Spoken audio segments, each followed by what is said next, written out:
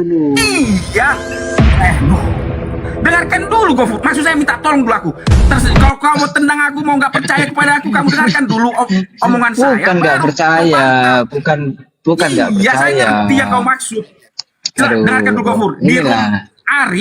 Di room Arif, ya saya tanya host, tanya Arif, tanya Kang Dito, tanya Kang Iya, Tata. saya paham. Dengarkan dulu, makanya jangan dulu potong, itu maksud saya. Iya, lanjut. Nah, gitu. Saat saya dengarkan. Saya tidak akan pernah melompat-lompat dari 314, dari 822 ke tempat lain. Enggak, saya hanya menerangkan. Kayak gini loh cara kami menafsirkan ayat Alkitab.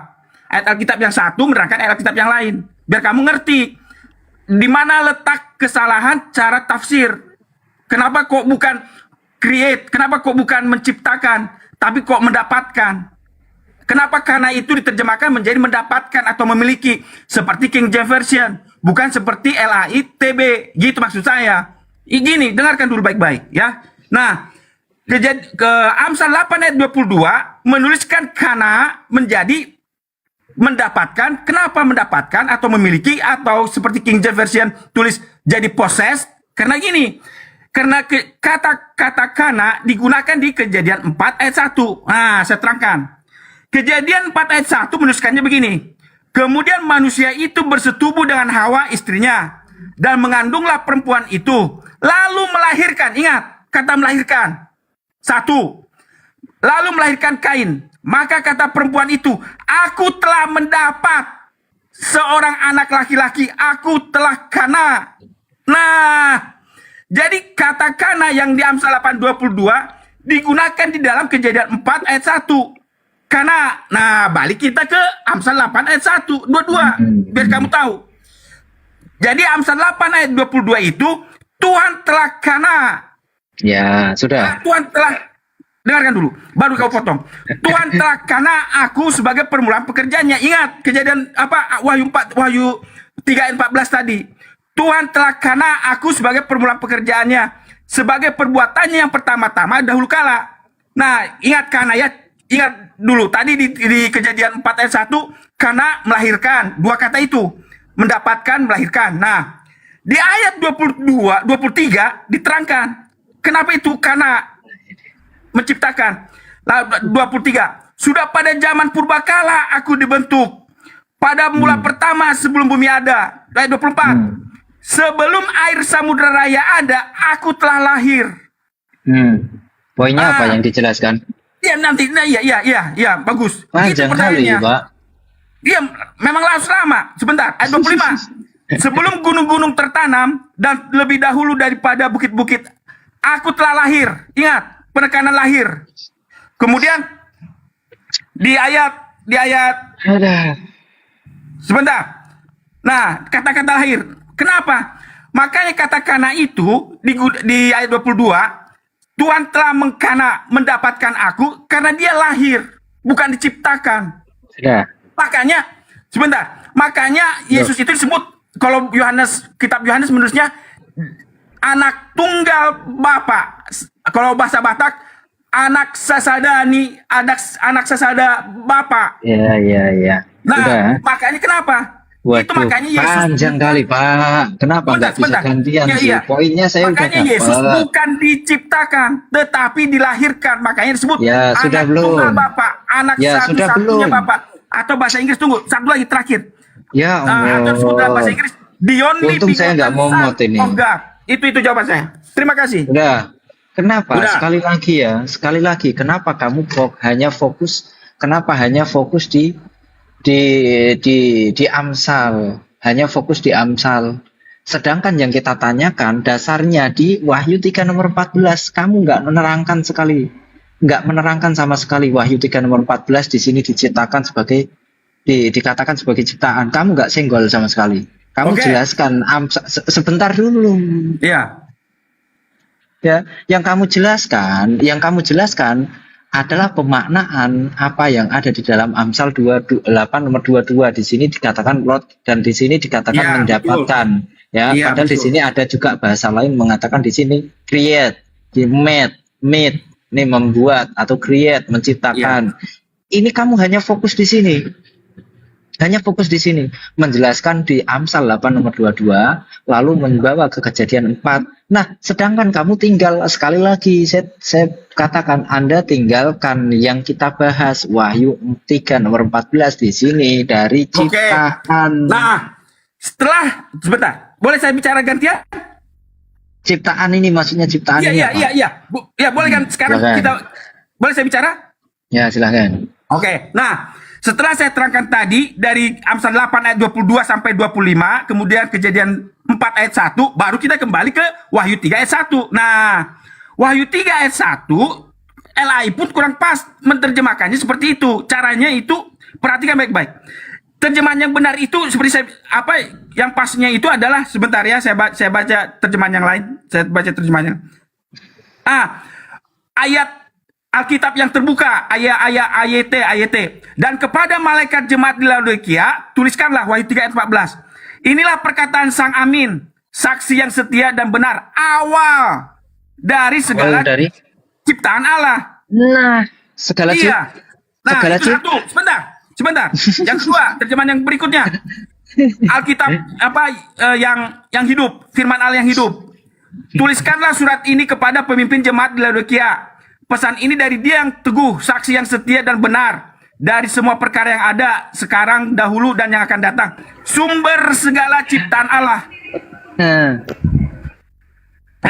Itu cara kami menafsirkannya. Oke, Anda menafsirkan. Ini justru gimana ya? Padahal kita fokusnya cuma di kata dari ciptaan di sini. Terserah kamu mau sebentar dulu, ya, sebentar dulu. Kan dari tadi kan udah jelas Anda hanya mengambil dari mau AYT ternyata blunder juga dia, karena AYT ternyata segala dari segala ciptaan juga ternyata di AYT dia udah blunder, ya kan, dia udah blunder angkat AYT, ternyata AYT juga ciptaan gitu kan. Nah, kalau ada beberapa penerjemahan, maka mari kita lihat aja ya, kritis di sini apa, act of founding, tuh, building, membangun, creation, menciptakan. Apalagi mau ditolak lagi, tiba-tiba mau berasumsi sebagai sumber ciptaan itu gimana, sumber pencipta itu gimana? Di sini jelas create, ciptaan, menciptakan. Siapa yang menciptakan? Allah. Siapa yang diciptakan? Yesus. Terus apa lagi, Pak? Anda hanya membantah dengan terjemahan lain. Mari kita balik langsung ke original teksnya. Dan pemaknaan dalam original teksnya yang benar adalah creation. Tuh. Ini pemaknaan yang benar dari original teksnya. Kenapa hanya mengambil 1-2? Anda tadi mengambil di Wahyu 8 nomor 22 KJV. Oke, KJV. Sekarang kita lihat dalam KJV di sini ya. Oke, harus konsisten. Tadi Anda Amsal 8 nomor 22 KJV. Sekarang jangan sampai di sini kok nggak terima KJV. Ya. Nih KJV-nya, ini KJV-nya. Nah, dari segala ciptaan. Nih KJV-nya apa? Nih KJV, building, creation. Apalagi? Ini KJV. Anda sekarang mau bantah KJV, tadi mau ambil KJV, sekarang mau bantah KJV gitu. Kenapa nggak konsisten gitu loh, Pak? Anda tadi bawa KJV, sekarang KJV bilang nih building, creation atau ciptaan, menciptakan. Ayo, sekarang mau bantah KJV gitu. Udah. Nah, silakan. Oke, nah gitu cara diskusi ya. Nah, saya sudah dengarkan kamu. Nah, oke. Sekarang bagaimana cara menerangkan bagaimana menerangkan satu kata itu begini. Sebentar, jangan dulu potong. Kolose 1 ayat 16. Kita lihat. Betulkah dia ciptaan? Kolose 1 ayat 16. Ya. Ayat 15 dari 15. Dari mulai 15. Kolose 1 ayat 15. Ia adalah gambar Allah yang tidak kelihatan, ya, yang sulung, lebih utama dari segala yang ciptakan. Sudah, ayat 16. Karena di dalam dialah telah diciptakan segala sesuatu yang ada di sorga dan yang ada di bumi, yang kelihatan dan yang tidak kelihatan, baik singgasana maupun kerajaan, baik pemerintah maupun penguasa. Segala sesuatu diciptakan oleh Dia dan untuk Dia. Ayat 17, Ia ada terlebih dahulu dari segala sesuatu, all things. Dia ada terlebih dahulu dari all things, segala sesuatu. Dan segala sesuatu ada di dalam Dia. Nah, itulah makanya kami menerjemahkan, menafsirkan Wahyu 3 ayat 14 apa yang sulung atas segala ciptaan itu dengan Kolose 1 ayat 16 sampai Kolose 1 ayat 15 sampai 17. Gitu cara kami menafsirkannya. Oke, bentar. Izin. Ya, Assalamualaikum warahmatullahi wabarakatuh, Bunda. Waalaikumsalam warahmatullahi wabarakatuh. Ya, Siapa tinggal yang lanjut. akun saya tadi? Ya, izin sebentar lagi, Siap. Bunda. Bang Jospen, kalau Anda membawa Kolose, justru menimbulkan, Anda menunjukkan betapa kontradiksinya Bible ini. Satu sisi mengatakan Yesus pencipta, satu sisi di Wahyu 3 nomor 14 Yesus ciptaan. Justru Anda menunjukkan suatu kontradiksi yang ada di dalam Bible. Anda mau mengartikan ciptaan,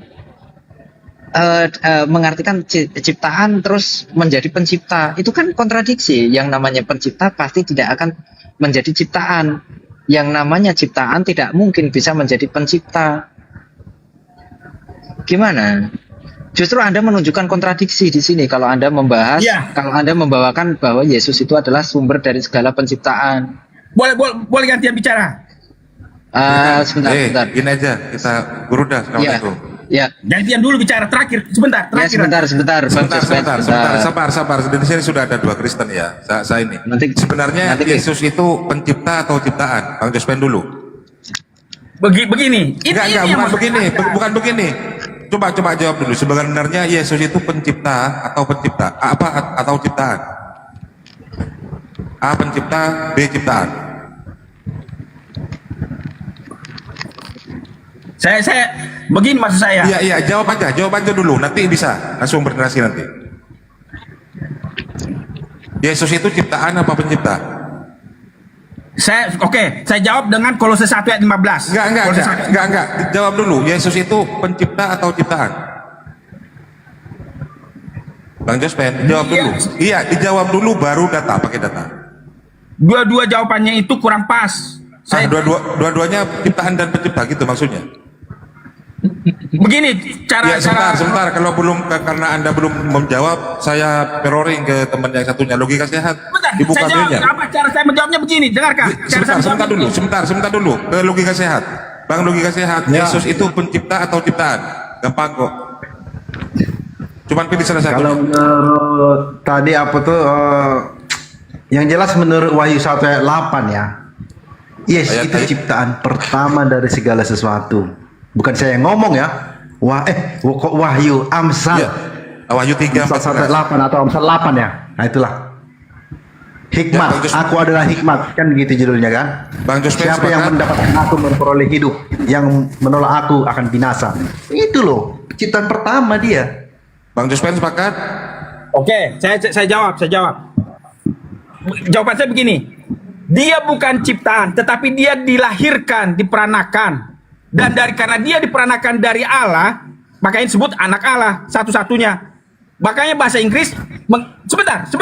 Makanya bahasa Inggris menulis the only begotten son of God. Kalau bahasa Indonesia menuliskannya Allah, anak tunggal Bapa atau anak tunggal Allah. The only begotten son of God. Nah, karena dia adalah the only begotten son of God, maka dia memiliki kodrat yang sama. Karena dia keluar dari Bapa, dia memiliki kodrat yang sama dari Bapa. Sama-sama esensinya adalah divinity atau divine atau ilahi. Maka dia adalah menciptakan. Dan dialah menciptakan segala sesuatu. Makanya saya bilang dia adalah pencipta. Karena dia adalah anak tunggal Bapa. Itu jawaban saya. Udah, situ aja. Sudah. Silakan Gurunda masuk. Tafadhol. Ya. Baik. Mohon izin teman-teman sekalian. Bismillahirrahmanirrahim. Kalau ada yang mengatakan anak Maria itu adalah pencipta, itu perlu dibawa ke rumah sakit jiwa, gangguan dia. Di Kejadian 1 nomor 26, berfirmanlah Elohim, baiklah kita menciptakan manusia. Yesus ini manusia kan? Dan dia ciptaan. Itu udah pasti itu. Karena pada saat Tuhan berfirman, marilah kami, baiklah kami menciptakan manusia, Yesus tak ada di situ. Jangankan Yesus, ibunya pun belum ada. Jadi itu sangat dipaksakan. Kalau hanya berdasar terhadap Kolose 1:15, itu sama setara dengan ungkapan Paulus di Yakobus 1:18. Apa kata Paulus? Kristen-Kristen ini, ya, itu adalah manusia sulung di antara ciptaan Tuhan. Yakobus 1:18, atas kehendaknya sendiri dia telah menjadikan kita oleh firman kebenaran supaya kita pada tingkat yang tertentu menjadi anak sulung di antara semua ciptaannya. Itu seirama dengan Kolose 1:15. Dia adalah gambar Tuhan yang tidak kelihatan, yang sulung, lebih utama dari segala yang diciptakan. Ya, sama kedudukannya dengan orang Kristen. Orang Kristen itu adalah ciptaan sulung di antara semua ciptaan. Yesus adalah ciptaan sulung di antara seluruh ciptaan. Dalil. Makanya ketika dikatakan bahwasanya Yesus itu lebih utama dari segala yang diciptakan, ingat Kejadian 1:26. Baiklah kami menciptakan. Nah, Yesus lebih utama dari ciptaan yang sulung. Dia adalah ciptaan yang sulung. Berarti yang dimaksud di sana, Yesus ini ciptaan. Sama seperti orang-orang Kristen juga berdasarkan Yakobus 1:18, level setara dengan Yesus. Dalil kedua, dalil ketiga. 2 Yohanes 3 nomor 1. Apabila kita melihat Yesus dalam keadaan yang sesungguhnya, maka kita akan sama seperti Yesus. Dalam keadaan yang sesungguhnya kita akan sama seperti Yesus. Itu dalil ketiga. Dalil keempat, perhatikan dalil yang saya akan bawa. 1 Korintus 15 nomor 28. Ketika Yesus sudah menaklukkan segala sesuatunya, maka Yesus akan menaklukkan dirinya sendiri sehingga yang ada hanya Allah. Nah, itulah bukti bahwa Yesus itu ciptaan. Sekali lagi saya katakan, kalau ada orang mengatakan Yesus itu pencipta, segera bawa ke rumah sakit. Orang itu ada gangguan. Minimal di otaknya ada kebocoran, harus ditambal. Demikian.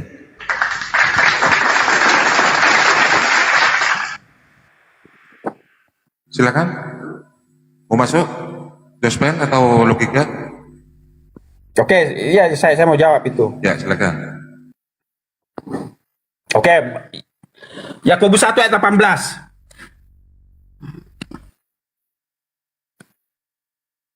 Atas kehendaknya sendiri ia telah menjadikan kita oleh firman kebenaran. Ingat, atas kehendaknya sendiri ia telah menjadikan kita oleh firman kebenaran, supaya kita pada tingkat yang tertentu menjadi anak sulung di antara semua ciptaannya. Perhatikan, atas kehendaknya sendiri ia telah menjadikan kita oleh firman kebenaran. Jadi oleh firman kebenaran itu kita pada tingkat tertentu menjadi anak sulung. Jadi karena firman itulah kita menjadi anak sulung. Beda dengan Yesus. Kalau Yesus menurut Yohanes 1 ayat 18, ya, Yohanes 1 ayat 18 dan Amsal 8 ayat 22, Amsal 8 ayat 22, dia dimiliki oleh Yahweh karena dia adalah didapatkan dengan cara ayat 24 dan 25 dilahirkan. Yohanes 1 ayat 18, Yohanes 1 ayat 18. Tapi Yohanes 1 ayat 14 dulu, Yohanes 1 ayat 14. Yohanes 1 ayat 14. Firman itu telah menjadi manusia. Sudah dan selesai. diam di antara kita. Sudah. Menjadi itu ciptaan. Sebentar. Jangan dulu potong. Pak Zuma ya. Jangan dulu potong. Saya minta maaf. Amsal 8 ayat 22, Tuhan memiliki aku. Ya, Tuhan memiliki aku. Oke. Sebagai? Sebentar dulu. Yohanes 1 ayat 14. Yohanes 1 ayat 14. Firman itu telah menjadi manusia dan diam di antara kita. Dan kita telah melihat kemuliaannya. Yaitu kemuliaan sebagai apa? Sebagai anak tunggal Bapa atau sebagai anak satu-satunya Bapa. Itu. Atau kalau bahasa Inggris, King James Version menulisnya the only begotten of Father. Ya. Nah, kalau Yohanes 1 ayat 18, tidak seorang pun yang pernah melihat Allah, tetapi anak tunggal Allah. Kalau bahasa King James Version menulisnya the only begotten Son of God. Ya, satu-satunya anak yang diperanakan oleh Bapa.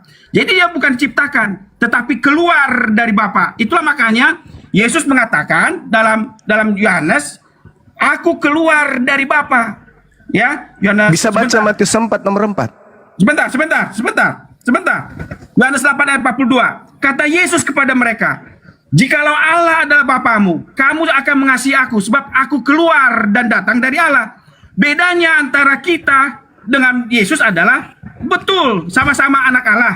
Tetapi bedanya adalah, kalau Yesus disebut anak Allah karena dia keluar dari Bapa. Sedangkan kami, manusia ini, Adam dan Hawa, Daud, Nuh, semuanya, karena dia iman kepada Yesus, karena diciptakan dalam Yesus. Itu jawaban saya. Terima kasih. Saudara, Anda sebenarnya menjawab pertanyaan Anda sendiri dan memberikan data-data itu. Itu terserah. Yohanes 8:42 itu bukti Yesus bukan firman. Di situ dia mengatakan, aku datang bukan atas kehendakku, aku keluar dari Bapa. Betul, aku keluar dari Bapa. Kenapa seluruh alam semesta ini keluar dari mana rupanya? Segala sesuatunya itu berasal dari Bapa, keluar dari Bapa. Baca Matius 4 nomor 4, makanya manusia bukan lahir dari roti saja, tapi dari setiap firman yang keluar. Jedar. Makanya Anda itu terlalu bernafsu untuk melantik makhluk yang keluar dari kubur itu menjadi Tuhan. Sebenarnya yang ingin dituhankan itu makhluk yang keluar dari kubur atas nama Kristus itu, karena memang dia mau dituhankan selain daripada Tuhan. Anda sedang mengajar di sini, menyampaikan data-data di sini, itu mewakili sibilisisis agar Anda menuhankan dia dan Anda memproklamirkan ketuhanan dia dalam nama Yesus. Yesus datang di tengah-tengah kaum Bani Israel, menerangkan dengan sangat tegas bahwa dia adalah utusan, dia adalah manusia. Ketika Anda berhadapan dengan Yesus, dari unsur apa yang Anda bisa katakan bahwa dia Tuhan? Dia bukan ciptaan. Unsur apa? Tubuhnya ciptaan, rohnya ciptaan, suaranya ciptaan, kekuatannya semua ciptaan. Apa yang bukan ciptaan dari Yesus? Apanya? Hanya satu yang bukan ciptaan dari Yesus. Apa itu? Errornya orang-orang Anda yang ingin melantik makhluk ciptaan Tuhan menjadi Tuhan. Itu aja. Munculnya orang-orang yang ingin menuhankan iblis dalam nama Yesus. Sebenarnya yang Anda katakan Yesus adalah pencipta. Sebenarnya bukan Yesus anak Maria yang Anda sedang jelaskan ini, tapi iblis yang menggunakan nama Yesus dan menggunakan lisan Anda untuk menipu dunia. Sampai sini paham? Coba Anda buktikan kepada saya satu unsur saja yang ada pada diri Yesus yang bukan ciptaan. Ayo, apanya yang bukan ciptaan pada diri Yesus? Itu aja dulu. Anda tidak akan sanggup. Sampai kuda bisa sikat gigi sendiri, Anda tidak akan sanggup membuktikan satu unsur yang ada pada diri Yesus yang bukan ciptaan. Itu aja dulu. Tapi Anda akan memaksakan dia pencipta. Kenapa? Karena iblis menggunakan mulut Anda agar Anda menyembah iblis dalam nama Yesus. Ingat nasihat Yesus? Waspadalah agar kalian jangan disesatkan, sebab akan datang banyak penyesat memakai namaku dan berkata, akulah Kristus. Mereka akan menyesatkan banyak orang. Ini Anda sedang mempraktekkan nubuat Yesus bahwa akan datang penyesat pakai namaku. Yesus itu pencipta. Yesus itu yang menciptakan. Bret. Anda sedang menggenapi nubuat Yesus. Datang penyesat memakai namaku dan berkata, akulah Mesias, akulah Kristus. Mereka akan menyesatkan banyak orang. Inilah yang sedang Anda lakukan sekarang. Anda sadar nggak? Anda ingin mengatakan seekor kambing ini adalah sapi dengan berbagai macam dalil bla bla bla bla bla bla. Padahal kalau Anda melihat Amsal 22, Amsal 8:22 itu diciptakan situ. Permulaan ciptaan, sebelum langit digariskan aku sudah ada. Yohanes 8:42, Yesus itu keluar bukan atas kehendaknya sendiri, berarti dia bukan firman. Yohanes 1:18 di situ sangat jelas menjelaskan bahwa Yesus datang kemudian ke bumi untuk menjelaskan Tuhan itu kayak mana, karena tak ada yang tahu, tak ada yang pernah lihat Tuhan, tak ada yang pernah mendengar Tuhan. Maka Yesus datang dia datang kemudian untuk menjelaskan kepada Bani Israel, Tuhan itu kayak begini loh. Bukan dia tunjuk dirinya, Tuhan itu kayak begini loh, tidur, ketakutan, berdoa, bukan kayak gitu. Kemudian dalil apa lagi tadi yang Anda bawa? Dalil Yohanes 1:14. Firman itu bukan menjadi manusia. Hei, belajar lagi Anda jujur. Firman itu menjadi daging. Jangan Anda ngadi-ngadi dalam menjelaskan ke Kristus palsu itu kami. Jangan. Anda harus jujur menggunakan narasi-narasi yang ada di Bible. Jadi saudara, saya katakan sekali lagi kepada Anda tidak sedang menjelaskan Nabi, Rasul, utusan Tuhan ke Bani Israel bernama Iso itu. Enggak. Anda sedang memproklamirkan ketuhanan iblis yang memakai nama Yesus. Camkan itu baik-baik. Silakan. Oke. Kalau kita baca sebentar ya. Kalau kita baca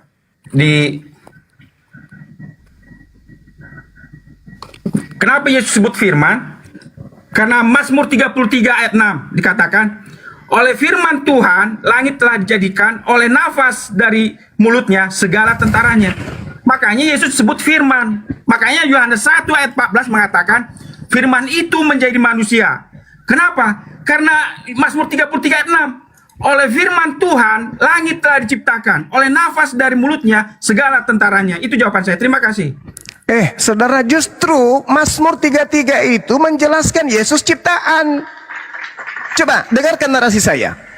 Oleh firman Tuhan langit telah dijadikan, oleh nafas dari mulutnya segala tentaranya. Baca nomor 9. Sebab dia Tuhan hanya berfirman, maka semuanya jadi. Dia Tuhan memberi perintah, maka semuanya ada. Hei Maria, hamil, lahirkan seorang manusia bernama Yesus. Lahir, maka Yesus pada mulanya apa?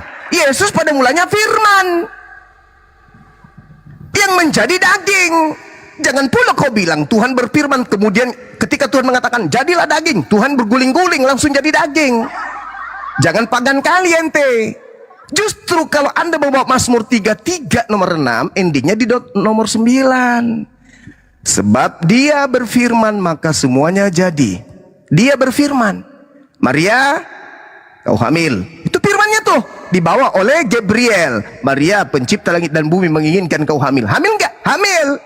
Hendaklah kau menamai dia Yesus. Diberi nama Yesus enggak? Diberi nama Yesus. Datang Kristen, penyembah makhluk kuburan. Wah, ini Yesus Tuhan ini, benar ini. Mana coba jawab pertanyaan saya tadi, mana jawaban Anda? Satu jawaban yang saya butuhkan. Unsur mana pada diri Yesus yang bukan ciptaan Tuhan? Ada? Kakinya mungkin? Giginya? Tangannya? Apanya? Mujizatnya? Ucapannya? Mana yang bukan ciptaan pada diri Yesus? Semua dari A sampai Z yang ada pada diri Yesus semuanya ciptaan. Oke. Nah, coba jawab. Perhatikan baik-baik. Yesus itu, Yohanes 1 ayat 1, firman itu pada mulanya adalah firman. Nah, karena dia adalah pada mulanya firman, dialah yang menjadikan segala sesuatu. Itulah makanya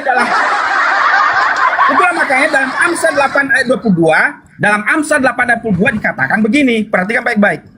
Amsal 8 ayat 22. Tuhan telah karena memiliki aku sebagai permulaan pekerjaannya, sebagai perbuatannya pertama-tama dahulu kala. Ayat 23. Sudah pada zaman purbakala aku dibentuk, pada mula pertama sebelum bumi ada. Jadi sebelum bumi ada, firman itu sudah bersama-sama dengan Allah. Ayat 24. Sebelum air samudra raya, aku telah lahir. Sebelum sumber-sumber yang syarat dengan air, sebelum gunung-gunung tertanam, dan lebih dahulu daripada bukit-bukit, aku telah lahir. Sebelum ia membuat bumi dalam padang-padangnya atau debu dataran yang pertama, ketika ia mempersiapkan langit, aku di sana. Ketika ia menggaris kaki langit pada permukaan air samudra raya, ketika ia menetapkan awan-awan di atas dan mata air samudra raya meluap dan deras, ketika ia menentukan batas kepada laut supaya air jangan melanggar titanya, dan ketika ia menetapkan dasar-dasar bumi, aku ada sertanya sebagai anak kesayangannya. Itulah makanya Yohanes 1 ayat 14 mengatakan, pada mulanya firman itu bersama-sama dengan Allah. Kemudian ayat 14, firman itu menjadi manusia. Mengapa? Karena dia adalah anak kesayangannya. Makanya ketika Yesus selesai dibaptis disebut, inilah anakku yang kukasihi. Jadi firman yang ada sebelum segala sesuatu, Kolose 1 ayat 15 sampai 17 mengatakan bahwa sebelum semuanya ada, aku telah menjadi sebagai anak kesayangannya. Amsal 8 ayat 30. Setiap hari aku menjadi kesenangannya. Kemudian firman yang bersama-sama dengan Allah itu ayat 14 menjadi manusia. Yang menjadi masalah adalah imanmu melihat Yesus. Permulaannya itu pada saat Yesus menjadi janin atau zigot atau embrio di dalam rahim Ibu Maria. Tetapi kami sebagai orang Kristen, kami melihatnya Yesus sebelum ada praeksistensinya. Sebagai Yohanes 1 ayat 1 mengatakan, pada mulanya adalah firman, firman itu bersama-sama dengan Allah, dan eksistensinya itu ada dalam Amsal 8 ayat 22 sampai 30 sampai 31.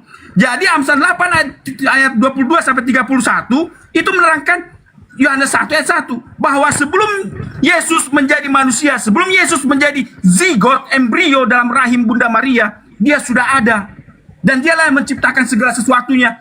Itulah makanya disebut Kolose 1 ayat 15 sampai 17, sebelum semuanya ada, dialah yang menciptakannya. Terima kasih.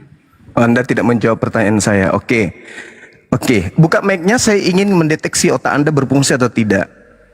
Matahari pada mulanya apa? Jawab. Matahari pada mulanya apa? Buka mic-nya. Anda Buka jawab, mic. Anda jawab sendiri. Anda jawab sendiri. Matahari pada mulanya apa? Jawab dulu. Biar supaya Anda waras. Masa mau gila terus kayak gini? Memalukan Anda. Matahari pada mulanya apa? Dengarkan. Matahari pada mulanya apa? Dengarkan Juma. Saya sudah menerangkan dari sudut pandangan saya. Matahari Itu pada mulanya urusanmu. apa? Kalau kita berbeda pendapat, itu urusanmu. Saya minta pendapatmu. Matahari pada mulanya apa? Matahari pada mulanya apa? Itu urusan saudara. Matahari pada mulanya Itu urusan apa? saudara. Tetapi saya meyakini seperti dalam Kolose 1 ayat 15 Keyakinanmu sampai jangan 17. kau paksakan. Kita lagi berdiskusi. Kau jangan Matahari paksakan pada juga. mulanya adalah. Kau jangan paksakan juga. Kolose 1 Saya ayat bertanya 15 samamu, sampai 17. jangan kau nangis. Saya tidak Matahari nangis. pada Kamu mulanya Kamu adalah. yang memaksakan. Kamu yang memaksakan Matahari cara pada pandangmu. mulanya adalah. Kamu yang memaksakan cara pandangmu. Matahari pada mulanya adalah nangis, gitu. Kolose 1 Yohanes 1 ayat 1 pada mulanya adalah firman. Pada mulanya adalah firman, pada akhirnya mati dibunuh Yunani orang Romawi, gitu. Saya Karena bertanya dia mengosongkan sopan dirinya samamu. dan menjadi hamba. Matahari pada mulanya adalah. Pada mulanya ia bersama-sama dengan Allah dan dia Hei, masalah yang lapik dak. Saya ulang lagi. Matahari pada mulanya adalah. pada mulanya adalah firman. Firman itu bersama-sama dengan Allah. Keren. Berarti matahari dan Yesus sama, pada mulanya adalah firman. Makanya kamu baca kitabmu sendiri. Yohanes 1 nomor 2 nomor 3. Dari dia segala sesuatu dijadikan. Segala sesuatu itu termasuk Yesus. Ayo, saya bertanya lagi. Duluan mana matahari atau Yesus yang pada mulanya firman? Jawab. Awas kalau salah ku lempar mangkok. Jawab. Itu urusanmu. Kau masih mau? Kau masih mau menyembah ciptaan? Mau? Matahari lebih dulu berasal dari firman, pada mulanya firman daripada Yesusmu itu. Makanya saya berawal tadi, saya katakan samamu, kalau ada orang yang menganggap Yesus itu pencipta, itu wajib ke rumah sakit. Dia gangguan jiwa, kronis. Nah sekarang saya bertanya samamu, matahari pada mulanya apa? Anda gak mau jawab. Apa yang ada pada diri Yesus yang bukan ciptaan? Anda gak bisa jawab. Kenapa? Karena sejatinya yang Anda proklamirkan, yang Anda promosikan ini adalah iblis dalam nama Yesus. Kalian ini penyembah-penyembah iblis dalam nama Yesus. Yesus sudah mengatakan, waspadalah kepada iblis yang datang kepada kalian memakai namaku dan berkata, akulah Kristus. Mereka, iblis ini akan menyesatkan banyak orang. Kalianlah itu. Makanya nanti kalian bertemu Yesus, Tuhan, bukankah kami bernubuat, mengusir setan, bermukjizat pakai namamu? Apa kata Yesus? Kamu pembuat kejahatan, aku tidak mengenal kalian, enyahlah daripadaku. Matius 7, 22, 23. Itu. Jadi berapi-api sampai terbata-bata kamu itu menjelaskan ketuhanan iblis dalam nama Yesus. Pret. Orang waras mana yang mau percaya? Kau bungkus iblis itu dalam nama Yesus. Kau pakai iblis itu mengusir setan, bermukjizat dalam nama Yesus. Orang berakal tidak akan goyang. Makanya agamamu semakin hari semakin ditinggal. Di barat sana, di Eropa, bye-bye Kristen. Kenapa bisa demikian? Kan orang udah tahu, wah ini ternyata tipu muslihat. Cuman di Indonesia aja ya, karena belum ada perlawanan secara kuat. Tapi alhamdulillah dengan adanya API kalian sudah punya lawan kuat kan? Babak belur kan kalian di mana-mana? Bang Jum, aku boleh Iya. nanggapin Jospen? Boleh, silakan Bang, silakan. Iya, terima kasih. Bang Jospen, Anda tadi sebenarnya jadi blunder ini. Anda ngangkat Amsal 8. Di situ di ayat 22 jelas. Ya, Tuhan telah menciptakan aku sebagai permulaan pekerjaannya.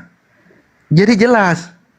Yang mengklaim diri sebagai akulah hikmat ini adalah ciptaan pertama dari Yahweh ya, Tuhan Roh besar di sini semua. Dan itu Salomo Bang, bukan Yesus. Dia cuma empan-empannya yang ambil kitabnya orang. Iya, Salomo tapi itu. Bang Juma, kalau ini adalah sosok yang lain, maka jadi ada dua yang harus diikuti orang Kristen, kan repot. Jadi nggak Iya. mungkin ini Belum Selamat lagi malam ini. ini harus semuanya. Yesus gitu.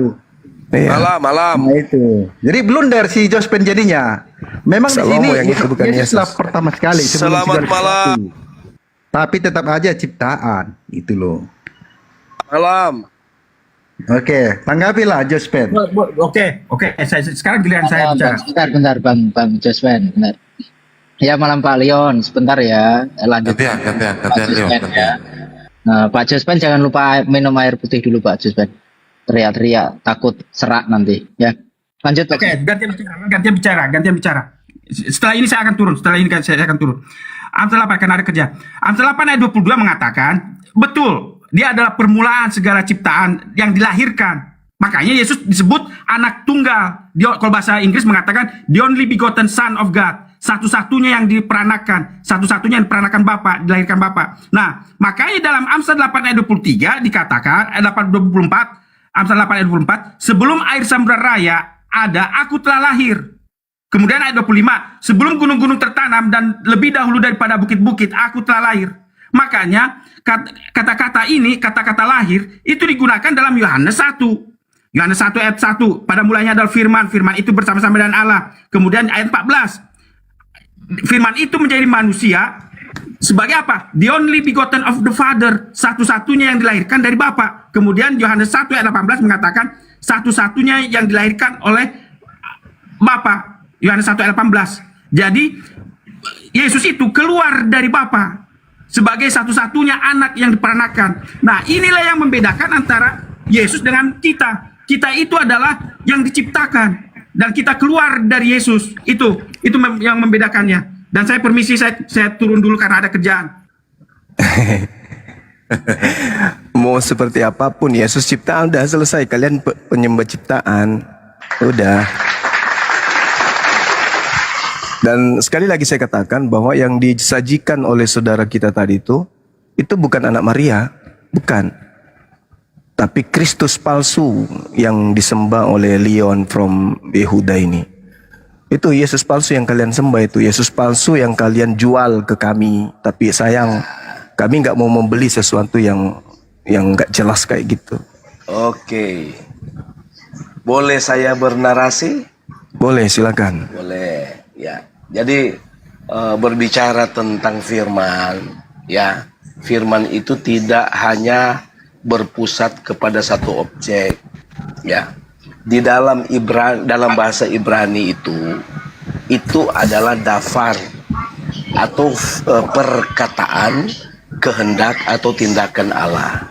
Jadi di sini yang bermain adalah roh firman itu sendiri. Ya, di dalam PB, dalam Yunani itu firman itu adalah pribadi yang sudah menjadi Yesus. Di dalam Yohanes 1 ayat 14. Jadi firman kalau Anda katakan firman adalah ciptaan, saya setuju di dalam PL. Diciptakan. Karena dia dalam bentuk perkataan, kehendak, tindakan Allah. Di dalam PB firman sudah menjadi pribadi ilahi. Nah, di dalam Alkitab secara utuh Perjanjian Baru dan Perjanjian Lama itu juga dikatakan firman. Jadi artinya firman yang tertulis menjadi Bible. Lalu yang dikatakan yang firman yang hidup itu yang mana? Itulah anak Allah yang menjadi manusia. Jadi perkataan yang disampaikan oleh Bang Suma tadi bahwa firman diciptakan, saya memang benar. Di dalam PL itu memang mengatakan bahwa firman itu adalah ciptaan. Karena dia baru berbentuk perkataan, baru berbentuk kehendak dan tindakan Allah. Tetapi kalau dikatakan firman hanya tertuju kepada ciptaan, Bang Suma keliru. Gitu. Jadi saya oke-oke saja kalau Anda berputar di masalah di dalam kitab Perjanjian Lama tadi yang diangkat di mana, di Amsal kalau atau di mana tadi yang diangkat itu bahwa firman diciptakan, ya benar. Jadi ciptaan itu perkataannya, yaitu kehendak dan tindakan.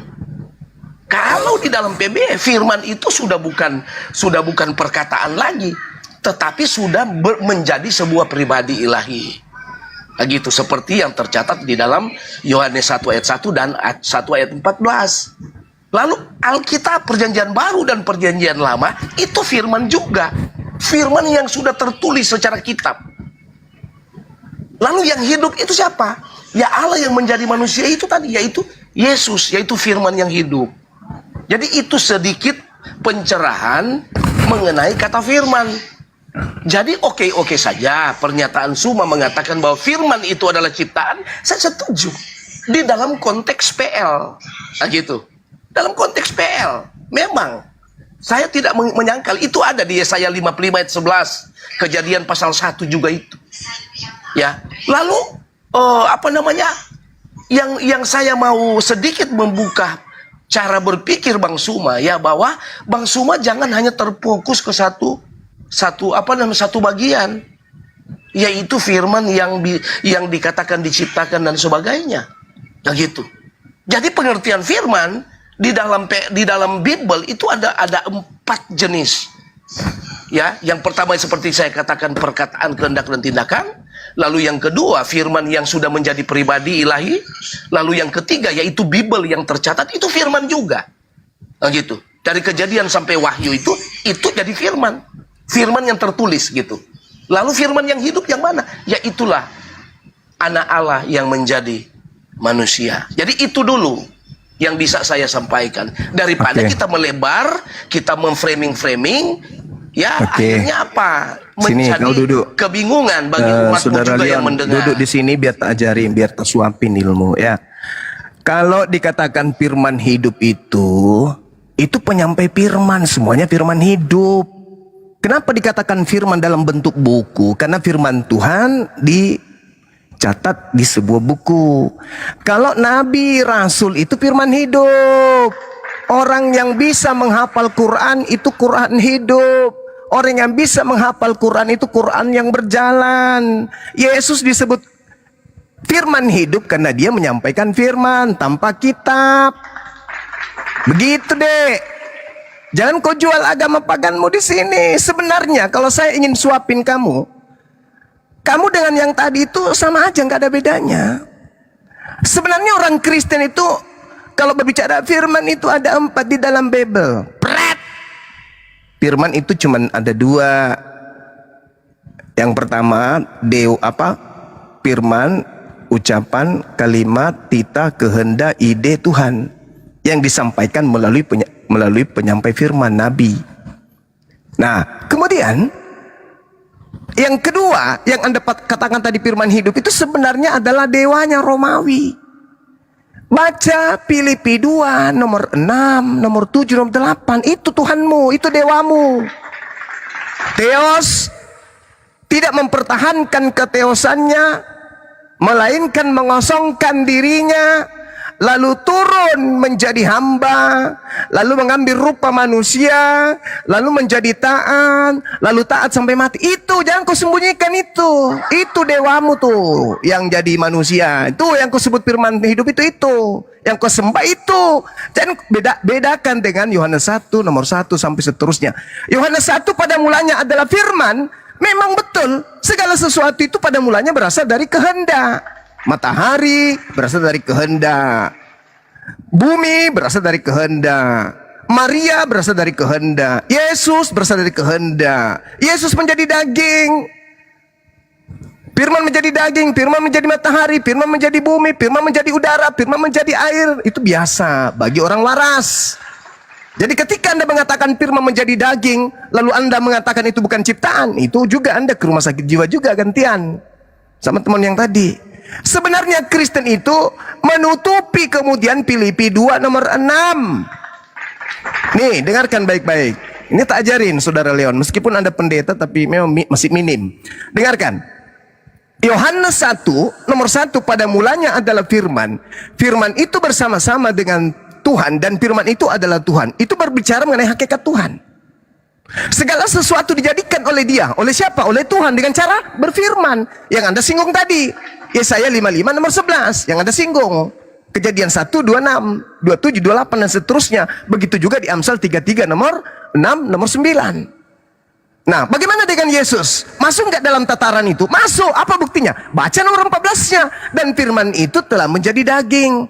Anda menganggap bahwa itu seperti halnya Filipi 2. Tuhan mengosongkan dewa, mengosongkan diri, lalu turun ke bumi menjadi manusia seperti Hercules, seperti Horus, seperti Zeus, seperti Hermes. Jangan kau bawa ke Yesus. Anak Maria jangan. Karena itu tidak begitu polanya. Yesus yang menjawabnya, aku datang ke bumi bukan atas kehendakku. Yohanes 8:42. Sedangkan Filipi 2 nomor 6 nomor 7, aku sendiri yang menjadi manusia. Aku sendiri yang menjadi manusia. Aku tidak mempertahankan kedewaanku, melainkan aku sendiri yang menjadi manusia. Berbeda dengan Yesus. Aku menjadi manusia bukan atas kehendakku. Jadi jangan kau paksakan nabinya orang Yahudi menjadi sembahanmu yang adalah dewanya orang Roma. Beda, kalian hanya menggunakan nama Yesus itu untuk membungkus dewanya orang Roma agar kalian bisa menuhankannya dan mengajak orang lain menuhankannya dalam nama Yesus. Sebenarnya yang kalian sembah itu agnostos theos, dewa yang tidak dikenali oleh orang-orang Yunani, yang kemudian Paulus datang mengajarkan bahwa dewa yang selama ini kalian sembah, ini yang aku ajarkan, yaitu Yesus. Jadi kalian itu penyembah dewa-dewa Romawi, kalian itu penyembah dewa Athena. Sabar dulu. Jadi kalian itu adalah penyembah dewa Romawi Yunani yang kalian bungkus dalam nama Yesus Kristus.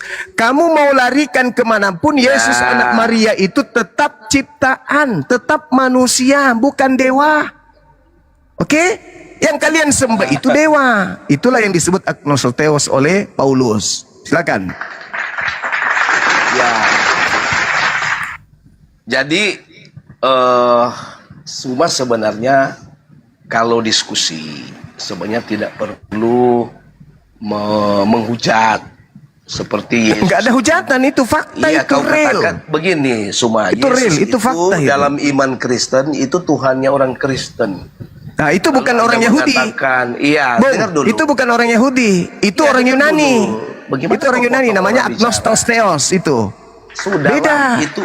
Begini Sobat. Kau istirahat dulu. Nanti mulutmu Itu capek, beda. nanti enggak. Oh, enggak ada capeknya kalau mau waraskan orang gila kayak ente itu enggak ada capeknya saya. Iya. Memang saya dicipta Silakan. untuk meluruskan kalian. Sudah diam dulu. Kau ini mulutmu itu enggak berhenti itu kalau Ya, bicara. untuk meluruskan kamu. Makanya saya katakan samamu bahwa yang kau sedang jelaskan ini adalah dewanya Yunani dalam nama Yesus. Saya mau bicara, kok kau Gitu. bicara terus? Ya, makanya jangan sebut nama saya. Kau jelaskan aja apa yang kau ingin jelaskan. Gak usah sosok kau mengatakan Suma itu hanya. Gak usah. Ya, Kau jelaskan aja kebohonganmu. Ya, baik, saya dengarkan baik. kebohonganmu, nanti saya luruskan Ya, kebohonganmu itu. baik, Gitu. baik. Silakan. Ya.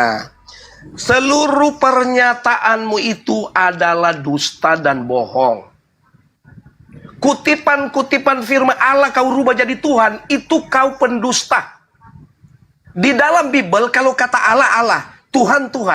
Jadi Anda jangan merubah kata Tuhan. Coba kau tunjukkan kata Allah dalam original teks. Tunggu dulu, kita Coba kau tunjukkan dulu. Sebelum Abang, kau lanjut, kau bilang saya satu-satu dusta kalau kan? bicara. Kau bilang saya dusta. Sebelum kau lanjut, kau tunjukkan dalam original teks kata Allah yang ada dalam kitabmu itu, yang hasil curian dari Quran. Silakan. Kalau tidak ada kau turun. Kau pembohong, kau yang pendusta. Kamu yang pendusta, Nah, Suman. sekarang kau tunjukkan original teks kitabmu, mana kata Allahnya. Tunggu Silakan. dulu. Tunggu Pada apa? mulanya adalah firman. Firman itu bersama-sama dengan Allah. Mana ada Allah di situ? Mana Dengar ada Allah? dulu. Tunjukkan dalilnya. Buka kameramu, buka. Kamu ini Hei, kalau buka, bicara wahai ini pembohong. Woi, pendusta. Pendusta yang pembohong. pendusta. Buka. Buka kamera, kau tunjukkan original teks kitabmu, buka. Buka. Nggak usah kita bicara original teks. Kamu saya bicara original teks. Hei, di situ Udah. dikatakan Kamu turun. Kamu ibadah dulu. Sorry, kau belajar. Itu teon. Kau makan itu teon. Kan kau pendeta, kau colok sendiri pantatmu, habis itu kau jilat jarimu. Kau bilang saya pembohong. Kata Tuhan, kata Allah diganti Tuhan. Pret. Udah pendeta bikin malu jemaat. Gak malu kau. Udah dulu ku buat kau mencret kan. Kau naik lagi ke sini, kau sudah tahu saya ada di sini, kau naik ke sini, itu cari mati namanya. Dasar bahlul, dongok. Mana ada kata Allah dalam original teksmu? Kalau kau menggunakan kata Allah dalam original teks apa? Ibrani sumpah serapah, pohon. Nah, kau bahasa Yunani, Allah, atau semisal atau seperti. Kau mau yang mana? Dasar dongok, Leon dongok, bahlul. Kau pantas dimaki memang. Otakmu nggak ada. Jadi sekali lagi saya katakan bahwa tidak ada kata Allah yang kemudian asalnya dari terjemahan Al-Quran yang adalah Allah di dalam kitabmu, wahai Leon. Ya, Leon, kucing Yehuda. Nggak ada itu, nggak ada. Kau belajar lagi. Jangan kau pikir ini gereja.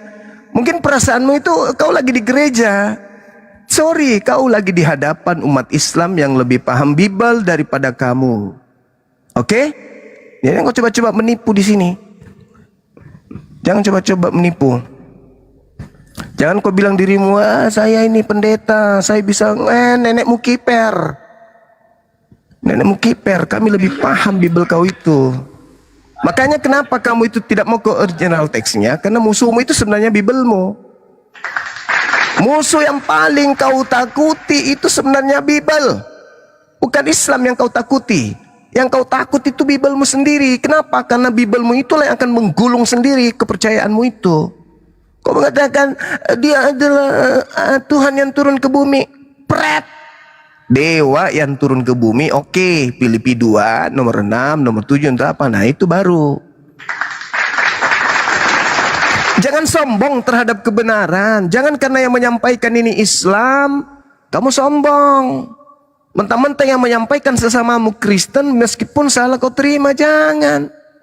Kami Islam, kami tidak ada kemudian kepentingan di situ. Semata hanya sebagai pembawa kabar gembira dan peringatan saja tentang keselamatan. Gitu loh. Apa untungnya coba saya meluruskan kamu? Gak ada kan? Saya bukan keluargamu, kau bukan siapa-siapanya saya. Kau yang enak.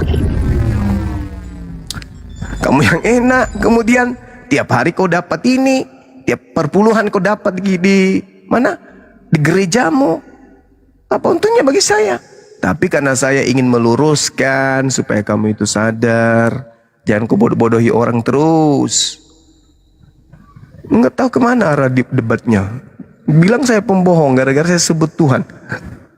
Bagus itu saya bilang Tuhan daripada saya bilang dewa. Kan teos di situ. Nah, teos yang ada. Minimal teon. Aneh. Oke, silakan teman-teman diambil alih. Kita mau ibadah dulu sebentar, silakan. Ya, terima kasih Bunda. Saya sapa dulu ya. Roni, selamat malam Roni. Silakan dibuka mewahnya, Roni. Selamat Roni, malam, Ya, agamanya apa? Wah, ternyata perempuan. Kristen. Oh ya, silakan. Mau menanggapi apa gimana? Silakan masuk. Saya cuma mau bertanya, lalu turun boleh nggak?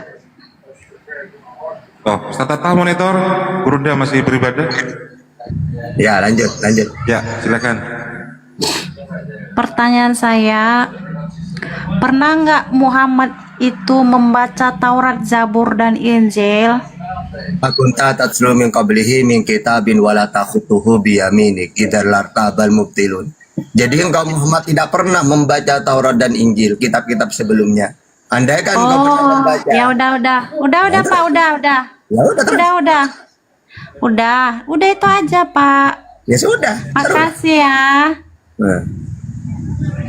Rupanya Muhammad tak pernah baca Taurat, Zabur, dan Injil. Makanya Kami balik nanya dong, semua ada nggak ke- pendeta kamu yang pernah membaca kebingungan. Taurat dan Injil? Udah Ada Pak. nggak? Kenapa kayak babi kepanasan? Kenapa kayak babi guling? Kenapa? Iya, Pertanyaan yang makanya- sama. Ada nggak pendetamu, pastormu dari abad pertama sampai sekarang yang pernah baca Torah? Ada nggak? Ada nggak?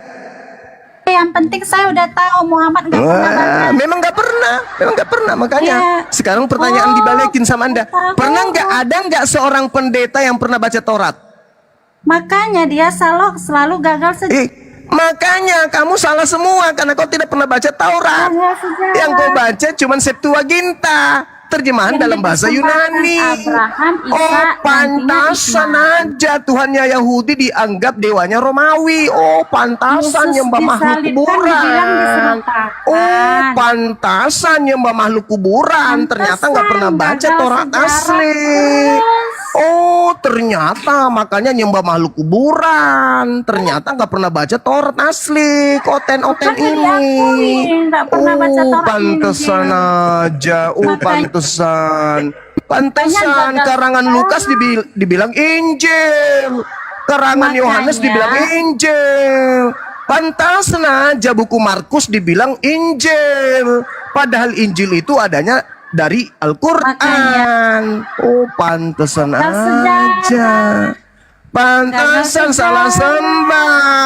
Makhluk kuburan Makanya disembah, nggak pantesan. Ternyata tidak pernah baca Taurat. Aduh, kasihan kali, Yang dipersembahkan Abraham, Kasihan kali, ternyata hanya baca terjemahan Septuaginta. Aduh, parah. udah jelas. Parah. Udah, turun. Jelas. Turun ke Terima bawah, kasih. ke bawah. Jangan lupa garuk pantat. Lanjut lagi. Naikkan lagi, kalau tak ada otaknya dipijak lagi. Aduh. Logika sehat gimana? Logika sehat. Nah, ini masih sehat. Biar aja dia duduk tenang di sini. Dia sehat kan? Benar, betul. Kalau sehat jangan disiksa. Kalau yang tidak sehat kita itu disiksa aja nggak apa-apa.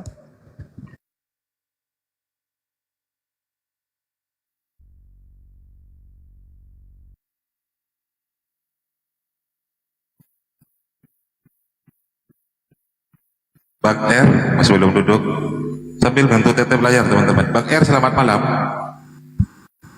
Bang R selamat malam Bang R. Bang R selamat malam.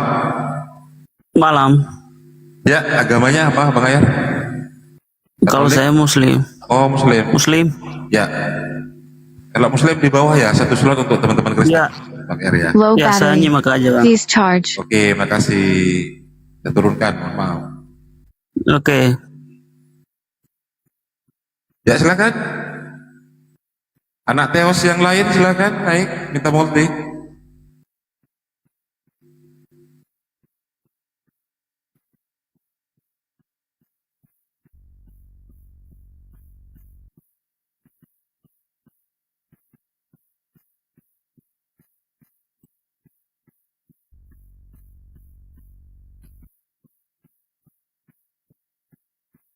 Selamat malam, ketemu lagi Bang Zuma. Pasti takut dia. Asalkan diskusinya itu tertib, tidak kayak pasar. Silakan. Enggak baik, enggak kayak pasar. Ya, Pak. ya. Aku Gurunda mah- masih monitor Gurunda. Oke siap. Jap, aku ambil data dulu. Berada? Masih berada ya. Ustadz Alif, monitor Ustadz Alif. Oke, Bang Zuma. Monitor Jangan seperti Ustadz kayak Ada. tadi Zuma ya. Lain kutanya, lain Anda jawab. Lanjut. Oke, jadi aku ingin bertanya pada Zuma ya, karena tadi sepertinya lain kutanya, lain dijawab oleh Bang Zuma tadi. Dan ada satu ketika detik-detik Zuma nggak memahami ayat yang kutanyakan ya. dia mengatakan apa ya gitu tadi.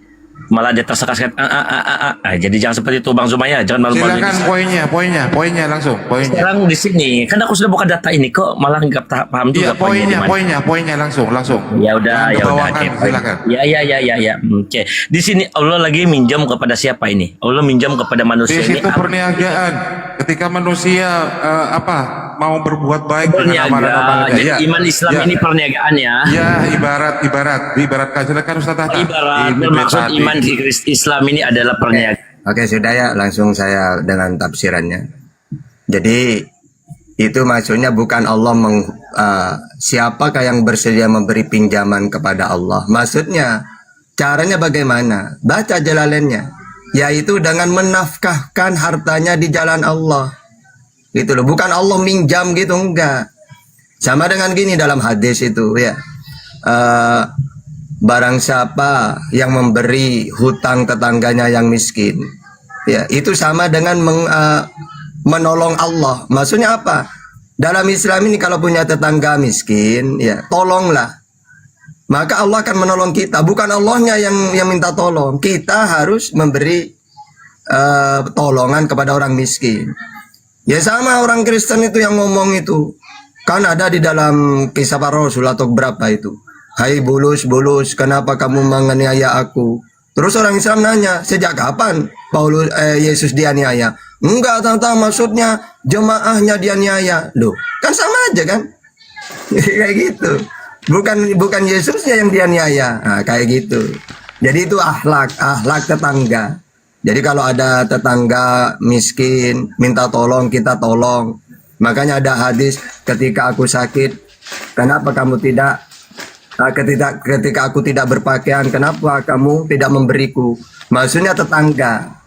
Jadi kita umat Islam itu kalau ada orang butuh pertolongan, kita harus bantu gitu loh. Maka Allah akan menolong kita nantinya. Melipat gandakan. Ya. Silakan Celsius. Waduh, itu Bang Putra itu dari tadi naik ke Komal ini cuma itu aja, subah yang dibawa. Iya, ada yang lain. Ya, Celsius silakan. Celsius masuk. Oh iya. Selamat malam semuanya. Masih ada Ustadz Juma ya? Ya itu Gurunda masih ibadah. Kamu nanya-nanya aja dulu, habis ibadah. ini beliau aktif langsung. Iya, Ustadz Tata. Selamat malam Ustadz Tata. Ya, malam. Ini aku boleh bertanya nggak Pak Ustadz? Harus bertanya. Oh harus, saya senang kalau gitu. Ya, kan belajar itu kan dengan bertanya itu lebih bagus kan Pak Ustadz. Iya. Ya. Gini Pak Ustadz, saya mau tanya. Apa benar ya? Pertanyaannya gitu, apa benar Nabi Muhammad itu tidak bisa baca dan tidak bisa tulis? Oke. Jadi kata Umi ini dalam Islam ya. Al-Ankabut ayat 48. Wa ma kunta tatlu min qablihi min kitabin wala takhutuhu bi yaminik idar latabal mubtilun. Jadi Umi di sini kan kalimatnya atau di dalam surat Al-A'raf 157. Alladzina yattabi'una ar-rasulan nabiyyal ummiyya alladzi yajidunahu maktuban indahum. Yaitu orang-orang yang mengikuti Rasul Nabi yang ummi. Nah, kenapa Nabi diberi gelar ummi? Karena yang disampaikan ini harus wahyu. Jadi tidak perlu Nabi itu profesor, doktor, percuma. Ya, Anda kan Nabi ini ahli tulis, ahli baca. Maka orang-orang Arab menyangka bahwasanya ini karangan Nabi Muhammad ini gitu. Atau juga Nabi diutus kepada orang-orang yang buta huruf. Maksudnya orang Arab. Ini surat Al-Jumu'ah ayat 2. Walladzi ba'asa fil ummiyina rasulan minhum yatlu alaihim ayatihi wa yuzakkihim wa yu'allimuhumul kitab wal hikmah. Ya, dialah yang mengutus seorang rasul kepada kaum yang buta huruf, ummi.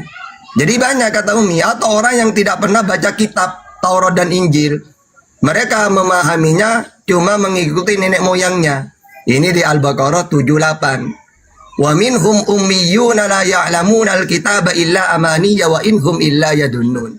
Dan di antara mereka ada yang buta huruf, tidak memahami kitab Taurat, kecuali hanya berangan-angan dan mereka hanya menduga-duga. Ya kayak orang noten-noten ini, nggak tahu Taurat, tiba-tiba menyampaikan. Ya, nah kayak gitu. Oh gitu, Terus? Pak Ustadz. Berarti benar berarti ya Nabi itu tidak bisa baca dan tidak bisa tulis ya? Bukan ahli baca, tidak pernah baca-baca kitab-kitab terdahulu. Kalau Yesus Ya. gimana? Yesus umi apa enggak? Tidak, saya tanya dulu, saya mau konfirmasi dulu. Itu benar berarti ya tidak bisa baca, tidak bisa tulis. Iya, tidak pernah menulis, tidak pernah membaca kitab-kitab Taurat, Injil apa tidak pernah. Oke. Berarti Nah, mukjizat makanya itu, dia- itu salah satu mukjizat itu Makanya selesai. di dalam An-Najm itu, wa ma yantiqu anil hawa in huwa illa wahyu yuha. Apa yang ku sampaikan ini semuanya wahyu. Oh betul, oke. Ini Pak Ustadz. Pak Ustadz pernah baca nggak Kamis Kelabu, kisah Kamis Kelabu? Apa? Waduh, ini subhatnya si A si Kitun Kisah. itu Ustaz. Kisah Kamis Kelabu Pak Ustadz. Itu Ya, kamu sumbernya jelasin, di Pak. Wikisia. Ya, kenapa? Kalau Kenapa? Wikisia di situ, ya kalau mungkin Pak Ustadz bisa baca, bisa buka. Coba buka. Coba buka. Di situ mengatakan bahwa sebelum Nabi menghembuskan nafas terakhirnya, dia meminta sebuah pena dan kertas untuk menulis wasiat. Ya, itu artinya Pak Ustadz, Nabi itu bisa baca dan bisa tulis. Sudah. Jadi gini, kalau masalah Nabi bisa tulis enggak atau enggak itu ada dua pendapat, ulama salaf dan kholaf. Kalau ulama salaf memang mengatakan Nabi tidak pernah menulis, membaca karena apa yang disampaikan murni wahyu. Tapi kalau ulama salaf mengatakan pada akhirnya Nabi ya bisa menulis. Oke, tidak masalah sebenarnya. Ya, karena ada dua pendapat. Cuma Nabi ini tetap para Nabi itu sifatnya sama. Siddiq, amanah, tablek, fatona. Semua para Nabi itu ya siddiq, benar. Terus amanah, terus tablek menyampaikan, fatona cerdas. Makanya secerdas-cerdasnya orang Arab, Sidina Ali, Abu Bakar, Umar cerdas. Tapi ketika berhadapan dengan Nabi Muhammad tidak ada apa-apanya. Nabi Muhammad dalam hal strategi apapun nomor satu. Gitu. Jadi masalah Umi itu tidak masalah mau mengatakan pada akhirnya pinter ya silakan. Atau Umi ya tidak masalah. Artinya Ustadz Tahta itu berada di kelompok yang mengatakan tidak bisa baca, tidak bisa tulis, kan gitu. Iya, karena artinya di situ tidak pernah membaca kitab-kitab terdahulu. Murni yang Ya, disampaikan. artinya kan semuanya. tidak bisa Apalagi baca, gini, kan? Apalagi dalam tafsir dijelaskan, Anda kan Nabi Muhammad itu ahli baca, ahli tulis, maka orang-orang ahli kitab tidak akan beriman. Karena di kitab mereka Nabi akhir zaman itu memang ummi gitu loh. Ya, atau orang Arab tidak akan beriman karena menyangka apa yang disampaikan Nabi karangannya. Ternyata benar-benar wahyu. Makanya Allah menantang, kalau kamu ragu tentang Al-Qur'an itu wahyu, wa in kuntum fi raibin mimma nazzalna ala abdina fa'tu bi syuratin min mislihi wa da'u syuhada'akum in kuntum shadiqin. Kalau engkau ragu terhadap Al-Qur'an, coba buat satu surat saja. Tidak ada sampai sekarang yang bisa. Gitu. Udah sekarang pertanyaan nomor 2, ayo. Sekarang gini Pak Ustadz, jangan di mute lah. Iya, kan paham bertanya. kalau Pak Ustadz. Kalau Bertanya saya kok sangat berpendapat. paham, kalau Pak Ustadz ngomong saya akan diam ya. Tolong Udah, jangan. di pertanyaan mute. nomor 2. Ya, sekarang gini Pak Ustadz, ya. Begini Pak Ustadz, kalau orang tidak bisa baca dan tidak bisa tulis, kalau zaman Sekarang saya nanya dulu, Yesus ahli bisa baca bisa tulis nggak? Pakai data kamu? Hah? Coba jawab dulu. Karena kamu ngayel disuruh nanya lagi nomor 2, ayo. kenapa di mute Nah, lah? sekarang coba saya jawab dulu. Yesus bisa tulis bisa baca nggak? Loh, Kenapa di mute Pak Ustaz? Ya, itu mah Jangan apa kan lagi? di mute, Udah jangan kan selesai. di mute, jangan kan di mute, gini aja bisa kok, apalagi mute.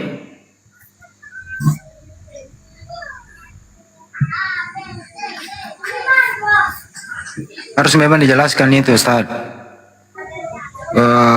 Pendapat Syiah itu loh, tragedi Kamis Kelabu. Ya makanya Nabi, jelasin. ya, Nabi katanya dalam sakit, gitu ya. Terus diminta untuk wasiat agar umat Islam ke depannya tidak ada semacam perselisihan. Tapi sahabat Nabi melarang bahwa cukuplah Al-Quran sebagai petunjuk begitu. Ini Syiah yang ngarang-ngarang itu Ustaz. Gitu. Iya, makanya- Jadi dia pakai pendapat Syiah itu. Ya makanya Nabi itu kenapa kok ada juru tulis ya? Kan yang terkenal itu 60. Tapi yang umum itu ketika Al-Quran turun yang menulis itu Abu Bakar, Umar, Utsman, Ali, Zaid bin Sabit, Ubay bin Ka'ab, Sabit bin Qais. Itulah yang Rasulullah setiap wahyu turun beliau yang menulis. Yang terkenal ada 4. Zaid bin Sabit, Ubay bin Ka'ab gitu. Tapi yang umum itu 8. Yang paling banyak 60 penulisnya Nabi itu.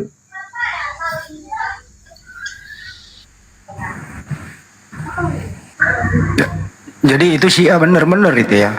Bener. Itu masih dipegang loh Ustaz. Ada tragedi Kamis Kelabu, Kamis Kelam. Rajiat yang siapa sih namanya itu, lupa gue itu. Itu yang dipakai sebagai hujah Ustaz. Ini memang harus diluruskan. Jadi kalau kamu memakai pendapat Syiah bro, ya tanya ke Syiahnya, jangan nanya ke Sunni. Gitu ya.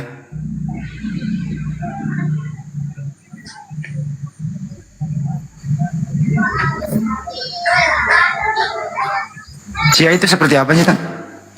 Kok jadi kayak gitu dipakai Oten ya? Oten pakai Syiah. Gimana itu, Ustaz? Jelaskannya. Luruskan ini, Ustaz. Ini bahaya ini. Nanti disalahpahami umat Islam. Kalau saya baca sejarahnya Syiah itu kan awalnya Abdullah bin Sabah. Ini kalau versi Kristen Paulus. Jadi Abdullah bin Sabah itu orang Wahyudi, pura-pura masuk Islam, lalu merusak Islam dari dalam, datang ke pelosok-pelosok. Lalu dia memperkenalkan Ali, disanjung-sanjung terus. Sampai orang itu mentuhankan Ali. Sama dengan Bulus itu, menyanjung-sanjung Yesus sampai dituhankan. Makanya ada 7 manusia yang dituhankan, termasuk Nabi Isa, Sayyidina Ali, terus Mansur itu penguasa. Jadi kalau Kristen kan tahunya cuma Yesus yang dijadikan Tuhan manusia. Padahal ada 7 manusia itu. Ya dari itu. Makanya coba ketika jadi di YouTube banyak itu. Sayyidina Ali membakar kaum Syiah karena sudah mentuhankan dia. Muncul itu. Ya, banyak itu. Ya seperti Bulus itu, disanjung-sanjung Yesus sampai dituhankan. Cuma itu ya yang paling nomor 1, Syiah nomor 1. Kan ada 4 itu Syiah itu. Sampai mentuhankan. Kedua, Ustaz, yang sering dipakai, dikira Umi itu adalah buta huruf. Nah ini juga diluruskan, Ustaz. Umi itu nggak buta huruf. Ditekankan lagi sana, Ustaz. Biar mereka nggak salah dan keliru.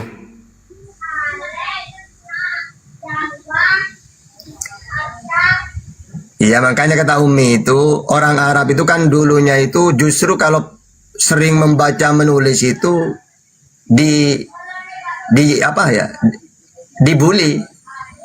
Karena orang Arab itu senang menghafal. Ya. Ketika misalnya Al-Quran turun, langsung dihafal oleh mereka. Ketika ditulis dibully. Kamu ini cuma kayak gini aja, masa ada hafal? Digituin. Makanya terkenal orang Arab itu kan Ummi. Alladzina yattabi'una ar-rasulan nabiyyal ummiyya. Ya. Alladzi yajidunahu maktuban indahum fit Taurah. Yaitu orang-orang yang mengikuti Rasul Nabi yang ummi, tidak bisa baca dan tulis. Yang namanya mereka dapati dalam Taurat dan Injil, ya, tertulis dalam Taurat dan Injil. Ternyata dalam kitab Taurat dan Injil itu memang Nabi tersebut ummi.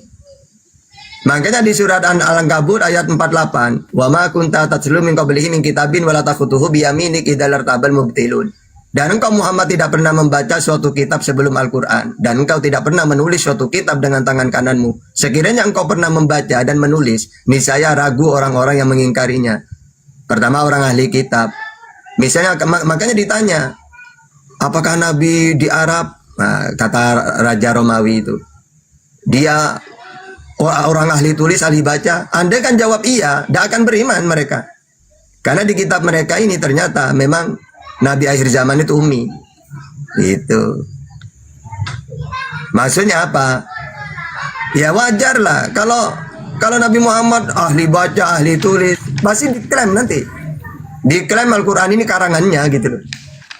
Wong sekarang aja masih diklaim, wah itu karangan Nabi Muhammad, masih digituin.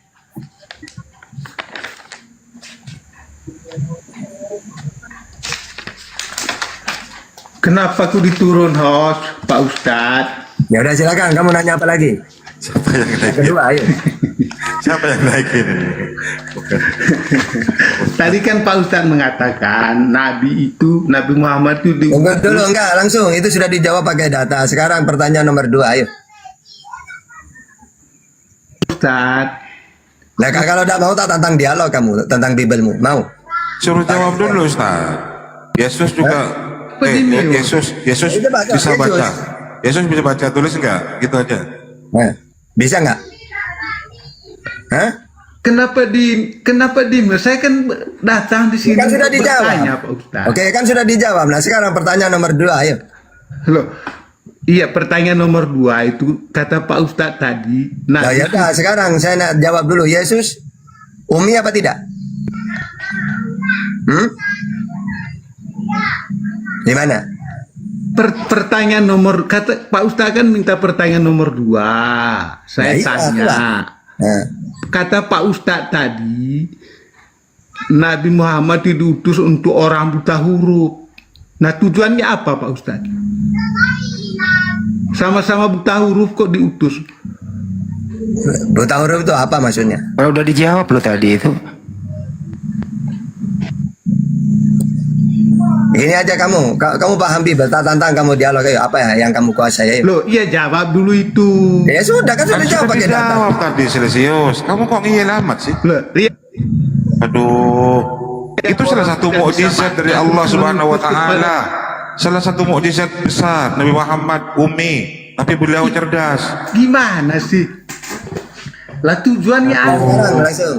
Ya, oke. Kalau kamu tanya tujuannya, sekarang apa tujuannya utusan? Coba, Yesus ngaku utusan, Nabi Muhammad utusan. Apa tujuannya? Penyampai firman. Mana dalilnya? Yohanes 3:34. Barang siapa yang diutus oleh Allah, maka tugasnya penyampai firman. Ya udah, kan itu tujuannya, diutus. Nah udah, sekarang apa lagi? Nah coba sekarang ditanya ke kamu, Yesus ngaku utusan. Apa tujuannya diutus Yesus? Pakai data, ayo.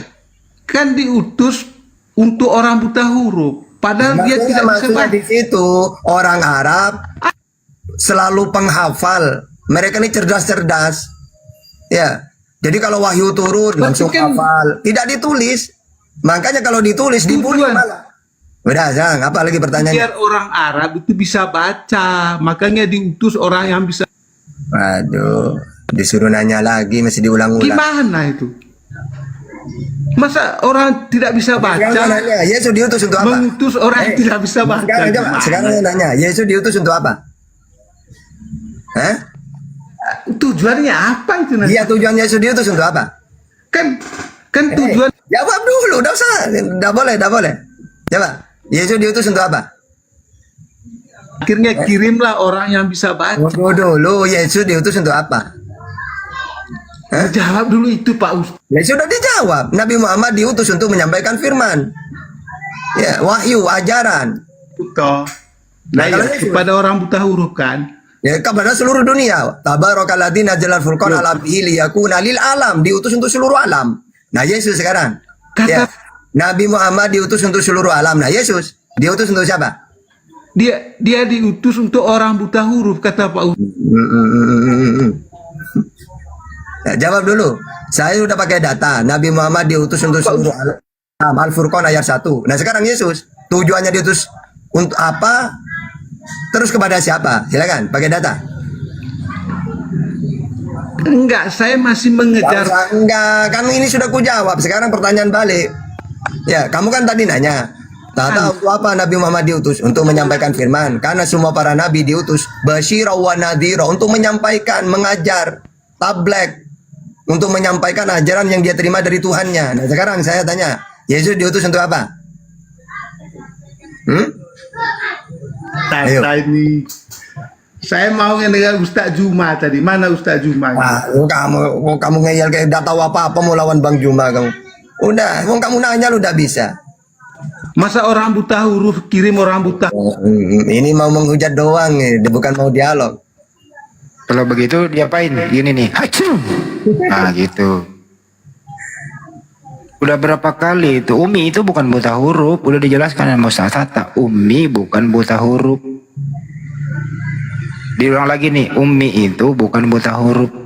Nabi Muhammad itu orangnya cerdas. Makanya orang Kristen ini jangankan dialog, bertanya aja tidak bisa mereka, kesurupan, apalagi dialog.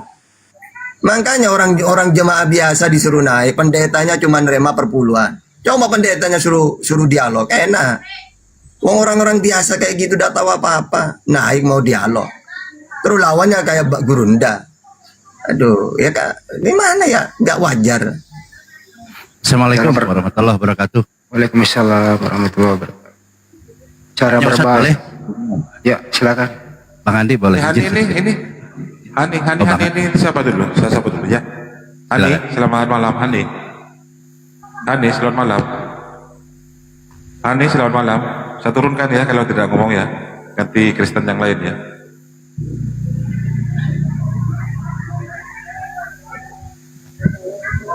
Izin Ustaz, ya, tanya gini Ustaz. Oke, baik.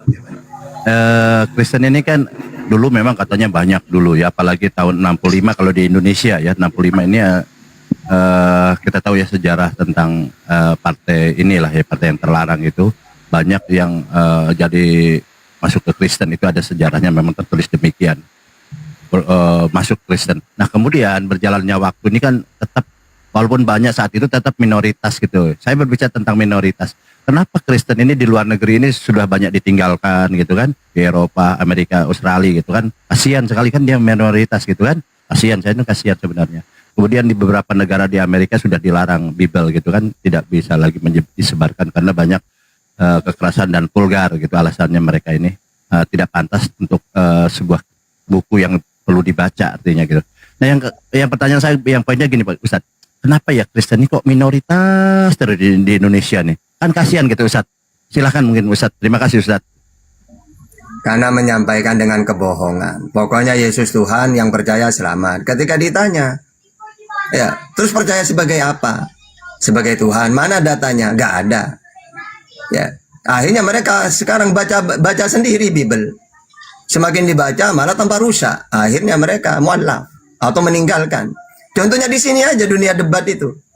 Ya, ketika pakai data itu kan tidak ada dalam Bible, itu iman doang mereka itu. Kitab kalau sudah salah dipertahankan, maka ujung-ujungnya apa? Mereka akan tinggalkan itu. Yang kedua, ujung-ujungnya semakin banyak denom. Kitab salah dipertahankan, akhirnya semakin banyak pertentangan. Nah, kalau kita, Ustadz Ali, Bang Juma, Bang Handi, kita semua, di komal manapun adem, enak. Bersatu kita. Kalau mereka bertengkar, dari tadi itu berapa kali udah bertengkar cakar-cakaran itu. Kenapa? Karena kitabnya udah salah dipertahankan. Akhirnya muncullah denom-denom. Ya, makanya saya udah bilang kalau Kristen ingin jadi debater cukup 5 tahun, lebih dari 5 konslet, luga, ngaku nabi, lebih dari 5 tahun, bahkan 10 tahun dia konslet akalnya. Jadi nabi, ngaku nabi. Kalau Bang Juma 10-an tahun tambah cerdas. Ya, tambah pintar. Tapi kalau Kristen, ya. Kalau Kristen jangan lama-lama kalau mau jadi debat. Konslet atau akan menjadi denom banyak. Dulu kita di Zoom. Kami Bang Juma, Ustadz Alif, Bang Handi. Ini nyata. Jarang masih di grup WA dulu. Jarang sesama Kristen itu debat itu. Akhirnya ya Herdi, Billy, siapalah semua. Denom-denom muncul denom-denom baru. Akhirnya sekarang banyak denom-denom yang saling bidat-bidatkan. Nah, apa alasannya? Karena kitab sudah salah dipertahankan. Akhirnya rusak. Gitu. Oke, Ustaz, sedikit lagi kepada yang sebelum yang tamu ya, nanti disapa host. Sedikit lagi Ustaz. Kita juga kan lihat perjuangan mereka ya untuk tidak jadi minoritas, tapi ya kasihan ya, tetap mereka ini minoritas gitu kan. Sekarang 7%. Kemungkinan kita OTW 5% gitu kan, mereka minoritas. Kasihan gitu ya. Tapi perjuangan mereka untuk jadi tidak minoritas nih dibuktikan seperti siapa Rizuli Lubis ini kan, dia dari kolong jembatan dari door to door lainnya, banyak yang datang ke rumah dia ingin mengangkat dari minoritas mungkin ke mayoritas cita-citanya, tapi kasihan ya kan mereka ini tetap aja minoritas. Nah, langkah-langkah seperti itu ternyata tidak efektif juga gitu, mereka tidak bisa diterima gitu ya, karena faktanya minoritas terus. Sampai ada yang gini Bu Ustadz, ada ternyata bukti fakta lagi ya, mereka kadang-kadang sudah minoritas ingin bangun gereja lagi sampai nangis-nangis. Aku bikin gereja tidak boleh. Padahal minoritas, ngapain bikin gereja kalau minoritas gitu Ustadz? Lanjut Ustadz. Iya, sebenarnya bangun gereja itu, kalau Islam sebenarnya diem. Yang panas itu beda denomnya itu yang panas. Takut jemaahnya pindah. Sebenarnya gitu kebanyakan kejadian itu. Gitu. Kalau Islam nyantai, biarin aja lah gitu. Tapi yang lain, aduh nanti jemaah saya ikut ke sana, beda denom. Nanti perpuluhan dibagi-bagi nanti, tidak lancar ke saya. Makanya mereka tidak setuju, semakin banyak gereja tidak mau mereka. Karena pasti beda denom. Akhirnya perpuluhannya itu berkurang gitu. Rebutan jemaah.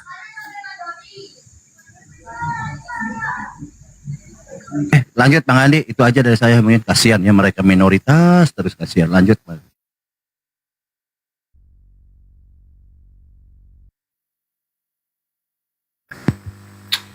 Intinya itu mari diskusi baik-baik gitu loh. Kalau kamu bertanya, dengarkan jawaban. Ini tadi Oten ini gitu, dia bertanya tapi tidak ada tempat di kepalanya untuk menerima jawaban. Jadi bertanya, nggak mau mendengarkan jawaban gitu. Nah, ini permasalahan sebenarnya. Nah, teman-teman paham nggak kenapa Oten yang tadi ini tidak mengerti jawaban Ustaz Tata? Silakan dijawab aja sendiri. Kalau pendapat saya sih, di kepalanya itu tidak ada lagi tempat untuk menerima kebenaran. Dan dalam kepalanya ya, silakan kalian menjawab sendiri. Kenapa tadi Oten ini tidak bisa mendengarkan jawaban?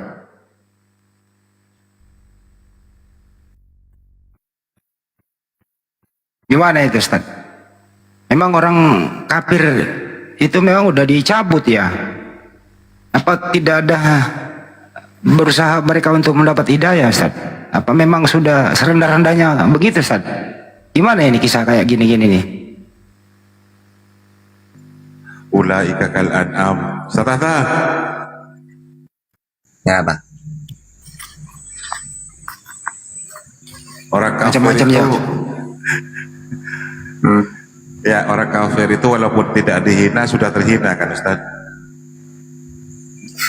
Maksudnya Al-An'am itu gini. Manusia diberi otak, diberi pikiran, tapi tidak mau dikenalkan Tuhan yang benar, tidak percaya. Padahal sabbahalillahi ma fis samawati wal ardi. Semua makhluk itu bertasbih kepada Allah, tahu Tuhan itu Allah. Nah, mereka ini diberi otak, udah dikenalkan Tuhan yang benar, malah milih menyembah manusia. Berarti kan kalah dengan Al-An'am kan, kalah dengan binatang itu. Binatang saja tahu Tuhan itu Allah. Iblis lo tahu Tuhan itu Allah.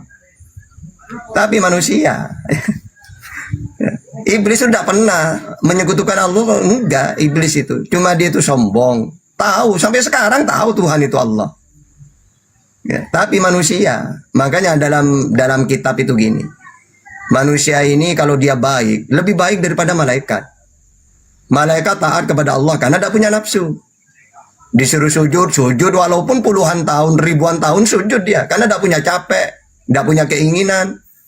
Kok ada manusia punya nafsu tapi sujud kepada Allah, taat, maka lebih tinggi manusia. Tapi manusia ini kalau dia buruk, lebih buruk daripada iblis. Seburuk-buruknya iblis tahu Tuhan itu Allah. Tapi mereka ini manusia, Ya. Itu makanya kalau buruk lebih buruk daripada iblis karena tidak kenal Tuhan. Kalau baik malah lebih baik daripada malaikat. Ya, karena malaikat taat, ada manusia taat. Tapi malaikat tidak punya nafsu, tidak punya capek. Ya. Ya. Kok ada manusia diberi capek, tapi tetap taat, berarti lebih baik masih gitu. Kadang lebih buruk. Bahkan lebih buruk daripada iblis. Seburuk-buruknya iblis tahu Tuhan itu Allah. Mereka ini.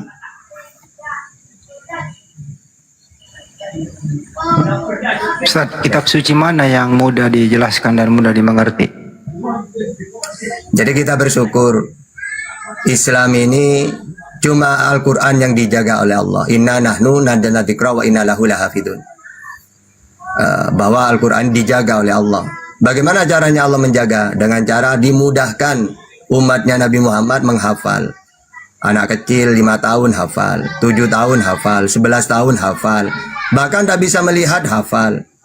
Jadi kami untuk menghafal Al-Quran tidak butuh ulama. Anak kecil lu bisa. Kalau mereka, jangankan anak kecil, pendetanya dah ada yang hafal. Karena nggak dijaga. Gitu. Terus Al-Quran ini, jangankan suratnya. Ayatnya, hurufnya itu loh. Sampai oleh ulama itu dihafal. Ya misalnya apa? Al-Quran ini 114 surat, 6.660 ayat, 1.027.000 huruf.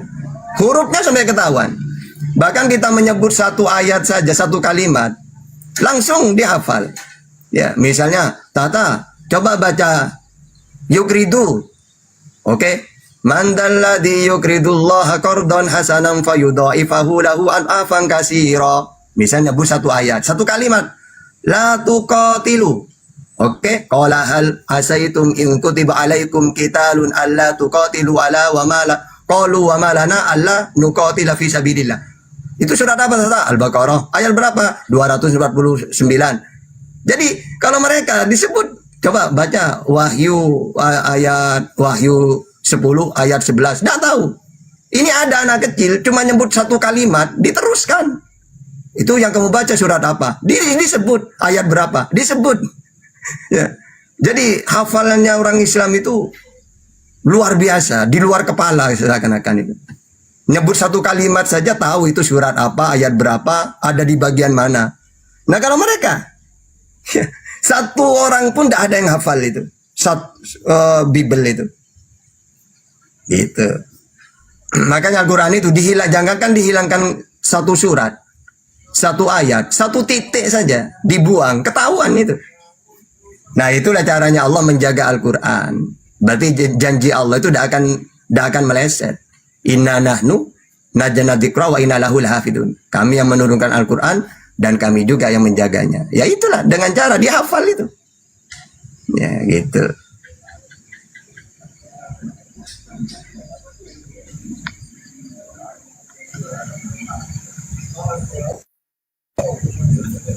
Kalau nggak salah Banyuma ada jadwal malam ini jam 8 ya.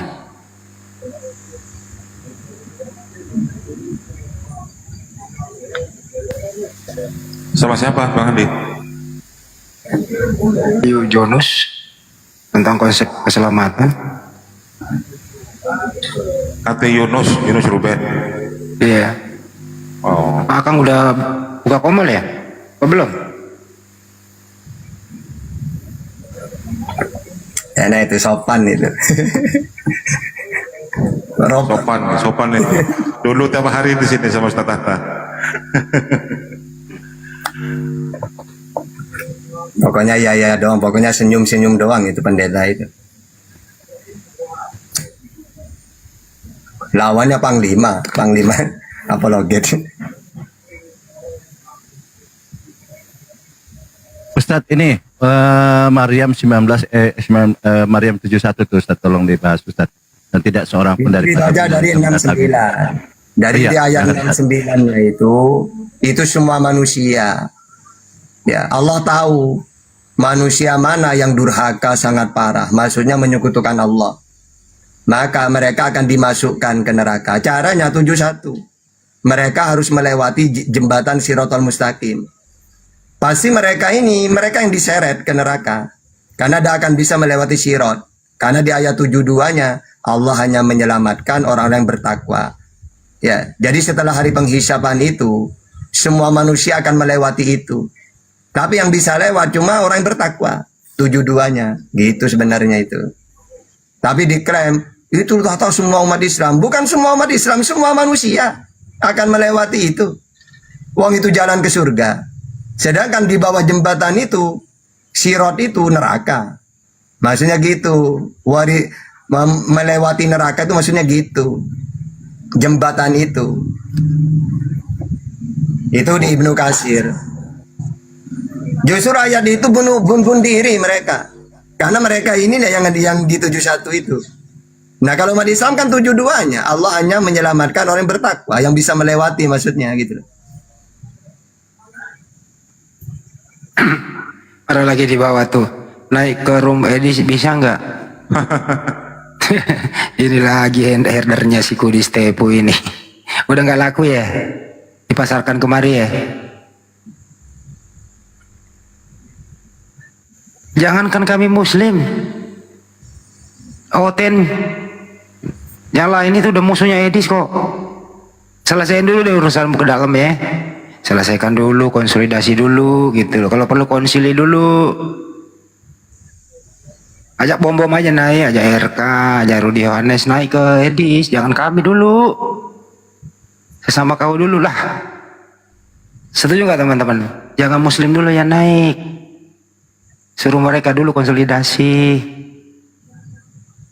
Itu kan herder si Kudis. Ada yang mau minta naik itu siapa itu? Tulisan apa? Cacing itu. Ya itu Ustadz, yang terjadi ya, fenomena yang terjadi ini berbicara tentang Edis, RK, bom-bom ini mereka berantem terus padahal maaf ya mereka di satu anggaplah kitab suci, mereka bilang punya satu Bible gitu, kitab suci mereka. Tapi kalau mereka seperti itu, apakah gambaran-gambaran mereka ini udah di dalam Islam ini udah disampaikankah mereka ini akan berpecah belah seperti itu, Ustaz? Lanjut Ustaz. Jadi gini ya, kenapa umat Islam itu tidak akan terpecah tentang ketuhanan Nabi Muhammad? Karena Nabi Muhammad udah berpesan, taraktu fikum amroini lan tadilu matamasatum bihima kitabullah wa sunnah. Aku meninggalkan dua perkara, selagi kamu berpegang teguh kepada keduanya, kamu tidak akan tersesat. Jadi saya dengan Bang Juma, Bang Handi, dengan Ustadz Alif, tidak akan gontok-gontotan masalah kitab suci itu. Karena oleh Rasulullah disuruh pegang dua-duanya ini, Quran dan hadis. Nah kalau mereka, wong kitabnya hancur, dipertahankan, akhirnya saling membid'ahkan. Oh kamu yang salah, ada Trinitas, ada Oneness, apalah. Kenapa? Karena tidak ada, mau dikembalikan kemana? Misalnya yang Trinitas ngomong saya yang benar, kata satunya enggak saya yang benar. Nah kalau kita, misalnya saya dengan Ustadz Alif dialog, ada perbedaan, tinggal kembalikan ke Quran hadis, selesai udah. Makanya kita akan bersatu selamanya umat Islam itu, karena atas naungan Rasulullah yaitu Quran dan hadis, disatukan kita. Gitu. Kalau ada apa-apa tinggal selesaikan pakai kitab suci, Quran hadis. Selesai. Gitu. Perbedaannya ini doang, Tan. Ada yang kunut, ada yang enggak. Karena dua-duanya benar. Itu kan furu. Iya. Yang jadi masalah gini Ustadz, kalau antara dibicara oknum ya, si RK dengan Edis gitu kan. RK dengan bom-bom dengan ini. Padahal mereka mengklaim pengikut Yesus, maaf ya. Tapi kalau dari pribadi mereka ini saling hujat, saling sesatkan gitu. Sampai keluar kebun binatang ini. Ini tanda-tanda seperti itu yang saya mau tahu nih, apakah di Al-Quran orang-orang semacam ini sudah dijelaskan nggak di dalam Al-Quran ciri-ciri orang seperti itu? Ustaz, lanjut. Ya itu berarti gini aja. Andai kan Al-Quran ini bukan wahyu, pasti ada pertentangan di antara kita. Buktinya gak ada kan, berarti Al-Quran benar. Kebalikannya mereka. Ya, kebalikan, kenapa mereka pecah-pecah? Berarti menandakan tidak benar sudah apa yang diikutin. Nah kalau Islam kan udah janjinya Allah. Ada kalau Al-Quran bukan kitab suci, bukan dari Allah, akan ada perbedaan-perbedaan nanti, bertengkar gitu, tentang ketuhanan, tentang Nabi Muhammad. Ya buktinya gak ada kita. Nah kalau mereka menandakan Al-Quran benar, kenapa mereka banyak pertentangan, bertengkar, ini? Karena sama-sama membenarkan dirinya sendiri. Kalau kita kan yang benar Quran dan hadis, kembalikan, selesai. Nah kalau mereka nggak bisa, enggak, kitab saya yang benar, denom saya yang benar. Terus mau untuk mencari kebenaran yang sebenarnya yang mana? Nggak bisa. Gitu. Kalau kita bisa. Gitu.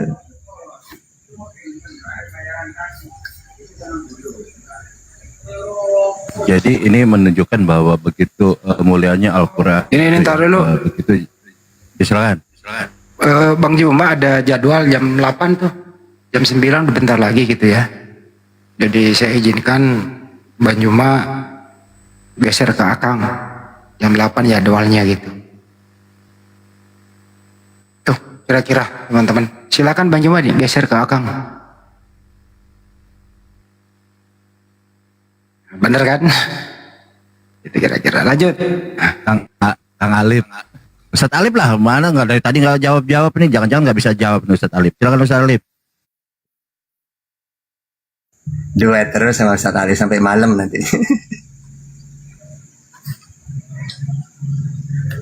Iya, jadi enak kawan. Jadi di komal-komal muslim tuh di enak, diisi apologet semua. Kalau gak ada gitu nanti yang satu jebol nanti.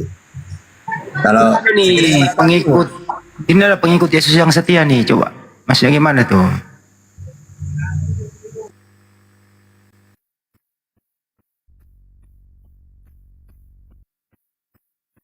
Waduh, pengikut Yesus yang setia disambut dulu tuh Bang Baal. Islam dia Bang Handi. Oh Muslim dia. Iya, kalau dari nickname. Assalamualaikum warahmatullahi wabarakatuh. Waalaikumsalam warahmatullahi wabarakatuh. Kalau bisa ganti nama lah Bang. Aduh, nggak bisa, belum bisa ganti nama. Maaf. Belum. Karena Kristen juga mengaku, Kristen itu mengaku banget pengikut Yesus yang setia Bang. Ya sebenarnya Islam pengikut Yesus yang setia itu, bukan Kristen. Sekarang Asyapila. Jago nggak nih? Kalau kita bukan pengikut, tapi mengimani Nabi Isa alaihissalam. Iya. Gitu Bang. Jadi beda konteks, kita beda kalimat lah. Iya. Agak rancu kalau pengikut Yesus yang setia Bang. Nggak tahu Isa, Yesus itu Isa, nggak tahu. Agak rancu Bang namanya kalau seperti itu. Benar nggak teman-teman? Iya, ntar diganti aja lah. Kalau udah bisa diganti. Memang sulit ganti nama ya di ini ya TikTok ya? Iya, harus nunggu beberapa hari. Pakai akun baru aja dulu. Iya, ini akun baru. Enggak lah, barusan ganti nih. Tadi namanya itu yang berbahasa Ibrani itu nih. Tapi diganti barusan ini. Tadi pas itu sih pertama pakai bahasa Ibrani. Nah iya, kenapa kau ganti sekarang? Baru aja diganti belum beberapa menit. Iya, udah. Pakai nama biasa aja sih, pakai Markona ke. Iya. Bener. Ntar kita ganti aja lah. Carimin ke gitu loh. Iya. Kak Tukimin tuh teman saya ada di kampung. Itu nggak apa-apa pakai gitu. Daripada kayak gitu kan menimbulkan apa ya? Saya pikir Anda tuh tadi Kristen. Bukan. Jadi menimbulkan persepsi itu aja sih, nggak apa-apa ya Bang ya. Nggak apa-apa kan sesama Muslim wajib saling mengoreksi Bang supaya tujuannya baik toh.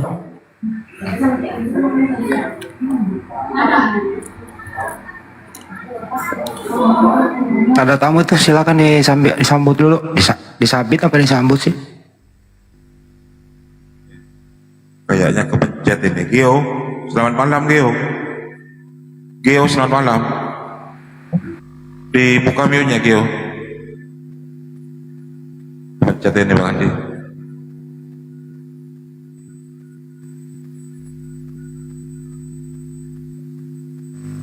Silakan Bang Andi, apa ke Ustadz subhat atau apa kayak sebelum konten naik. Masalahnya Ustadz Alif ini YouTube-nya masih live katanya.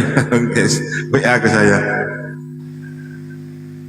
Bang Baal, silakan bertanya dulu Bang Baal. Ustadz atau Bang Baal. Oh iya, oke. Ini kita kan lihat fenomena yang ada ya. Kita tidak bicara tentang siapa-siapa, tapi fenomena yang ada terjadi ini antara orang kafir seperti Herdi maupun bom-bom dan lain-lain. Itu kan jadi yang luar biasa ya, bertengkar, mereka saling mengatakan gila, ya pengikut Herdi ada gila, pengikut bom-bom juga gila, katanya mereka saling begitu. Saya teringat di Al-Ankabut ayat 41, Ustadz. Jadi orang-orang kafir ini seperti sarang laba-laba gitu kan, rapuh gitu kan. Sebenarnya mereka ini kelihatannya aja megah gitu ya, bagaimana sarang laba-laba ini. Ternyata mereka rapuh. Tolong dijelaskan Ustadz tentang Al-Ankabut ayat 41, apakah ini menuju kepada kafir-kafir seperti bom-bom dengan Herdi itu, Ustadz. Lanjut, Ustadz. Kenapa? Ayat apa? Al-Ankabut itu, Ustadz. 41.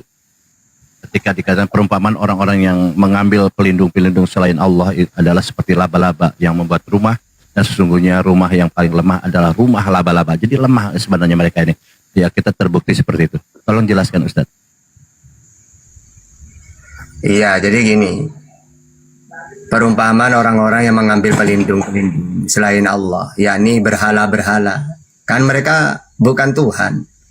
Yang mereka harapkan dapat memberi manfaat kepada diri mereka, dikira dapat memberi manfaat, ya, adalah seperti laba-laba yang membuat rumah untuk tempat tinggalnya. Dan sesungguhnya rumah yang paling lemah, yang paling rapuh, ialah rumah laba-laba, karena tidak dapat melindungi diri dari panas matahari dan dari dinginnya udara. Demikian pula berhala-berhala itu. Mereka tidak dapat memberikan manfaat apapun kepada para penyembahnya. Kalau mereka mengetahui hal tersebut, tentu mereka tidak akan menyembahnya. Ya, jadi orang yang menyembah selain Allah itu mau membuat patung disembah. Apa manfaatnya? Gak ada kan? Ya, sama seperti laba-laba membuat rumah. Ya, nanti ada binatang yang lebih besar, burung, kena tabrak, hancur itu. Terus tidak ada atapnya. Ya. Kena angin, kena hujan. Nah kayak gitulah mereka yang menyembah selain Allah itu kayak gitu. Ya ibaratkan laba-laba, kan yang paling mudah hancur itu kan rumah itu, binatang itu kan laba-laba. Ya bukan hanya cepat hancur, tidak bisa melindungi dari angin, panas, hujan, gitu. Ya kayak perumpamaan mereka itu seperti itu gitu maksudnya. Ya. Ya, buat penonton yang ada di bawah, Ustadz Alif itu lagi menghadiri akikoh ya teman-teman. Beliau WA ke saya. Kalau memang ada yang mau mu'alaf, suruh ke sini ya dengan hostnya siapa. Kalau memang ada yang mau mu'alaf, di sini ada Ustadz Atta, ada Bang Handi.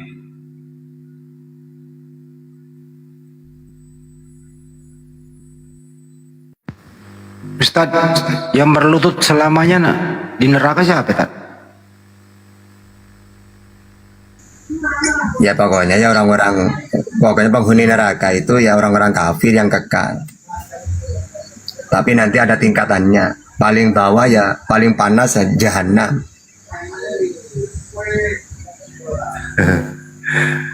Naik Jaspen, Bang Jaspen, naik lagi Bang Jaspen. Sudah ada Gerunda, ada Bang Handicap di sini. Dia kan selalu bilang gini, Tad, mendatangi kamu nanti umat Islam itu, saya nggak mau masuk Islam, udah dipasti kita mendatangi neraka gitu loh. Nah, itu kan selalu bikin takut dia memeluk Islam, Ustaz. Percuma saya masuk Islam, nanti juga mendatangi neraka kan gitu. Gimana jelaskan itu, Tad? Ya makanya memang semuanya kan di situ kan sirot sebenarnya. Sama dengan ada orang udah ada jembatan mau ke Suramadu itu, mau ke Madura kan lewat jembatan itu semuanya kan. Setiap orang yang mau ke Suramadu ya lewat jembatan Suramadu. Nah semua orang yang mau ke surga lewat sirot. Tidak bisa selain itu. Cuma yang bisa lewat itu 72 orang bertakwa. Nah mereka yang tidak bertakwa ya semuanya masuk ke neraka itu. Wong neraka ada di bawah, di bawahnya sirot itu. Sirot itu kan jembatan. Maksudnya mendatang itu pasti melewati itu. Cuma ada semua orang bisa lewat. Ya, kecuali orang bertakwa 72 gitu loh. Makanya di ayat 69 itu semua manusia di situ.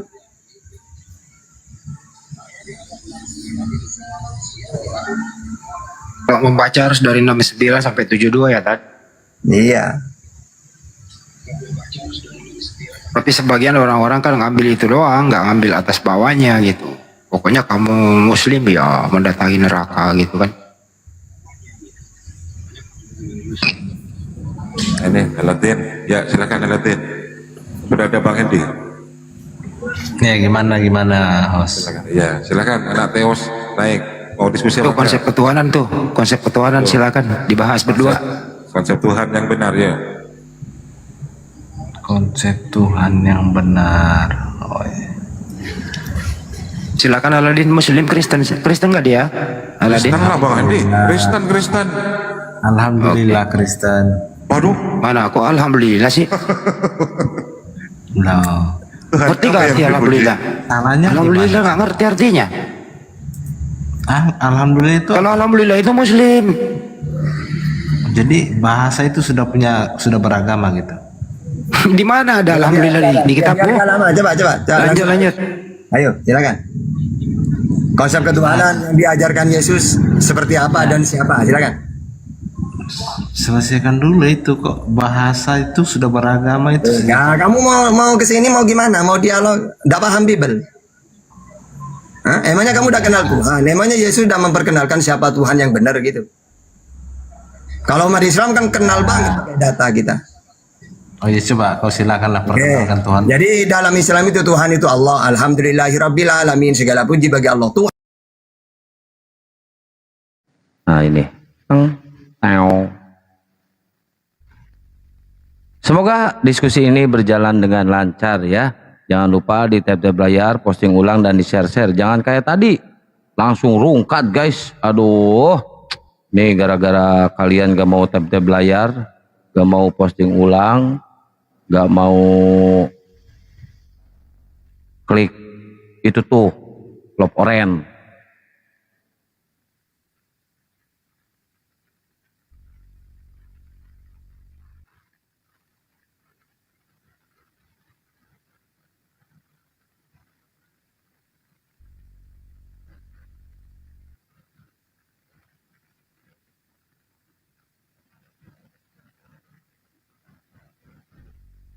Yo, tab-tab layar, posting ulang, di share-share. Dan jangan lupa tuh, loporenya tuh, digas tuh, ya. Biar komanya kuat, rungkat mulu. Pak Pendeta, naik Pak Pendeta. Ini bisa, ini enggak? Kok nggak bisa naikin orang? Waduh. Saya harus pakai yang satunya nih ya. Waalaikumsalam. Harus pakai yang satunya ini. Bentar-bentar ya, saya tutup dulu pakai yang satunya ya. Pakai akun satunya ya, bentar ya teman-teman. Pak Pendeta pakai akun satunya, nanti saya share. Dulu. Habis itu nanti setelah opening statement saling menanggapi. Nah, baru berargumentasi berdasarkan data. Baru kemudian ada tanya jawab. Mantap. Sesudah tanya jawab ada kesimpulan. Baru kemudian saling pamit. Susah amat sih diskusi kayak gitu. Iya bentar, tadi ada mobil sih makanya agak berisik. Ya kalau kekristenan itu kan makanya saya bilang Tuhan yang benar itu di dalam kekristenan itu Tuhan yang menyelamatkan umatnya. Makanya di Yesaya 43 di ayat 11 itu kan jelas itu dia katakan akulah Tuhan. Siapa namanya Tuhan itu? Siapa namanya Tuhan itu? Nah, jangan kemana-mana dulu lah. Ini kan kau bertanya tentang konsep, bukan bertanya nama gitu loh. Ya konsep itu udah menyangkut nama Tuhannya. Ya silakan, si Tahta. Nggak perlu panjang lebar. Nanti poinnya. Ya udah, Ustaz Tata lagi silakan. Ya udah, Ustaz Tata lagi silakan. Kan sudah tadi Ustaz Tata memperkenalkan diri Tuhan. Ya, jadi Tuhan kami Allah. Segala puji bagi Allah Tuhan seluruh alam. Ya, jadi Tuhan kami Allah itu yang menciptakan langit dan bumi. Ibrahim 32 Sajadah ayat 4, Al-A'raf 54, Yunus ayat 3. Yang disembah An-Nisa 36. Ya, yang tidak kelihatan Al-An'am 103. Yang tidak serupa dengan apapun Asy-Syura ayat 11. Yang Esa Al-Ikhlas ayat 1. Yang Maha Kuasa Ali Imran 189. Yang menghidupkan Huwa Yuhyi wa Yumit, yang mematikan juga Allah. Jadi jelas kan, namanya jelas, seperti apa Yang akun yang itu ternyata kena ini batasan pelanggaran Pak Pendeta. Tadi yang tadi sore itu. Gurunda, maaf Gurunda, akun yang utama yang itu kena pelanggaran tadi tuh rungkat kan 3 hari. Ini jadi Akang pakai akun yang ini nggak apa-apa, ini juga gede kok.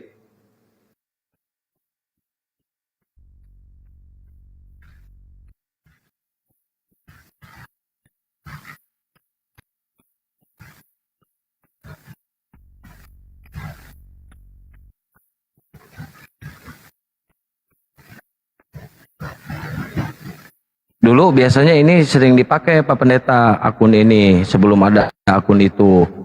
Kontennya Kristennya banyak banget di akun ini tuh dulu tuh. Tapi saya pakai akun yang itu. Gak apa-apa, sama gede kok, gede ini. Ya teman-teman, di tab-tab layar posting ulang, di share-share, jangan lupa roporenya digas ya teman-teman ya. Roporenya digas, yang belum follow silakan follow ya. Ini kita akan bikin tema diskusi sekarang ini konsep keselamatan ya teman-teman. Konsep keselamatan di dalam Islam itu seperti apa dan konsep keselamatan di dalam Kristen itu seperti apa gitu ya. Ini debatnya antara Pak Pendeta HT Yunus menghadapi Gurunda Juma ya. Ini saya bikin judul dulu, konsep keselamatan.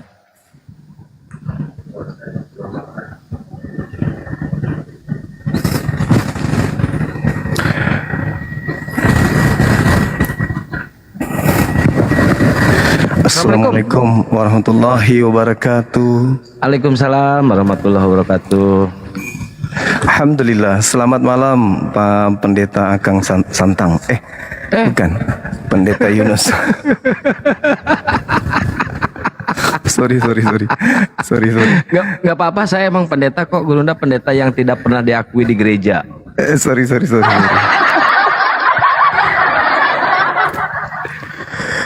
Gimana dong?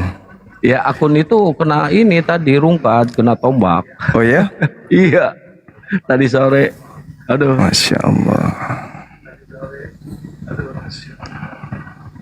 Ya temanya ini konsep keselamatan Pak Pendeta ya. Tadi Pak Pendeta mintanya kan temanya konsep keselamatan Kang ya. Udah, konsep keselamatan di dalam Islam dan di dalam Kristen Pak Pendeta. Oh, just HP dulu. Kemana perginya ini? Oh gini, oke, thank you. Semalam itu aku ini, Kang, demam. Iya demam. Semalam demam. Bisa nggak jasnya ini? Oke. Hostnya yang ya malam saudara Pendeta Yunus.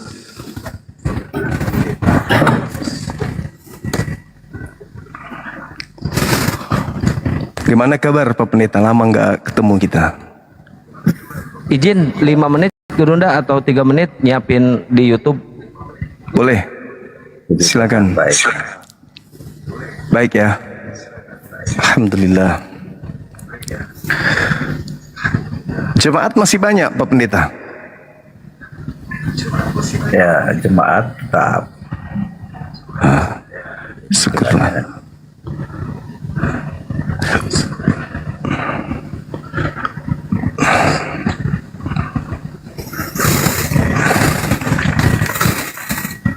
Tema kita tentang konsep keselamatan. Ya. Ini penting memang kita bahas. Karena kalau kita beragama tanpa kita tahu kemana arah kita nanti, ya itu lucu jadinya kan ya. Seperti orang yang lagi naik kendaraan, dia nggak ngerti mau kemana arah kendaraan. Cuman mengatakan, aku mau ke Jakarta. Pokoknya aku mau ke Jakarta, terserah deh ini kendaraan mau lari kemana. Tahu-taunya kendaraannya arah ke Papua. Lupa tiket lagi. Iya itu dia, nggak bawa ini lagi, nggak bawa ongkos gitu.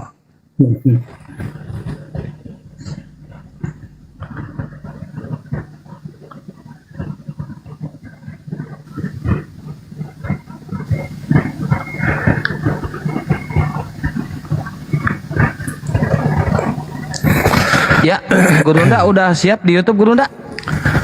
Udah, aku udah live dari kemarin. Oke, kalau gitu kita nggak pakai tema ya, Pak Pendeta ya. Kita pakai ini aja, diskusi santun aja. Kalau misalkan narasinya Nggak pakai timer. Nggak pakai timer ya. Kalau misalkan narasinya sudah ya, tinggal gantian silahkan dengan kata silahkan gitu ya, Pak Pendeta ya. Oke. Mungkin Gurunda Juma dulu mau bernarasi, habis itu Pak Pendeta Yunus. Tafadhol Gurunda. Baik. Bismillahirrahmanirrahim. Assalamualaikum warahmatullahi wabarakatuh, dan salam sejahtera buat saudara saya Bapak Pendeta Yunus yang saya hormati, dan teman-teman yang ada di TikTok maupun yang ada di YouTube. Masya Allah. Assalamualaikum warahmatullahi wabarakatuh. Jadi tema kita ini terkait dengan keselamatan. Kalau di dalam Al-Quran itu salah satu pola awal untuk memahami tentang keselamatan itu terdiri dari beberapa aspek. Yang pertama, kitab suci. Jadi sebuah kitab bisa digunakan sebagai jalan menuju kepada keselamatan jika kitab itu tidak ada keraguan di dalamnya.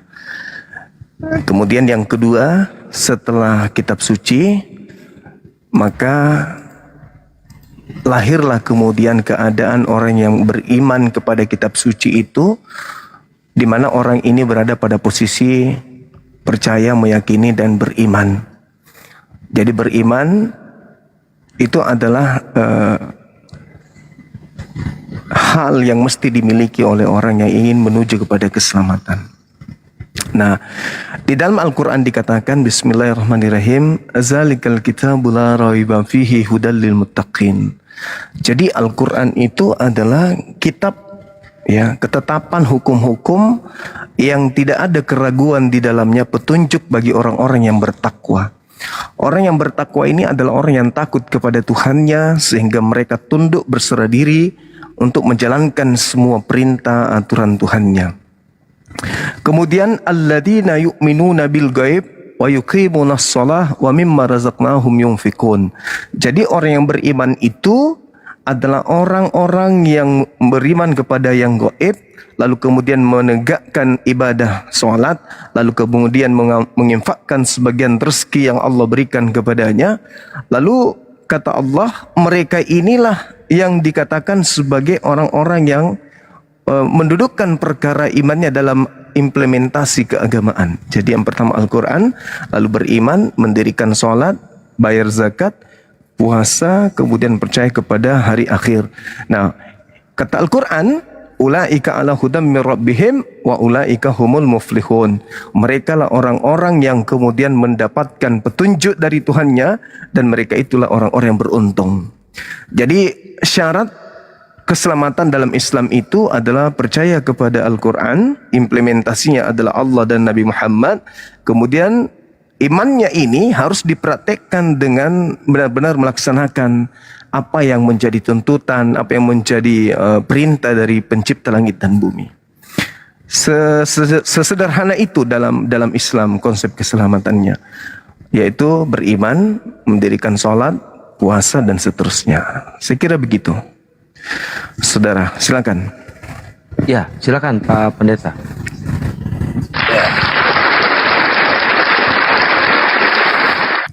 Terima kasih ya buat host, dan terima kasih buat Bang Suma ya yang sudah menyediakan waktu bagi kita untuk berdiskusi ya.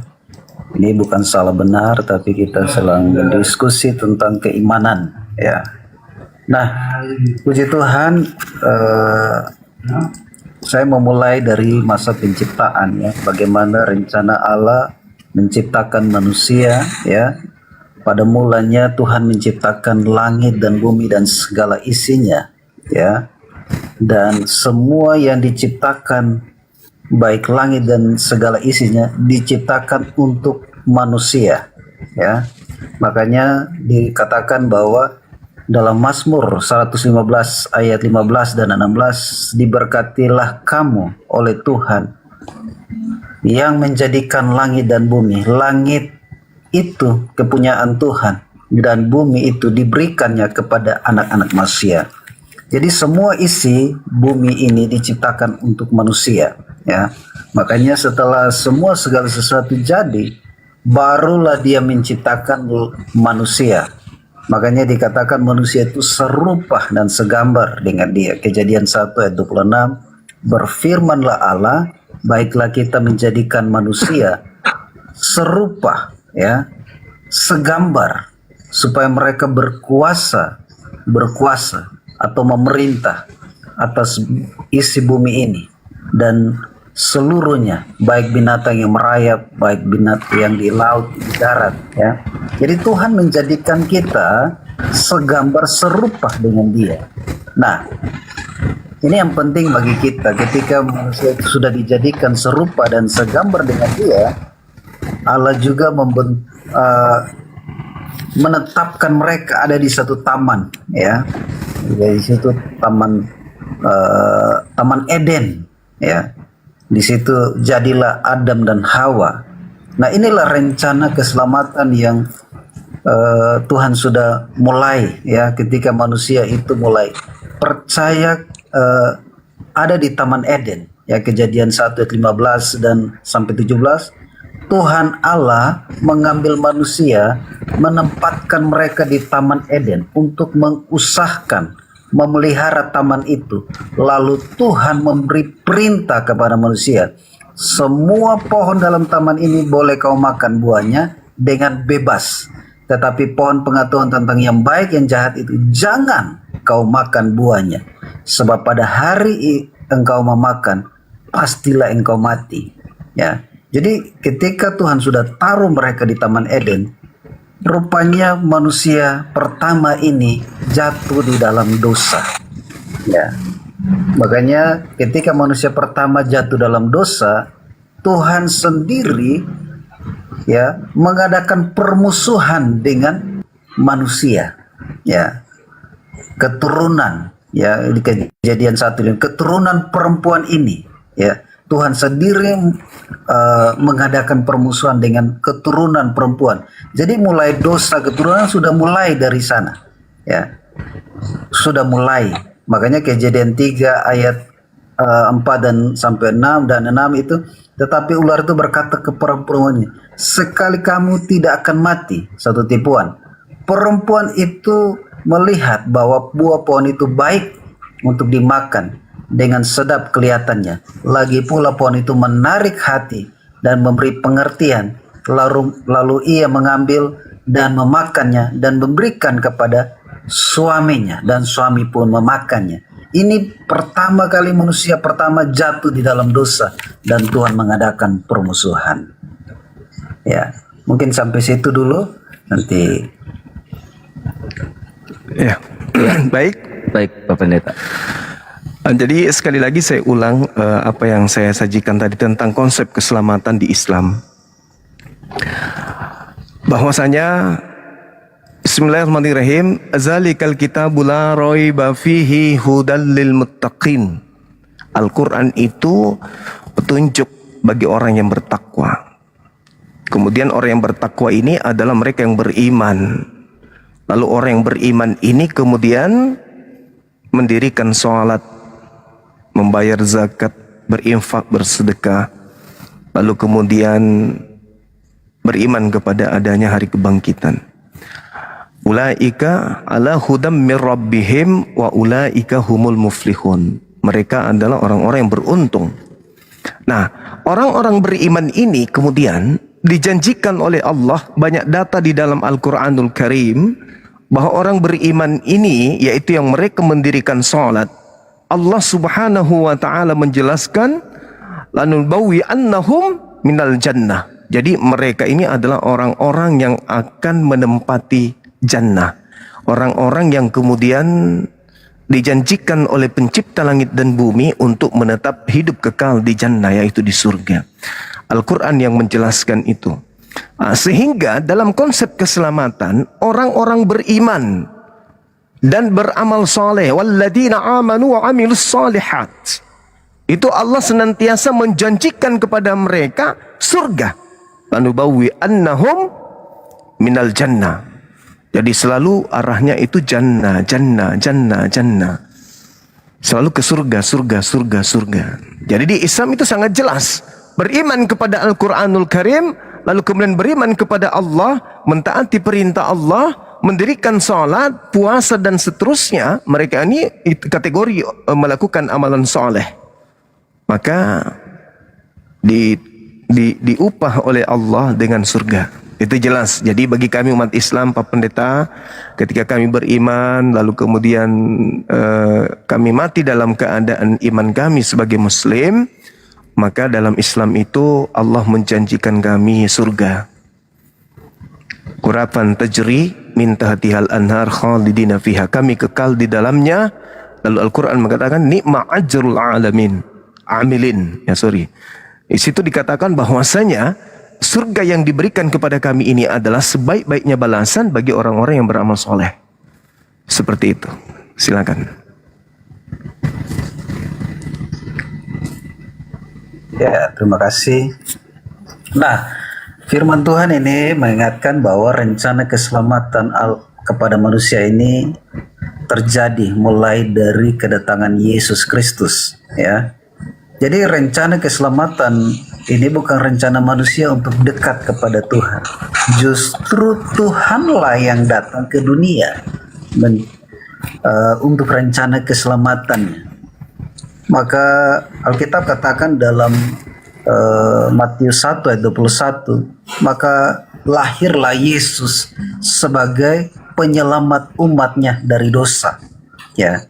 Matius 1:21, ia melahirkan anak laki-laki dan engkau menamakan dia Yesus karena dialah yang menyelamatkan umatnya dari dosa mereka. Jadi rencana keselamatan ini bukan rencana manusia, ya, ataupun rencana iblis, bukan.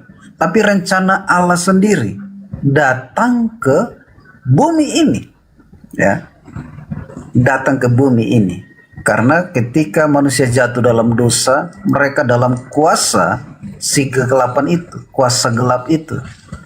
Maka Tuhanlah yang berinisiatif datang mencari manusia, ya. Makanya Kolose 2 ayat 9, sebab dia dalam dia jasmanianya, berdiam secara jasmania, seluruh kepenuhan kealahan ada dalam diri Yesus. Dari jasmania seluruh kepenuhan Allah ada dalam diri Yesus. Maka Yesus disebut Allah sendiri, ya, dalam bentuk manusia. Makanya di Yohanes 1 ayat 14, pada mulanya adalah firman. Firman itu bersama-sama dengan Allah, dan firman itu adalah Allah sendiri. Dan firman itu telah menjadi manusia dan diam di antara kita. Jadi Allah sendiri berinisiatif datang ke dunia untuk mencari manusia yang berdosa. Karena tidak ada satu manusia yang dapat dekat dengan Allah, karena Allah itu kudus. Nah, Matius 1 ayat 22-23, hal ini terjadi supaya genaplah firman Tuhan, anak darah itu akan mengandung dan melahirkan seorang anak laki-laki dan menamakan dia Immanuel, yang berarti Allah menyertai kita. Yesus adalah Allah sendiri yang menyertai kita, ya. Dia yang merencanakan keselamatan. Dia datang sebagai manusia, ya, manusia, yaitu seluruh kepenuhan Allah. Nah, Yesaya 9 ayat 5 berkatakan ini adalah nubuatan sebelum Yesus datang, nubuatan Yesaya, yaitu sebab seorang anak telah lahir untuk kita, seorang putra yang telah diberikan untuk kita, dan namanya disebut orang penasihat ajaib, Allah yang perkasa, Bapa yang kekal, Raja damai. Ini sebelum kedatangan, ya, kurang lebih 700 tahun sebelum kedatangan Yesus sudah dinubuatkan oleh Yesaya. Yesaya melihat bahwa kedatangan Tuhan itu pas akan datang. Makanya dikatakan telah lahir, ya. Itu pasti, itu nubuatan itu, dan itu terjadi ketika Yesus datang. Maka 2 Korintus 5 ayat 21, dia yang tidak mengenal dosa, Allah tidak berdosa, dia tidak mengenal dosa, dia tidak berbuat dosa, kata 1 Petrus 2 ayat 22. Dialah anak Allah, dialah anak domba Allah. Yesaya 1 Yohanes 1 ayat 29b. Anak domba Allah penghapus dosa. Dialah Yesus Kristus, ya. Ibrani 10 ayat 4 dikatakan, sebab tidak mungkin darah lembu jantan, darah anak domba jantan menghapus dosa.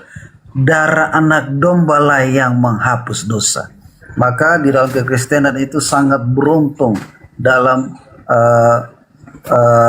rencana keselamatan. Bukan rencana manusia untuk dekat, justru rencana Tuhanlah yang datang mencari manusia yang berdosa. Kiranya itu nanti dilanjutkan lagi. Baik.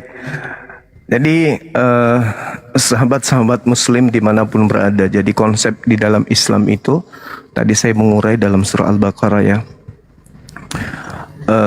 Kemudian kaidah yang muncul ulaika ala hudam min rabbihim wa ulaika humul muflihun, kan gitu ya. Jadi mereka yang mendapat petunjuk.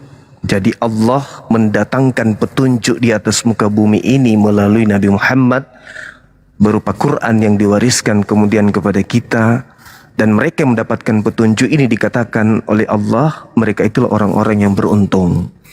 Lalu di ayat selanjutnya Allah Subhanahu wa taala menjelaskan innalladzina kafaru, adapun orang-orang kafir, sawaun alaihim a'anzartahum am lam tunzirhum la yu'minun.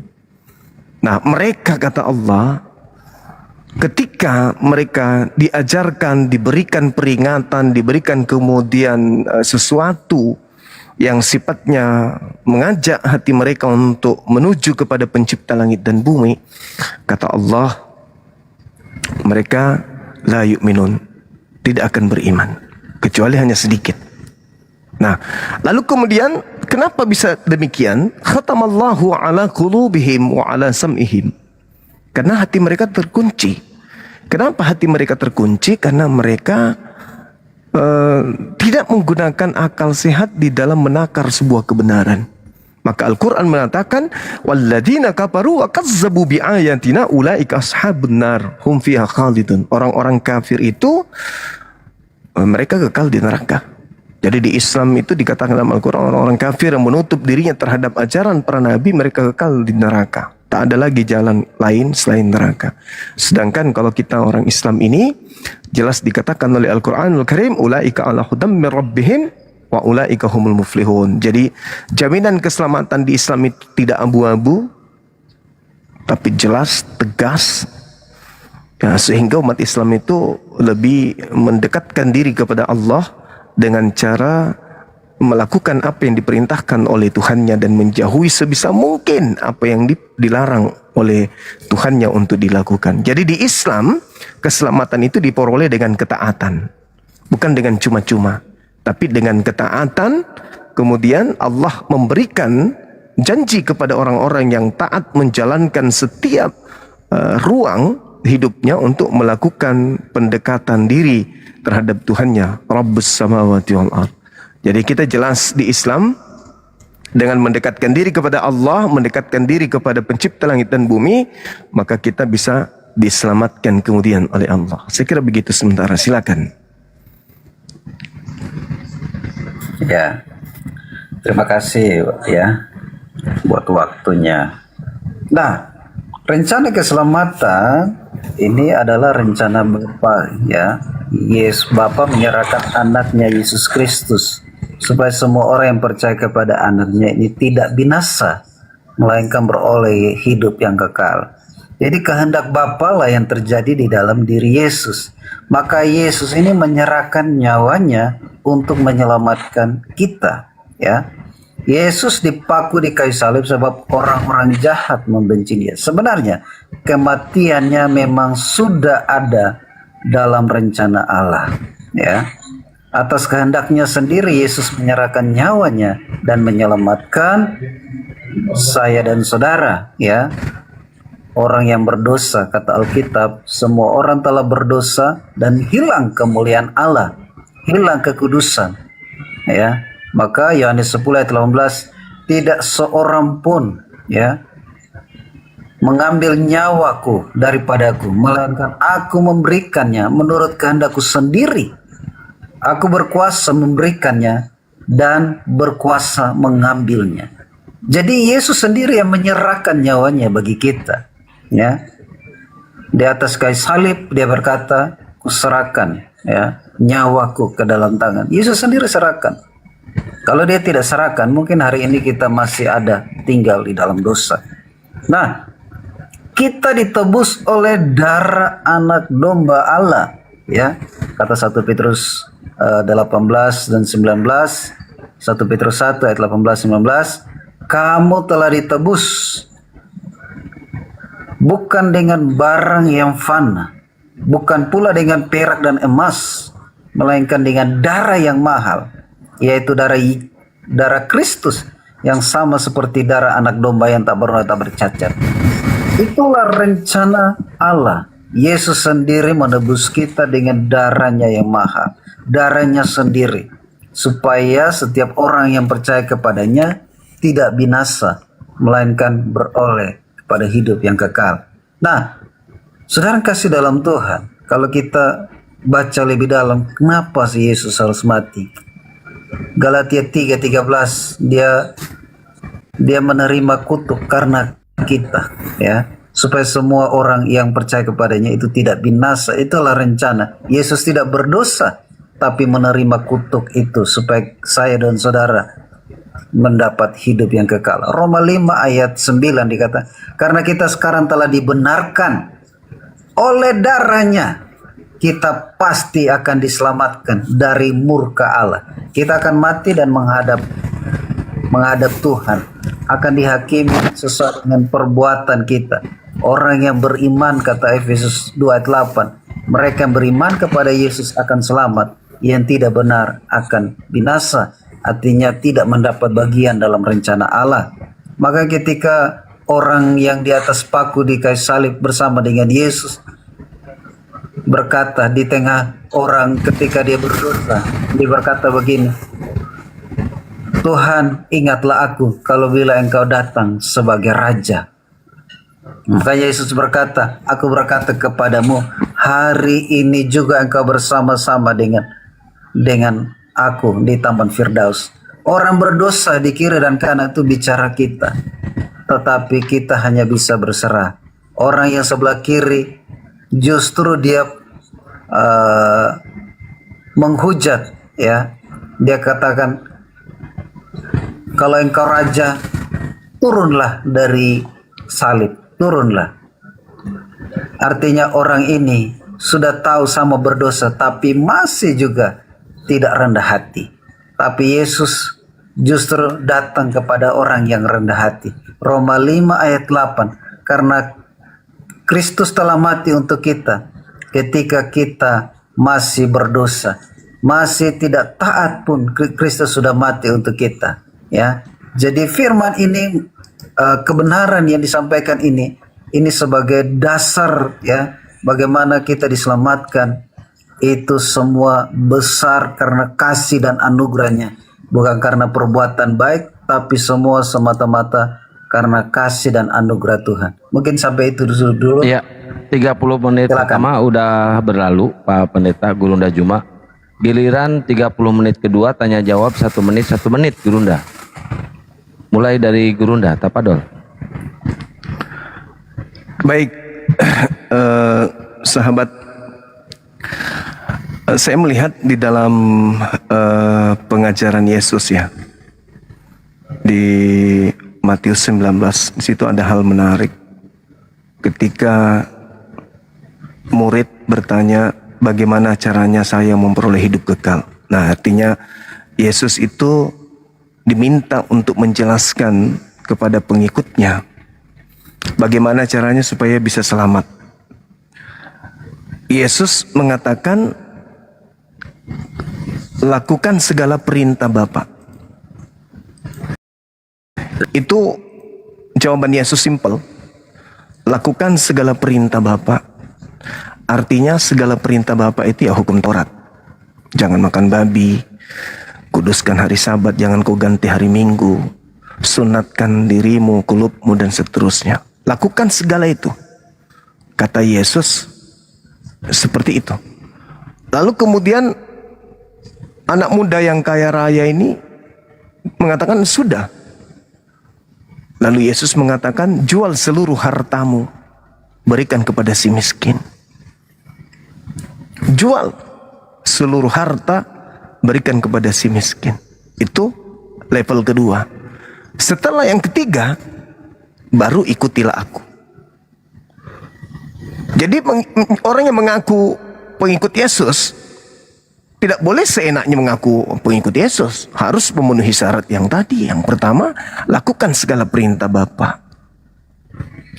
Nah, pertanyaan saya kepada saudara pendeta, apakah orang-orang Kristen memenuhi standar ini? Yang pertama, lakukan segala kehendak Bapa, artinya apakah orang Kristen ini melakukan hukum Taurat? Silakan.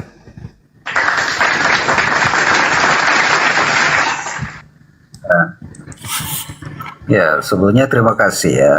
Jadi melakukan kehendak Bapa atau perintah Bapa, yaitu mengasihi Tuhan dan mengasihi sesama, ya.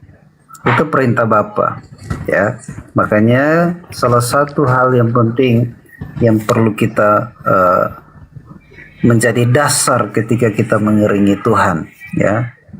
Nah, tentang Taurat, ya, Taurat itu Tuhan sudah melakukan dengan sempurna di atas kayu salib, ya. Tidak satu orang pun taat melakukan hukum Taurat, kata Alkitab. Hanya Paulus yang taat, ya. Tidak satu orang, ada 600 lebih, ya, hukum Taurat. Satu pun kalau kita langgar, berarti kita sama sekali tidak layak, tidak masuk dalam kerajaan surga. Karena satu, melanggar satu, ya.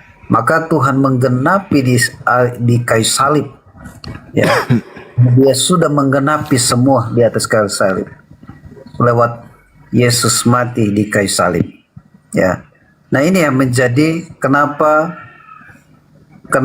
salah satu keselamatan yang paling penting, yaitu mengasihi Tuhan dengan segenap hati, mengasihi juga sesama dengan seperti dirimu sendiri, ya, kata Alkitab, sama seperti hukum yang pertama, kasih sesamamu sendiri. Itu Bang Zuma, boleh yang saya jawab. Jadi kan tadi syaratnya oleh Yesus adalah melakukan segala perintah. Kalau berbicara mengenai segala perintah berarti kan hukum Taurat juga, Bang. Tapi Abang mengatakan bahwasanya segala perintah tadi itu sudah dibatalkan, gitu kan ya? Nah, berarti Kristen tidak memenuhi syarat lagi untuk masuk kepada keselamatan. Karena sama seperti daftar PNS, syaratnya sudah dihapus, yaitu waktunya sudah nggak ada lagi. Untuk masuk ke dalam surga itu, untuk menjadi seorang PNS itu harus melalui tangga-tangga, harus melalui kemudian stasiun-stasiun di mana ya termasuk hari tesnya, hari apa, tanggal berapa dan seterusnya. Nah, ternyata itu sudah dihapuskan. Berarti bukankah berarti tak ada lagi jalan keselamatan bagi Kristen karena syarat untuk ke sana sudah dihapus? Bukan begitu, Pak Pendeta?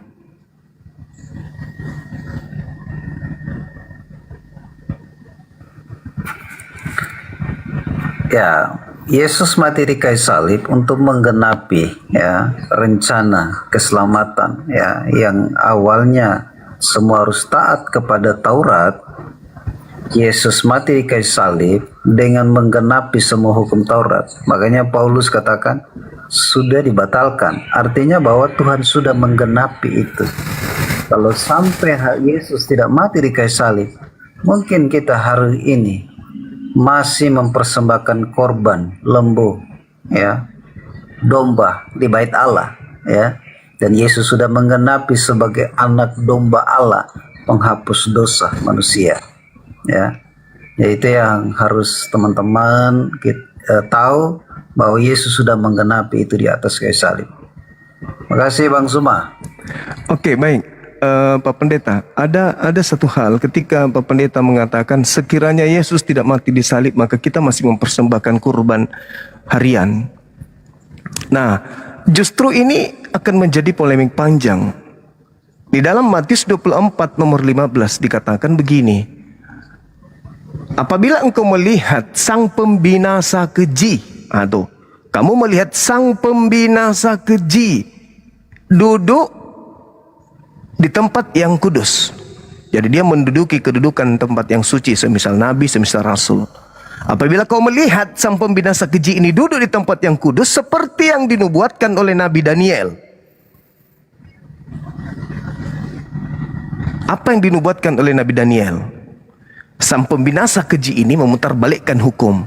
Dan yang terpenting adalah sang pembinasa keji ini menghentikan kemudian korban-korban atau persembahan-persembahan hewan harian. Nah ini jadi masalah ini. Karena di dalam, kalau saya tidak salah, Daniel 7:25, Daniel 31 nomor 11, di situ diterangkan dengan sangat jelas bahwasanya sang pembinasa keji itu menghentikan kemudian korban harian. Nah ini masalah. Sedangkan orang Yahudi itu diajarkan kemudian sebelum langit dan bumi lenyap tidak boleh dibatalkan. Itu hal yang orang Kristen harus tahu itu. Hari ini mungkin saudara kita Kristen mengatakan bahwasanya Yesus sudah membatalkan itu. Nah, yang jadi permasalahan sekarang, Bang, hukum Taurat itu bukan untuk Kristen. Kenapa pula harus dibatalkan untuk Kristen, kan gitu. Nah, ketika kita berbicara mengenai konsep keselamatan, berarti kita sampai pada endingnya bahwa Kristen selamat karena salib. Nah, ini ceritanya baru lagi nanti, artinya Kristen selamat karena salib. Tapi hanya 3 hari, Bang. Selamatnya hanya 3 hari. Kenapa saya katakan selamatnya hanya 3 hari? Karena ketika Anda punya utang di Pegadaian 1 miliar, kemudian saya tebus 1 miliar dong, saya harus bayar ke Pegadaian. Dan ketika 3 hari kemudian uang saya ambil kembali sebanyak 1 M itu, berarti Anda juga Anda kembali berutang. Begitu juga ketika berbicara mengenai penyaliban. Ketika Anda disalib, ketika Yesus disalib untuk dosa-dosa saudara-saudara Kristen, mati, dosa kalian ditebus. Tapi ketika dia bangkit pada hari ketiga, ya dosa Anda kembali lagi dong. Karena cuma 3 hari doang. Ditebus cuma 3 hari. Dia menebus dengan cara mati. Begitu dia hidup, dia berutang lagi. Karena cuma 3 hari doang. Sama seperti ketika saya menebus utang Anda 1 miliar di Pegadaian, saya tarik setelah 3 hari, ya utang Anda kembali lagi di sana. Kenapa kamu tarik? Ini kan kamu menebus dosa, menebus utang. Kenapa ditarik lagi? Ya cukup 3 hari aja. Nah ini yang terjadi kalau konsep itu Anda gunakan sebagai realita keagamaan. Jadi keselamatan Anda hanya 3 hari. Itu pun 3 hari orang-orang yang hidup sama Yesus. Setelahnya Yesus nggak mati. Apa buktinya, Bang? Bahwa apa yang analogi yang saya bangun ini benar? Apa buktinya? Ketika saya tanya, apa solusi ketika Anda berdosa hari ini? Misalnya hari ini Anda membunuh. Apa solusinya? Oh, Yesus harus mati lagi? Nggak mungkin kan? Maka solusinya adalah bertobat. Anda tidak akan berani mengatakan, oh saya tidak berdosa. Membunuh pun saya tidak berdosa lagi. Memperkaos pun saya tidak berdosa lagi. Kenapa? Karena saya sudah dijamin untuk melakukan dosa dengan matinya dia. Tapi itu pun kan cuma 3 hari dia mati. Setelahnya hidup kembali. Berarti cuma ecek-eceknya. Seandainya dia mati kekal sampai hari kiamat, baru bisa masuk akal. Ini cuma 3 hari doang.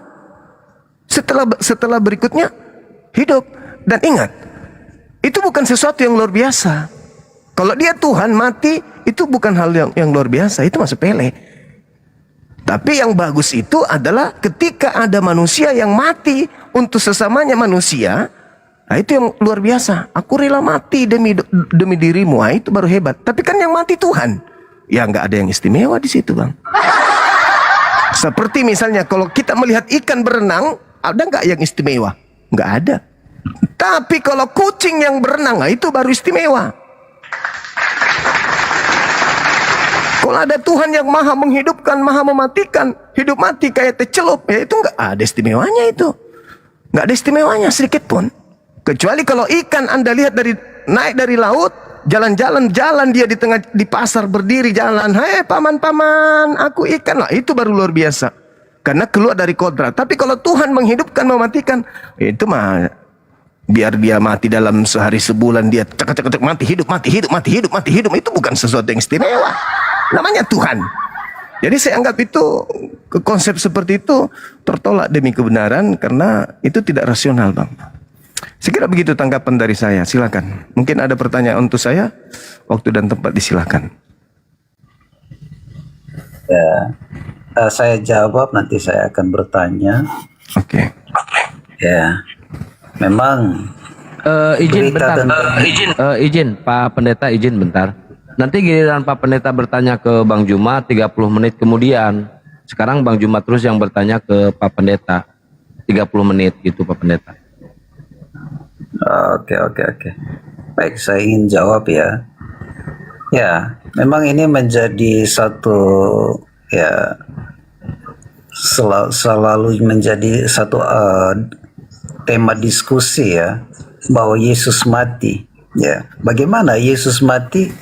Ya, apakah siapa yang di sorga kalau Yesus sudah mati? Ya, ini menjadi salah satu bahan diskusi ya.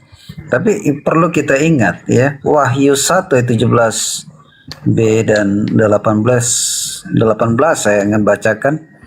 Yesus ini bangkit, dikatakan, aku adalah yang hidup. Aku telah mati, namun lihat, aku hidup sampai selama-lamanya, dan aku memegang segala kunci maut. Nah ini. Jadi Yesus itu ya, kematiannya justru ada kebangkitan, dan lihat dia hidup selama-lamanya. Ya. Tidak perlu seperti tadi teh celup ya, mati hidup mati, enggak ya. Itu satu bagi saya lucu, tapi itu bukan pengertian seperti itu. Karena Yesus mati dan bangkit itu berlaku selama-lamanya, sampai selama-lamanya ya. Makanya Yohanes 14 ayat 19b dikatakan, aku hidup dan kamu pun akan hidup, karena Kristus sudah mengalahkan maut ya, dan dia sudah memegang kunci maut. Maka kita tidak perlu takut akan maut, karena ketika Tuhan sudah mengalahkan maut, Tuhanlah yang menjadi sandaran kita ya. Tuhan adalah pemegang seluruh hidup kita ya. Kita tidak perlu takut karena Tuhan adalah pemegang hidup kita. Jadi Yesus dapat menyelamatkan kita ketika kita ya di dalam kesulitan, ketika kita dalam kesusahan, dia mampu menyelamatkan kita ya. Dia mampu menolong kita ketika kita ada di dalam kesulitan, dia siap menolong kita ya. Makanya bukti bahwa Yesus itu bangkit, kebangkitannya itu berlaku bukan hanya sampai Yesus mati saja, sampai selama-lamanya, sampai dia datang kembali. Kira-kira itu yang saya boleh sampaikan. Terima kasih. Oke, Gurunda, ini ada Pak Pendeta Rom juga. Jadi 2 lawan 1, 2 pendeta lawan Gurunda Juma. Ini dihabisin dulu 5 menit lagi Gurunda untuk bertanya ke Kristen. Iya, jadi Saudara Pendeta Yunus, kalau Yesus, kan udah aku bilang tadi, kalau Yesus dia adalah Tuhan saudara, lalu mati, lalu hidup, lalu mati, lalu hidup, lalu mati, ya itu kan Tuhan. Tuhan mau mati dalam kayak mesin jahit juga, tidak ada yang istimewa di situ. Emang itu namanya Tuhan. Kata teman saya, Pendeta Lamsenai Bahu, Tuhan Anda itu saking Tuhannya, dia bisa jadi apa saja. Termasuk jadi, mohon maaf ini ucapan beliau, termasuk jadi kotoran pun bisa Tuhan Anda itu. Karena dia Tuhan katanya. Tapi kan yang kita bahas ini adalah tentang keselamatan. Bagaimana Anda bisa selamat kira-kira nih? Ketika diterangkan dalam kitab Roma 8 nomor 10, jika Kristus ada di dalam kamu, maka kamu memang mati dalam dosa. Ada enggak keselamatan bagi orang yang mati dalam dosa? Nggak ada keselamatan bagi orang yang mati dalam dosa. Sementara kami dalam Islam, illa wa antum muslimun. Orang Islam, Pak, kalau mati selamat. Harus dalam keadaan selamat. Sedangkan Kristen harus dalam keadaan berdosa. Dalilnya mana? Roma 8 nomor 10. Kan itu poin. Jika Kristus nih, Kristusnya udah capek mati hidup bla bla bla bla bla bla bla.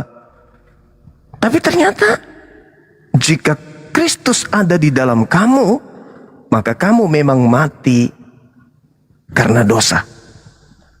Nah, orang mati karena dosa itu kemana perginya, Pak? Kemana perginya orang yang mati karena dosa? Ya ke neraka toh, Pak. Nggak mungkin ke surga. Kecuali orang yang mati dalam keadaan selamat. Nah, Islam lah itu. Illa wa antum muslimun. Kecuali dalam keadaan selamat. Tuh, Islam tuh. Mati dalam keadaan selamat. Lah kok Kristen mati dalam keadaan berdosa? Segala sesuatu yang mati dalam keadaan berdosa, mati dalam dosa, parah itu. Mati dalam dosa itu neraka tempatnya. Tak ada tempat lain.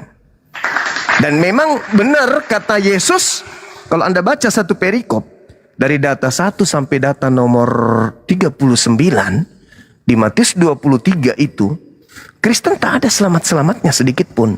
Maaf nih, coba Anda lihat di data 33. Anda lihat di situ. Apa yang ditorehkan kemudian oleh Yesus di sana?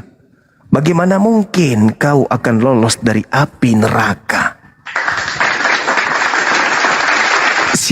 Siapa yang dikatakan, siapa yang dituduh oleh Yesus seperti itu? Pendiri agama saudara, pendiri agama Kristen, kata Yesus. Bagaimana mungkin kalian bisa meloloskan diri dari api neraka? Tuh.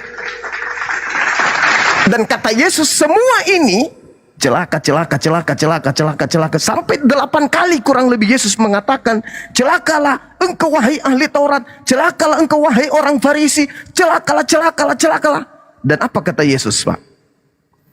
Dan semua ini akan ditanggung oleh angkatan ini. Angkatan ini siapa? Angkatan pendiri Kristen, termasuk Paulus. Celakalah engkau wahai orang Farisi, wahai ahli Torah, wahai orang munafik. Engkau menjelajahi daratan, engkau menyeberangi lautan untuk mentobatkan orang menjadi pengikut agamamu. Dan setelah kau jadikan dia menjadi pengikutmu, kau jadikan dia menjadi orang neraka dan 2 kali lebih jahat daripada engkau sendiri. Itu kata Yesus. Maka Yesus mengatakan, Yerusalem, Yerusalem, aku rindu ingin mempersatukan kamu. Seperti seorang induk ayam yang rindu kemudian mengumpulkan anak-anaknya dan menyimpannya di bawah sayapnya. Yerusalem, Yerusalem. Itu kata Yesus. Oleh karena itulah saya katakan, kalau ada jaminan keselamatan di Kristen, itu terletak di data berapa? Di kitab mana? Bab berapa? Nomor berapa? Saya sudah 18 tahun baca Bible. Saya tidak pernah membaca segaris kalimat pun ada keselamatan untuk orang-orang Kristen di dalam Bible, apalagi dalam Quran. Walladzina kafaru wa kazzabu bi ayatina ulaika ashabun nar hum fiha khalidun. Orang Kristen dalam Al-Quran kekal dalam api neraka. Nah, kalau di Bible ada nggak dia selamat? Nggak ada, Bang. Nggak ada keselamatan di Kristen itu di Bible ya. Saya nggak ada temukan satu data pun tentang Kristen akan selamat. Malah yang memanggil Yesus Tuhan, bernubuat pakai nama Yesus, bermujizat pakai nama Yesus, mengusir setan pakai nama Yesus, itu diusir oleh Yesus sebagai pelaku kejahatan, lagi-lagi neraka. Dan kemudian Yesus juga mengatakan bahwa waspadalah kepada penyesat. Penyesat itu lagi-lagi Yesus menyebutnya Kristen. Nah itu Pak Pendeta yang harus kemudian, ya bolehlah Anda mengatakan Yesus begini, Yesus begono, Yesusnya oke. Anda kan katakan dia Tuhan, jadi kalau dia mati hidup, itu tidak membuat saya jadi kagum. Karena ternyata dia Tuhan. Kalau dia manusia biasa, habis itu mati, lalu bangkit, lalu mati, lalu bangkit, nah itu baru luar biasa. Ini ya Tuhan, wajar lah. Dia mau melakukan apa saja, terserah dia. Nah itu Pak Pendeta yang saya hormati, mungkin ada data akurat. 1 kalimat indah di Bible, perjanjian lama, perjanjian baru, yang mengukir kemudian keselamatan di Kristen penyembah Yesus ini. Di mana itu tertulis, Bang? Ini kesempatan, silakan.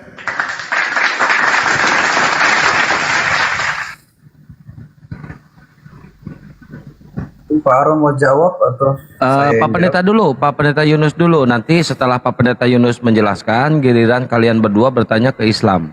Giliran Bapak Pendeta berdua bertanya ke Islam. Dijawab dulu pertanyaan Gurunda. Oke. Baik, terima kasih ya. Pertanyaan yang menarik ini, tapi jawabannya ya saya sudah ada ya. Ya, yang pertama, Kristen itu adalah kelompok ya. Tuhan itu tidak menyelamatkan kelompok, tapi Tuhan menyelamatkan pribadi ya.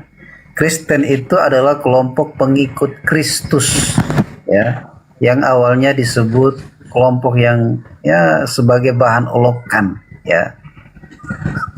Tetapi sekarang kelompok itu menjadi kelompok yang besar ya, disebut pengikut Kristus, yaitu Kristen.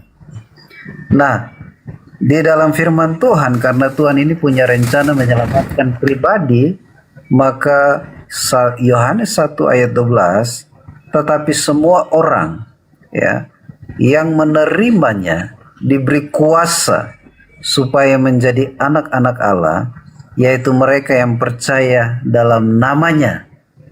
Jadi Tuhan tidak menyelamatkan kelompok, tapi Tuhan menyelamatkan pribadi.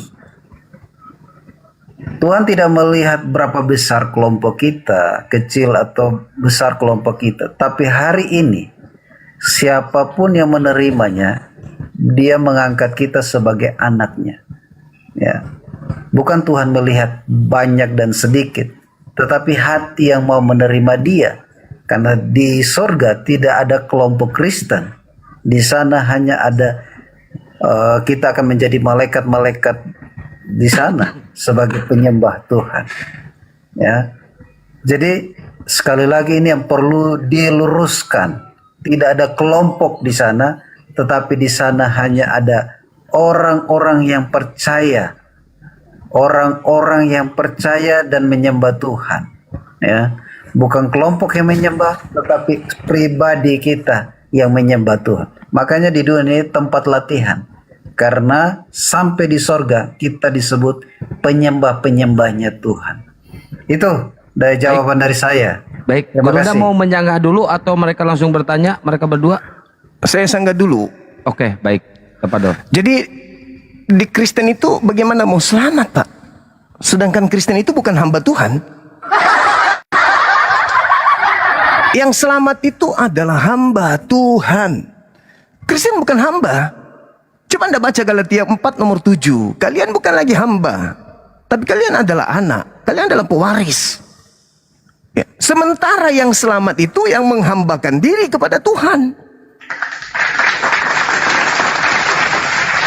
Sedangkan Kristen ini bukan lagi hamba Tuhan.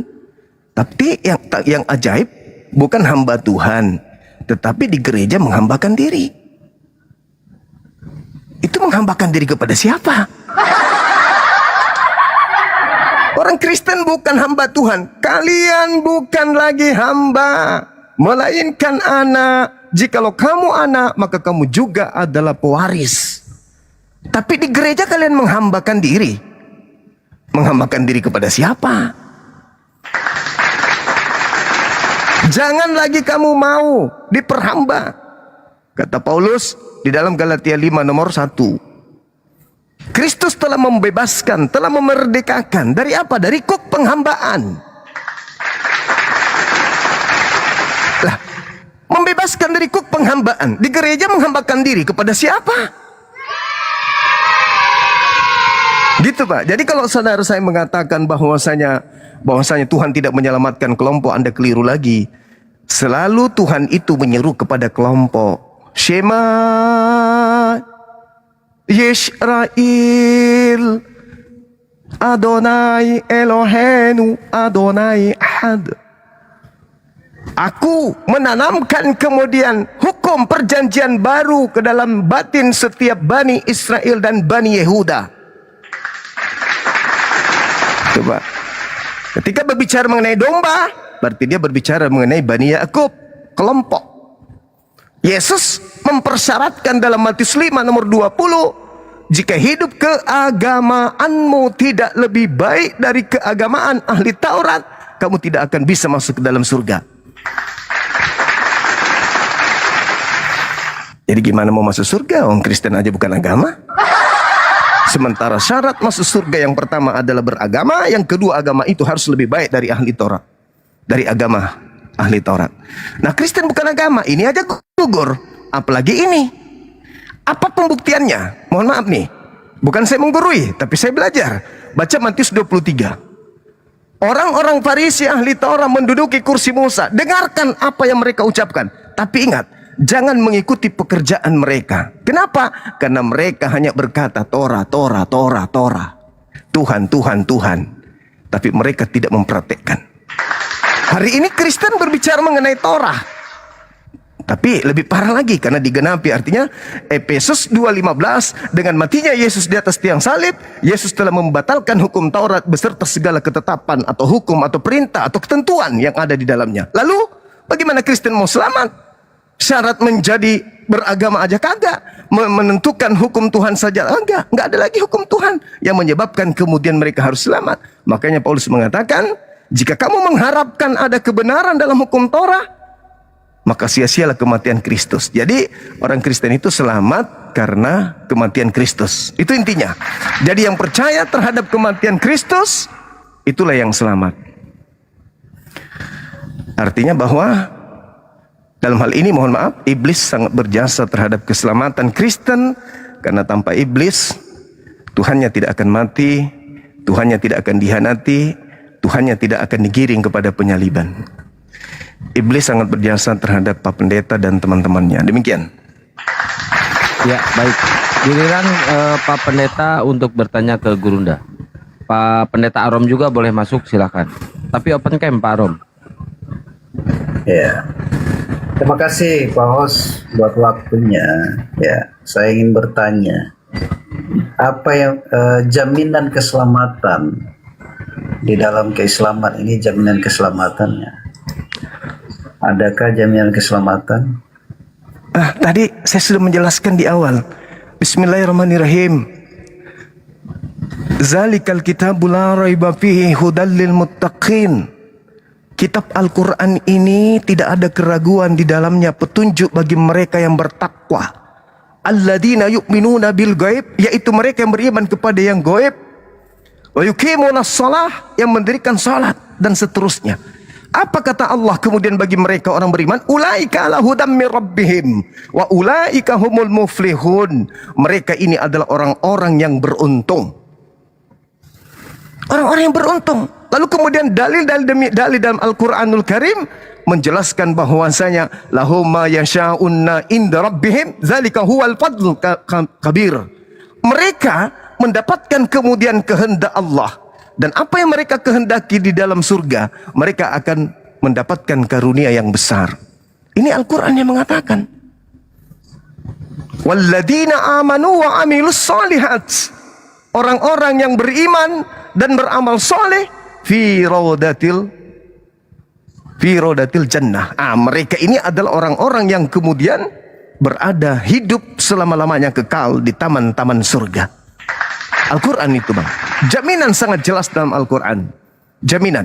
Bahkan kalau anda melihat di dalam Al-Quran surah Al-Mu'minun ayat 10 ayat 11 dikatakan mereka inilah orang-orang yang kemudian mewarisi surga Firdaus. Hum fiha khalidun. Mereka kekal kemudian di dalamnya. Di dalam Al-Quran, ammal ladina amanu wa amilus salihat falahum jannatul ma'wa. Jadi orang beriman yang mengerjakan amalan soleh, mereka akan mendapatkan surga sebagai tempat kediaman mereka, sebagai balasan yang telah mereka kerjakan ketika hidup di dunia. Al-Quranul Karim menjelaskan itu dalam surah As-Sajdah ayat 19. Jadi jaminannya sangat jelas. Zalikal kitabul la raiba fihi hudal lil muttaqin. Siapa yang menjadikan Al-Quran ini sebagai petunjuk, maka dakhalal jannah, mereka akan masuk ke dalam surga. Al-Quran banyak menjelaskan ayat-ayat seperti itu. Nah ini yang tadi yang saya minta kepada saudara, tapi nggak apa-apa. ketika Pak Pendeta tidak bisa memberikan jawaban terkait satu kalimat indah jaminan surga bagi Kristen, ternyata tidak ada. Oke, lanjut. Baik, silakan. Pertanyaan selanjutnya mungkin Pak Pendeta Arom mau bertanya. Izin masuk ya, Bang Juma. Silakan. Oke, Bang Juma bilang tadi ayat Al-Qur'annya bahwa yang beriman beramal soleh dan mendirikan sholat, Bang Juma gitu ya. Gini, Bang Juma, berikrar syahadat pun itu diwajibkan untuk mendapatkan keselamatan itu kan. Iya. Begini, pada zaman Adam sampai Isa, apakah mereka berikrar? Jadi keselamatannya apa? Apakah pedomannya sama? Jadi gini Bang, para nabi mereka diselamatkan sesuai dengan kadar ajaran yang datang kepada mereka. Nah, kadar ajaran yang datang kepada mereka kemudian mengakui bahwasanya Allah, Tuhan yang mengutus mereka itu adalah Tuhan satu-satunya. Itulah keselamatan. Nabi Adam alaihissalam mengakui tiada Tuhan selain Allah dan mengakui dirinya adalah manusia pertama yang dicipta oleh Allah sebagai khalifah, sebagai pemimpin di atas muka bumi. Itu. Pada zaman Nabi Ibrahim mengakui tiada Tuhan selain Allah dan dirinya adalah nabi, bapak para nabi yang diutus oleh Allah untuk kemudian keturunannya menjadi raja-raja bagi bangsa-bangsa. Jaminan keselamatan tadi Bang, kan Abang bilang tadi baca datanya bahwa mendirikan sholat dan berikrar itu jaminan keselamatannya kan? Orang beriman, kami umat Islam. Iya, zaman Nabi dulu nggak ada Bang yang mendirikan sholat, emang ada? Kata siapa? Yesus, Matius 26 nomor 39. Coba Anda baca. Yesus sholat, para nabi sujud dalam beribadah. Mereka mengangkat tangan, memuji kepada Allah, sujud kemudian menghimpun ke tanah. Itu ibadah sholat. Apakah Yesus tidak sholat? Sholat. Coba Anda baca dalilnya. Nah, sementara rangkuman daripada Al-Quran ketika jaminan keselamatan kepada umat Islam yaitu tadi. Alladzina yu'minuna bil ghaib wa yuqimuna as-shalah wa mimma razaqnahum yunfikun. Walladzina yu'minuna bima unzila ilaik wa unzila min qablik wa bil akhirati hum yuqinun. Seperti itu. Jelas itu dalam Al-Quran. Bahwa orang-orang terdahulu diperintahkan dalam surah Al-Maidah juga dijelaskan, inni ma'akum, aku akan bersama dengan kalian wahai Bani Israel. Bila mana kalian sholat, bila mana kalian menolong rasul-rasulku, maka aku akan mempersamai kamu. Tetapi apabila engkau ingkar terhadap janji ini, maka murkaku atasmu. Makanya mereka dilaknat. Nah, kesimpulannya jangan terlalu jauh kita mengarah. Coba Anda baca Matius 26 nomor 39 ayat dulu. Benarkah Yesus itu sholat? Sholat. Apakah Kristen mempraktikkan ibadah itu? Sementara Yesus mengatakan, jika engkau mengasihi aku, Yohanes 14:12, maka engkau akan melakukan pekerjaan yang aku lakukan. Yesus sholat, kenapa kalian tidak sholat? Oke, berarti tanpa berikrar sudah bisa, begitu? Orang kalau berikrar Bang, kalau orang sudah berikrar, nah inilah hebatnya Islam itu. Asyhadu, saya bersaksi tiada Tuhan selain Allah. Apa persaksiannya? Buktikan dong dengan praktek. Perintah Allah, dirikan sholat. Kalau kamu mempersaksikan tiada Tuhan selain Allah, apa perintahnya? Sholat. Makanya dalam Ulangan 11 nomor 1, mengasihi Allah itu adalah setia melakukan segala peraturan, ketetapan, hukum-hukum yang diperintahkan Tuhan melalui hambanya Nabi Musa. Itu. Gini Bang Juma, gini, izin ya Bang Juma ya. Di surat Al-Imran bahwa agama Islam adalah agama yang diridhoi oleh Allah. Dan syarat untuk menjadi Islam adalah berikrar, bersyahadat, mengakui Tuhan itu satu dan Muhammad itu nabinya. Oke. Kasih saya satu data di mana orang pertama yang memeluk Islam yaitu Siti Khadijah itu berikrar Bang. Oke. Jadi ketika umat Islam itu sholat, tanpa hendak harus disajikan kepada Anda Siti Khadijah hari ini jam sekian dia berikrar masuk Islam. Tapi ketika kemudian mereka beriman, mereka sholat. Sholat itu sudah ikrar. Sholat itu ikrar. Implementasi dari syahadat itu sholat. Puasa, zakat, haji bagi yang mampu itu sudah isi syahadat. Apakah Siti Khadijah tidak sholat? Itu hal mustahil. Kan bersaksi itu harus ada saksi, Bang. Maksudnya? Ya namanya Kan berita sholat. itu kan harus ada saksi. Tanpa ada saksi juga nggak Saksinya? apa-apa. Saksi apa? Dia sholat. Siti gitu. Khadijah sholat.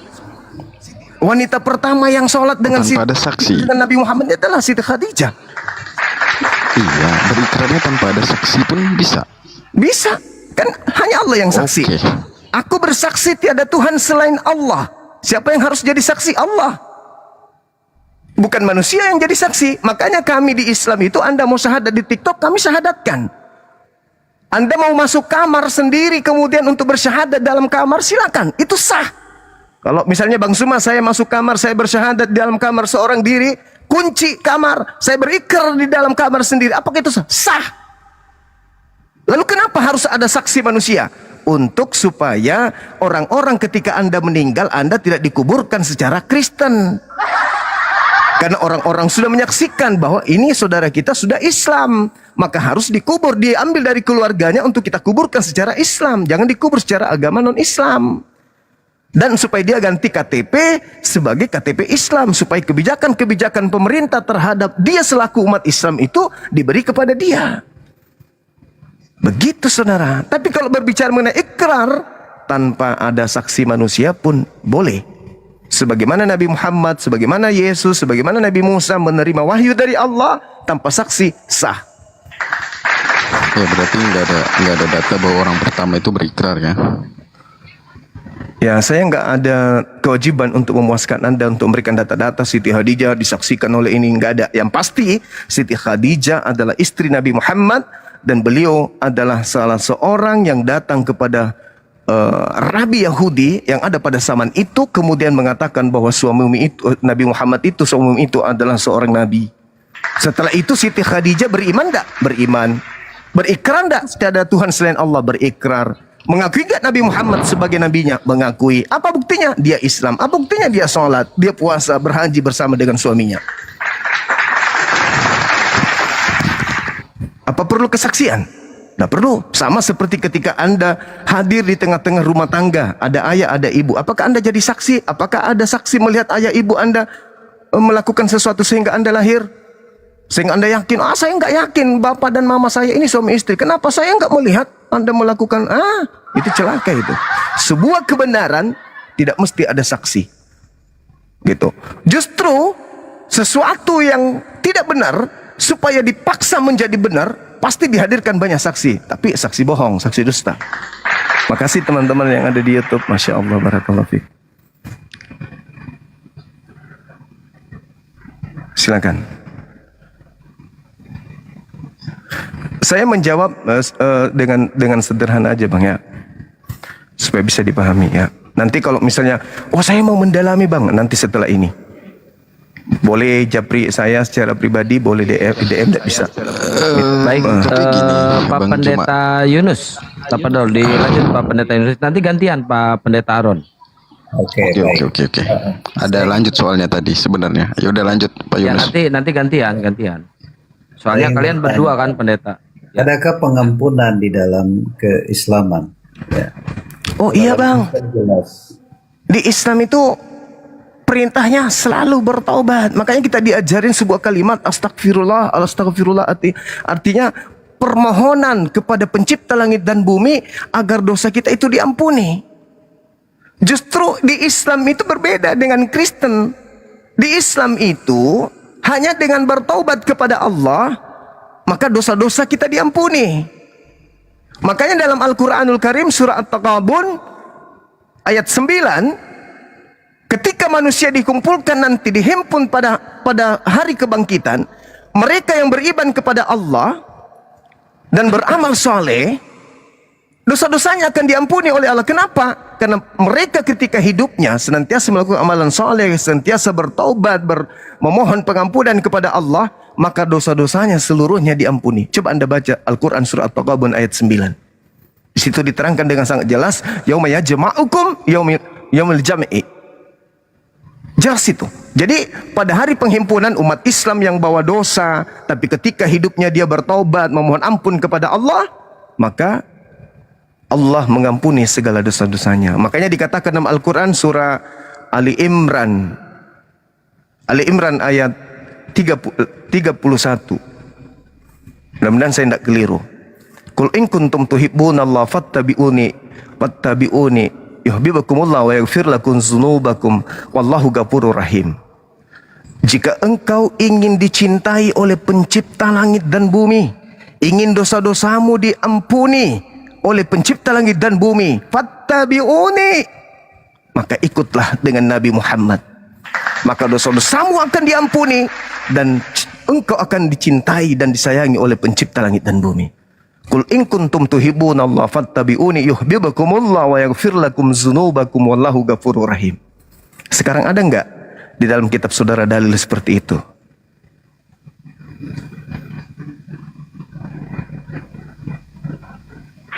Ya, silakan Pak Pendeta Yunus.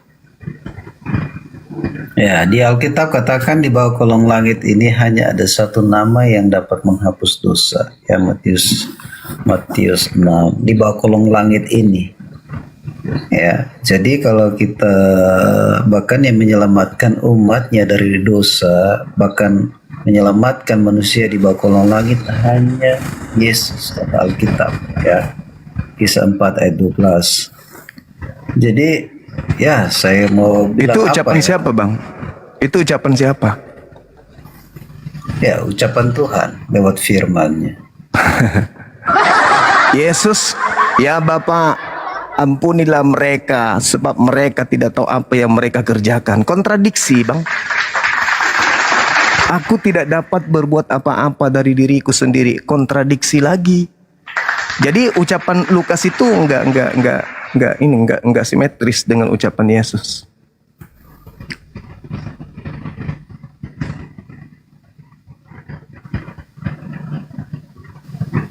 Saya tadi masih menunggu nih, mudah-mudahan dari Pendeta Arom, ada enggak jaminan keselamatan di Kristen itu?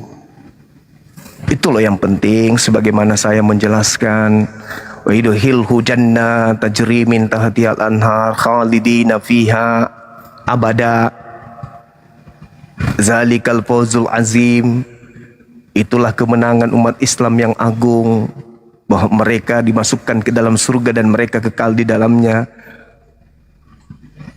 Nah, ada nggak di Kristen? Please. Jaminan keselamatan yang saya temukan justru pengusiran dari Yesus. Bahkan ini loh, ini sederhana ya, karena kita ini bolehlah kita untuk saat ini disebut tokoh. Saya tokoh dari API, sahabat-sahabat saya dari Kristen, tokoh dari gereja. Ketika kemudian kami umat Islam ini beriman, ya taruhlah kemudian tidak ada nama di bawah kolong langit ini selain Yesus Kristus. Tapi ingat Bung, Yesus itu nama palsu.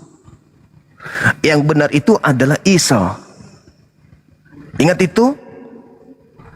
Penambahan huruf Y dan J itu nanti di abad ke-17. Jadi nama yang sebenar itu adalah Iso.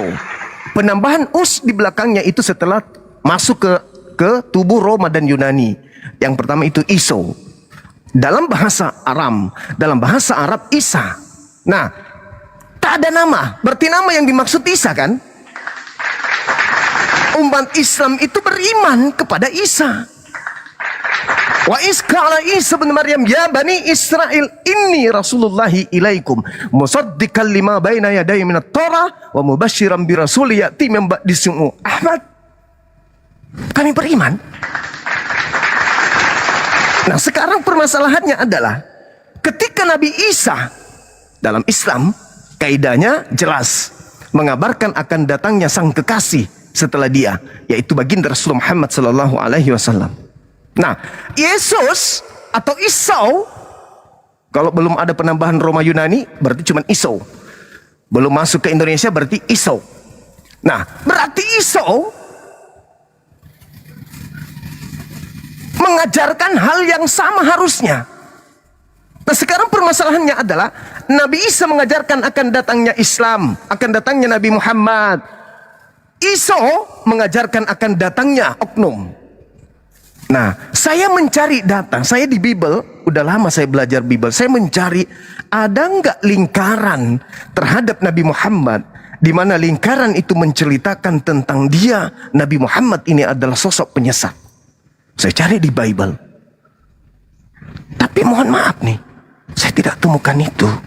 Yang saya temukan penyesat itu bernama Yesus Kristus. Kata Yesus, waspadalah agar kalian jangan disesatkan. Nah, ucapan Yesus ini bukan kepada kelompok Kristen lagi-lagi. Itu yang membuat saya sedih. Ucapan Yesus ini kepada orang Yahudi di luar kelompok Kristen. Waspadalah agar kalian Yahudi jangan disesatkan. Sebab akan datang banyak penyesat memakai namaku. Dia tidak mengatakan penyesat datang memakai nama Nabi Muhammad.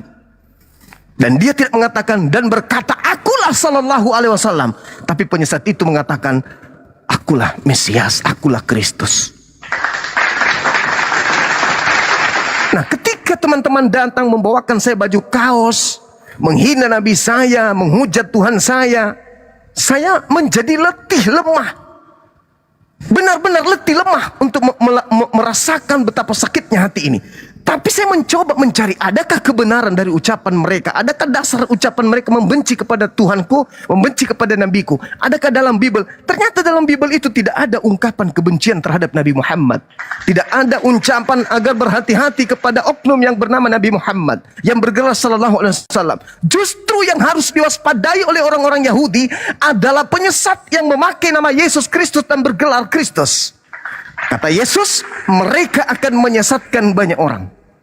Nah, kemana hendak saya berpijak hari ini? Ketika tak ada hujatan di dalam Bible tentang Nabi Muhammad dan Allah Subhanahu wa Ta'ala, tapi ternyata ada yang harus dijauhi oleh orang-orang Yahudi, yaitu penyesat yang menggunakan nama Yesus Kristus. Maka muncul pertanyaan senantiasa, sahabat-sahabat, apakah penyesat menggunakan nama Yesus Kristus ini berhasil menyesatkan banyak orang sesuai dengan nubuatan Yesus? Kalau berhasil, kalau Yesus bukan pembohong, mutlak harus berhasil. Dan kalau berhasil, siapa kelompok banyak yang disesatkan dengan nama Yesus Kristus itu? Allahu Akbar. Silakan.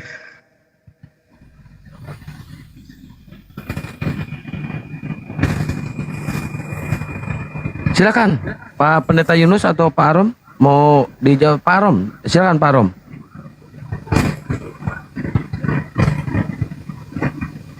Pak Arom. Iya, bentar. Ini macet nggak sih? Aman. Macet ya? Yang macet aman itu ya? jawaban Bang Arom. Nggak pernah ngejawab. Itu jawaban. Apa itu? Sahabat YouTube. Itu pertanyaannya apa? Sahabat. Nah kan? Bang Juma, pertanyaan tadi apa? Ketika sorry, tadi kemudian macet. Serius tadi macet. Oke. Oke, tunggu ya.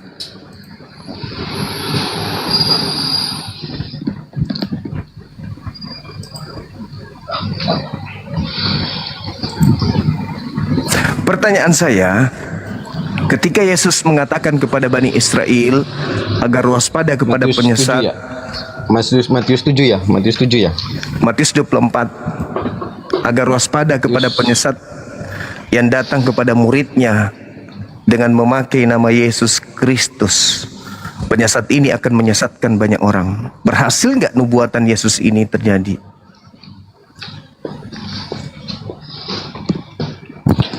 Oke, ini kita baca ya Bang ya. Ya, silakan.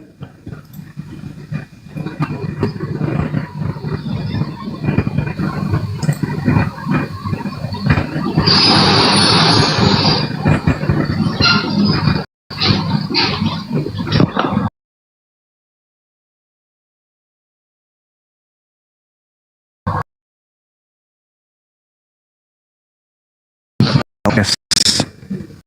Berapa bang? Mau dibaca ayat berapa?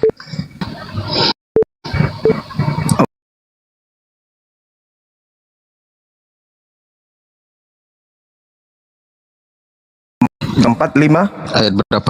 Kedengeran, cuma yang Bang Aromnya yang putus-putus.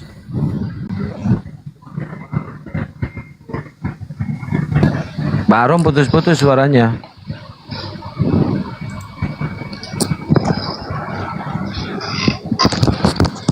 Ditutup aja dulu kameranya Pak Arom. Sinyalku jelek. Iya. Sinyalku jelek. Ya, ditutup dulu. Kameranya ditutup dulu coba. Syukur. Oke. Matius 24. Ya, Matius 24 ayat berapa mau dibaca, Bang? Kita baca dulu, Bang. Matius 24 data 4 sampai data 5.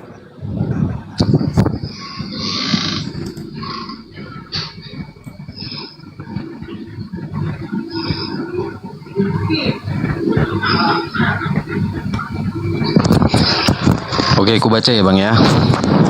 Iya. Jawab Yesus kepada mereka, waspadalah supaya sebab banyak orang akan datang dengan memakai namaku dan berkata, akulah Mesias, dan mereka akan menyesatkan banyak orang. Kamu akan mendengar deru perang atau kabar-kabar tentang perang, namun berawas-awaslah, jangan kamu gelisah, sebab semuanya itu harus terjadi.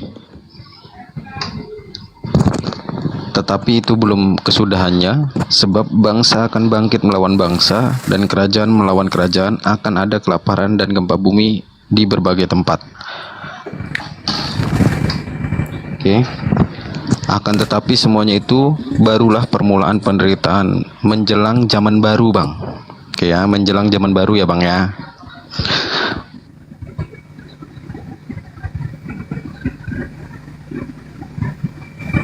Ya, bangsa oleh karena namaku. Oke.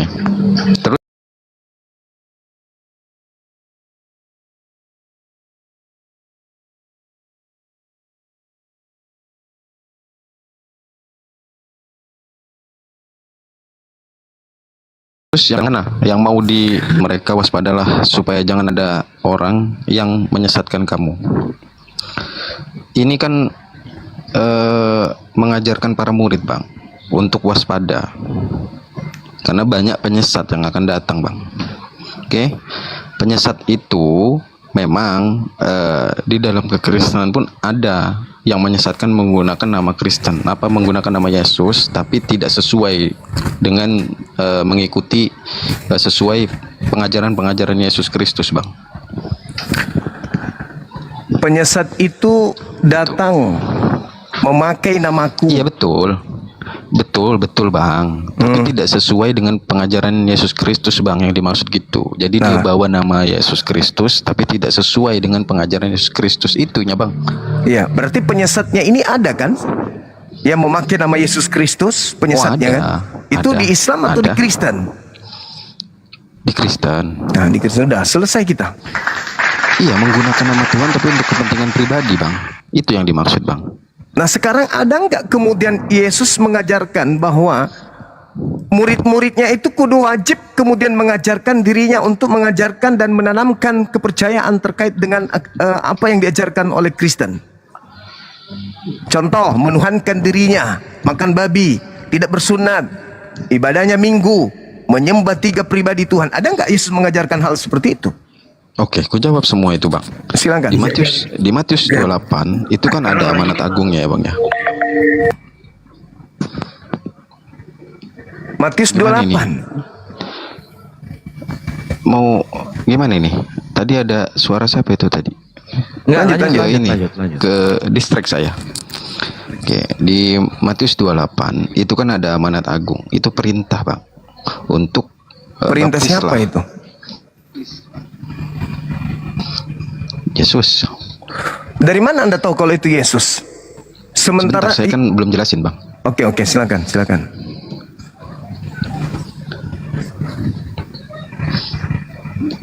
Ya. Ini ya, Bang ya. Kalau perintah tentang menuhankan Yesus kan ada. Di Yohanes pun ada. Saya lupa datanya. Nanti saya coba cek lagi. Ada 3 yang bersaksi di dalam surga. Itu Bapa, Putra, dan Roh Kudus, ketiganya adalah satu. Itu Bang. Jadi memang satu 1 Yohanes di dalam 5 tiga nomor pribadi. 7. Itu Bang. Untuk pengajarannya sendiri. Ya. Itu kan udah jelas Bang, bahwa ada 3 pribadi, namun ketiganya itu adalah satu Bang. Jadi gini saudara, kan tadi Yesus mengatakan, waspadalah kepada penyesat yang datang kepadamu memakai namaku.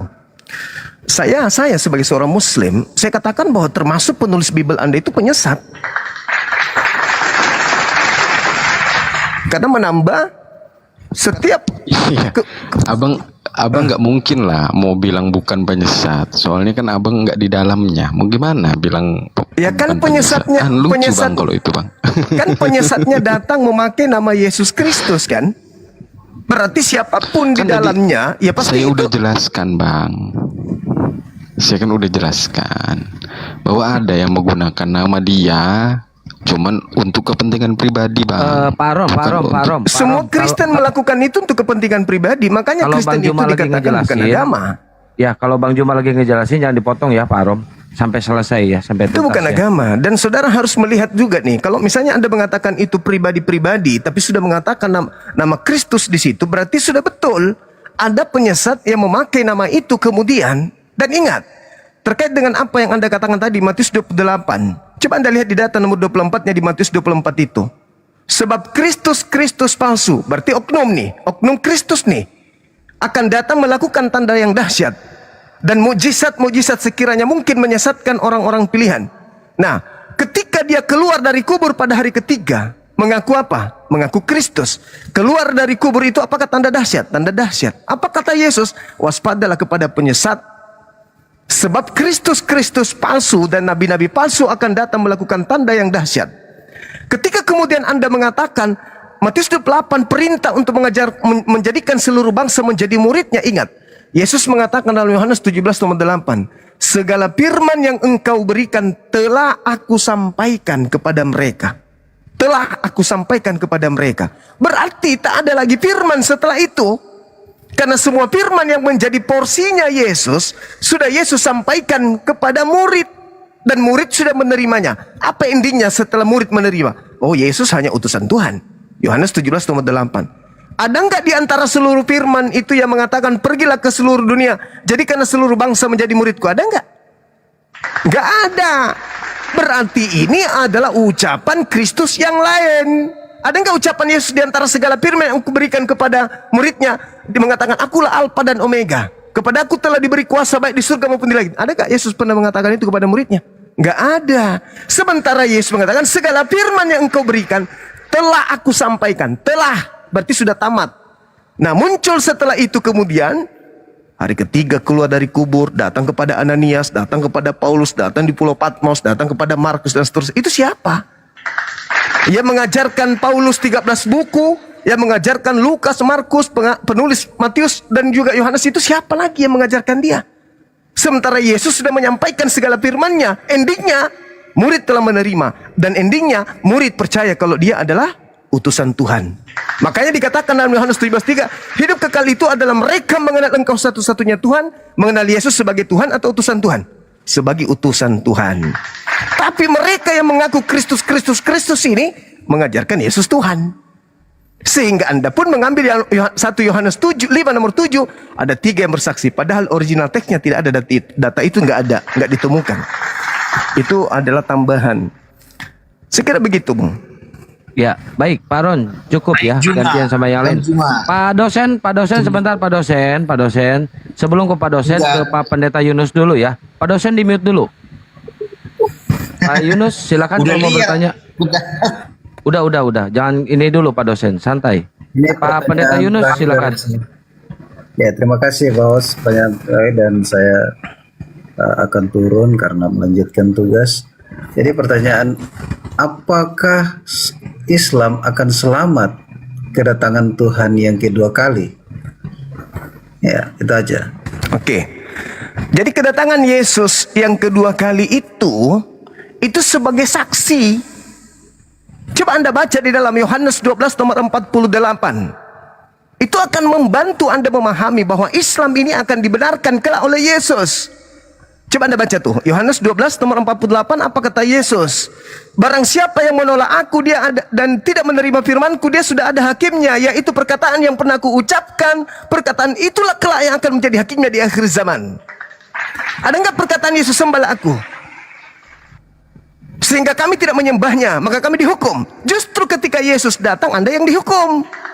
Pada hari terakhir nanti banyak orang akan memanggil aku Tuhan, Tuhan, Tuhan. Pada saat itulah aku berkata kepada mereka, enyahlah daripadaku, kalian semua pembuat kejahatan. Aku tidak mengenal kalian. Kenapa demikian? Karena teori praktek dalam kehidupan Kristen, rutinitas keagamaannya sama sekali tidak berdasar terhadap perkataan-perkataan Yesus ketika Yesus datang kepada kaumnya Bani Israel.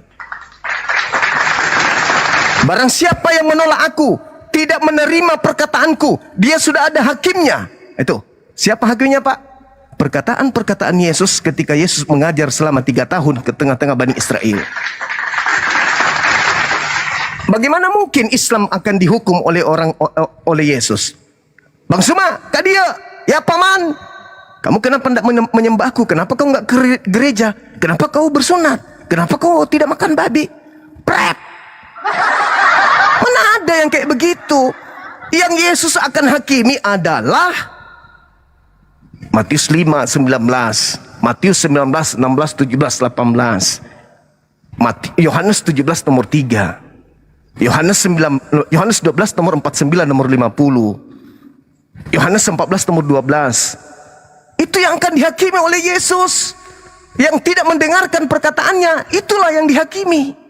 Termasuk murid-muridnya yang durhaka kepadanya, itulah dihakimi. Yesus mengatakan, Yesus berpesan kepada ke-12 muridnya agar jangan ke bangsa lain, melainkan ke bangsa dari domba-dombaku yang sesat dari umat Israel.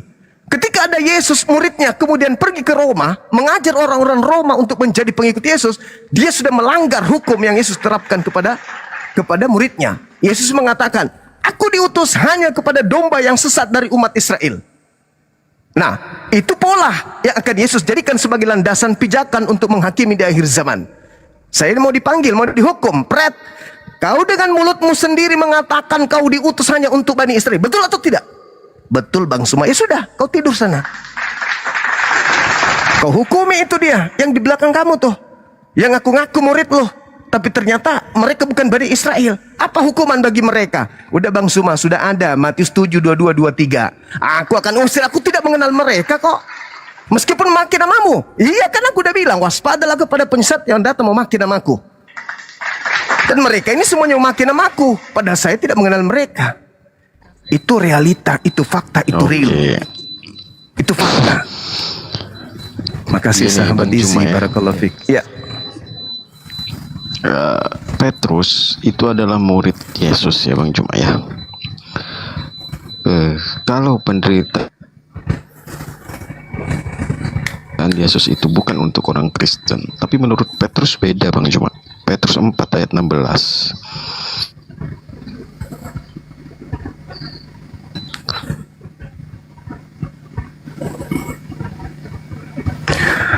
Saya tidak mendengarkan suaranya Allah. Itu sedikit ucapan dulu, murid Yesus Bang Juma. Sebentar dulu, diajak diskusi yang agak apalah kan. Kalau Bapak ini kan dia juga dari sana dia bicara. Bentar, lu dosen tapi nggak punya adab ya. Bukannya salam dulu apa dulu, ini dosen kayak gini apa sih?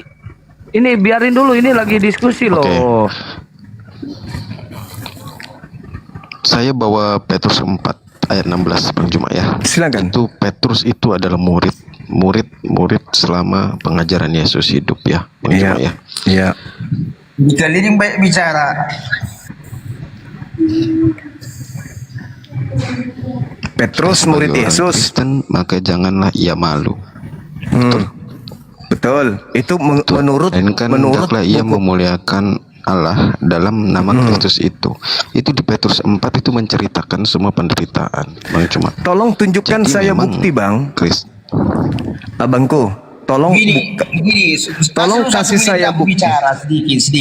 Sabar dulu. Tolong kasih saya bukti Petrus mengakui bahwa itu tulisannya. Itu yang pertama. Yang kedua, ketika ada pengakuan Petrus itu adalah tulisannya. Ini surat Petrus. Ya, judulnya surat Petrus. Judulnya surat Petrus. Yang menamainya siapa? Menamai surat itu Petrus itu siapa? Petrus di mana? Di mana Petrus itu? Itu yang pertama. Yang kedua, Bang, yang kedua ya. Coba Anda kemudian lihat bagaimana Yesus menerangkan bahwa Petrus, engkau akan menyangkal aku 3 kali. Bahkan Yesus di dalam Matius 12, Matius berapa itu? Matius 16. Ya, Matius 16. Yesus mengatakan Petrus itu iblis. Kemudian Matius 24 nomor 24, Yesus palsu menyesatkan Petrus.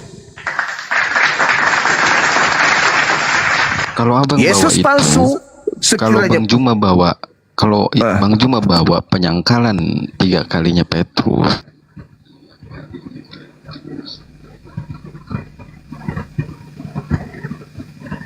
Suara dia sinyalnya kayaknya Gurunda. Tuh, putus dia. Itu dosennya naikkan lagi kembali. Iya. Dosen apologet kan? Iya, dosen STT kalau dia Bang di Juma, Nia. Dosen STT dia. Suruh naik sini. Ya, gimana?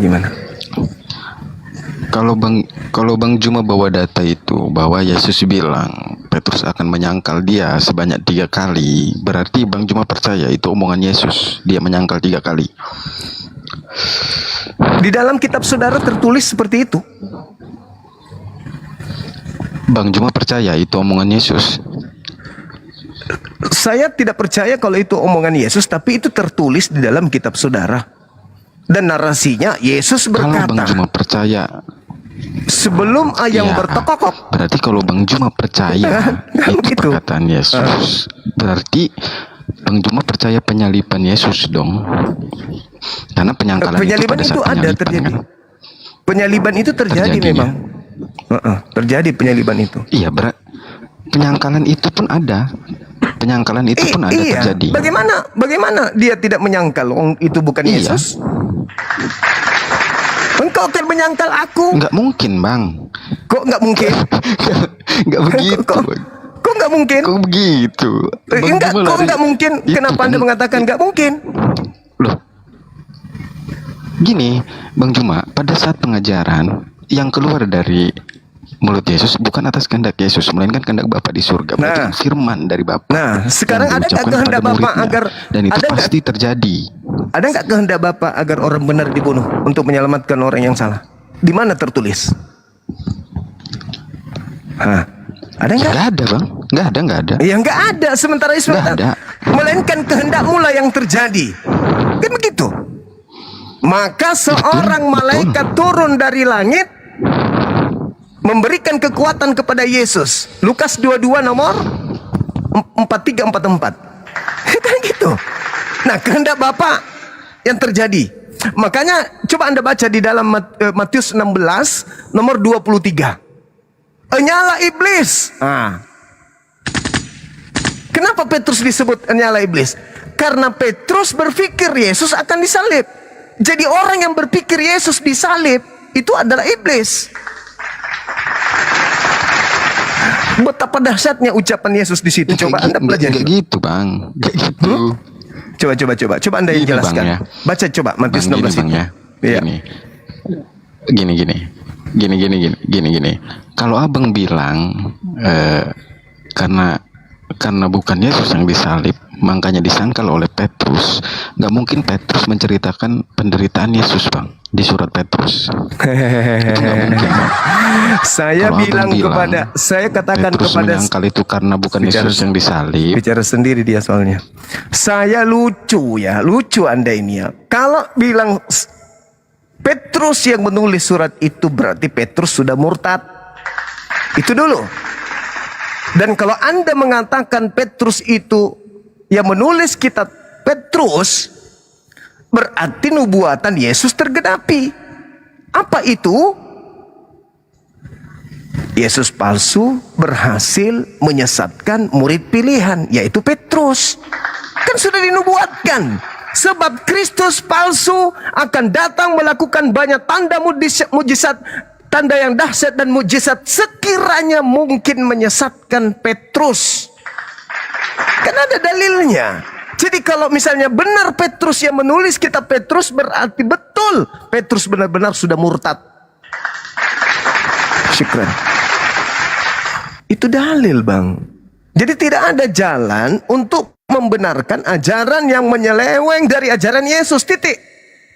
Hidup kekal itu adalah mereka mengenal Yesus Kristus sebagai apa? Utusan. Kalau ada murid yang mengajarkan Yesus Tuhan, berarti dia sudah murtad dari ajaran Yesus. Mengenal Yesus untuk selamat, kita mengenal dia sebagai apa? Untuk selamat.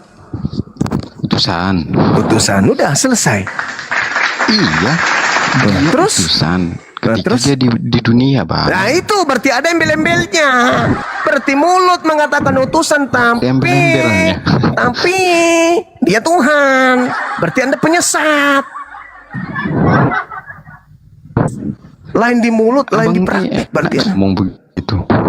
Loh, iya dong.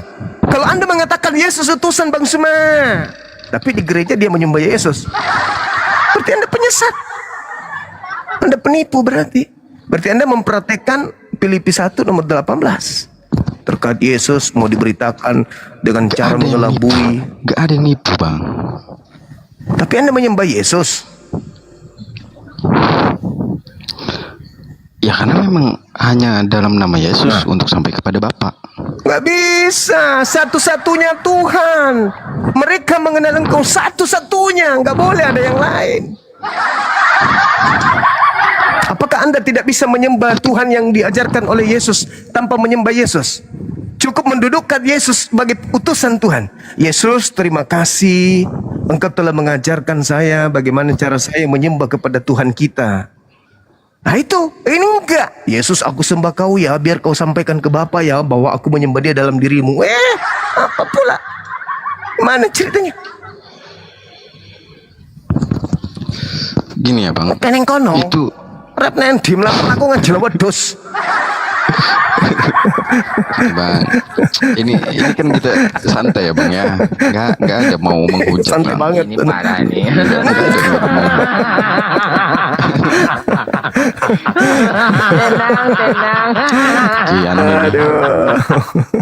Jadi gini, Bang. Kan ini sesuai Alkitab, Bang. Di Petrus berbunyinya seperti itu, sesuai datanya, Bang, yang saya tadi tunjukkan. Bahwa memang pengajaran dari Petrus seperti itu. Petrus kan muridnya, Bang. Gitu loh. Jadi jangan lagi framing itu benar Petrus, itu beneran surat Petrus. Enggak begitu, Bang. Kan memang tertulisnya begitu surat Petrusnya. Kalau saya enggak begitu, saudaraku. Kalau saya konsentrasinya, saya sebagai seorang Muslim pun mendudukkan semua perkara diskusi, entah konsep apapun, itu selalu mengarah ke Yesus. Saya tidak pernah tergantung oleh siapapun itu. Yesusnya yang menjadi acuan saya. Kenapa? Karena Yesus mengatakan, kalau kayak gitu waspadalah kepada Yesus palsu. Kenapa jadi pusing? Jangan pusing dong. Jangan pusing. Iya, Bang. Gini loh, Bang. Itu kan Alkitab kita, Bang. Kita yang pegang. Oke, saudaraku. Saudaraku begini. Ketika Anda membaca Yohanes 3 nomor 16, dengarkanlah dia. Siapa dia itu?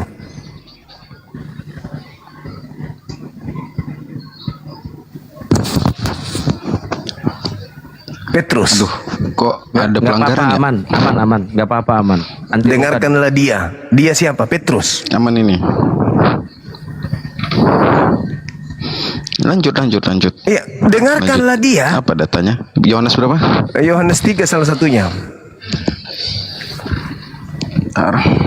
Coba Yohanes 3 nomor 16. Barang siapa yang percaya kepada Yesus. Nah, sekarang percaya kepada Yesus itu atau percaya kepada Petrus? Yesus di situ, Bang. Nah, Yesus kan? Nah, berarti kita harus mendengarkan Yesus kan? Betul. Oke, kita harus percaya kepada Yesus. Matius 17 nomor 5, dengarkanlah dia. Dia siapa? Yesus. Intinya mau apa ini? Intinya mau kemana? Yang harus kita dengarkan itu Yesus. Yang harus kita percaya itu Yesus, bukan Petrus. Ya kan dia muridnya, Bang. Dia yang dipilih jadi rasul. Rasulnya kan Petrus. Kalau murid sudah bertentangan dengan Yesus, apa masih bisa didengar? Apanya yang bertentangan? Kan mereka ketemu. Yesus berkata kepada Petrus, jangan ke bangsa lain. Matius 10 nomor 5 nomor 6. Lah, Matius 28 abang nggak pakai. Nah itu kan ada Kristus palsu, kan udah kubilang. Waspadalah kepada Kristus palsu yang datang dengan tanda, membawa tanda yang dahsyat.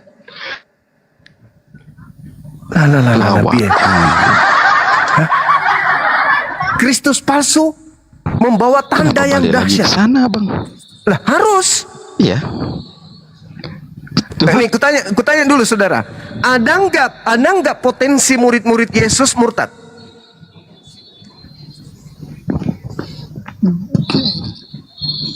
Ya, dia tertulisnya memang akan menyesatkan orang pilihan juga. Nah, itu. Terus kenapa Anda nggak jadikan itu sebagai benang merah? Ketika Yesus mengajarkan A, tapi murid mengajarkan Z, kenapa nggak jadikan sebagai benang merah? Aduh, gimana ya Bang ya? Abang ini kalau saya tetap percaya kepada Yesus, saya tetap mendengarkan Yesus. Saya tidak mau mendengarkan Petrus ke Potros ke, saya nggak mau tahu itu. Karena Yesus memberikan ruang. Ingat kata Yesusnya. Ketika kemudian orang berpikir tentang penyaliban akan terjadi terhadap Yesus, maka Yesus sendiri mengatakan, "Enyalah iblis." Bayangkan itu. Oke, jamaat pertama itu didirikan oleh siapa, Bang? Jamaat pertama didirikan Petrus. Untuk jamaat pertama itu siapa? Petrus. Tapi kan atas perintah Yesus kan? Iya. Iya. Ya berarti kan nggak salah dong. Apanya? Ya justru karena itu. Coba Anda baca. Di atas batu karang ini akan kudirikan jemaatku, dan maut tidak akan mengambilnya. Kan gitu. Berarti kalau begitu penulis Petrus bukan murid Yesus. Lah kok gitu? Lah. Sekarang begini. Aduh. Sekarang begini. Jemaat Yesus itu, apakah ada orang-orang yang tidak bersunat? Kan ada dua, Bang, diutus. Petrus untuk bersunat, Paulus untuk tidak bersunat. Nah, itu pengakuan Paulus kan. Nah, sekarang surat yang Anda baca, yang Anda gunakan Petrus ini, ada nggak pengakuan Petrusnya sendiri bahwa dia adalah yang nulis? Ada nggak? Susah kalau abang minta begitu terus. Sebagaimana Lukas mengakui dia yang nulis, Paulus mengakui dia yang nulis, penulis kitab Yohanes mengaku dia yang nulis, penulis kitab Matius juga demikian. Ada nggak Petrus mengaku dia yang nulis Petrus? Ayo. Ada nggak? Bang, masa ayat Alkitab mau dibuat kata pengantar sama yang nulis di belakangnya? Coba Anda baca. Coba Anda baca surah-surah Paulus. Aneh, Abang. Ya, coba Anda baca surah-surah Paulus. Gak begitu loh konsepnya, Bang. Coba Anda baca, coba Anda baca surah Paulus. Peratamaan. Jadi saudara, kalau ada Petrus, yang kita imani, yang tertulis itu, Bang. Nggak boleh begitu, nggak bisa saudara. Begini. Yang tertulis begitu, tapi abang minta nyari-nyari siapa yang nulis, siapa yang lucunya, Bang. Yesus memberikan legitimasi seperti Nabi Muhammad memberikan legitimasi kepada Quran. Khuzu al-Quran min arba'ah. Zalikal kitabu la raiba fi hudal lil muttaqin. Kalau ada jaminan dari Yesus kepada kitab yang Anda genggam sekarang, Anda boleh berbicara seperti itu. Itu kan kitab kami, Bang. Itu kan kami imani sebagai kitab suci. Bagaimana mungkin Anda mau merubah itu? Itu kalau Yesus memberikan legitimasi kepada kitab tersebut. Masalahnya adalah kitab yang Anda imani sebagai firman Tuhan, sebagai yang Anda anggap sebagai firman Tuhan, Yesus tidak mengenal penulis. Yesus tidak memberikan legitimasi. Yesus tidak. Mana Anda bisa percaya?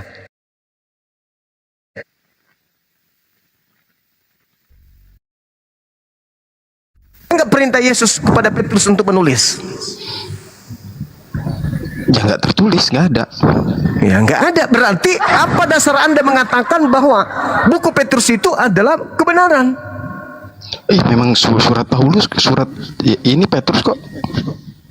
Ya, maksud saya, dari mana asalnya Anda mendapatkan kemudian data kredibel bahwa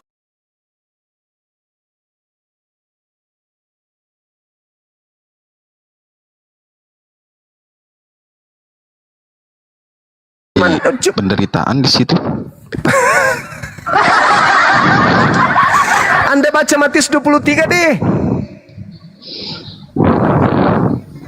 Yang celaka ahli Taurat, yang celaka orang Farisi, yang celaka kemudian orang-orang Yahudi, bukan Yesus.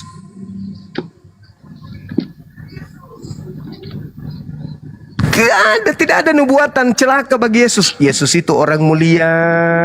Yesus itu orang suci, terkemuka di dunia dan di akhirat. Orang yang sangat dilindungi oleh Tuhan, yang nggak mungkin Yesus tersentuh. Jangankan dibunuh, kena panu pun Tuhan tidak izinkan. Camkan itu. Tidak ada kecelakaan bagi Yesus, nggak ada. Beliau itu manusia yang sangat dimuliakan oleh Tuhannya. Coba Anda baca Yohanes 17, nomor 1, nomor 2. Ya, kemuliaan yang kumiliki di kehadiratmu sebelum dunia ada. Bagaimana mungkin kemuliaan menjadi kutukan? Berpikirlah, Bang. Yesus itu dimuliakan Tuhan sebelum dunia ada. Tiba-tiba nafsunya Kristen dia dikutuk. Itu udah ku jawab kan.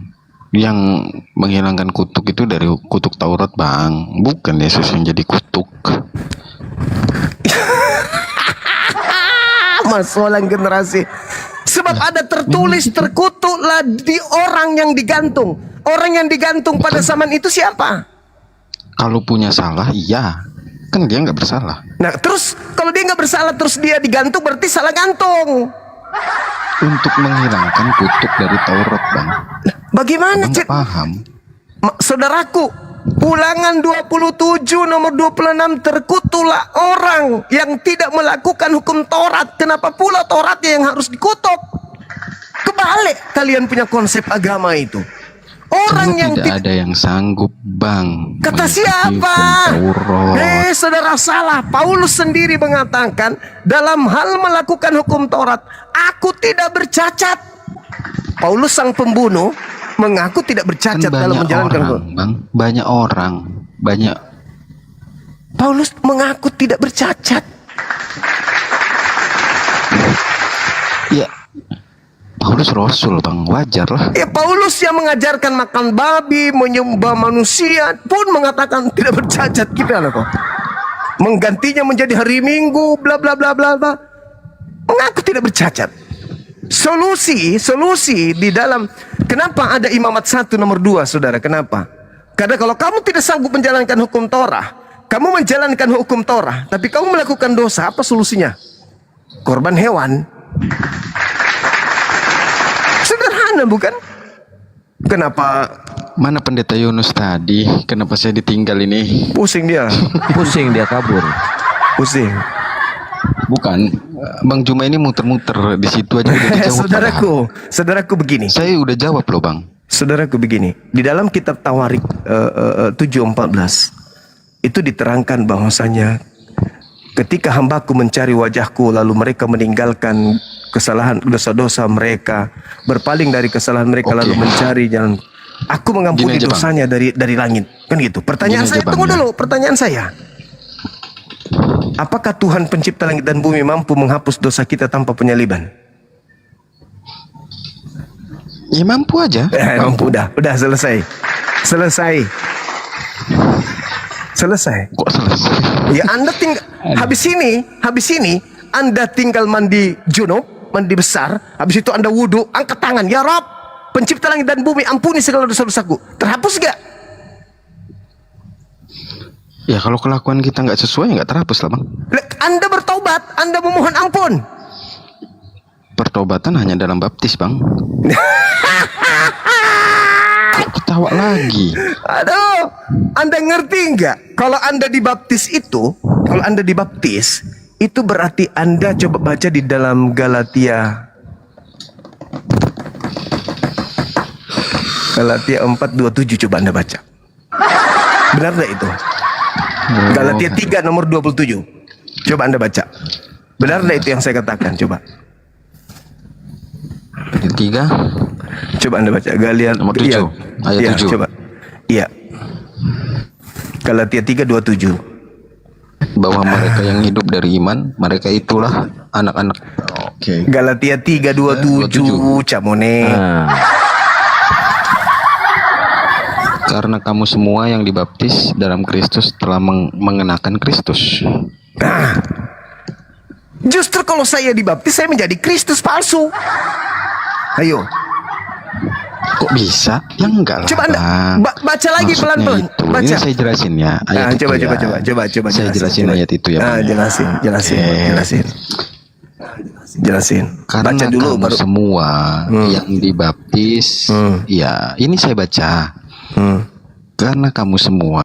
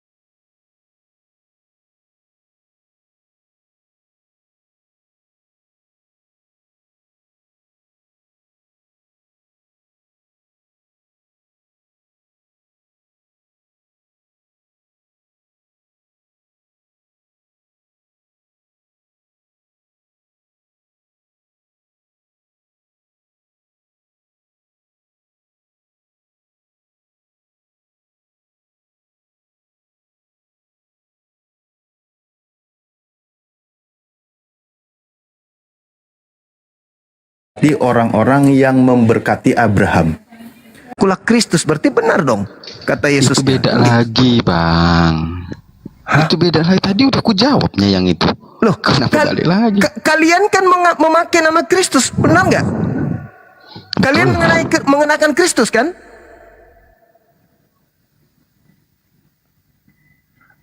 Kalian mengenakan Kristus kan? Betul.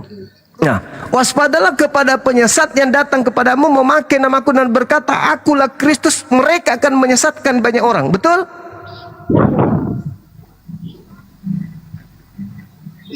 Betul. Nah, siapa sekarang yang memakai Kristus?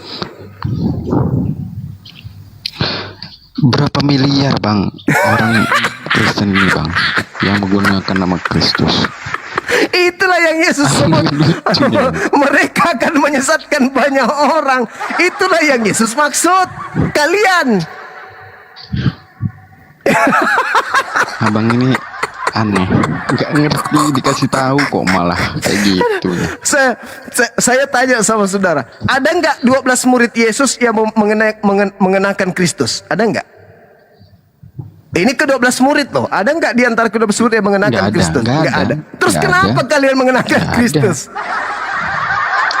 Bang, maksud mengenakan Kristus di situ jalan hidupnya sama seperti Kristus, Bang. Nah, Kristus. sekarang pertanyaan saya, Bang. kalau jalan kalian sama seperti Kristus, Kristus menyembah Kristus nggak?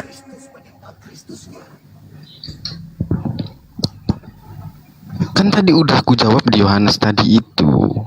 3 yang bersaksi di surga, ketiganya adalah 1, Bang. Yesus menyembah Yesus nggak? Ya enggak lah, pada saat pengajaran dia memperkenalkan Bapak.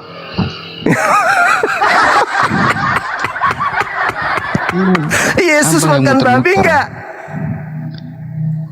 Ya karena dia mengikuti hukum Taurat kok.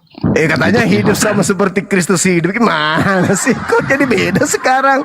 Nah, hidup seperti Kristus, mengenakan Kristus, Bang, hidup di seperti Galatia, Kristus. Di Galatia matinya Kristus di tiang salib membatalkan hukum Taurat, Bang. Jadi kita terbebas dari hukum Taurat. Kata siapa? Rasul Paulus. Berarti kalian mendengar Paulus kan? Bukan mendengar, karena kan itu yang Matius 15 yang harus didengarkan itu Matius 17 nomor 5 yang harus didengarkan Yesus, bukan Paulus. Kata Yesus nih, Matius 5 nomor 19. Betul, Bang. Betul. Barang siapa yang mengajarkan orang lain untuk meniadakan hukum Taurat, maka dia akan menempati tempat terhina dalam kerajaan langit. Barang siapa yang menghilangkan hukum Taurat. Anda percaya dalil itu? Betul. Paulus mengajarkan menghilangkan enggak? Menghilangkan. Ini parah ini. Masalah generasi. Kata Yesus menempati mana? Tempat terendah atau tempat tertinggi? Tenang. Dia membebaskan kita, Bang, dari kotor hukum Taurat itu. Siapa yang mengatakan itu? Mana ya?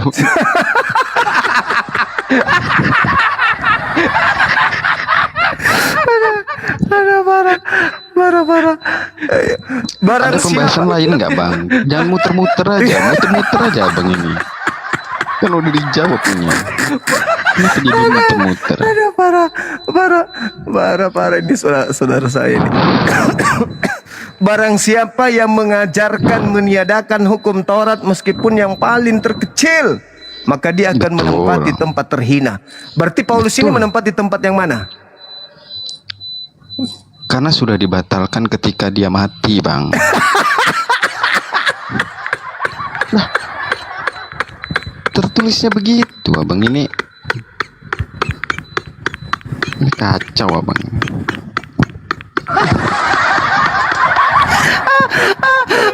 Gua off-cam ya. Astagfirullah. Iya. Lo mending off cam, muka lu udah makin aneh. Muka lu makin berantakan. Makin berantakan itu muka lu. Biasa aja. Biasa aja sebenarnya. Nangis. Memang Bang Juma kan hanya baca tapi kan mengartikan sendiri. Kita Bang ya. Kita kalau mengartikan data atau ayat yang tertulis enggak. Jadi itu caranya. Jadi gimana caranya? Barang siapa yang meniadakan hukum Taurat meskipun yang paling terkecil, lalu mengajarkan kepada orang lain untuk pada saat meniadakan hukum Taurat, itu kan sebelum dia akan menempati tempat terhina. Kutuk hukum Taurat, Bang. Sebelum dia menebus hukum Taurat, kutuk hukum Taurat, Bang. Ucapan itu kan sebelum dia disalibkan, Bang. Iya. Nah, Yesus mengatakan Lukas 16:17, lebih mudah langit dan bumi lenyap daripada setitik dari hukum Taurat itu batal. Betul. Datang Paulus. Betul, Bang, betul. Datang Paulus mengajarkan. Bukan datang, Bang. Bukan datang. Tapi kan jelas data itu setelah kematian Yesus di tiang salib, selain menghapuskan dosa manusia, dia juga menghilangkan kutuk hukum Taurat, Bang. Kata siapa? Kok kata siapa? Memang tertulisnya begitu. Iya, kata siapa? Itu kata siapa? Rasul Paulus itu dipilih, Bang. Orang yang dipilih.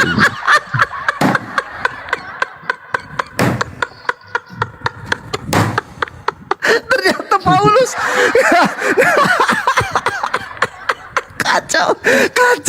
Kacau penonton.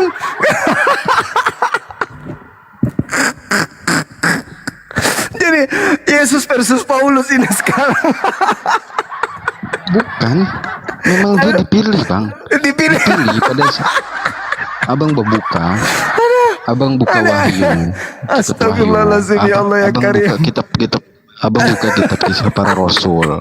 Kisah Para Rasul itu bercerita tentang bertemunya Paulus dengan Yesus, Bang. Itu cerita siapa yang susun? Tuh, Abang begitu terus pertanyaannya. Itu muka lu makin berantakan. Sumpah. Yesus mengatakan Yohanes 6 nomor 70, bukankah aku yang memilih, engkau yang 12? Dan di situ tidak ada Paulus. Aduh, sakit perutku ketawa. Pada saat mau ke Damsik, Bang. Pada saat mau ke Damsik itu baru terpilih. Alasan terpilihnya kan ada. Astagfirullahaladzim. Yesus sudah tak ada. Kok dia dipilih lagi? Yesus tak ada lagi di situ. Roh kebenaran kan datang, Bang. Setelah itu yang datang Yesus kan kepada Paulus atau roh kebenaran? Roh kebenaran. Yang datang kepada Paulus siapa? Roh yang datang gitu, Bang. Iya, siapa namanya? Datang. Siapa namanya roh kebenaran? Cahaya. Iya, siapa? Yesus. Lah, kata Yesus yang datang roh kebenaran, bukan dia. Ya memang kalau dia yang datang harus dengan kemanusiaannya, Bang. Aduh, parah. Kalau dia yang datang harus dengan kemanusiaannya, Bang. Tubuh kemuliaan. Berarti bukan dia yang datang. Roh, Bang. Roh bukan Yesus. Kenapa bisa nyimpulin begitu? Adalah benar jikalau aku pergi, sebab kalau aku tidak pergi maka roh kebenaran itu tidak akan datang. Aku harus pergi dulu. Maka yang datang Bang, roh kebenaran itu dari sang sumber. Betul, dari sang sumber. Kebenaran itu datang dari sang sumber. Tapi bukan Yesus. Betul. Tapi bukan Yesus. Yohanes 16 itulah yang datang. Yohanes 16 nomor 7 nomor 8 adalah lebih baik jikalau aku pergi. Sebab kalau aku tidak pergi, roh kebenaran itu tidak akan datang. Nah, menurut Yesus yang datang setelah dia pergi ada 4. Ada 3. Ini 4 apa 3 sih? 1, 2, 3. Tiga. Yang pertama adalah Yesus palsu yang datang. Yang kedua adalah roh kebenaran. Yang ketiga di penghujung penutup Yesus asli. Jadi akan ada 3 yang datang menurut Yesus. Yang pertama si palsu ngaku Yesus. Kemudian yang kedua adalah roh kebenaran. Yang ketiga adalah Yesus asli. Yang datang kepada Paulus ini yang pertama nih, Yesus palsu.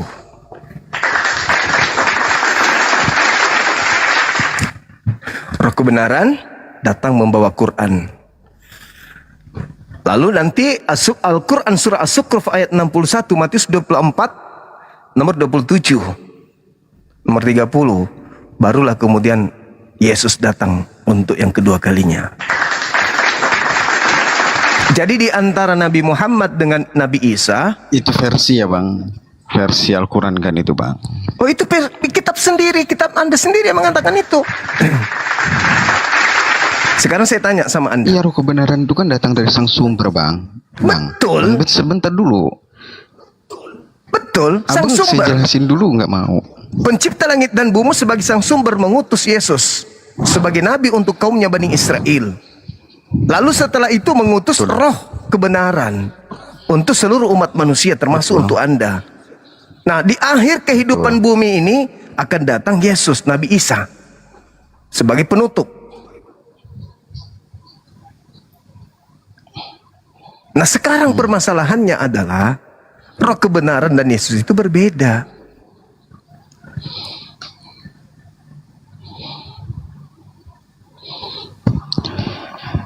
Udah?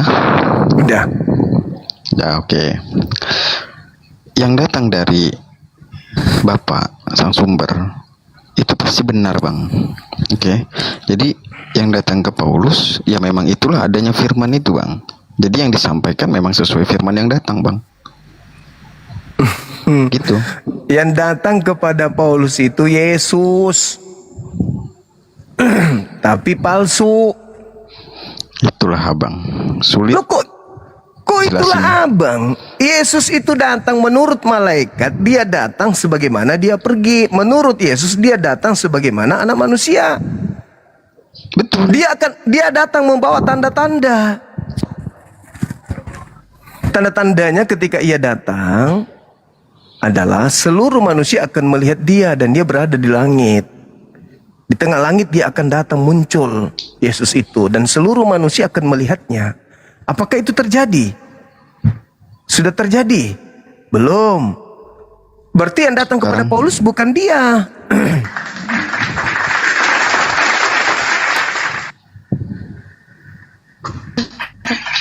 Izin Bang Aron, Gurunda, izin sekarang giliran tarung bebas ya, bebas naik siapa aja ya Gurunda ya. Iya. Baik. Siapa orang ini teman kita yang dari Muslim di bawah? Bang Handi naik, Bang Handi. Bang Handi naik.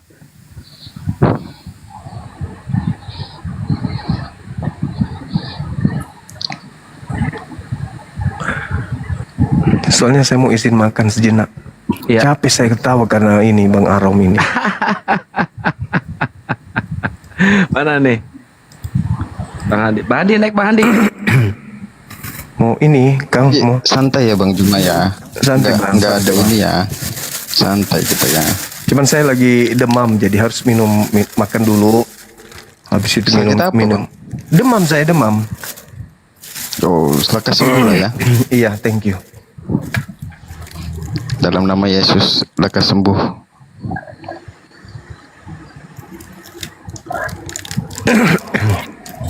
Bang Handi mana?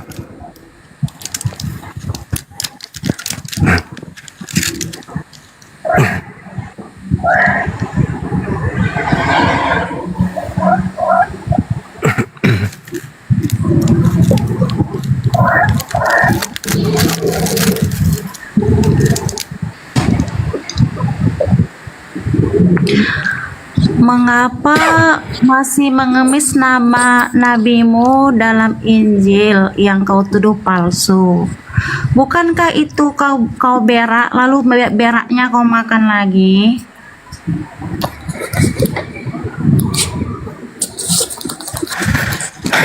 Jadi gini Mbak, di Islam itu tidak dibenarkan kemudian menolak kebenaran gitu. Kebenaran itu datang dari mana saja. Bisa dari koran, bisa dari majalah, bisa dari Lalu kau buku-buku. percaya kepada kitab yang kau tuduh palsu, artinya kau tak punya harga diri. Saya Kau tidak pernah menuduh mengatakan, saya palsu. saya tidak pernah mengatakan Lalu kau kitab. mengemis nama nabimu ada di sini. Kapan saya mengemis ada nama nabi saya di situ? Lo tadi kau bilang roh kebenaran itu Nabi Muhammad. Nah, memang Al-Quran saya mengatakan Nabi Muhammad itu roh kebenaran kok. Halo. Lalu Al-Quran kau surah Asy-Syura ayat 52. Ya kau kutip tadi kan dalam Yohanes. Nah, kebetulan Yesus mengatakan roh kebenaran. Iya, siapa roh kebenaran itu? Ini yang kita bahas ini tentang yang datang kepada Paulus. Tadi kau bilang itu kepada Muhammad. Oh Kau jangan enggak, standar-standar. maksudku Takiyah, ketika saya berbicara tentang Nabi Isa, Dek, di antara Nabi Isa dan juga Nabi Muhammad sebagai roh kebenaran, di situ ada penyesat. Yang kau sembah itulah penyesatnya. Oke? Karena nabi-nabi mengajarkan menyembah kepada hakikat yang tidak serupa dengan makhluk. Tiba-tiba saja ada Yesus mengajarkan dirinya untuk disembah. Sementara Yesus yang datang di tengah-tengah kaumnya Bani Israel, jangankan Bani Israel, kepada setan pun yang mencobainya, Yesus ajarkan agar menyembahnya kepada Allah saja. Gitu. Allah yang mana? Kan bukan Allahmu toh, kepada Lah. Allah Bapa. Ya, Jangan derita lu. disamain. Itu derita lu. Lagian juga Tuhannya Yahudi itu bukan Tuhan lu. Lah, kok Tuhanmu kau itu, samakan Allah Tuhanmu dengan itu Allah adalah agnostos Tuhanmu? theos, dewa yang tidak dikenal. Itu Tuhanmu. Jangan kau bawa Tuhannya Yahudi. Karena Tuhannya Yahudi itu tidak ada bernama Yesus. Tuhannya Yahudi itu bernama Hashem, Adonai.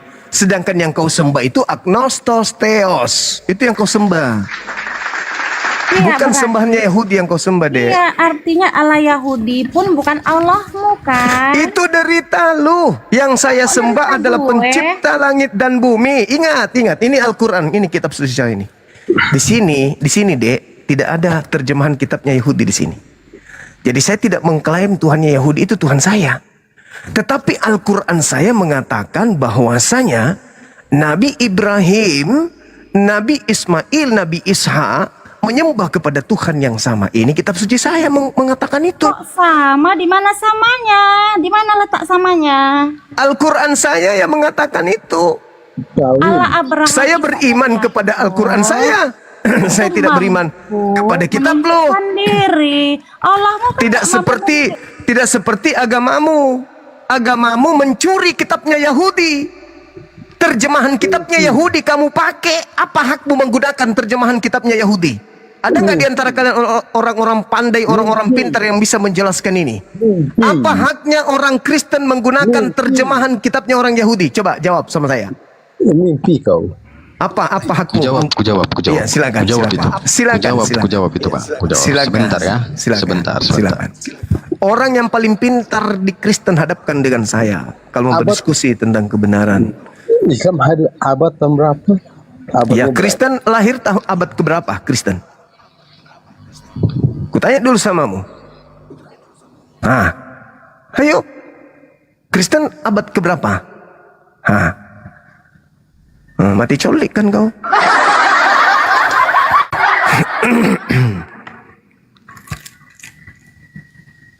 Ayo silakan Anda jawab, Saudara Arom. Apa haknya orang Kristen menggunakan terjemahan kitabnya orang Yahudi? Coba. Apa hakmu menggunakan itu? Bentar, kita buka perjanjian lama. Bentar ya. Silakan. Ya.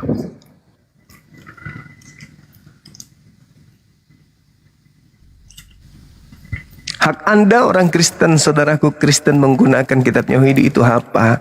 Sampai-sampai kalian sok cantik, sok paten. Mimpi aja lu, mimpi. Ku bilang samamu, kau itu penyembah agnostos teos. Tuhannya orang Athena yang kau sembah, dewanya orang Athena yang kau sembah.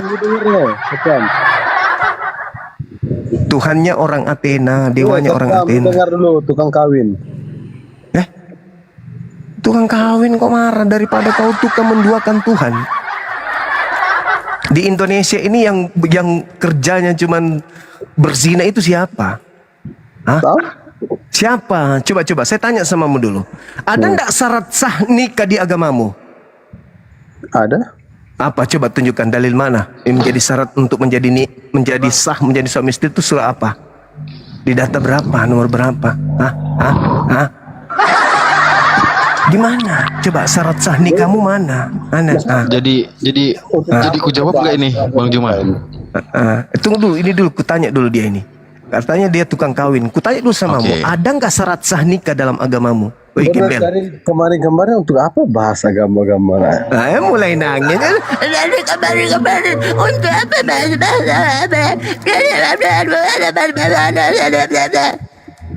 Karena kalian begitu bawaannya. Banyak cerita. Tukang kawin itu kamu. Kami nggak ada kawin, kami nikah.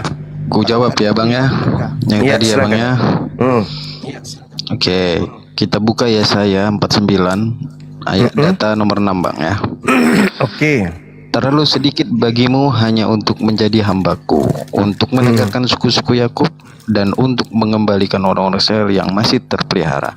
Tetapi aku akan membuat engkau menjadi terang bagi bangsa-bangsa supaya keselamatan yang daripadamu sampai ke ujung bumi, Bang. Iya. Itu data ya Bang, itu datanya Bang, sampai ke ujung bumi. Iya. Berarti itu udah terjawab ya Bang? Iya, tunggu dulu. Berarti pertanyaan saudara kita yang perempuan tadi itu sudah terjawab di situ. Ya kan ya? Artinya ketika berbicara dalil Yesaya 49 ini Anda jadikan sebagai dasar pijakan. Apa hak? Saya katakan kepada saudara, Anda tidak punya hak sama sekali terhadap kitabnya orang Yahudi. Hanya oleh karena sabar dulu.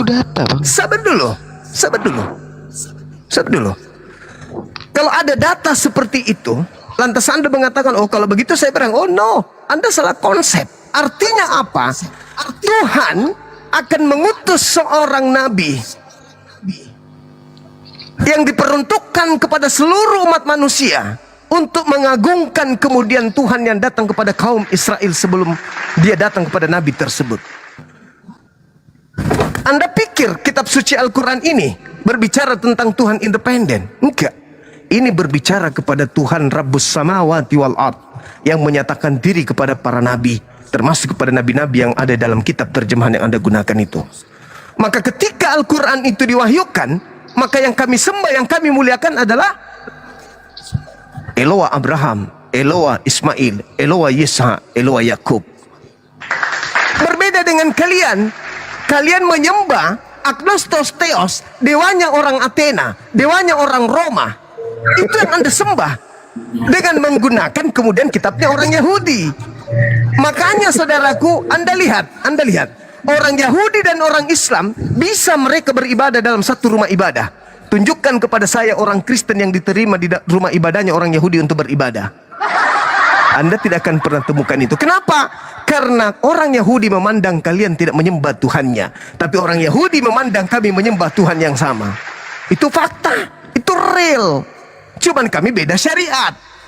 Jadi ketika Anda membaca tuh data yang seperti itu, boleh dong Anda membaca data Yesaya berapa itu ya? Yesaya 42.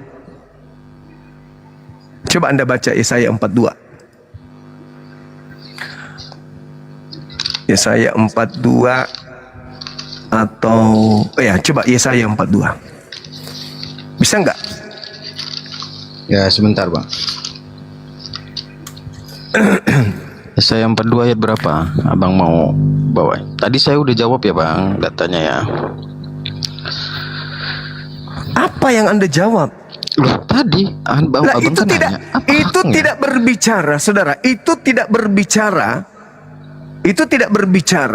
terkait dengan legitimasi Anda menggunakan kitabnya orang Yahudi. Itu sama sekali nggak berbicara. Kejadian 49 coba nomor 10. Bukan Anda sedang menunjukkan bahwa ini loh legalitasnya kami menggunakan data itu. Maksudnya data itu yang Anda bacakan tadi saya 49 itu, bahwasanya Tuhan akan mengajar kepada seluruh manusia untuk datang manusia itu menyembah kepada Dia. Tetapi bukan menggunakan kitab tersebut, karena kitab tersebut hanya diperuntukkan kepada kaumnya Bani Israel. Begitu saudaraku. Yesus menggenapi kitab Taurat dan seluruh kitab para nabi, itu kata Yesus. Goblok. Pasundal monyet. Monyet lo pasundal. Kalau begitu, tolong tunjukkan di mana Yesus mengaku untuk Kristen. Mana? Coba tunjukkan dalilnya Yesus mengaku aku diutus untuk Kristen. Mana? Diutus untuk non Yahudi mana? Ada enggak? Pandai-pandaian ngarang cerita, ngarang sendiri, bikin kitab sendiri, habis itu dituduh Yesus ngarang sendiri. Ada enggak Yesus menjelaskan bahwa itu adalah ucapanku? Ada enggak? Enggak ada. Kalian cuman, ya kami umat Islam ini aja hanya karena kami sayang sama kalian, makanya kami mau melayani kalian diskusi. Sebenarnya ya kita ikut bodoh juga ya kalau diskusi dan kalian mengikuti tipe kalian. Karena kalian orang-orang yang beragama tanpa akal. Kalian hanya doktrin dan dogma. Kalau enggak emosi kayak gitu. Gitu ya, saudara. Jadi tidak ada data di dalam kitabnya orang Yahudi bahwa Torah itu untuk kalian. Coba Anda baca di dalam Yesaya Ulangan 5. Anda baca Ulangan 5, nomor 1, nomor 2, nomor 3. Anda baca Ulangan. Makasih semuanya. Selamat malam. Ya, setidaknya saya sudah menjawab tadi data itu ya. Kalau nggak apa-apa. Next kita silakan diskusi lagi lah. Angkat tema baru ya. Oke. Thank you. Selamat malam. Ya. Ulangan 5, hukum Torah itu hanya berlaku bagi orang yang hidup zaman itu. Bukan berlaku kepada orang Yahudi yang sebelumnya, tapi zaman itu yang hidup bersama dengan Musa. Ulangan 33, hukum Torah itu adalah hak milik kepunyaan Bani Yakub, bukan kepada Bani kalian. Itu harus yang Anda catat. Kalian itu hanya menggunakan terjemahan kitabnya orang secara diturunkan host? Secara ilegal. Tidak ada hak kalian menggunakan kitabnya orang Yahudi itu. Kalian menggunakan secara ilegal, ya. Kalian hanya menggunakan terjemahan saja. Izin Gurunda ya. Kalau mau makan. Oke. Dinda Alip. Ada Ustadz Alip. Iya, rehat sejenak ya, sejenak aja. Nih kita mau makan dulu, Siap, vitamin. Lanjut Dinda. Siap. Terima kasih. Ya, Pak Mario itu noise. Kenapa saya turunkan? Pak Mario itu noise. Ya, Pak Mario. Coba Pak Mario cari tempat yang aman di dalam gereja mau di mana biar gak noise Pak Mario ya. Pak Mario noise. Coba buka mute-nya, pasti noise Pak Mario. Berantakan tuh kayak mukanya si Aaron tadi langsung berantakan. Ya Ustadz Alip, Bunda Rahma, Bang Handi, Assalamualaikum warahmatullahi wabarakatuh. Buat yang lainnya tidak Assalamualaikum ya. Satu Akang Ustadz Bang Handi. Lanjut. Christian jangan ikut salam. Oten ikut salam. Bunda. Dijuprai. Dah, Tadalip, Tapadol. Di ini dulu Kang, silakan. Aku kan baru gabung. Ya, nggak apa-apa. Udah habis tadi diskusinya, udah Ini habis loh, temanya Kang. keselamatan. Pengantarnya nih. Jadi kita kan pendengar dari awal sampai akhir nih bahwa Bang Juma PS2 pendeta sepertinya tidak imbang begitu. Kasihan pendetanya mencari data dan terjadi ya tidak seimbang. Kenapa? Karena mereka hanya mempergunakan sesuatu yang tidak nyambung dengan topik begitu.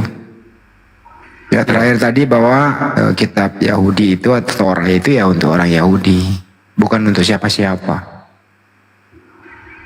Iya betul. Diminta, tidak ada yang bisa membuktikan bahwa Torah itu untuk orang Kristen. Iya, janjinya Nggak sih ada, sama gitu. 3 Bang Handi tadi itu, 2 pendeta, pendeta Arom, pendeta siapa tadi? Ruben, Yunus Ruben sama pastor Suat. Cuma pastor Suatnya nggak datang. Yang ada 2, ya udah nggak apa-apa 2 juga. Habis 2 juga dilahap. Kenyang lah Gurunda. Nah ini ada berapa nih? 1, 2, 3, 4, 5 oten nih. Lumayan nih nyate nih. Silakan temanya ditentukan aja, apa aja temanya silakan. Temanya udah jelas. Kalau mau selamat itu, ya memilih Tuhan yang mana, gitu ya. Dari dulu Mario. Ustaz Alif dulu aja, Ustaz Alif. Sebentar ya, nanti Kristen yang melanjutkan. Kalau nggak mau diatur, dibawa aja, oke? Kalau mau selamat itu, ini topiknya nih. Kalau mau selamat itu, siapakah Tuhan yang disembah? Nah, itu aja dulu ya. Ini kan konsep keselamatan ya, Kang ya. Lanjut ya. Siap. Oke. Siap. Lanjut. Silakan Ustaz Alif Gurunda. dulu berargumentasi, memberikan edukasi. Kalau mau selamat, siapakah sebenarnya Tuhan yang disembah? Di situ Kristen mewakili 1 orang. Silakan Ustaz. Oke, Gurunda belum off cam, Gurunda takut lupa. Gurunda belum off cam. Nah, udah off cam Gurunda. Mohon maaf, sahabat, sebelum dilanjut, ini kan kita tahu ada bencana alam ya di daerah mana tuh? Sibolga ya, Bukit Di Tinggi. Sumut. Tapanuli Selatan, Tapanuli lah. Kalau daerah Datuk juga ada nggak situ? Sibolga itu Bang Cuma. Sibolga ya? Iya. Iya, sebisa mungkin habis ini kita ini buka open donasi untuk teman-teman kita yang ada di sana. Nanti api sumut yang kita upayakan untuk salurkan di sana ya teman-teman ya. Siap. Oke, silakan dilanjut. Oke, kalau begitu saya sebagai humas sapi membuka ya sebagai bentuk kepedulian kita dari semua yang mendengarkan di sini umat Islam dalam hal kemanusiaan. Kita buka open donasi. Nanti api sumut yang akan bergerak ke lokasi. Yang ingin menyalurkan donasinya atau bantuannya silakan ke rekening Yayasan Apologet Islam Indonesia. Nomornya 75 kali ditambah 51 tambah 770. 75 kali 71 770 Bank Negara Indonesia atas nama Apologet Islam Indonesia. Oke, kira-kira teman-teman. Oke, silakan. Buat teman-teman yang belum tap-tap layar, silakan ya tap-tap layar. Yang belum klik lob oren ya, lob oren, silakan klik lob oren. Dan yang belum follow narasumber muslim di atas, silakan ya. Ini akun saya yang kedua. Yang pertama tadi rungkat ya, kena tombak. Oke, silakan dilanjut untuk diskusi. Ustadz Alif, silakan temanya konsep Ada yang minta diulangi nomor rekeningnya 75 kali 51 770. Bank BNI atas nama Apologet Islam Indonesia. Anda boleh mengirim bukti transfernya ke nomor saya 0813 9233 7800. Silakan Ustadz Alif, Mas, kembali ke topik. Kalau ingin selamat mengenai konsep keselamatan ini, siapakah sebenarnya Tuhan yang disembah berdasarkan kitab suci? Silakan Ustadz. Baik, terima kasih Bang Handi dan terima kasih untuk host semuanya. Pertama, banyak sekali ayat di dalam Al-Quranul Karim yang mengabarkan tentang keselamatan. Contoh salah satunya adalah di dalam surah Yunus ayat 25. Bismillahirrahmanirrahim. Wallahu yad'u ila daris salam wa yahdi mayyasha'u ila sirati mustaqim. Allah menyeru manusia, mengajak manusia ke kampung keselamatan, yaitu ke surga, dan menunjuki orang-orang yang dikendakinya kepada jalan yang lurus, yaitu Islam. Nah, di sini Allah, sang pencipta alam semesta, mengajak manusia ke kampung keselamatan di dalam kehidupan yang abadi, yaitu di surga. Makanya Allah berfirman di ayat lain, hal yang paling prinsip adalah apa itu? Alam ahad ilaikum ya bani adam wa la ta'budu syaiton. Innahu lakum adu mubin wa anibuduni hada siratum mustaqim. Kata Allah, hanya kepadakulah kalian menyembah, inilah jalan yang lurus. Jadi jalan yang lurus menuju kampung keselamatan adalah menyembah Tuhan yang Esa. Itu prinsip yang tidak bisa diganggu-gugat. Makanya di dalam surah Kahfi ayat lain dijelaskan, katakanlah oleh engkau wahai Muhammad, aku ini manusia sama seperti kalian semua. Barang siapa yang ingin berjumpa dengan Tuhannya, maka lakukan amalan-amalan kebaikan dan jangan pernah menyekutukan Tuhan. Lagi-lagi tentang prinsip menuhankan Tuhan yang Esa, menyembah Tuhan yang Esa itu kunci keselamatan, kunci paling dasar, tidak bisa ditawar-tawar, tidak bisa diganggu-gugat. Allah sudah mengabarkan di dalam ayat lain, ya ahlal kitab, qad ja'akum rasuluna yubayyinu lakum katsiran mimma kuntum tukhfuna minal kitab wa ya'fu an katsir.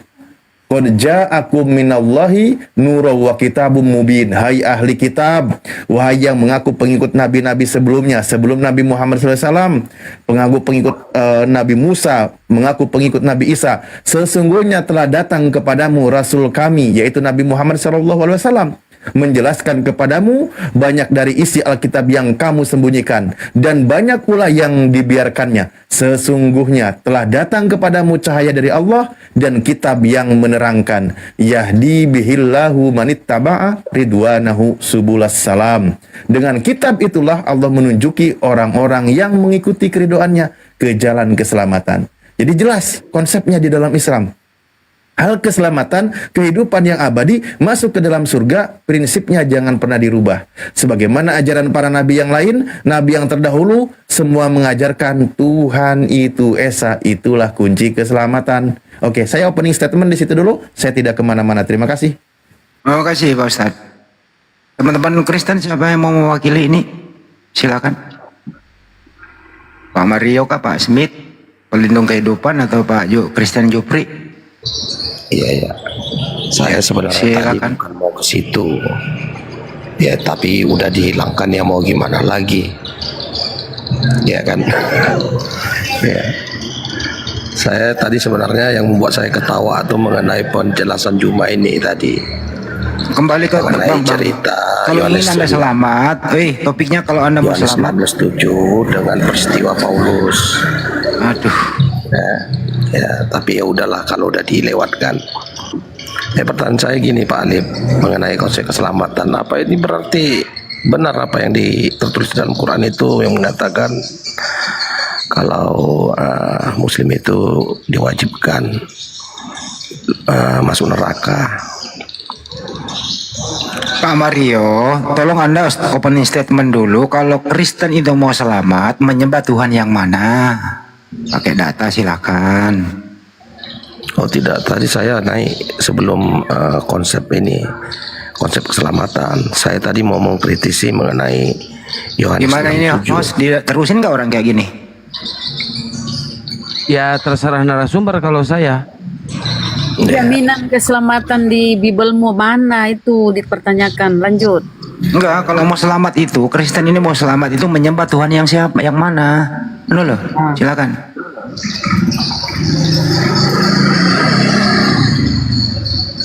Saya naik bukan untuk itu. Ya udah, diam dulu. Ada Kristen lain mau bisa mewakili? Saya juga sama seperti Mario. Saya naik itu tertarik dengan Bang Juma gitu loh. Statementnya Bang Juma bukan masalah keselamatan. Mesias adalah, tapi intinya begini, kalau masalah keselamatan itu ya, konsep keselamatan Islam itu tidak bisa dihubungkan dengan konsep keselamatan Kristen. Sudah jalurnya sendiri-sendiri ya. Begitu saja bagi saya ya. Nanti kalau saya sampai ya emang nggak bisa, orang jelas Kristennya nanti yang celaka masuk neraka, gimana sih Pak? Nggak mungkin lah bisa digabung. Silakan Anda berstatement Kristen masuk neraka, nggak masalah, itu kan statement Anda gitu loh ya. Kalau menurut Yesus gimana? Menurut Yesus jelas masuk surga. Loh, Yesus berkata setiap orang akan digarami dengan api. Ya, itu maksudnya gimana itu? Dipanggang bukan? Itu ayat yang sudah kamu pahami menurut pikiranmu ya sudah. Loh, aku nanya, itu di mana itu? Itu di neraka atau bukan? sudah nggak usah tanya gitu ya, nggak usah tanya. Kok jadi nggak usah tanya, piye toh? Nggak usah tanya. Dan saya tidak tertarik membahas keselamatan. Cuma saya ingin Enggak, kita bukan membahas keselamatan. Ini tentang kecelakaan bagi Kristen. silakan. Tolak ukur kami bukan dari omonganmu kok. Ya, bukan dari omongan saya, Pak, dari omongan Yesus. Aduh, kamu mesti pakai nama Yesus untuk pembenaran. Nah, Yesus bilang setiap orang akan digarami dengan api, itu maksudnya gimana? Ya. Saya belum pelajari itu, tidak saya jawab. Oh, ya udah kalau gitu saya ajari boleh? Tidak perlu. Oh, ya udah, kalau tidak perlu, berarti Anda tidak usah bicara. Masalahnya Anda orang luar penyusup gelap mau ngajari kami, enggak pakai kitab kami, enggak usah. Bukan kapasitas Anda untuk berbicara seperti itu. Saya sudah Cuma saya pelajari, tertarik dengan Anda Tuhan belum yang saya- pelajari. Kayak mana Bapak ini kok malah jadi menghakimi? Oke, Harus kalau gitu diyakini. saya bacakan tadi di situ kan Yesus itu kan berkata setiap orang akan digarami dengan api. Markus 9 nomor 49 kan jelas di situ ayatnya. Kalau setiap orang termasuk Anda kan Pak Jupri. Ya, Nah, oke. Loh kalau Anda, berarti Anda bukan orang biar nggak kena framing. Nggak usah framing. Tidak ada tolak kebenaran tentang kitab kami ketika kitab itu kamu pegang gitu loh. Sekarang saya tanya juga. Pak Juprai, lu itu seorang pendeta kok merajuk terus kerjaannya? Harus merajuk. Emang merajuk terus cengeng lu itu cengeng. Masa harus. pendeta cengeng? Nggak Harus. boleh loh pendeta itu cengeng. Ya. Kalau nggak mau diskusi, kalau mau merajuk terus dibawa sama mak-mak tuh curhat. Tadi saya tertarik dengan omongnya si Juma gitu loh. Sering memakai orang Yahudi. Alah, giliran diajak diskusi suruh jawabnya DM. Gitu aja terus. Oh, sampai sekarang Juma nggak berani kok jawab DM saya. Nggak berani. Lo kan kelakuannya kayak mak-mak, DM, mak-mak medsos lo. Oh, DM itu konseling pribadi, DM itu konseling. Cuma berusaha konseling gitu loh. Maksud saya itu bicara baik-baik, tidak diketahui banyak orang gitu loh. Tujuan saya gitu. Ya, cuma DM kan tidak ada duitnya gitu. Ya. Jadi begini ya Bang Alif. Terus silahkan Anda sekarang di sini diketahui banyak orang nggak? Apa? Sekarang Anda di sini diketahui banyak orang nggak? Ya. Nah, banyak orang ini kira-kira bisa menilai nggak pola pikir Anda? Pola pikir mereka jelas tidak sama dengan pola pikir saya. Ya pastilah. Ya, Orang di bawah pasti akan melihatnya, oh bapak tukang merajuk naik komal, mau curhat, mau ngeluh, kan gitu jadinya. Saya tadi naik komal ini tujuannya tidak membahas tentang keselamatan. Saya pengen menanggapi si Juma itu loh. Kalau Jangan Pak, tanggapinya di DM Pak, jangan di sini, kan di DM katanya gimana sih? Tahu Juma supaya DM-nya dijawab. Ya, Ya sudah gitu. Ya, teman-teman di bawah Pak Jupri ini ganti namanya jadi Christian Merajuk.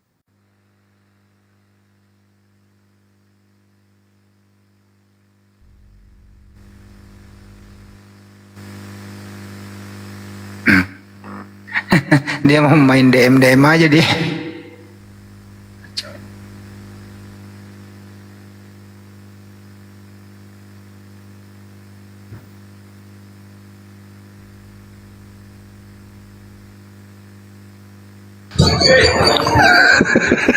Main DM. Iya. Jadi gimana nih? Iya, konsep keselamatan kamu itu menyembah siapa? Saya naik bukan untuk itu ke sini. Nah, terus mau topik apa? Ya, aku mau mempertanyakan pengetahuan gurumu ini. Oh, mau bertanya? Iya. Oh, silakan bertanya. Iya. Sekolah dasar di mana ini gurumu ini? Nggak tahu membaca. Oh, begitu cara diskusinya. Iya. Kualitasmu kayak begini. Gurumu ini yang kau bilang gurunda ini. Oh, kualitasnya Sekolah begini dasar di doang mana? ternyata. Perlu dipertanyakan lagi nih pengetahuannya. Kualitas kayak gini, kirain ada ilmu. Kirain kau punya ilmu, naik. Ternyata kamu hanya naik di sini mempermalukan dirimu. Kau belajar lagi lah, 17 tahun baru balik sini.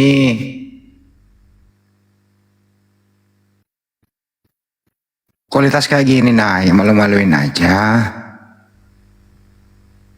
Oke teman-teman, terima kasih ya yang sudah berdonasi untuk kita akan buka ya seminggu ke depan untuk membantu saudara-saudara kita yang di Sumut ya yang mengalami musibah inti. Insya Allah nanti api Sumut yang akan langsung ke lokasi sebagaimana tahun-tahun sebelumnya yang kami lakukan ya.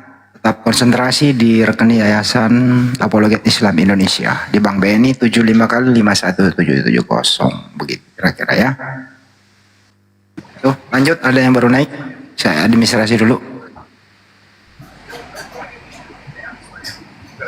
Tad monitor tad.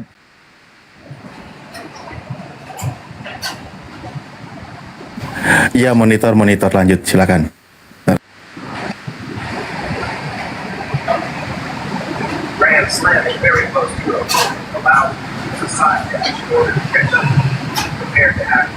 Kalau ingin selamat itu tadi menyembah Allah, terus cara menyembahnya gimana Ustaz sesuai ajaran Islam?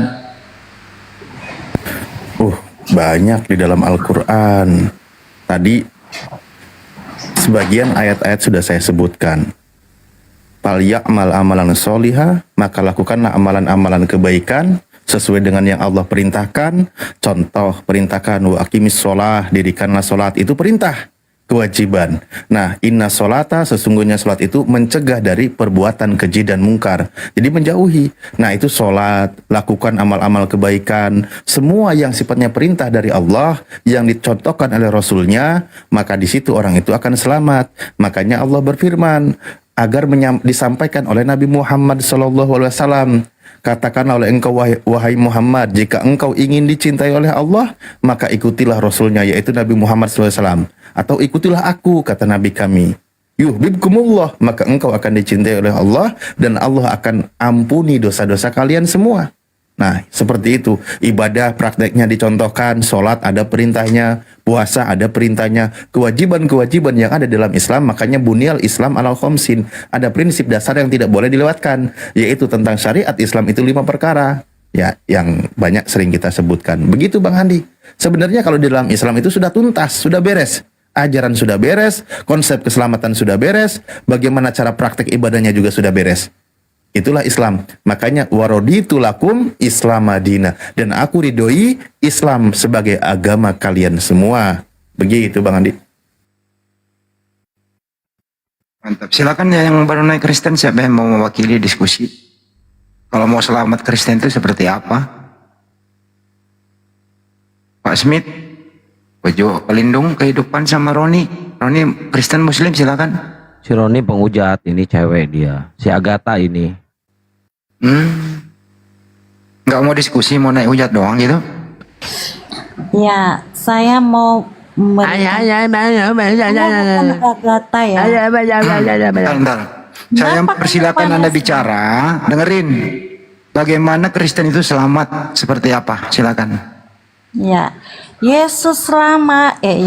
Kristen selamat hanya dengan menerima Yesus sebagai Tuhan dan Juru Selamat satu-satunya. Oke, datanya tertulis di mana? Tertulis di mana?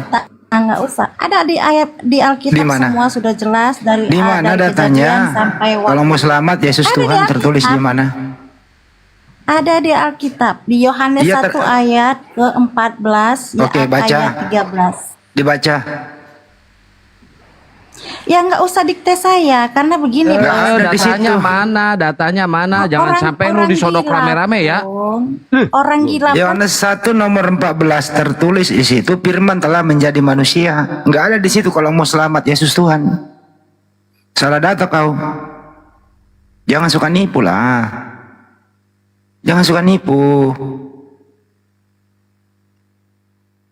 Yohanes 1:14 firman telah menjadi manusia. Nggak sesuai statementmu bahwa kalau mau selamat Yesus adalah Tuhan. Di mana itu?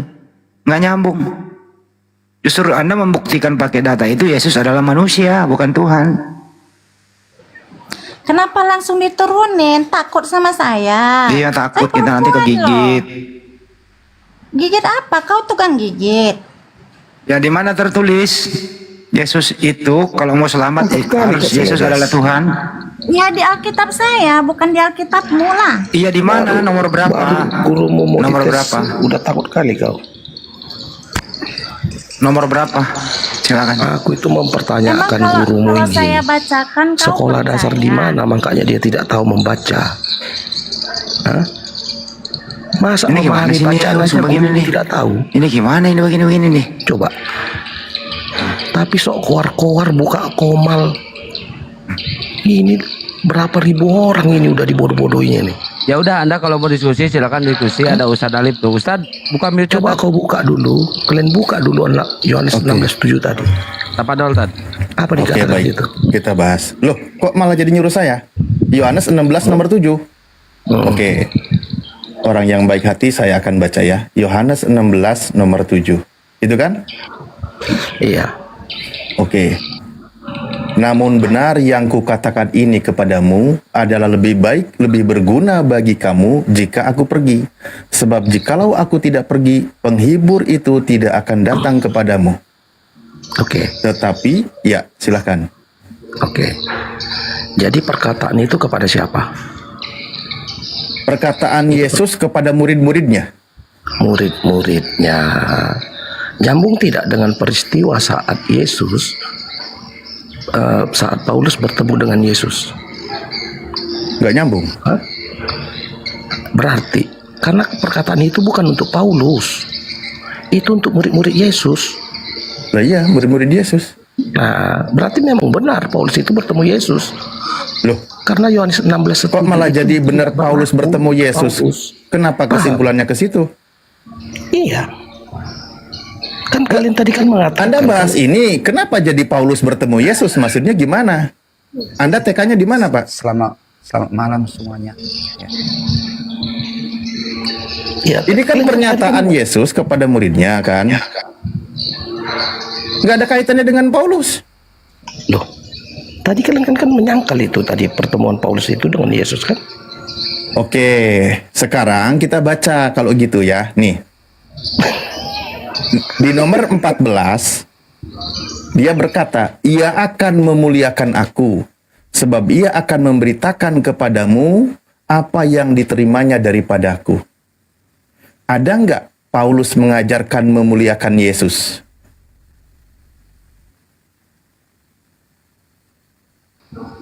Kau pahami dulu, itu perkataan. Ya, ini biar paham, biar paham. Kepada siapa? Biar paham. Kan kepada murid-muridnya udah saya bilang tadi. Muridnya kan? Iya. Iya, berarti Yesus tidak akan bertemu lagi dengan murid-muridnya. Dan itu terbukti, tidak ada ayat yang mengatakan kalau para rasul itu bertemu lagi dengan muridnya. Dan itu tidak berlaku di dalam peristiwa Paulus bertemu dengan Yesus. Lah, jadi sangkalan kalian itu patah. Enggak, apa maksudnya dengan Paulus itu apa? Maksudnya apa? Kok tiba-tiba larinya ke Paulus? Giliran saya tanya di sini Anda tidak mau jawab.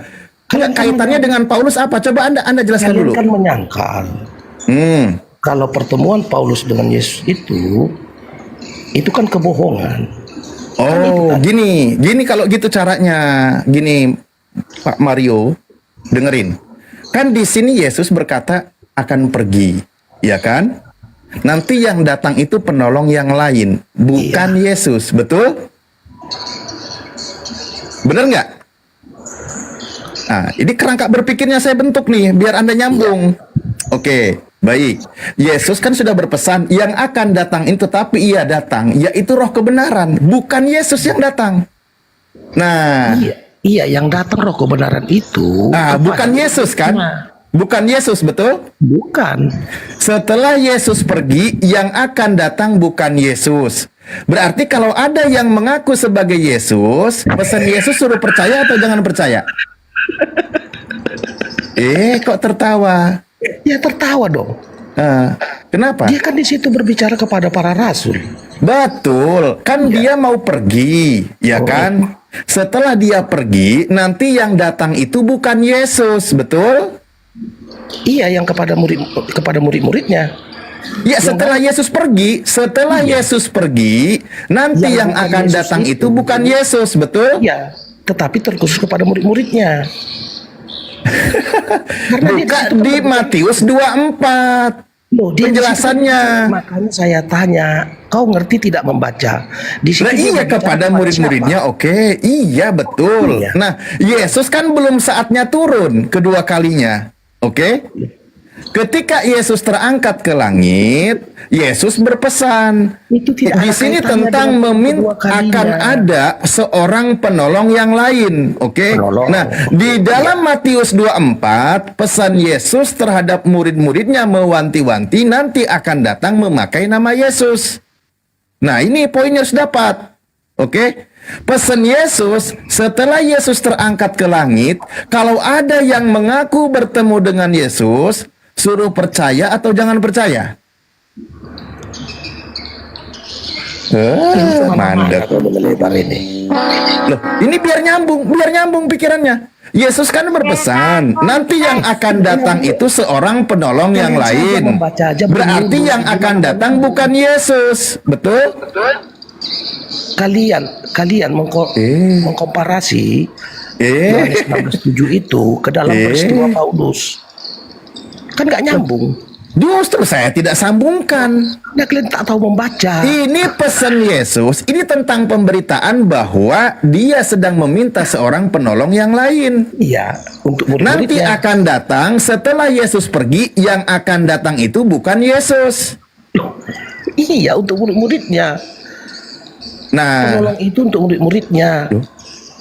Roh kebenaran itu untuk murid-muridnya. Itu tidak ada kolerasinya dengan peristiwa Paulus bertemu Yesus. Oke, kalau begitu, kalau untuk murid-muridnya, Anda tolong jawab. Ya, tetapi apabila ia datang yaitu roh kebenaran, ia akan memimpin kamu ke dalam seluruh kebenaran, sebab ia tidak akan berkata-kata dari dirinya sendiri. Tetapi segala sesuatu yang didengarnya itulah yang akan dikatakannya, dan ia akan memberitakan kepadamu hal yang akan datang. Saya tanya, siapa di antara murid Yesus yang menyampaikan bukan dari dirinya sendiri? Kok jadi melebar kemana-mana? Ih, koplaknya minta ampun, naudzubillahi min dzalik, innalillahi wa inna ilaihi raji'un. Tapi Anda harus gitu deh, bener anak-anak Kristen ya. Anda benar-benar harus gitu. Saya membuktikan. Jangan kalau jalan. kalian itu harus belajar lagi membaca. Ya, coba itu sudah saya baca. Nah, belum kalian komparasi. kalau Anda mau percaya bahwa nanti datang kepada murid-muridnya, siapa murid Yesus yang mengajarkan bukan dari dirinya sendiri? Perkataannya. Poinnya di sini, ya, roh kebenaran itu, roh penolong itu diperuntukkan untuk murid-muridnya. Tidak pada peristiwa Paulus bertemu Yesus seperti yang kalian komparasikan. Disitulah botolnya kalian. Nah, sekarang yang bertemu dengan Yesus itu, yang bertemu dengan Paulus itu siapa? Bukan gini, bukan ke situ maksudnya Bang Ali. Apalagi? Ya. Kalau misalnya begininya, nggak mau jalan otaknya dia, nggak mau jalan otaknya. Aku akan meminta kepada Bapak itu kan seorang penolong yang lain supaya dia menyertai kamu selama-lamanya. Jadi ya, seorang penolong yang lain ini yang dimaksudkan kalau kita ambil bahasa aslinya Allos Parakletos. Parakletos itu berarti roh. Jadi bukan ke manusia, jadi bukan Paulus maksudnya, tetapi Roh Kudus karena Allos Parakletos. Kalau Roh Kudus, kan tadi sudah dikatakan. Nih, namun benar yang kukatakan kepadamu adalah lebih baik berguna bagi kamu jika aku pergi. Dengerin dulu. Sebab Bang Raid. Sebab jikalau aku tidak pergi, penghibur itu tidak akan datang kepadamu. Nah, dia belum datang toh? Benar nggak? Penghibur itu tidak akan datang kepada murid-muridnya kalau dia tidak pergi. Loh. Iya, sementara dia sudah datang atau belum? Nah, nyambungnya dengan peristiwa Paulus apa? Mas, kok Paulus mulu sih kau ini dari tadi? Loh, dari tadi mereka yang mengkomparasikan. Ya, Anda kalau mau fokus bahas ini, fokus di sini. Nanti Paulus ada bagiannya saya sebutkan. Santai. Nah, di sini Roh Kudus itu sudah ada, sudah datang dari sejak Yesus dikandung sudah ada Roh Kudus. Dari Yesus dilahirkan sudah ada Roh Kudus. Ketika Yesus dicobai di padang gurun sudah ada Roh Kudus. Artinya Roh Kudus itu sudah ada. Sementara di sini penolong yang lain itu belum datang. Dan agar dia datang, Yesusnya harus pergi. Berarti ini bukan Roh Kudus. Dari mana Bang Alif harus pergi? Jadi, mengambil jadi rujukan dari di sini mana, Bang dipahami. Alif? Sebab jikalau aku tidak pergi, penghibur itu tidak akan datang kepadamu. Kurang jelas apa kalimatnya? Iya. Mu di situ siapa? Kepadamu di sini maksudnya siapa? Munya kan harus kita bahas juga Bang Alif. Kepadamu, munya jangan sampaikan pukul rata semua kepada siapa Yesus berbicara. Oke, saya bilang ini kepada murid-muridnya. Dari tadi sudah saya bilang. Nah, penghibur itu akan datang. Penghibur itu akan datang kalau Yesus pergi, betul? Gini, Bang Alif mengkomparasikan ayat satu ayat yang lain lalu dicampur, lari ke Maria. Ayatnya bukan ke situ, lari ke Maria. Astagfirullah.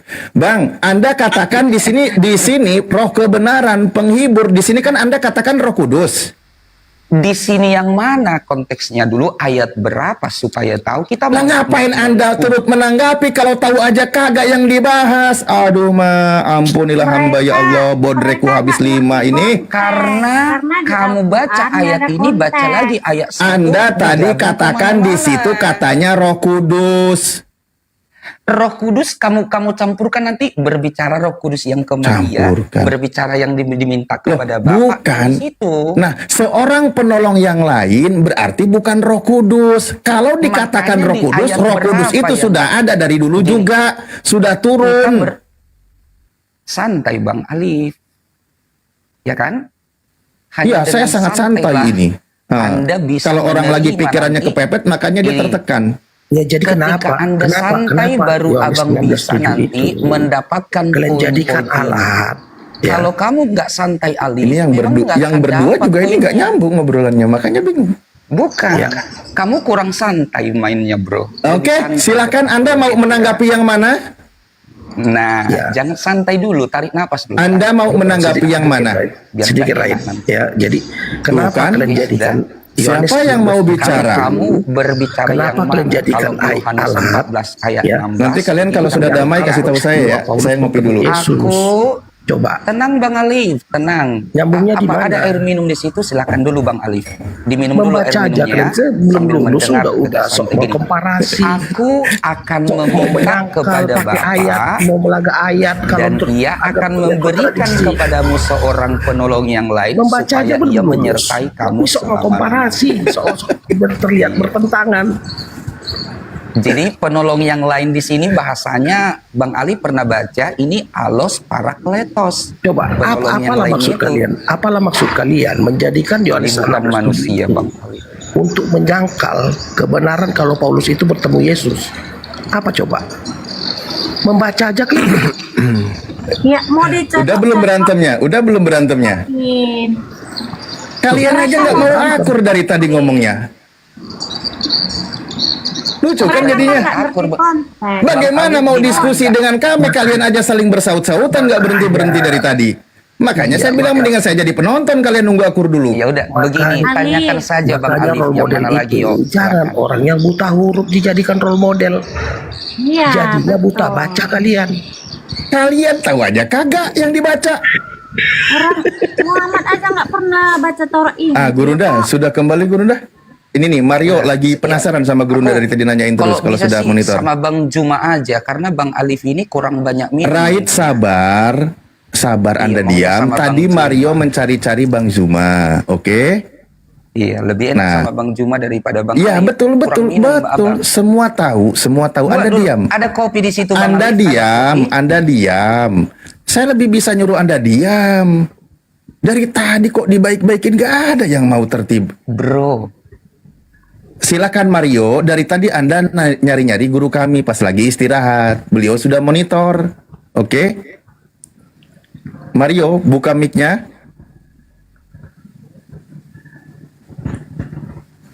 Halo semuanya, teman-teman Kristen yang lucu-lucu. Iya, sudah monitor. Silakan. Yang lain diam ya. Kalau bisa Bang Juma saja bertanya di kekristenan, biarkan. Kalian yang bertanya ke Kristenan kepada saya itu lebih pasnya. Loh, Oh, begitu ya Bang Juma ya. saya Iya bertanya dong. begini, kenapa ayat-ayat Yohanes 16:7 itu kalian jadikan alat untuk penyangkalan peristiwa Paulus bertemu dengan Yesus? Oke. Nyambungnya di mana? Sederhana sekali, sederhana. Di dalam Matius 23 Yesus kemudian hadir di tengah-tengah hampir seluruh orang-orang Yahudi. Imam-imam kepala mahkamah agama. Yesus datang kepada mereka. Kemana-mana ditanya 16:7. Aku gak butuh ceramahmu. Yang kutanya itu makanya kau tuh dengar. Karisten. Ini efek babi yang kau makan. Makanya otakmu gak berfungsi. Kau bertanya. itu dia. Kamu bertanya, harus kau duduk cantik. Ketika gurumu ingin menjelaskan, kau duduk cantik di situ. Kau bicara. Keturunan kerah, kau duduk cantik di situ. Saya mau menjawab pertanyaanmu. Gini Bang Juma, bisa nanti nanya keislaman Bang Juma. Duduk yang cantik, kau tanya nanti 1000 pertanyaan pun saya jawab. Oke, ketakutan kau anak duduk buahmu cantik. ini, Keturunan kera, diam. Diam dulu keturunan kera monyet, diam. Aku menjawab pertanyaanmu, oke? Jadi Yesus itu mengatakan kepada Bani Israel muridnya, bukan kepada keturunan monyet, tapi keturunan domba. Paham? Jadi Yesus berkata nih, Yerusalem, Yerusalem,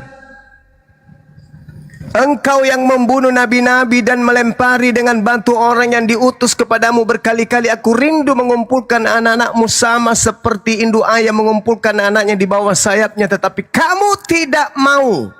Yerusalem lo ini, bukan Kristen, laknatullah, bukan. Yerusalem yang dipanggil, Bani Yakub, tapi kamu tidak mau. Jadi jangan sok-sokan kalian. Yesus kepada kaumnya sendiri, Yesus mengatakan kalian tidak mau. Lihatlah rumahmu ini akan ditinggal dan menjadi sunyi. Tuh, kau sendiri buktikan sekarang, bukan? Dan aku berkata kepadamu, mulai sekarang kamu tidak akan melihat aku lagi hingga kamu berkata, diberkatilah dia yang datang dalam nama Tuhan. Kamu tidak akan melihat aku lagi. Lalu siapa yang dilihat oleh Paulus ini? Apakah data Paulus dengan Yesus ini sama? Kamu tidak akan melihat aku lagi. Kamu tidak. Kamu tidak akan melihat aku lagi. Sampai hingga kamu berkata, diberkatilah dia yang datang dalam nama Tuhan. Nah, berarti ketika Yesus mengatakan hal tersebut, kamu tidak akan melihat aku lagi. Kamu di situ siapa? Bani Israel. Orang-orang yang ada pada saat itu. Orang-orang Farisi. Ahli Taurat. Tuh, baca dalilnya. Baca dalilnya. Udah ketakutan di anggota kondimen mit aja nih. Maka Yesus berkata kepada banyak orang, kepada banyak orang yang ada pada saat itu, celakalah kamu hai pemimpin-pemimpin buta, celakalah engkau wahai ahli Taurat, celakalah engkau wahai orang Farisi, celakalah engkau wahai orang munafik. Tuh Yesus berkata kepada mereka. Terus ketakutan udah ini Akang nih. Malu kali lah aku lihat kau Akang gitu kelas kau. Terus setelah dia mengatakan seperti itu, aku berkata kepadamu, mulai sekarang kamu tidak akan melihat aku lagi hingga kamu berkata, diberkatilah dia yang datang dalam nama Tuhan.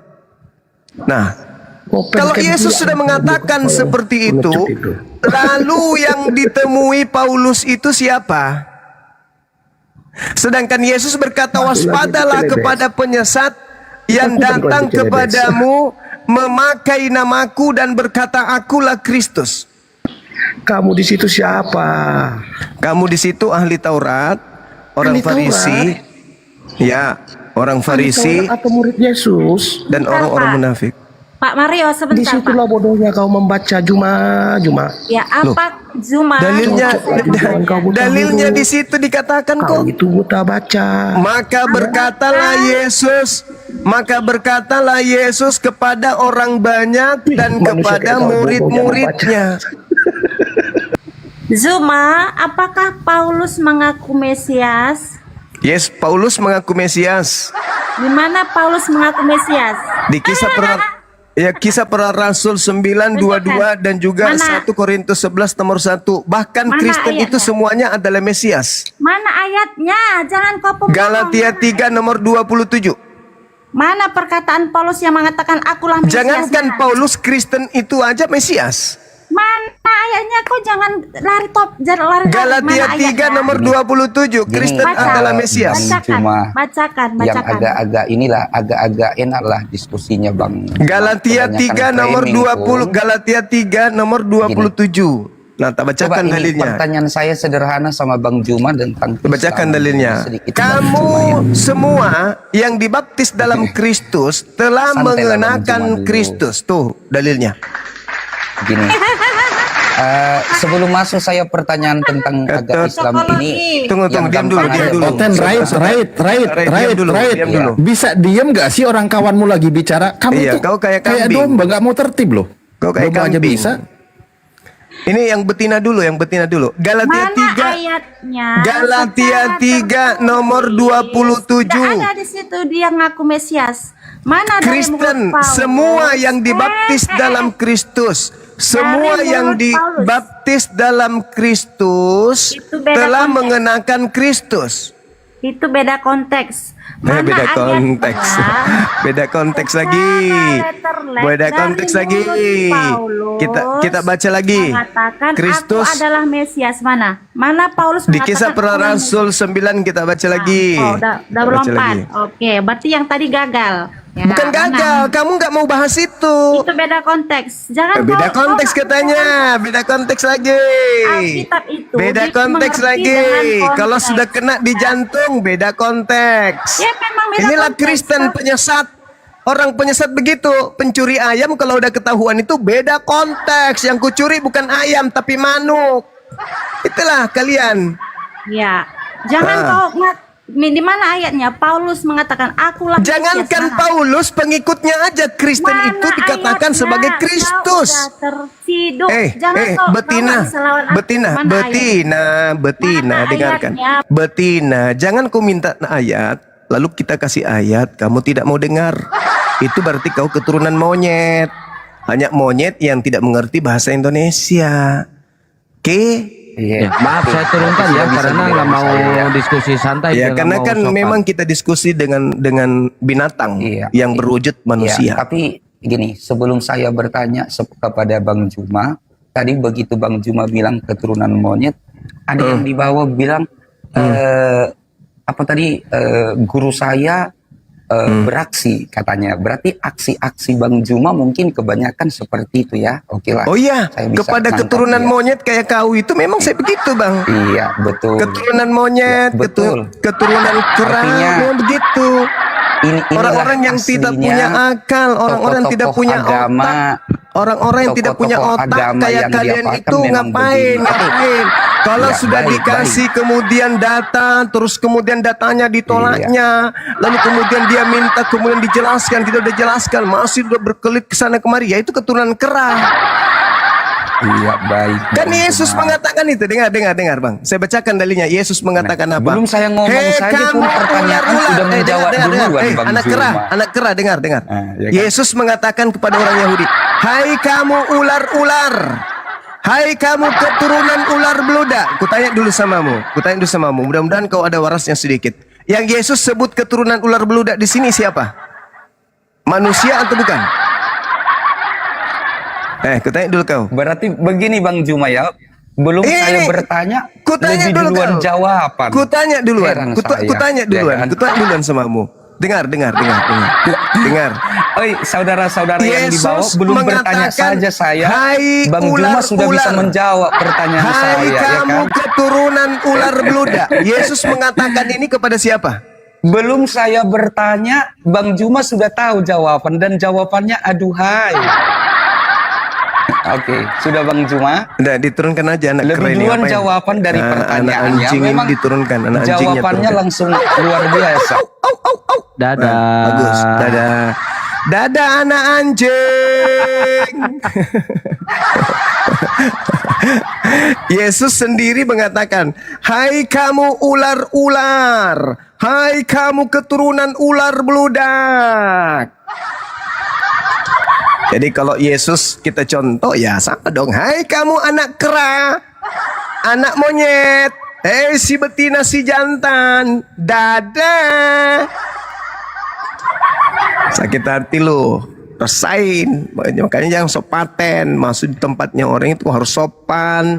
Kalau kau dijelaskan itu kau diam, kau bertanya itu kau diam, kita jawab. Jangan seperti anak monyet. Anak monyet enggak gitu kali.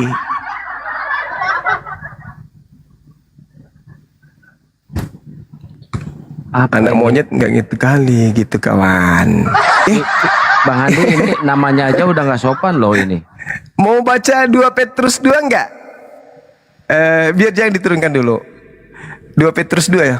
Itu API itu bahwa anggota pengemis Islam Indonesia. Coba baca Galatia 2. Iya, 2. itu 2 Petrus 2 ya, Pak. 2 kamu Petrus ini 2. cari uang 2 miliar Coba. itu, kamu ini 2 Petrus 2 mata kamu coba hijau. Anda baca gitu.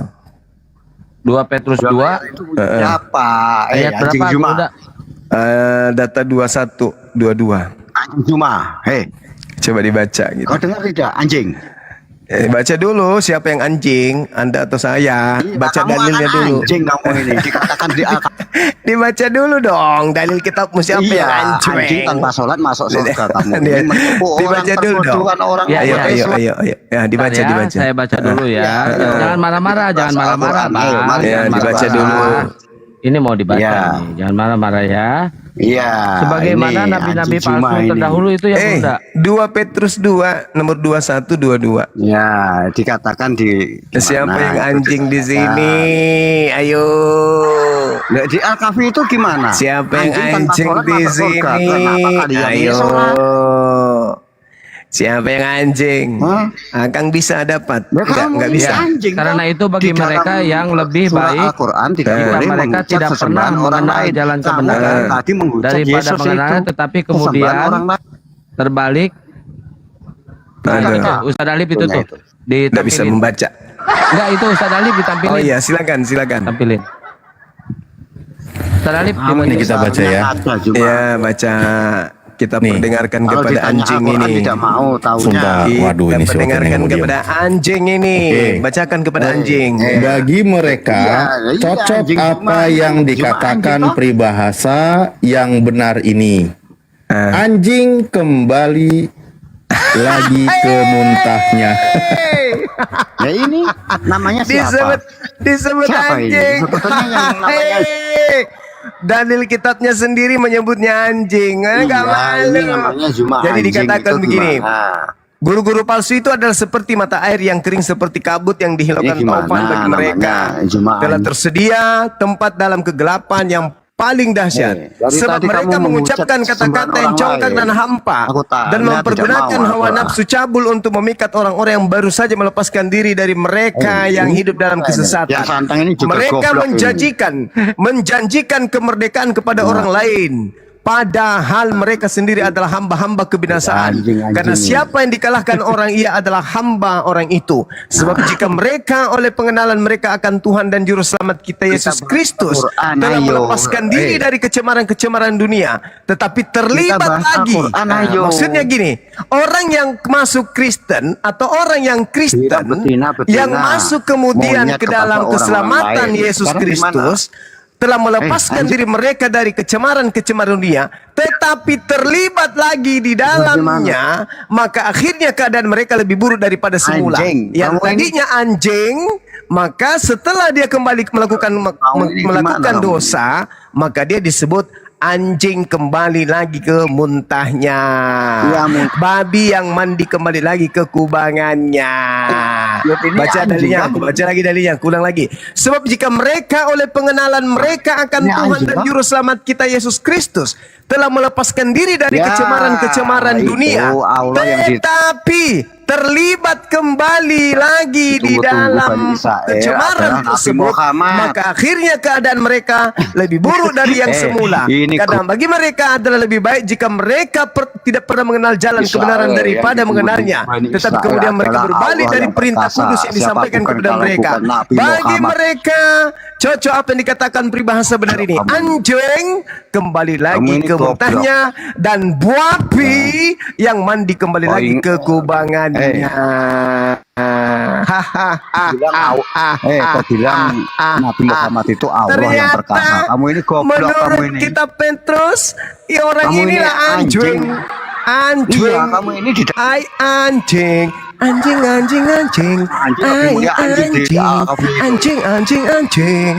Hei anjing, Anjing lebih mulia. babi anjing. Babi anjing, anjing babi, babi anjing, anjing babi, babi Buang anjing. aja itu, Bos. Apa sih pertanyaan? Hai, kena deh. Kita dibilang anjing, tapi ternyata orang Kristen yang meninggalkan kecemaran-kecemaran dunia, tetapi terlibat lagi ke dalam kecemaran itu, dan akhirnya keadaan mereka lebih buruk dari kecemaran semula. Mereka cocok dengan peribahasa yang benar ini. Anjing kembali lagi ke mentahnya. Jadi kalau ada orang Kristen yang melakukan dosa, itu disebut anjing yang makan muntah, babi yang kembali ke kubangan. Lalu bagaimana dengan Kristen yang tidak melakukan dosa? Apa namanya?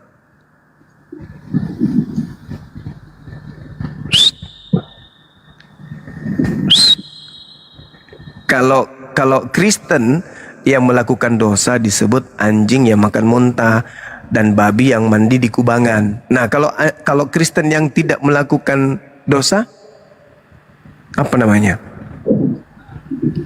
Apa namanya, Gerunda? Kan kalau melakukan dosa anjing yang makan muntah. Nah, anjing yang tidak makan muntah apa namanya?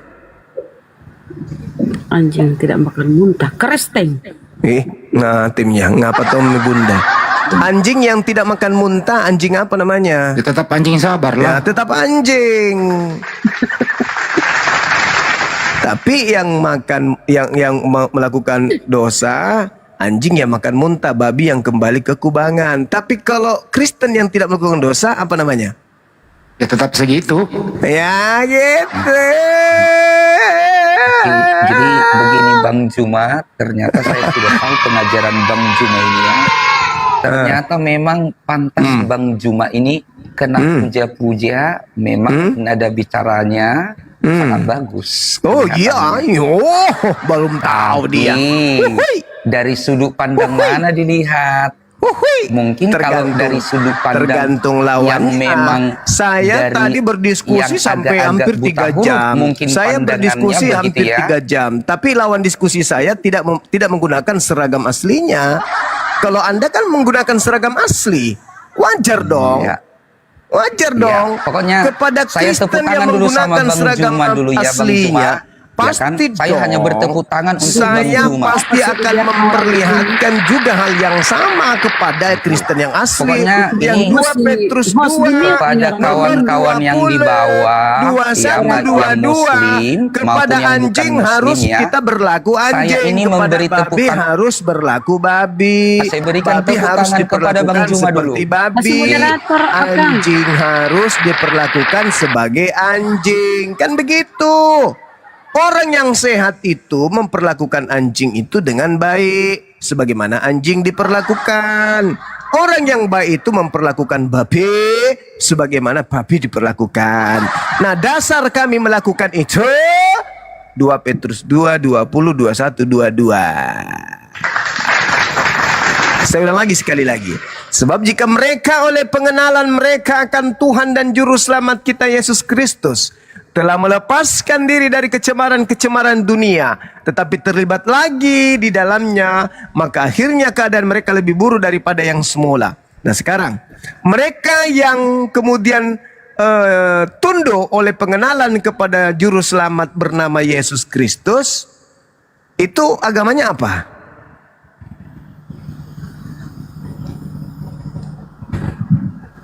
Kita ulangi Guru, apa?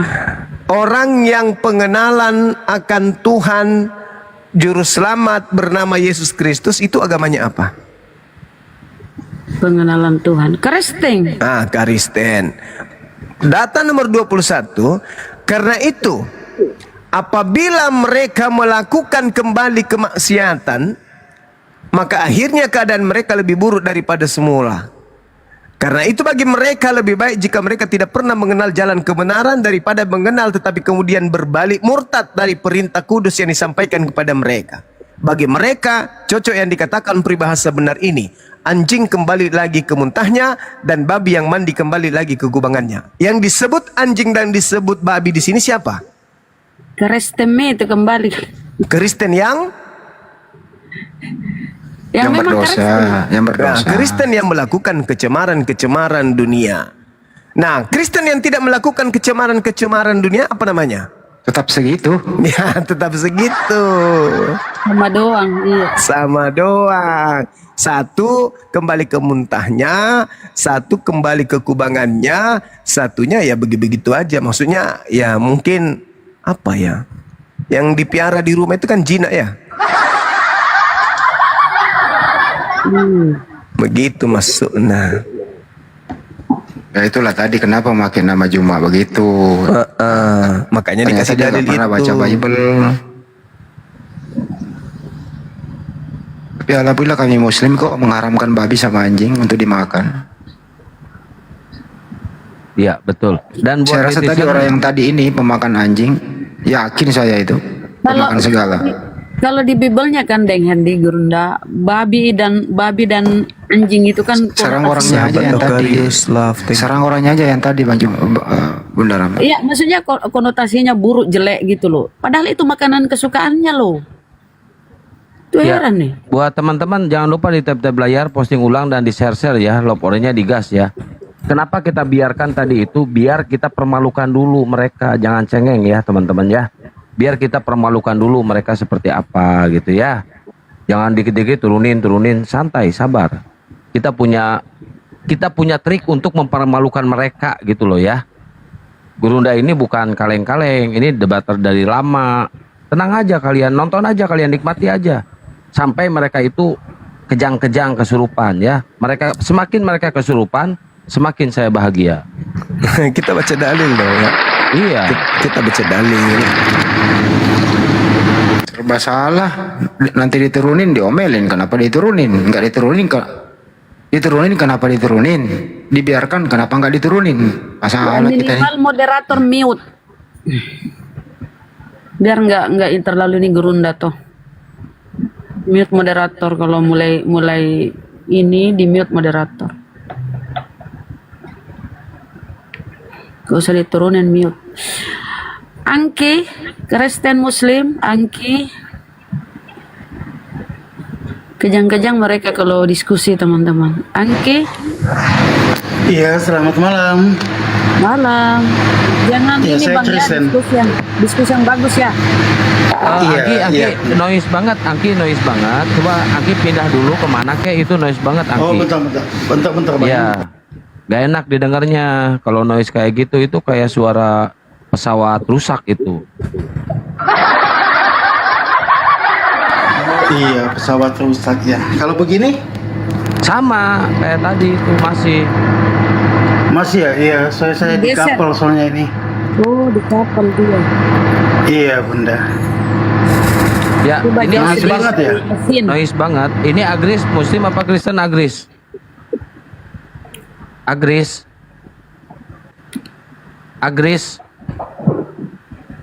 Ya, turunin aja moderator. Cari tempat yang bagus, Bang. Ya. Ngeheang itu, ngeheang. Oke. Noise banget ya, soalnya suara mesin sih. Ya, Bako, Muslim apa Kristen Bako? Bajo. Muslim, baik Bang. Nyimak dulu ya Bang. Sembarangan. Aren na tawannya tahu bacok. Nama kebesaran kau. Panggil ki Bako. Bako itu rokok ya. Ini baco. Bang. Iya dong. Nah kan kita ini bacok juga Jeki. Abdi tak terang. Rezeki abangku. Iya, makasih. Nah, kita orang Bugis kalau kecil panggilan teh itu baco. Kalau di Sunda berarti ujang ya. Ujang Akmal lah. itu ya, ujang. Kami baco. Baco kan Nakira dia. anu Gurunda. Nakira akan bahasa Inggris toh. Baco kan dia. Baco kan dia. Tapi namanya baco itu rata-rata baco kutu. Bang Hos, ya saya pamit turun aja ya. Bang Suma salam kenal dari saya. Salam kenal Bang Angki. Iya, soalnya kayaknya noise banget di sini. Saya di kapal ini, Bang. Bentar bang. Menurut Gurunda Iya. ini mengganggu nggak noise-nya Gurunda? Bisa kok, bisa. Masih bisa ya, masih bisa Bang Angki. Silakan. Oh, kalau masih mau bisa diskusi. ya? Masih bisa. Tapi Oh, nanti kalau iya. giliran Anda nggak bicara, di mute sendiri ya. Oke, siap Bang ya. Oke, Saya kayaknya begitu. Kalau saya nggak bicara, saya langsung mute ya. Oke. Silakan Bang. Ini Bang Suma ya, salam kenal lagi ya Bang Suma. Saya tertarik banget dengan Pak Ustadz ya. Pak Ustadz siapa nih? Ya, tetap membahas tentang keselamatan itu ya. Kalau saya memang ada turunannya dari Muslim juga, kakek saya juga. Terus saya tertarik kembali untuk membahas tentang keselamatan tadi itu Bang. Ya. Iya, silakan. Gimana ya Bang, kalau kita sebagai umat ya, kita sebagai manusia ini, karena kita kan tidak akan hidup lebih lama di dunia ini, terus gimana supaya kalau kita misalnya kita mati, terus kita bisa masuk dalam kerjaan surga itu Bang. Ya, makasih Bang. Ya, sederhana. Kalau di Islam itu beriman kepada Allah, beriman kepada Nabi Muhammad, menjaga hubungan kepada Allah dan kepada sesama manusia. Itu dalam Islam, selamat. Yesus juga mengajarkan itu kok. Yesus mengatakan hidup kekal, beriman kepada satu-satunya Tuhan dan mengenal dirinya sebagai utusan Tuhan. Dah selesai, itu aja. Oh iya betul juga Bang ya. Tapi kan bagaimana dengan dosa-dosa kita selama kita hidup di dunia ini Bang? Apakah itu juga tidak bisa menjamin kita untuk masuk dalam kerjaan surga itu ya Bang? Apakah hanya karena iman itu ya? Dosa itu kan kita diajarkan untuk bertobat. Yesus pun mengajarkan bertobat. Nabi Muhammad mengajarkan bertobat. Jadi untuk selamat dari dosa-dosa ya bertobat, memohon kepada pencipta langit dan bumi untuk dosa-dosa kita itu dihapuskan. Dan pencipta langit dan bumi itu maha pengampun. Dia akan mengampuni segala dosa-dosa hambanya. Kalau hambanya benar-benar memohon dengan sungguh-sungguh dan berjanji tidak mengulang lagi. Begitu saudara. Begitu ya Bang. Apakah ada manusia yang sanggup untuk seperti yang Abang katakan barusan, ada nggak manusia yang bisa atau sanggup untuk masalah pengampunan atau pertobatan itu ya Bang? Ada banyak orang yang bersungguh-sungguh hijrah, benar-benar dia bertaubat dan nasuha, ada banyak. Berjanji tidak melakukan kemaksiatan lagi itu banyak. Dan orang yang benar itu adalah bukan sekali dia berdosa lantas bertobat tak melakukan dosa-dosa lagi. Itu berarti orang tidak diuji. Orang yang benar itu adalah mereka yang selalu menghadapi ujian, dan ketika dia menghadapi ujian dia senantiasa bersandar kepada Tuhannya untuk tidak melakukan maksiat. Seperti itu Bang. Dan kalaupun dia jatuh bukan karena dia sengaja, tapi karena betul-betul dia tak sanggup melawan arus kemudian kemaksiatan itu. Entah ada caranya iblis untuk menjatuhkan dia, tapi lagi-lagi dia kembali bertaubat kepada Allah, kepada Tuhan pencipta langit dan bumi. Nah yang bahaya itu kalau segala sesuatu sudah boleh, karena berharap ada juru selamatnya. ada yang menjamin keselamatannya. Itu yang bahaya. Saya berdiskusi dengan banyak Kristen, banyak di antara mereka yang mengatakan, ya kami sekarang bebas mau melakukan apa saja, karena sudah ada yang menjamin keselamatan kami. Selama kami percaya kepada Dia sebagai juru selamat, ya kami selamat, boleh melakukan apa saja. Dan memang itu dalam kitab Anda ada kan, segala sesuatunya halal, segala sesuatunya boleh. Kan ada dalam kitab saudara itu, dalil itu. Kalau di Islam enggak. Di Islam itu harus berhubungan dengan pencipta langit dan bumi dengan cara menjalankan perintah dan menjauhi larangan. Kalau jatuh, tobat, kembali memperbaiki diri. Gitu Bang. Oh begitu Bang. Tapi kalau setahu saya sih kalau di Kristen itu nggak ada sih Bang, kalau dihalalkan segala cara untuk melakukan sesuatu, kata lainnya dosa itu Bang. Karena kalau saya dulunya pernah belajar juga sih di Alkitab itu dulunya, ada yang tertulis itu di Roma 3, di Roma 9 ayat pertama sampai ayat berapa ya? Roma 3 ayat 9, 10, 11, 12 sampai 15 kalau nggak salah itu. Dia bilang tidak ada seorang pun benar, seorang pun tidak ada seorang pun yang mencari Allah. Semua orang itu menyeleweng, bahkan mulut mereka menganga bagaikan liang kubur. Jadi kalau menurut saya sih tidak ada manusia yang benar, seorang pun tidak ada manusia yang benar-benar bertobat dalam satu pertobatan tentang mengenai dosa itu Bang. Ya, tapi kalau di Kristen kan kalian sudah bukan lagi tunduk pada kuk penghambaan. Orang Kristen ini bukan lagi hamba Tuhan. Orang Kristen ini diajarkan, didoktrin bahwa Kristen itu adalah anak Tuhan, pewaris surga. Nah, gimana ceritanya pewaris surga mau berdosa gitu loh. Makanya orang Kristen itu diajarkan Paulus, kalian sudah merdeka. Jangan lagi mau diperhamba. Kalian sudah merdeka. 1 Korintus 10:23, segala sesuatu diperbolehkan. 1 Korintus 6 nomor 12, segala sesuatu halal. Jadi di Kristen itu nggak ada perintah lagi, nggak ada perintah jangan makan ini, jangan makan itu. Nah, sementara di Islam perintahnya ya bertobat. Nggak boleh kami makan sembarangan, apa yang dilarang Tuhan kami nggak boleh. Iya Bang, kalau masalah makanan sih memang kayak daging semuanya itu kita kayaknya tidak dihalalkan, tidak diharamkan ya buat kita ya, buat Kristen ini. Segala macam daging itu kita makan semuanya. Ya tapi kalau kalau untuk kegiatan dosa atau perlakuan yang tidak baik dosa itu ya ada di Wahyu 3 ayat 19 itu Bang, kita ditegur sebab Tuhan itu mengasihi kita, makanya kita ditegur dan disuruh bertobat gitu loh Bang.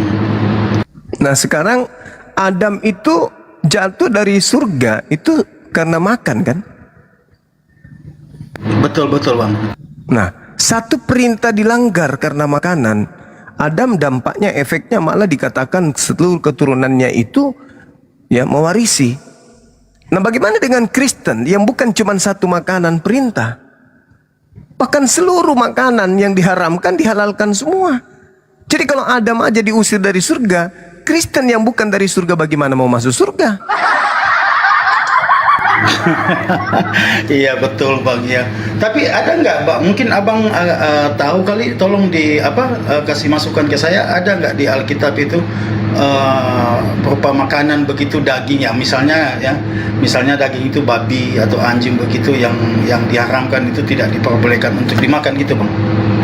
Yaitu Imamat 11 nomor 7, jangan kau makan babi karena itu haram bagimu. Gak boleh. Di mana? Jangan. Imamat 11 nomor 7. Di Imamat 11 ayat 7 ya? Iya. Oke Bang, makasih Bang ayatnya. Iya.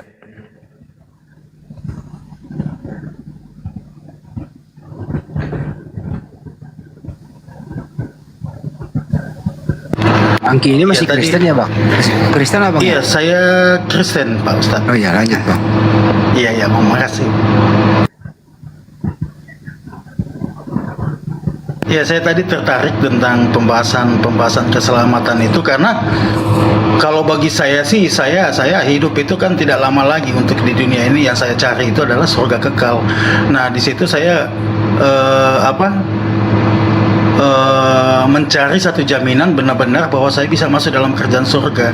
Karena bagi saya hidup di dunia ini kan hanya untuk sementara saja buat kita. Yang kita cari itu adalah surga kekal itu. Sayangnya ini Bang, sayangnya bagi Kristen tidak ada jaminan surganya. Itu yang saya diskusikan tadi. Coba kasih saya satu data jaminan keselamatan untuk Kristen itu mana gitu loh. Pendeta dua-duanya kabur, nggak menjawab itu. Kalau saya sih dulu pernah baca itu Bang, pernah juga dulu saya sekolah penginjilan, ya mungkin Bang Suma tahu juga sekolah penginjilan itu pada saat saya masih SMA dulu, dan juga saya dapatkan di situ bahwa jaminan kita itu lewat Yohanes 3:16 itu Bang. Dan juga seperti yang saya bilang tadi yang tentang masalah dosa itu tidak ada seorang pun benar itu dapat kelengkapan ayatnya itu di Roma 6 ayat 23 Bang. Sebab dosa ialah maut, tapi kan di situ ada ayat kelanjutannya Bang. Tapi karena kasih karunia kamu diselamatkan oleh iman. Begitu Bang. Iya, jadi gini Bung. Kalau Anda mengatakan Yohanes 3 data 16 ini yang menyelamatkan kemudian sebagai jaminan, sebenarnya itu jauh panggang dari api. Karena begitu besar kasih karunia, kasih Tuhan akan dunia ini, sehingga Tuhan mengurniakan anak yang tunggal, supaya setiap orang yang percaya kepadanya, percaya kepada Yesus. Iya. Bukan kepada yang lain kan? Nah, iya, Yesus berkata, aku diutus hanya kepada domba yang sesat dari umat Israel. Pertanyaannya, apakah Anda percaya? Domba yang sesat dari Bani Israel. Dari umat Israel ya? Iya. Iya, karena Yesus itu kan termasuk disalibkan oleh orang-orang Taurat itu dari Israel itu ya Bang? Iya, maksud saya, kan Anda mengatakan jaminan keselamatan Anda itu Yohanes 3:16. Ternyata jaminan di situ kalau percaya kepada Yesus. Iya. Nah, cakupan percaya di sini harus berhati-hati. Karena orang Kristen itu sudah didoktrin dan didogma percaya kepada Yesus itu ya menjadi Kristen. Percaya kepada Yesus itu ya menyembah Yesus. Percaya kepada Yesus itu adalah ya beriman sebagaimana Kristen beriman. Padahal itu salah. Percaya kepada Yesus justru jangan jadi Kristen. Harus jadi Yahudi. Itu masalahnya, harus jadi Yahudi. Kalau percaya kepada Yesus, harus jadi Yahudi yang percaya akan kerasulan Yesus. Aku diutus hanya kepada domba yang sesat. Dari mana? Dari umat Israel. Nah, kalau begitu, apakah Anda percaya Yesus itu adalah utusan Tuhan pencipta langit dan bumi untuk umatnya, yaitu umat Israel? Kalau Anda percaya, keluar dari Kristen. Karena Kristen itu tidak diajarkan oleh Yesus. Di Islam, tempatnya orang percaya bahwa Yesus itu adalah utusan Tuhan bagi kaumnya Bani Israel. Itu di Islam baru betul. Tapi kalau di Kristen, orang Kristen mengaku Yesus diutus untuk Kristen. Mau dia orang Hindu, mau dia orang Bali, mau dia orang Makassar, mau dia orang Bugis, mau dia orang Batak, mau orang Jawa. Kalau Kristen, maka mereka pasti meyakini Yesus diutus untuk diri-diri mereka. Sementara dalilnya, aku diutus hanya kepada manusia Israel. Katanya percaya kepada Yesus, padahal tahu Yesus hanya untuk umat Israel. Dia tahu dirinya adalah orang Bugis. Kenapa pula dia percaya Yesus itu untuk dirinya? Pede pula tuh ke gereja. Padahal Yesusnya mengaku, aku diutus hanya umatku Bani Israel. Nah, sehingga ketika orang Kristen nanti bertemu dengan Yesus, berdasarkan Matius 7 nomor 22-23, Orang Kristen ini pada diusir oleh Yesus. Pada hari terakhir nanti banyak orang memanggil aku Tuhan, Tuhan. Bukankah kami bernubuat, mengusir setan, bermujizat pakai namamu, wahai Yesus? Pada saat itulah aku, Yesus, akan berterus terang kepada mereka.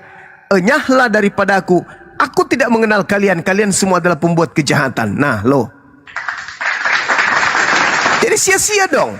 Ke gereja, nyembah Yesus, sampai pada level bisa bermujizat, mengusir setan, ngobati orang. Tapi begitu ketemu Yesus diusir. Lalu mana keselamatannya? Nabi Muhammad satu-satunya jalan terakhir. Tapi Anda tidak mengakuinya. Kepada Yesus, Yesus tidak mengakui. Anda mau kemana? Tak ada jalan, neraka. Tapi kalau Anda menjadi Islam, Anda mengakui bahwa Yesus adalah Rasul yang suci, yang diutus oleh pencipta langit dan bumi untuk kaum Israel. Itu kalau di Islam. Berarti apa yang diajarkan Yesus, hidup kekal itu adalah mereka mengenal Engkau satu-satunya Tuhan dan mengenal Yesus Kristus yang Engkau utus. Nah, umat Islam percaya enggak bahwa Tuhan yang mengutus Yesus itu adalah satu-satunya Tuhan? Percaya. Umat Islam percaya enggak kalau Yesus diutusan untuk kaumnya Bani Israel? Percaya. Berarti umat Islam ini berdasarkan data itu umat Islam masuk hidup kekal. Kalau Kristen ditanya, wahai Kristen, ya paman, apakah Anda percaya konsep keselamatan yang diajarkan Yesus? Percaya. Yesus mengatakan hidup kekal itu adalah mereka mengenal Engkau satu-satunya Tuhan. Apa kata Kristen? Percaya. Apakah Yesus Tuhan? Ya. Apakah Bapa Tuhan? Ya. Roh Kudus Tuhan? Ya. Satu-satunya atau tiga-tiganya? Tiga tapi satu. Mulai ngaco kan? Kacau. Dan mengenal Yesus yang Kau utus. Nah, sekarang ditanya, apakah kau mengenal Yesus sebagai utusan? Kenal. Coba intip di gereja, siapa yang mereka sembah? Yesus. Berarti mulut mengatakan utusan, tetapi prakteknya Yesus adalah Tuhan. Jadi dua-dua syarat mendapat hidup kekal itu nggak ada di Kristen. Hidup kekal itu adalah satu, mengenal Engkau satu-satunya Tuhan yang benar. Kedua, dan mengenal aku yang Engkau utus. Nah, ada satu Tuhan yang harus dikenal, ada satu utusan Tuhan yang harus dikenal. Tapi Kristen disetarakan semua, disehakikatkan semua. Berarti Kristen tidak memperoleh hidup kekal. Karena satu-satunya Tuhan ditambah dengan Yesus, ditambah berumur pati, gagal satu-satunya.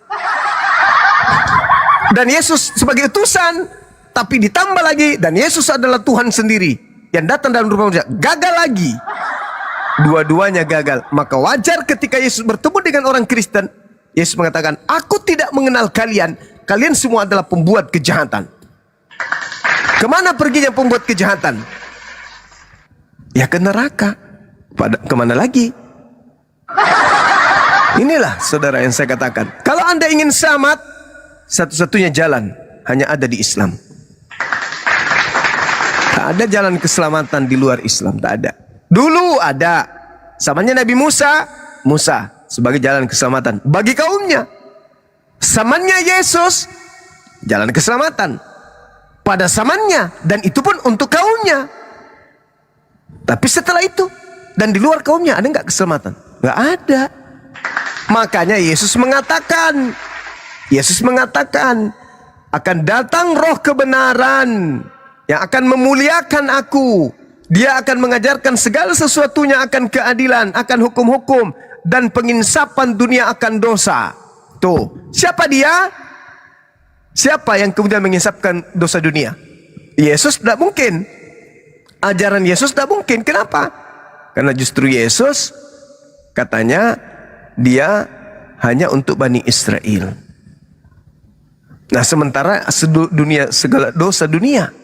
Berarti harus ada seorang yang datang yang kemudian mengatur kehidupan manusia seluruh manusia di atas dunia, sehingga dosa dunia itu terhapuskan. Begitu saudara. Jadi tak ada jalan lain. begitu ya.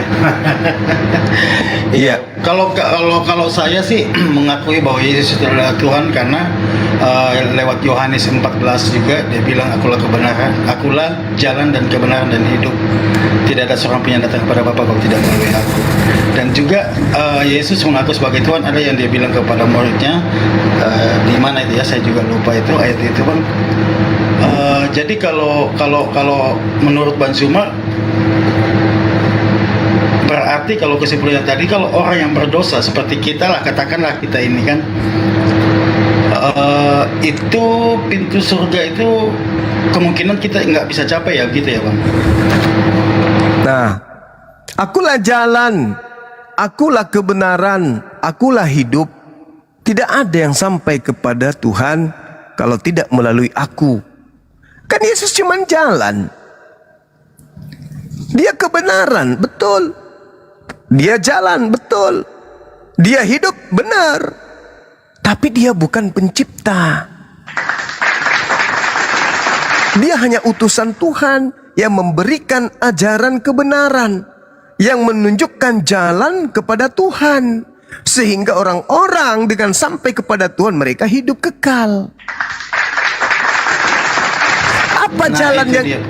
Apa jalan yang diajarkan Yesus? Apa kebenaran yang diajarkan oleh Yesus? Satu, akulah jalan. Apa jalan itu? Orang-orang Israel yang ingin kembali kepada Tuhannya harus melalui aku. Harus melalui aku. Orang-orang di luar Israel ketika kemudian ingin menemukan jalan keselamatannya, harus kemudian mengakui aku adalah jalan. Bukan aku adalah tujuan. Nah, bagaimana dengan orang Islam? Orang Islam mengakui itu. Yesus itu jalan bagi umatnya untuk kembali kepada Tuhannya. Kenapa? Karena pada zaman Yesus datang, berdasarkan kitab saudara dan juga berdasarkan kitab Al-Quran saya, wa makaru wa makarallah, orang-orang terdahulu membuat makar. Umatnya Yesus pun membuat makar. Orang-orang Yahudi, ahli Taurat, orang Farisi sudah menduduki kursi Musa. Dengarkan apa ucapan mereka, jangan kau ikuti perbuatannya. Sebab mereka berkata tapi tidak mempraktekkan. Jangan kau ikuti. Sehingga yang benar adalah mengikuti Yesus. Apa itu? Menteorikan hukum Tuhan dan mempraktekkan hukum Tuhan tersebut. Akulah jalan. Jalannya apa? Terima aku sebagai utusan Tuhan yang datang kepada kalian. Itulah jalannya. Akulah kebenaran. Semua lontaran-lontaran ucapan yang aku sampaikan, lakukan itu. Itulah kebenarannya. Dan akulah hidup. Barang siapa yang melakukan apa yang kuperintahkan, sebagaimana apa yang diperintahkan oleh Tuhan untuk aku sampaikan, maka mereka akan sampai kepada Bapa untuk memperoleh hidup yang kekal. Gampang kok. Mantap, Bapak. Sederhana kok itu.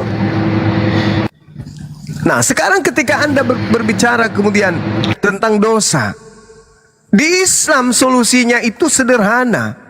Dalil-dalil di Islam itu, Bung, kalau kita mau selamat, innalladzina qalu rabbunallah thumma istaqamu tatanazzalu alaihimul malaikatu alla takhafu wa la tahzanu wa abshiru bil jannah. Sesungguhnya orang-orang yang berkata bahwa Tuhan kami adalah Allah, kemudian dia teguh di dalam ucapan itu, dia tidak lari dari ucapan tersebut, maka kabarkanlah kabar gembira kepada mereka, yaitu tentang surga yang dijanjikan oleh Allah kepada mereka. Di Islam sederhana, hanya mengatakan Rabbunallah, Tuhan kami adalah Allah. Maka apa imbalannya? Surga. Hanya saja di Islam itu tidak boleh munafik. Ketika umat Islam mengatakan Tuhanku adalah Allah, buktikan bahwa Allah adalah Tuhanmu. Dengan jalan apa? Lakukan perintahnya, jauhi larangannya. Itu berarti Anda tidak lari dari ucapan saudara. Kalau Anda mengatakan Prabowo adalah presidenku, buktikan kalau kamu adalah rakyatnya yang baik dengan mematuhi perintah-perintah, aturan-aturan yang mengikat kemudian sebagai warga negara. Itu berarti Anda sebagai warga negara yang baik. Kalau Anda mengatakan Prabowo presidenku,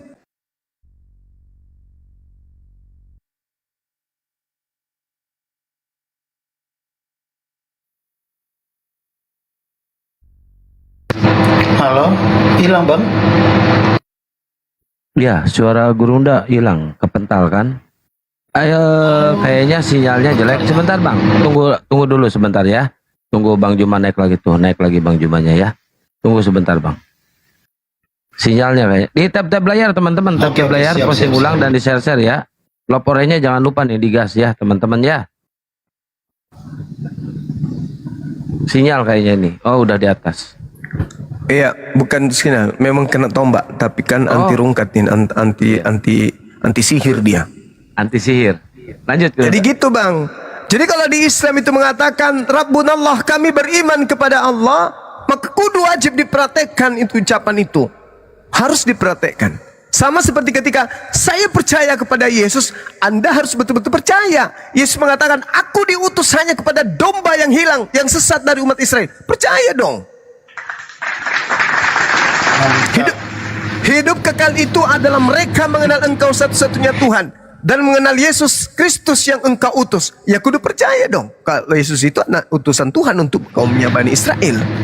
Jangan yang Bang, lain. Ini pertanyaan aku mungkin yang terakhir bang. Kalau saya simpulkan memang dari apa yang abang berikan materi ajaran sama saya ini sangat luar biasa buat saya. Saya mau tanya ini bang, kalau memang menurut apa yang abang katakan itu di Islam itu bisa ada jaminan satu kehidupannya kekal, yaitu yang di surga sana. Pertanyaan saya, apakah Nabi Muhammad yang jadi jalan dari umat Islam ini udah berada di kerajaan surga itu ya bang? Jadi gini saudara, di dalam Al-Quran dikatakan surah Ali Imran ayat 169, Allah subhanahu wa ta'ala menjelaskan, bismillahirrahmanirrahim, wala tahsabanna alladhina qutilu fi sabilillahi amwata bal ahya inda rabbihim yurzaqun. Jangan sekali-kali kamu mengira bahwa orang-orang yang gugur di jalan Allah itu mati. Sebenarnya mereka itu hidup dan dianugerahi rezeki di sisi Tuhannya. Nih, dalam Islam nih, bukan cuma Nabi Muhammad, seluruh umat Islam ketika dia meninggal, dia gugur kemudian di jalan, ia beriman kepada Allah. Kata Al-Quran, kata Allah, jangan kau berpikir mereka itu maut, mereka itu mati. Enggak, mereka hidup, berada di sisi Tuhannya. Kalau orang Kristen mengatakan Tuhan itu di mana? Di surga. Berarti umat Islam berada di sisi Tuhannya. Di mana? Di surga. Bukan cuma Yesus, bukan cuma Nabi Muhammad, tapi seluruh umat Islam yang mati di jalan Allah, illa wa antum muslimun, mereka hidup, mereka enggak mati. Secara kasat mata kita melihat mereka dikubur, karena itu adalah pintu menuju kepada kehidupan berikutnya. Tapi sejatinya mereka hidup di sisi Tuhannya. Al-Quran itu yang mengatakan, bukan Bang Suma, wala tahsabanna alladhina qutilu fi sabilillahi amwata bal ahya inda rabbihim yurzaqun. Maka umat Islam yang takut akan kematian tetapi ingin hidup yang kekal, namun faktanya kita tetap akan mati, maka berimanlah kepada Allah. Jangan ragu tentang itu. Anda tidak akan mati, melainkan Anda hidup yang kekal di sisi Allah. Dalil. Takut akan kematian? Maka berimanlah kepada Allah. Anda tidak akan mati. Anda hanya pindah alam sejenak, habis itu Anda bersama dengan Allah. Al-Quran yang memberi jaminan itu. Bal ahya inda rabbihim yurzaqun. Melainkan mereka hidup dan mendapatkan rezeki di sisi Tuhannya. Subhanallah. Lanjut. Oke bang, makasih penjelasannya bang. Berarti kalau menurut Bang Zuma barusan katanya seluruh umat, seluruh manusia yang menganut agama agama Muslim akan bisa mendapatkan satu jaminan di surga kekal. Yang menjadi pertanyaan saya, berarti kita kembali ke pembahasan tadi bang. Apakah pada saat dia hidup di dunia ini penuh dengan dosa itu pun bisa dijaminkan untuk masuk dalam kerajaan surga, begitu ya bang? Allah subhanahu wa ta'ala menjelaskan dalam Al-Quranul Karim. Apa kata Allah? Yauma yajma'ukum liyaumil jam'. Dzalika yaumut taghabun. Wa may yu'min billah wa ya'mal salihan yukaffir anhu sayyi'ati wa yudkhilhu jannah tajri min tahtiha al-anhar khalidina fiha abada. Zalikal fawzul azim. Ingatlah hari ketika Allah mengumpulkan kamu semua pada hari berhimpun, yaitu hari kiamat. Lalu Allah mengatakan, itulah hari pengungkapan segala dosa-dosa manusia. Lalu, barang siapa yang beriman kepada Allah dan mengerjakan amalan-amalan kebajikan, niscaya dia akan menghapuskan dosa-dosanya dan memasukkannya ke dalam surga, mereka kekal di dalamnya. Itulah kemenangan yang agung. Jadi di Islam, kalau orang Islam melakukan dosa, lalu mereka bertaubat, menyesali perbuatan dosa tersebut, maka kelak di hari kiamat dosa-dosanya dihapuskan oleh Allah dan dimasukkan ke dalam surga. Mereka kekal di dalamnya, khalidina fiha abada. Abada. Maaf. Jelas itu. Iya, emang mantap banget Bang Sumani.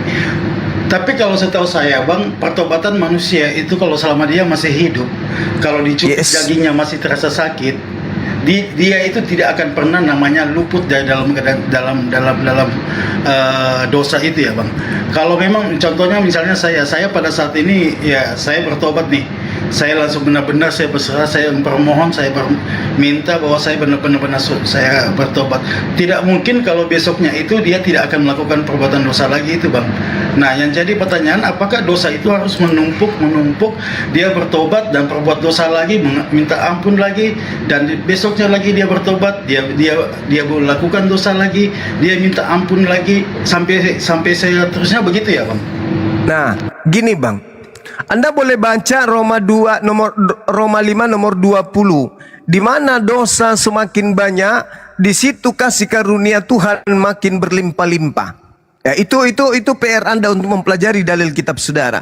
Tapi kalau di Islam, ketika umat Islam itu berdosa, lalu kemudian bertaubat kepada Allah, lalu dosanya dihapuskan.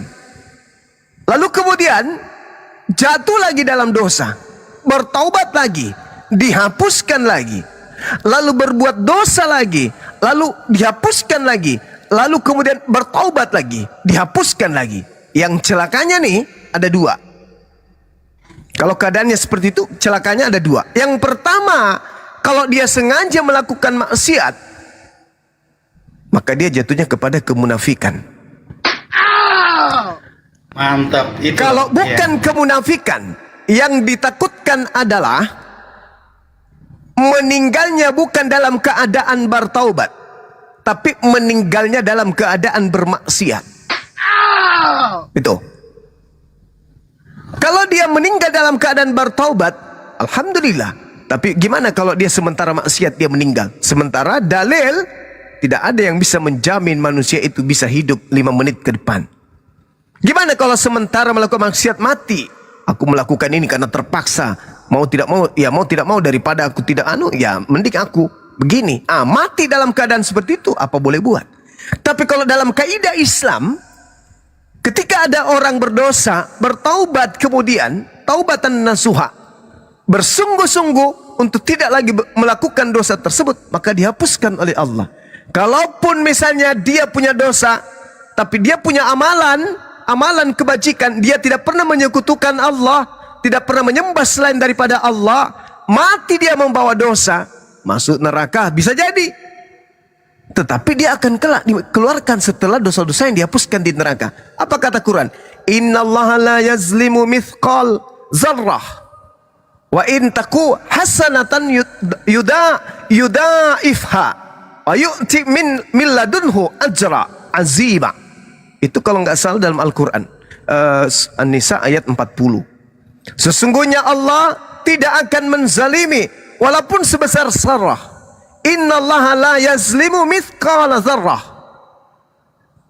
Jika sesuatu yang sebesar zarrah itu berupa kebaikan, niscaya Allah akan melipat gandakannya dan memberikan pahala yang besar dari sisinya. Artinya, selama manusia itu tidak menduakan Allah, tidak menyembah selain daripada Allah, mati membawa dosa, masuk neraka, tetapi kelak masuk surga.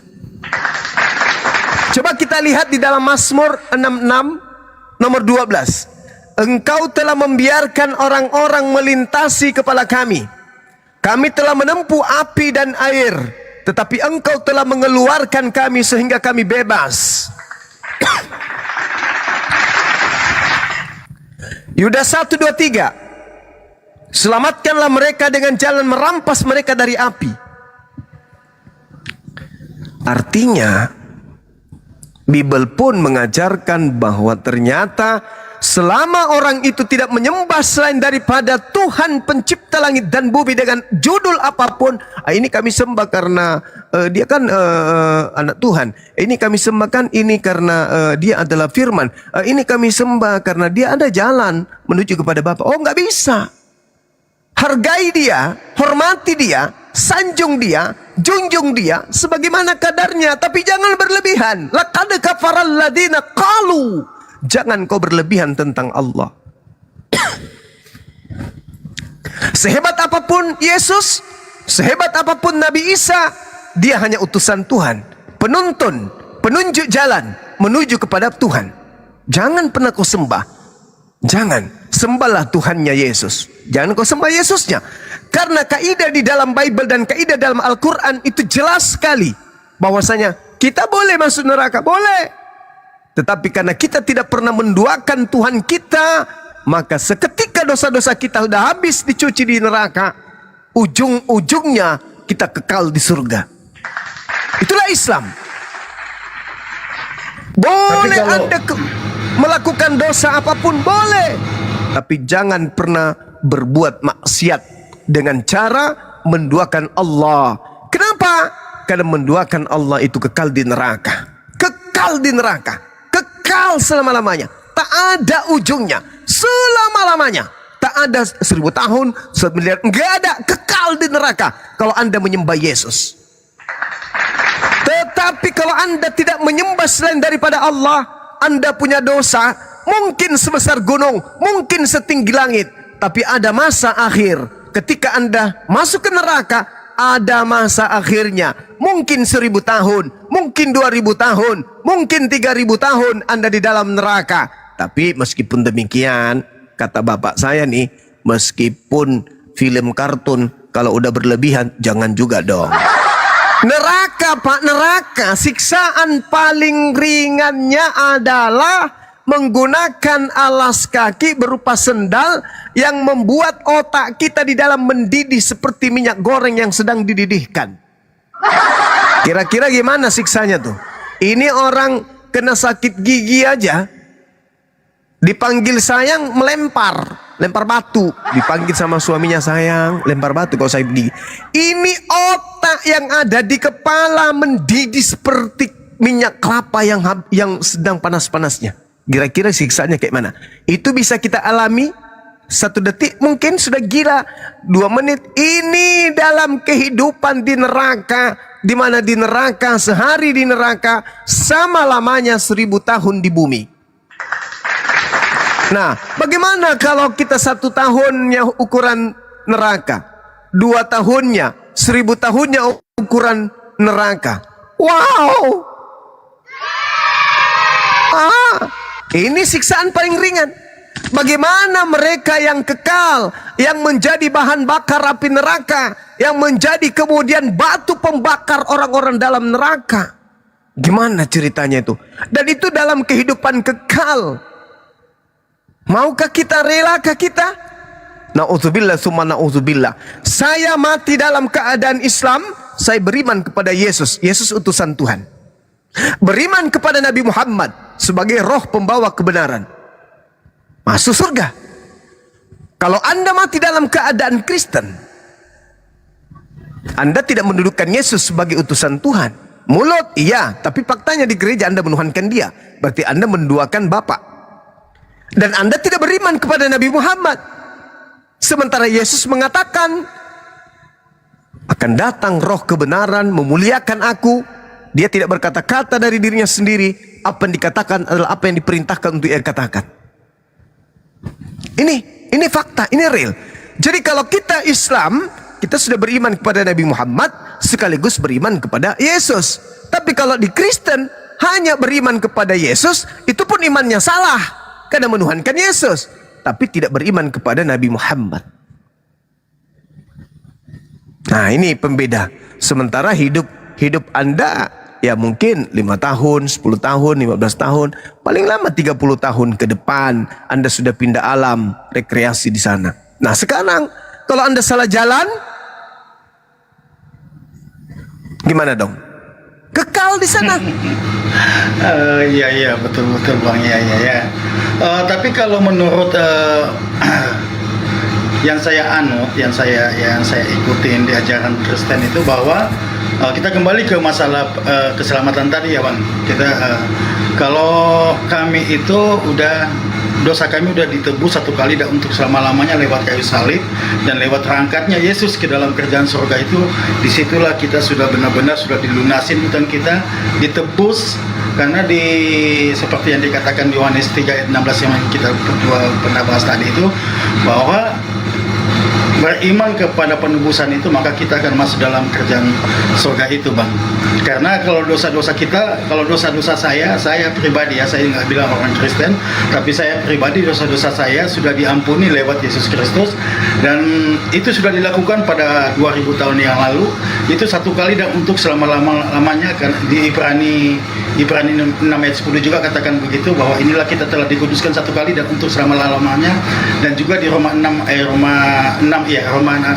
ayat 10 juga sudah bilang begitu, bahwa kita telah diampuni satu kali dan untuk selama-lamanya oleh Yesus Kristus. Dan untuk melakukan dosa kembali, kita tidak akan tergiur dengan masalah dosa, tapi namanya manusia pasti akan jatuh dalam keadaan dosa ya Bang ya. Kita pasti akan jatuh dalam keadaan dosa, dan bagi saya tidak akan minta ampun lagi Bang. Tapi saya mengakui bahwa saya telah mengakukan dosa itu, dan saya takut ditegur oleh Tuhan, ditegur oleh Bapa di surga. Ya, itu ada juga Bang, ada juga ayatnya di Wahyu 3 ayat 20, dia bilang begini Bang.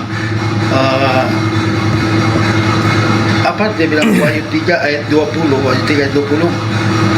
kalau kita melakukan dosa itu, dia akan menegur kita dan mengajar kita, maka dari itu relakanlah hatimu dan bertobatlah.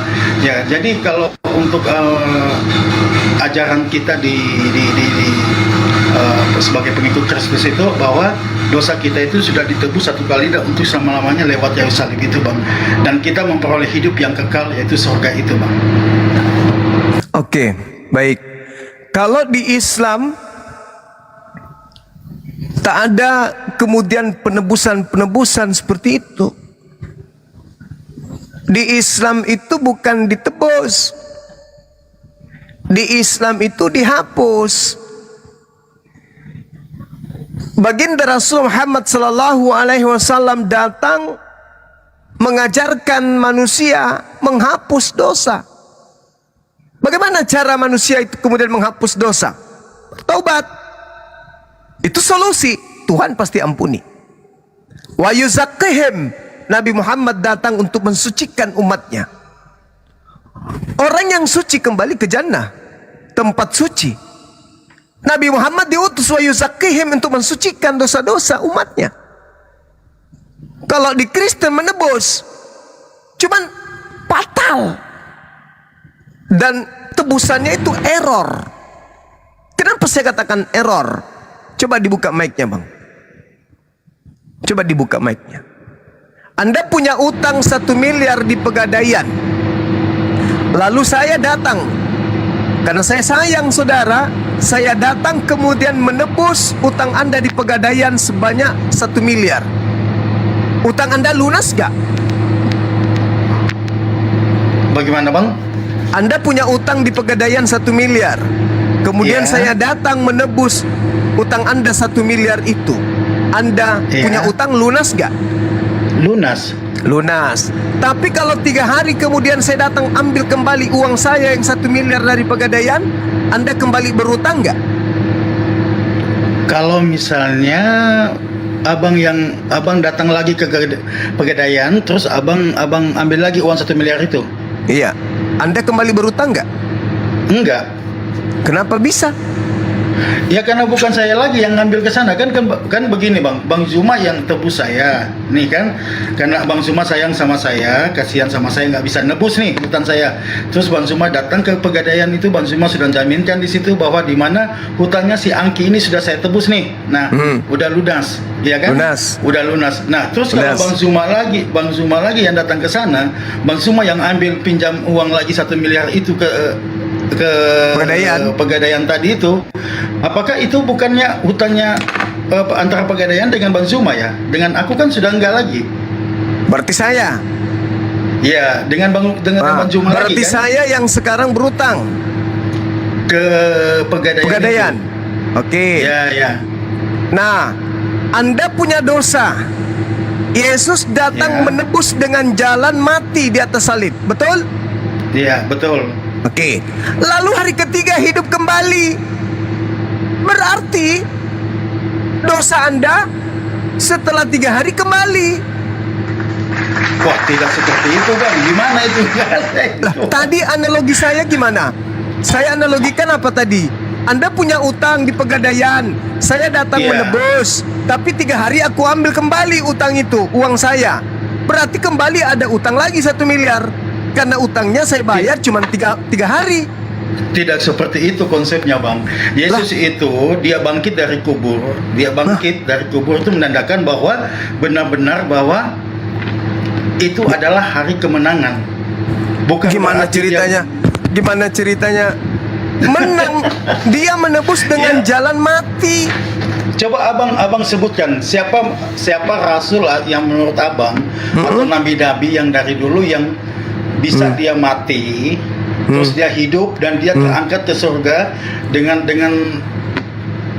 kemenangan yang dia peroleh seperti Yesus.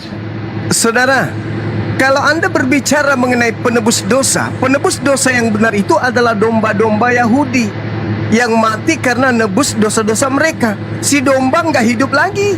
Itu baru penebus yang sejati. Ini ada orang nebus dosa tapi cuma 3 hari doang, habis itu dia hidup. Bukan hebat dia, itu dia tidak hebat. Di Bible itu Bang, di Alkitab itu ada tertulis itu Bang di Roma 6 ayat 10 itu bahwa inilah kita telah dikuduskan, inilah kita telah diampuni 1 kali dan untuk selama-lamanya. Tapi cuma 3 hari Bang, cuma 3 hari. Iya, karena dia harus diangkat memang Bang. Kalau dia tidak diangkat pada saat hari yang ketiga, berarti penebusan itu tidak dianggap bahwa itu benar-benar penghapusan dosa Bang. Lah, justru kalau dia tidak bangkit berarti betul-betul dia menebus. Wah, kalau dia tidak bangkit berarti sama dengan yang abang percayai dong. Tidak bangkit di kuburan terus, ya kan Bang? Loh, saudara, Anda harus percaya bahwasanya Yesus pernah berkata bahwasanya iblis akan dilemparkan keluar dari kubur. Anda juga harus percaya bahwa Yesus palsu akan datang melakukan tanda yang dahsyat. Apa tanda dahsyat itu? Keluar dari kubur. Anda juga harus percaya bahwa Yesus memberikan tanda kepada angkatan jahat, bahwa tanda yang diberikan Yesus kepada angkatan jahat adalah anak manusia akan keluar dari kubur. Ayo. Itu Anda harus percaya. Jadi Anda ingin mengatakan bahwasanya, oh dia bukti menebus dosa kami karena dia bangkit. Anda salah konsep. Saya makanya kasih analogi. Kalau misalnya Anda mengatakan Bang Zuma dong yang berutang, kan Anda sudah nebus dosa saya tadi dengan cara Anda melunasi. Nah, ketika Anda menarik uang Anda, berarti Anda dong yang sekarang berurusan dengan Pegadaian. Dengan kata lain, segala dosa yang ada pada Kristen yang ditanggung oleh Yesus, sekarang Yesus wajib hukumnya masuk ke neraka. Pertanyaan saya kepada abang, dosa itu kembalinya kemana Bang? Dosa itu kembalinya kemana ya Bang? Dosa itu tempatnya di mana? Dosa itu tempatnya di surga, di neraka seperti neraka. Yesus membawa dosa-dosa Kristen sedunia itu kemana? Ya itu Bang, dosa-dosa kita itu sudah mati lewat kematian Yesus Kristus itu dan lalu bangkit itu. Cuma 3 hari. Iya, dia bangkit. Benar.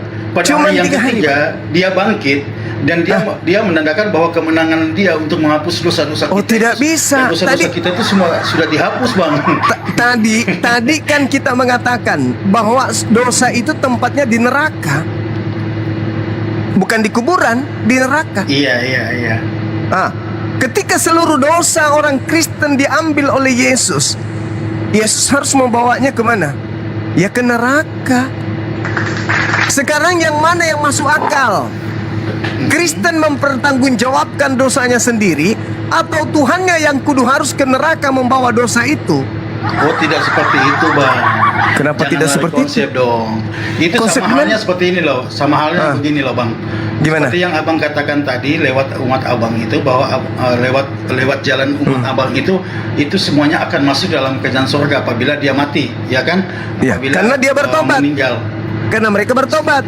Yang jadi pertanyaan saya, Bang, coba Abang sebutkan ini salah masalahnya satu manusia yang bisa. berbeda dengan bertobat. Tunggu, Bang. Maksudnya begini, Bang. Kalau coba Abang bilang sama saya, ada nggak salah satu manusia yang ada di dunia ini yang bisa masuk dalam kerajaan surga itu karena melakukan pertobatan itu? Kata lainnya perbuatan baiklah. Karena pertobatan itu kan Yesus sendiri mengatakan bertobatlah sebab kerajaan langit sudah dekat. Kerajaan surga sudah dekat, Bang, ya. Kerajaan langit, tidak ada surga, itu terjemahan yang keliru. Dia kita bilang dari kerajaan surga, Bang. Iya, tapi itu kan penipuan Bible, lembaga Bible. Masa sih? Iya, coba Anda baca original teksnya, surga atau langit? Iya, Bang. Jadi iblis itu menggunakan agama Anda untuk banyak pengikutnya. Jadi iblis memakai nama Yesus untuk menyesatkan banyak orang bersama dengan dirinya masuk ke dalam neraka. Sekarang begini, Bung, untuk membuktikan itu, bahwa yang keluar dari kubur itu bukan Yesus, dan itu adalah iblis. Yesus sendiri mengatakan, waspadalah kepada penyesat yang datang kepadamu memakai namaku dan berkata, akulah Kristus. Mereka akan menyesatkan banyak orang. Pertanyaan saya kepada saudara, berhasil tidak iblis memakai nama Yesus menyesatkan banyak orang? Kalau bilang iblis memakai nama Yesus itu saya baru dengar sih dari Abang ini yang ngomong ini. Tapi kalau bilang iblis yang menguasai dunia itu memang betul, Bang. Jangankan dari umat Kristen, umat manapun itu semuanya iblis memakai. Jangankan Yesus, tubuh kita ini sendiri dipakai oleh iblis untuk menjadi Yesus sendiri yang berkata, saudara, Matius 24 nomor 4 nomor 5, waspadalah agar kalian jangan disesatkan, sebab akan datang banyak penyesat memakai namaku dan berkata, akulah Kristus. Mereka akan menyesatkan banyak orang. Pertanyaan saya, berhasil enggak penyesat ini memakai nama Yesus untuk menyesatkan banyak orang?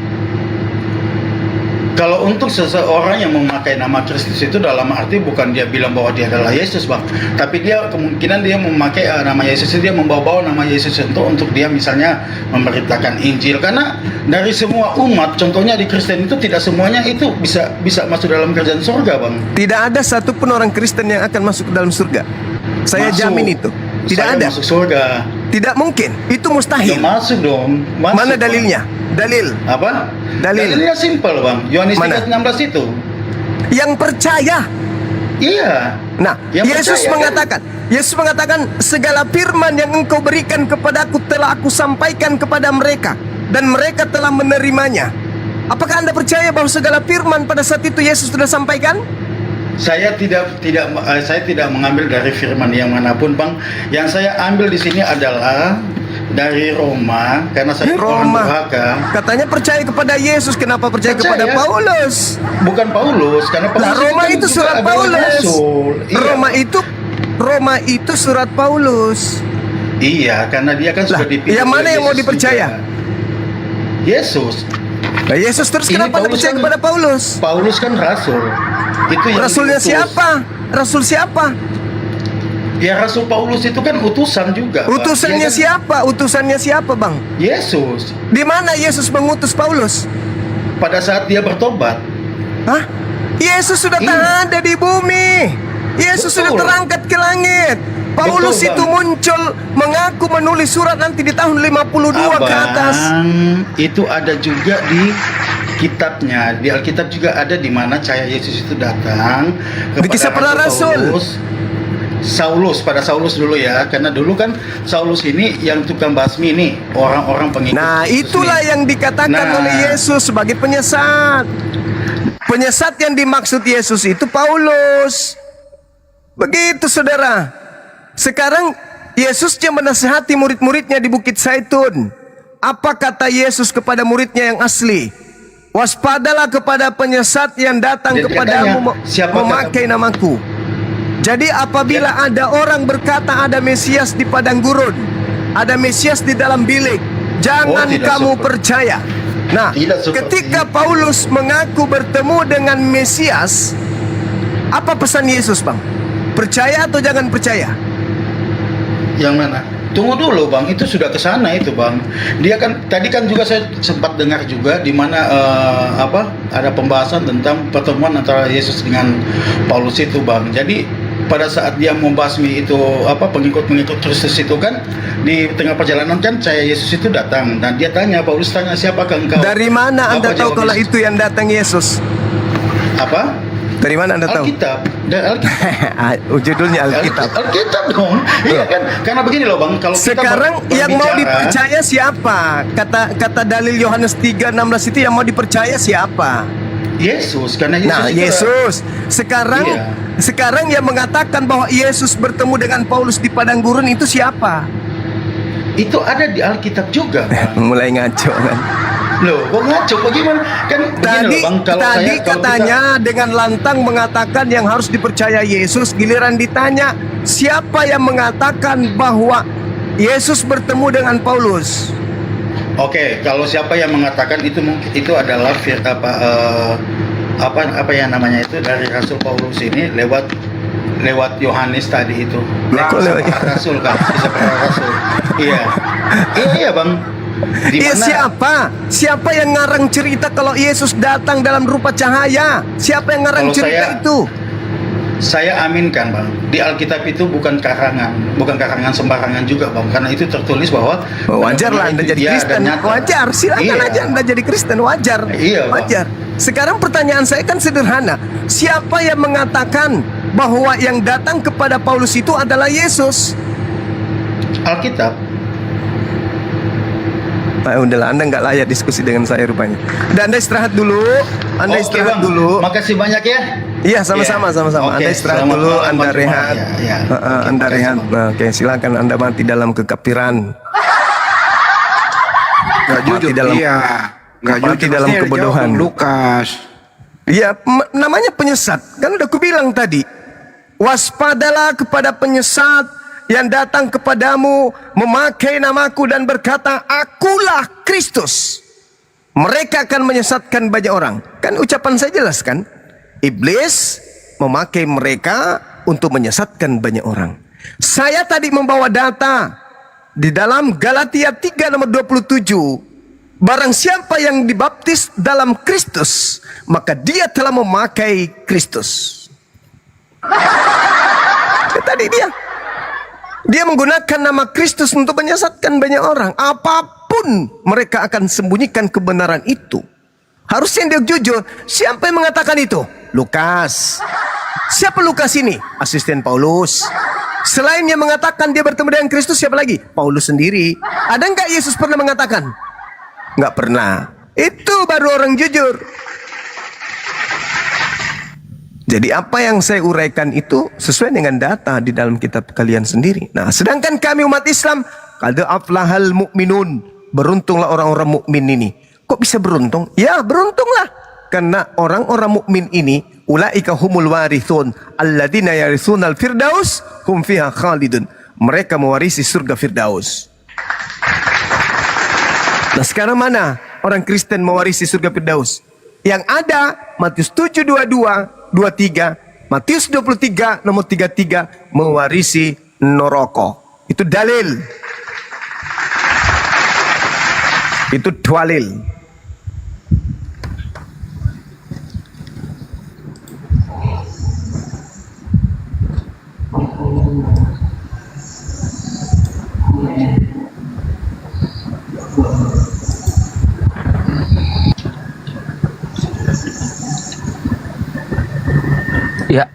Mr. Sky.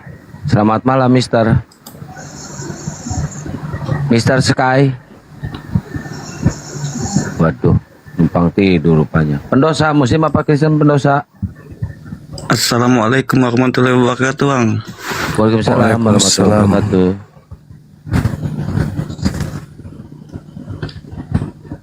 Bolehkah aku menyampaikan pesan, Bang? Pesan apa, Bang?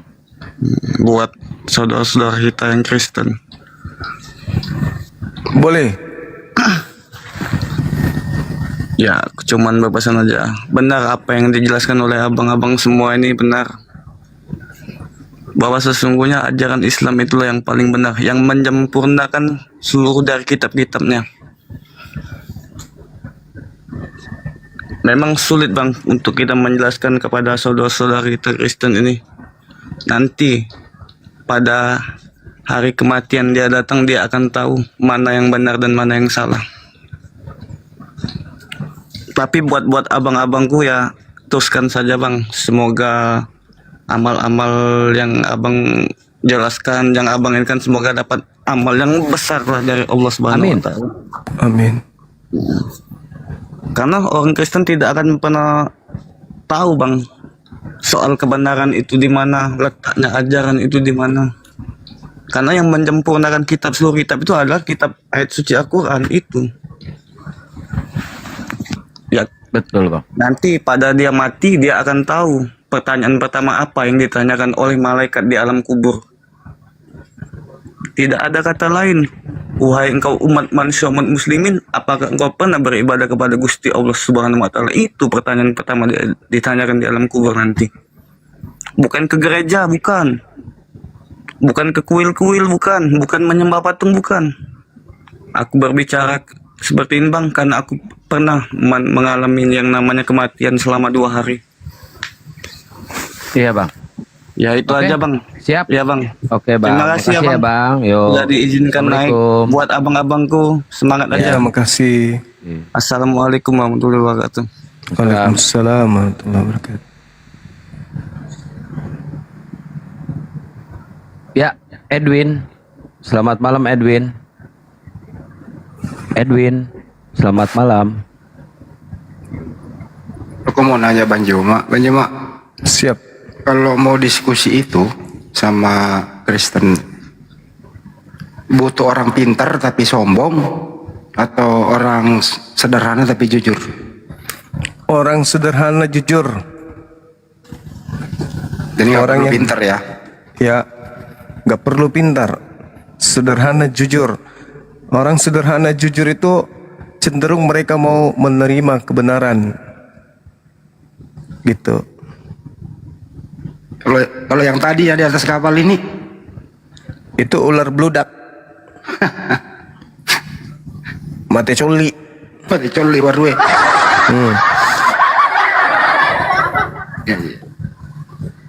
Cara-cara iblis itu bermacam-macam caranya.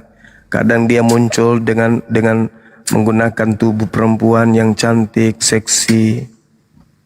Kadang dia muncul dengan cara baik-baik, memperlihatkan sisi baiknya, ujung-ujungnya ketahuan ular beludak. Pokoknya aku mandre ko bayi.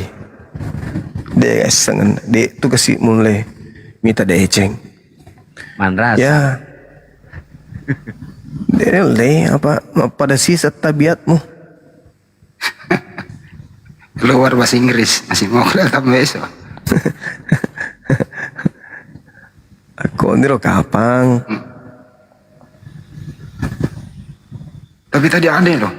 Pada mulanya utusan, ada utusan Tuhan. Iya. Ada utusan Tuhan mengutus seseorang ini disebut juga utusan Tuhan. Gimana ini? Gimana Bang Andi?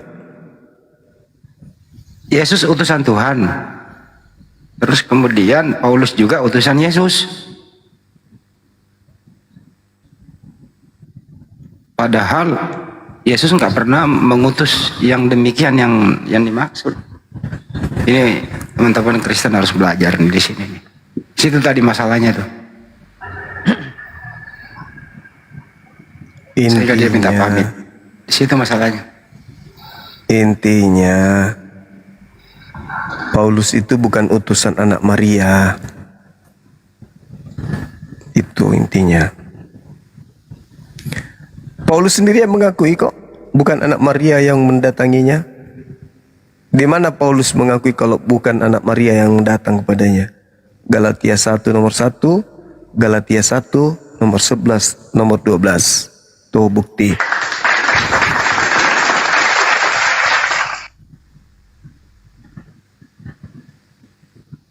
Tapi ada yang datang ke Paulus mengaku Yesus. Ya. Iya, tapi bukan anak Maria. Ya, makanya Yesus berkata, waspadalah. Nah, kepada penyesat yang datang memakai namaku, akulah Yesus yang kau aniaya. Nah, iya tuh yang kau Ambo siapa ya? Ambo upe. Ambo upe. Monitor Ambo. Tadi sampai nyerah Pak Pendeta Yunus sama si Aaron. Si Aaron mukanya berantakan sampai berubah gitu, Gurunda. Aduh. Ada pendeta itu dua-duanya itu. Cuma ada berita duka, Gurunda. Yang mualaf itu Mbak Ebi, yang dulu mualaf itu, yang di Lampung itu, kebetulan adiknya yang ikut mualaf itu yang pernah diracun sama orang tuanya gara-gara mualaf, udah meninggal adiknya Mbak Ebi. Yang diracun. Diracun, ya udah meninggal kemarin. Mbak Ebi ini sekarang lagi berduka dan insya Allah Mbak Ebi ini prihatin, Gurunda, di Lampung ini. Dia tidurnya ini dari masjid ke masjid, padahal dia dulunya itu seorang dokter psikolog, Gurunda. Begitu dia syahadat, dia diusir di rumahnya. Jadi dia luntang-lantung di Lampung.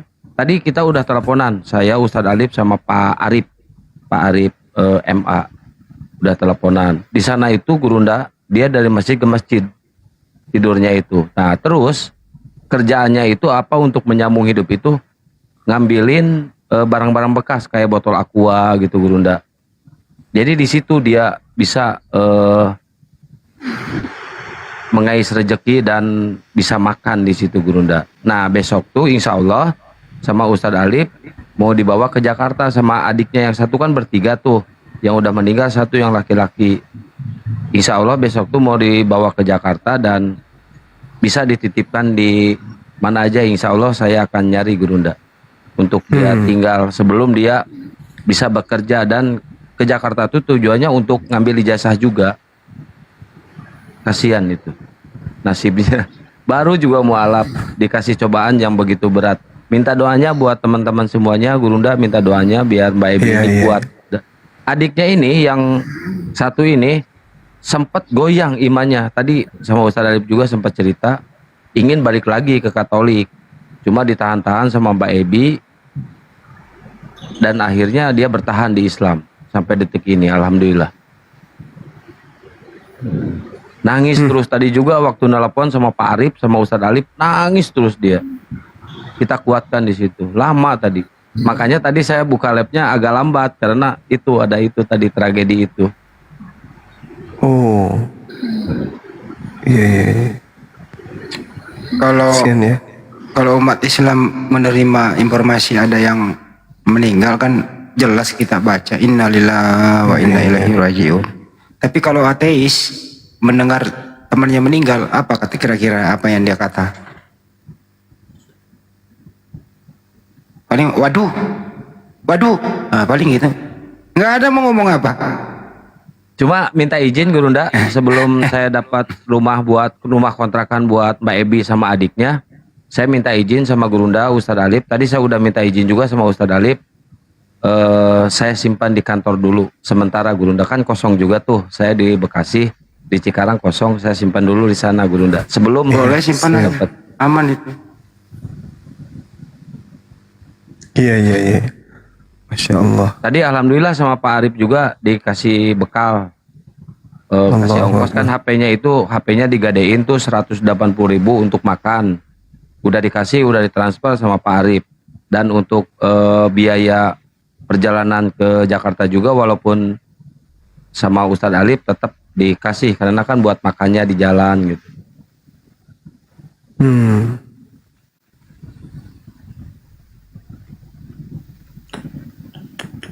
Mantap kali, Bah. Baru Seolah-olah dari di Sabtu ya kalau mualaf. kita ke kantor ya. Sabtu ya? Jumat.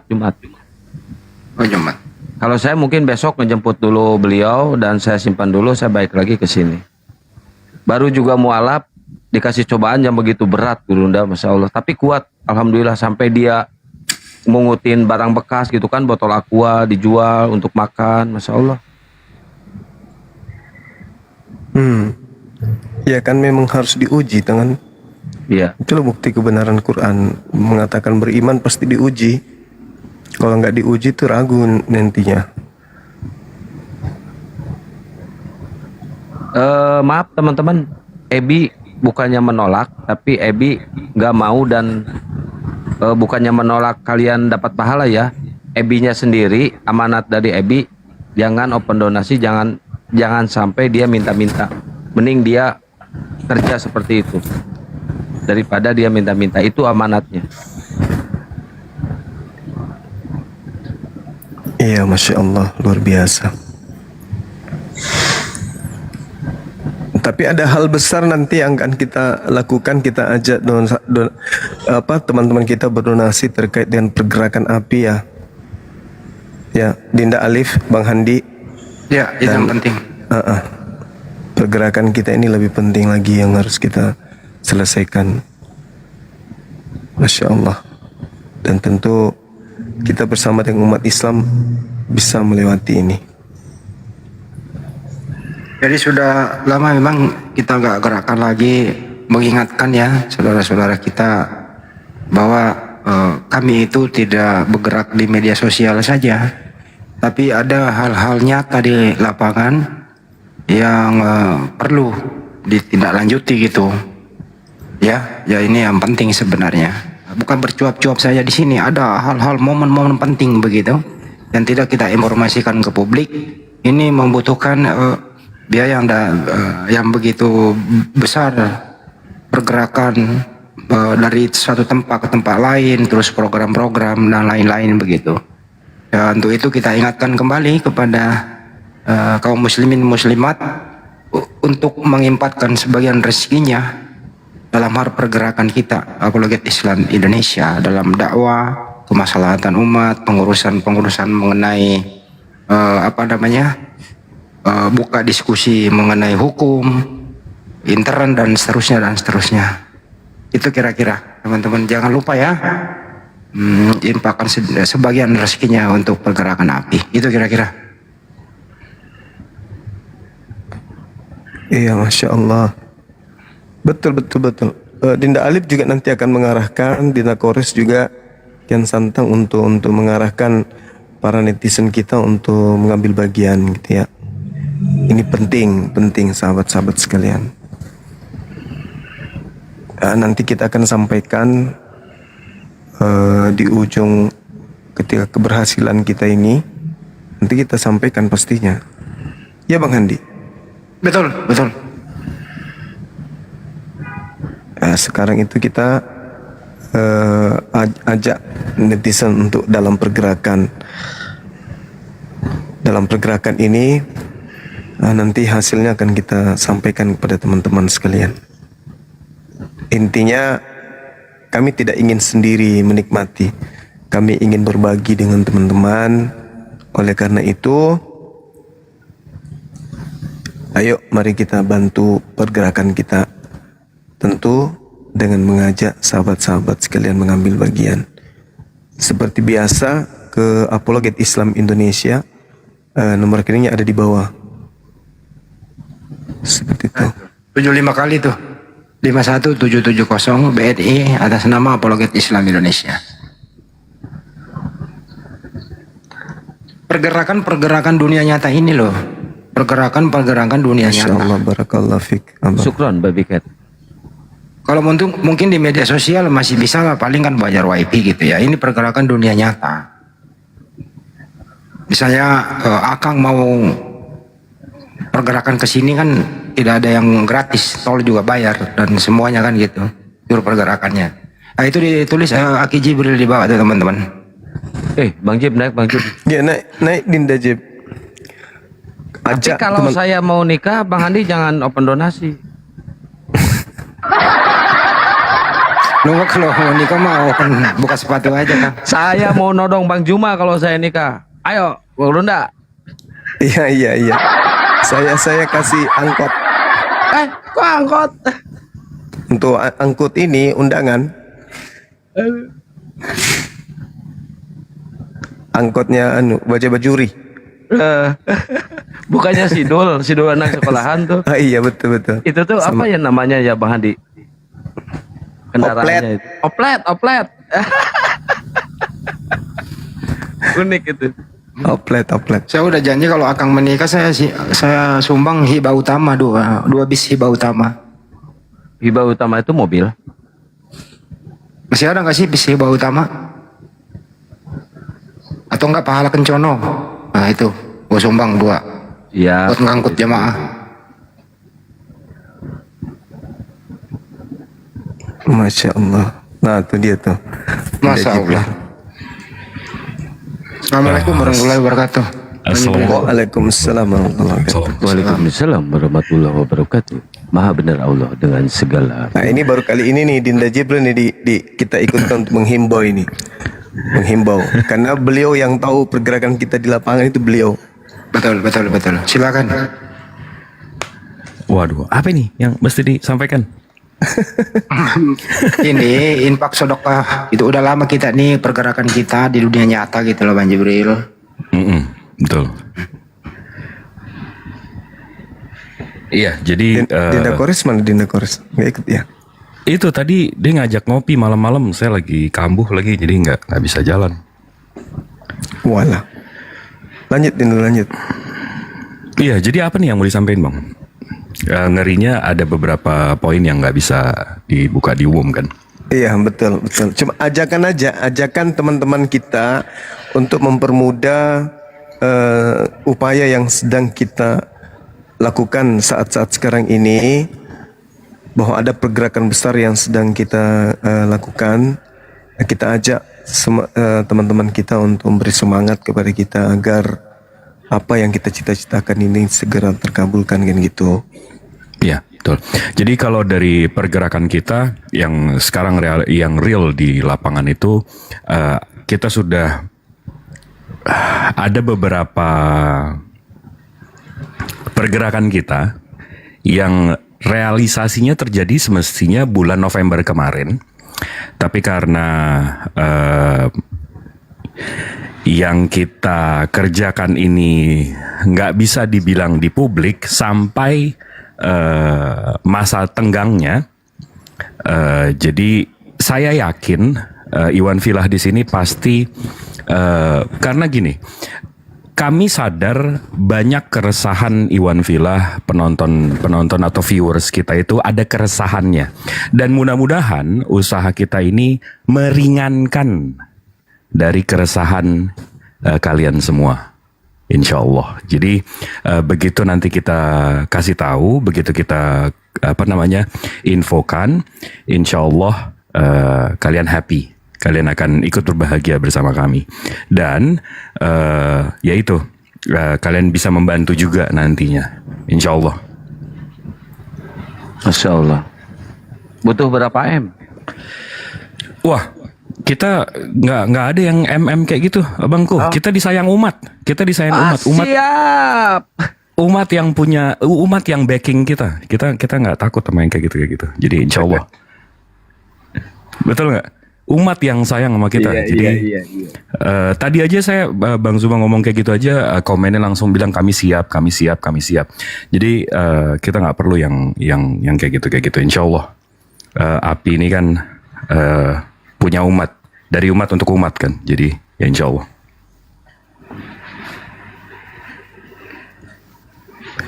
Aman itu, kalau kita sudah berbicara mengenai umat, aman semuanya, insya Allah. Kompak netizen kita itu Guru Nda, satu komando, Masya Allah. Nah itu dia makanya. Jadi yang saya perhatikan itu mereka itu berebut mencari pahala, Gurunda, netizen kita itu berebut mencari pahala terus-terusan, Masya Allah.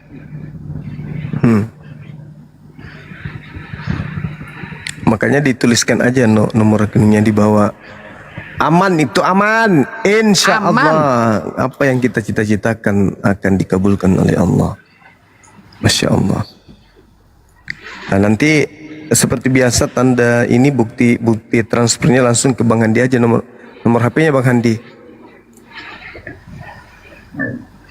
0813 9233 7800.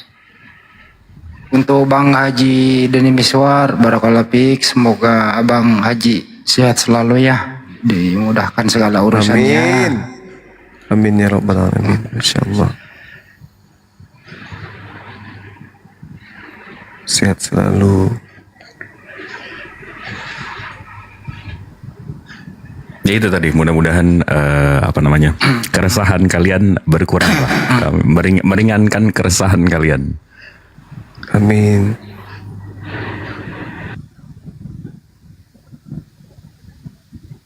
Amin ya rabbal alamin. Teman Mbak Jibril itu jarang naik, pergerakannya di dunia nyata. Kalau saya sama Akang kan banyakan di sini media sosial gitu ya. Jadi ada hal-hal yang prinsipil tidak semua kita buka kan begitu. Tapi pada dasarnya ya mari bersama-sama meringankan beban ini dalam rangka memudahkan pergerakan apologet Islam Indonesia dalam hal apapun itu. Kira-kira gitu ya Bang Jibril ya. Betul, dari segi hukum, dari segi ya banyak lah, insya Allah.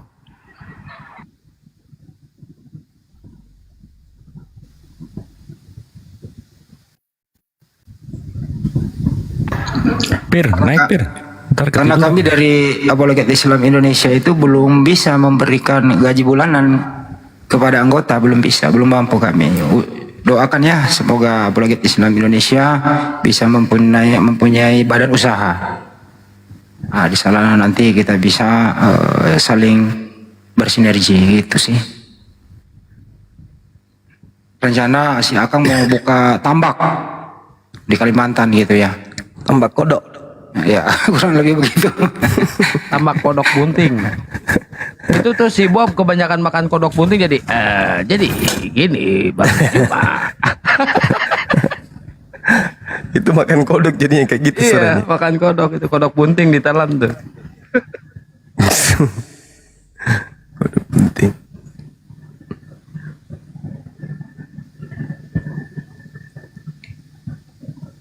Wis, udah mulai masuk Bang Handi.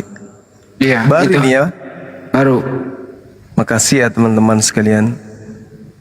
Luar biasa. Mungkin bisa disebutkan namanya Bang Handi. Udah tadi? Untuk motivasi teman-teman yang lain gitu. Keren.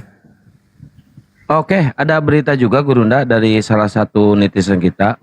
Kalau ada mualaf-mualaf yang butuh tempat tinggal di area Palu, insya Allah ada beberapa kos-kosan yang digratiskan untuk para mualaf dan khusus untuk belajar para mualaf. Bang Ical, syukron Bang Ical. Ini kos-kosan buat para mualaf yang ada di area Palu, Gurunda.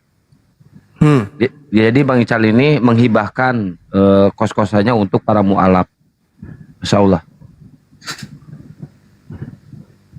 Masya Allah. Kan Dedi barakallah fik. Luar biasa untuk beliau, Masya Allah. Allah mencintai antum. Luar biasa. Ya kalau kita nggak bisa menjanjikan bahwa kita ini sampai enggak lah. Kita nggak bisa kayak gitu. Kita kembalikan kepada umat aja. Kalau umat sudah bersatu, jangankan yang triliun pun bisa umat Islam itu kalau mereka udah bersatu gitu. Insya Allah. Iyalah. Halo, assalamualaikum warahmatullahi wabarakatuh. Waalaikumsalam warahmatullahi wabarakatuh. Sehat Bunda. Salam kenal semuanya. Saya Mas ini. Oh Mas. Iya. Mas. Alhamdulillah tadi sudah sedikit berbagi, cuman 500.000. Tapi saya ndak ngerti mau kirim kemana bukti transfernya. Ada pokoknya masuk nanti atas nama Aldi ya. Ada Aldi. ada ini kok Bang Andi. customer di API juga ada nomornya. Saya belum tahu nomornya. Ditulis saja, Pak. Bang. Sebentar. Sebenarnya kita punya ini Bang Jibril ya, nomor apa sih namanya call center API ya, belum bisa dikasih tahu ya Bang Jibril. Udah aktif tapi belum ini, sebentar aku confirm nomornya. Ya udah. Untuk sementara ke saya aja dulu ya. Nanti Nomornya kita belum deklarasikan. Nomornya 0813. Sebentar cari. Betul HP saya cuma satu ini. Assalamualaikum warahmatullahi wabarakatuh. Waalaikumsalam warahmatullahi wabarakatuh. Sebentar ya. Bagaimana kabar Gurunda dan saudara-saudaraku semua? Semoga sehat selalu walafiat. Baik, alhamdulillah Kanda, masya Allah. Ya Mbak, 081 berapa? 0813. Terus 9233. Terus 7800. Oke. Terima kasih kalau gitu. Sebentar saya kirim bukti transfernya ya. Siap Bang. Oke, yuk. Kalau begitu saya izin turun dulu. Assalamualaikum warahmatullahi wabarakatuh. Waalaikumsalam warahmatullahi wabarakatuh. Assalamualaikum warahmatullahi wabarakatuh. Pak Peta Lempu, waalaikumsalam warahmatullahi wabarakatuh. Pak Penta sehat, Pak Peta? Alhamdulillah sehat. Gimana kabar Bang Handi di sana, Pak Peta? Iya, Bang Handi lagi sehat-sehat tuh. Bagaimana Bang Jibril, Pak Ketua, sehat semua? Alhamdulillah, insyaallah. Amin. Bunda Rahma. Pak Ketua kayaknya lagi rehat karena nanti subuh mau perjalanan ke Jakarta. Ahi Jibril. Iya, Bunda. Gimana Bunda? Sehat? Alhamdulillah. Lagi nonton film Korea nih. Lanjut. Bunda Rama. Bunda Rama. Ya. Bagaimana kabarnya Kudis Tepu di Amerika? Kudis. Ya, masih tetap kudisan. Oke. So tahu lo. Bahasa. Lanjut.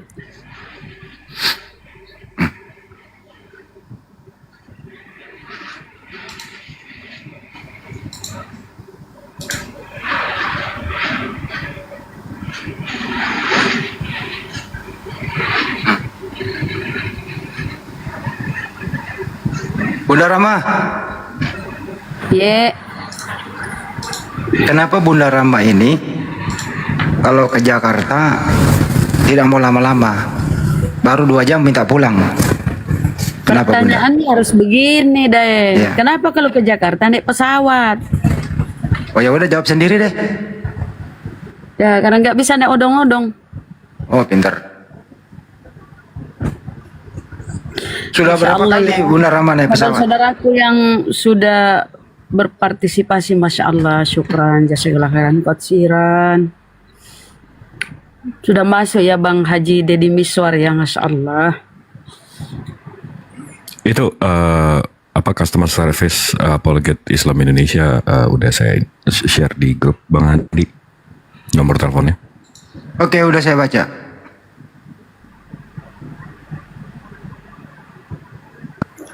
Inti yang pegang call center dari divisi apa itu? Dinda Jibril. Asisten Sekjen, Sekretaris Umum, Sekum, Golian. Oh iya. Tapi nanti Bunda Rama pegang juga, Bang Handi pegang juga. Karena bisa itu WhatsApp-nya tinggal di login di komputer, jadi banyak yang bisa lihat. Berarti di website juga dipasang di website ya? Betul. Oh iya, mantap.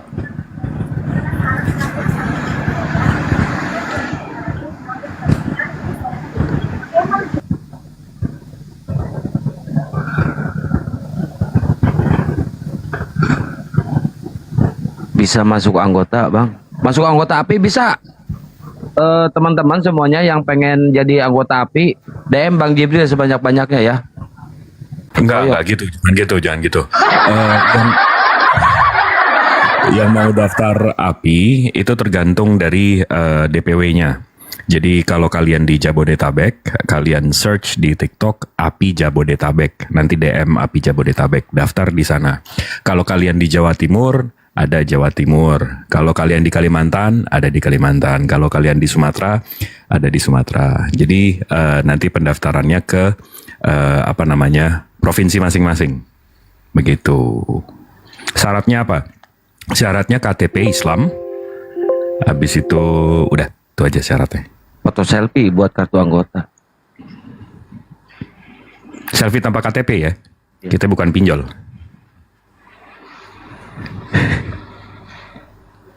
Enggak, bukan selfie pakai KTP, selfie tok. Jadi gini. Kalau rantauan gimana? Daftarnya di tempat domisili. Kalau kita lihat sekarang anggota kita itu per malam ini ya. Bentar saya buka. Per malam ini anggota kita itu ada 1957. Tersebar di seluruh Indonesia dan luar negeri. Amin. Saya asli Kalimantan, cuma sekarang di Jabodetabek. Berarti domisili. Karena nanti kumpul-kumpulnya, programnya dan seterusnya itu ada di domisili.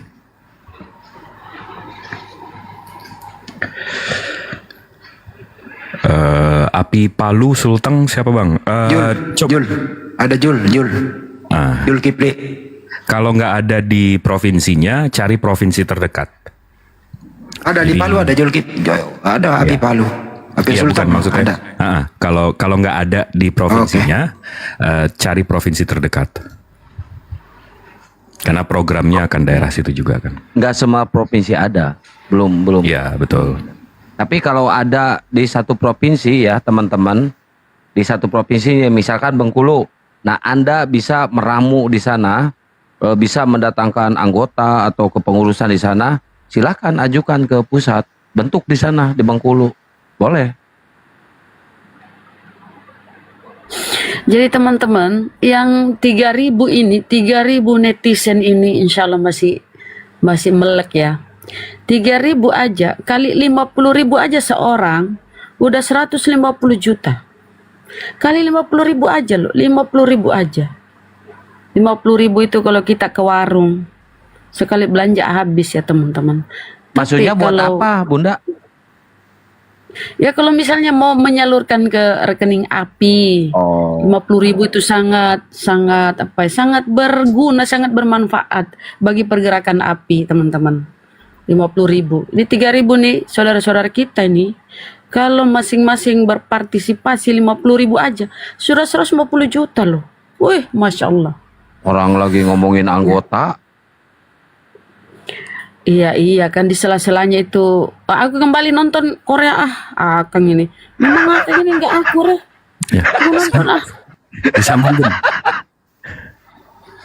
Ya Bunda Rama itu banyakkan Anda belanja yang tidak penting, misalnya merokok gitu loh, 50.000.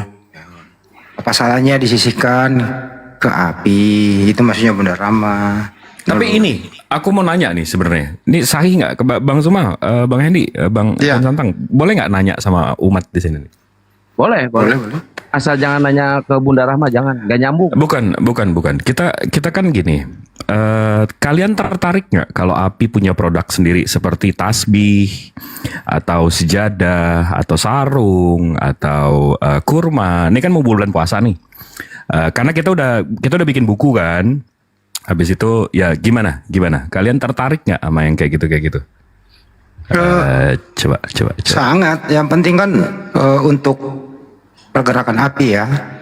Nah, itu untungnya tuh untuk api yang jatuhnya nanti untuk mualaf gitu loh. Ya. Untuk pergerakan kita juga gitu loh. Jadi untungnya tuh nggak kemana-mana. Untungnya kalau nggak ke mualaf, ke pergerakan kita, ke mualaf, pergerakan kita nggak kemana-mana. Jadi kalian dapat produknya, kalian dapat sejadah, dapat siwak mungkin. Habis itu, ya itu. Kira-kira pengen ya, nggak? banget itu. Tunjuk aja devisinya siapa yang laksanakan, kita dorong. Gitu kan. Terus kemudian setiap live ya kita informasikan kepada kaum muslimin muslimat dalam hal ini. Apa tadi Gitu, siwak, Bang Jibril. tasbih, sejadah, sarung. Oh iya, setuju Kurma. saya itu. Kurma, setuju saya. Kalau madu kan nanti berantem sama Julius. Ya. Iya. Tapi kalau ada yang pengen seperangkat alat sholat, ke saya aja nggak apa-apa. Nggak gitu konsepnya. Itu Lu mah bukan kalau sono. nih Kakang, lu mah kalau Kenapa ke sono? bukan seperangkat alat sholat, dia mah seperangkat alat sekolah.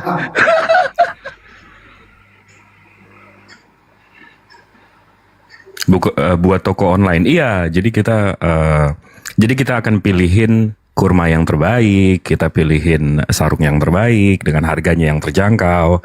Habis itu kita coba jual. Nanti kita lihat dari situ. Karena API ini kan ada divisi pengembangan juga kan. Ada divisi bisnisnya juga kan. Jadi mungkin itu bisa membantu pergerakan API gitu loh. Jangan individu, betul. Dan nanti di sarungnya ada logo API, habis itu di siwaknya ada logo API, di tasbihnya ada logo API juga. Jadi begitu kalian lagi buka puasa nih di masjid, tiba-tiba sebelah kok sejadahnya API juga. Waduh, kan. Kalian dengerin. Bang Jib, harusnya itu di divisi pengembangan dan bisnis harusnya itu adanya. Ada, kita kan ada. Jadi, iya. Tapi mau tahu dulu feedback dari viewers kita gimana? Oh pasti dong didukung itu, pasti itu. Saya pikir itu semacam ide yang sangat cemerlang itu yang saya pikir semua netizen akan mendukung dan support gitu. Di samping memang dapat produk, ya dapat juga amal jariahnya kan. Betul. Itu bantu juga pergerakan gitu. Saya jual madu aja yang nonton 5K. Madu yang laku cuma 5 biji. Gimana? Oh itu nggak boleh putus asa Kang. Ya kan nggak semua orang lagi perlu madu. Tapi kalau kita jualnya sarung, habis itu tasbih, sejadah, kurma, orang kan bisa pilih-pilih, Kang. Benar, Duda Jibril. Bagus sekali tuh, karena ini kan menyangkut masalah bulan suci Ramadan ya, sajadah, sarung, kurma itu. Kalau saya itu memang perlu mungkin kita rapatkan internal itu bagus sekali tuh. Saya pikir netizen itu pasti akan tertarik dengan hal-hal itu dan membantu pergerakan kita. Insya Allah. Padahal itu madu keren Bang Jib. Buat suami-suami yang tadinya cuma 20 menit, minum madu itu rutin bisa 3 jam. Saya jamin. Enggak, gue berpengalaman dari sejadah, custom sejadah, tau gak dari mana? Sedih sih, waktu abah meninggal gue bikin 40 harinya sejadahnya ada nama abah gue. Jadi mungkin bisa ya dipraktekkan lagi. Mantap. Sejadah di belakangnya berarti ada logo API ya? Iya. Wajib itulah. Ibu-ibu ada ciri khasnya sama yang umum. Buat suaminya. Kali-kali juga ada yang mau buka toko kan. Ada temanya gitu, hitam, habis itu logo apinya hijau. Kan tasbihnya hitam, habis itu di atasnya itu ada hijau.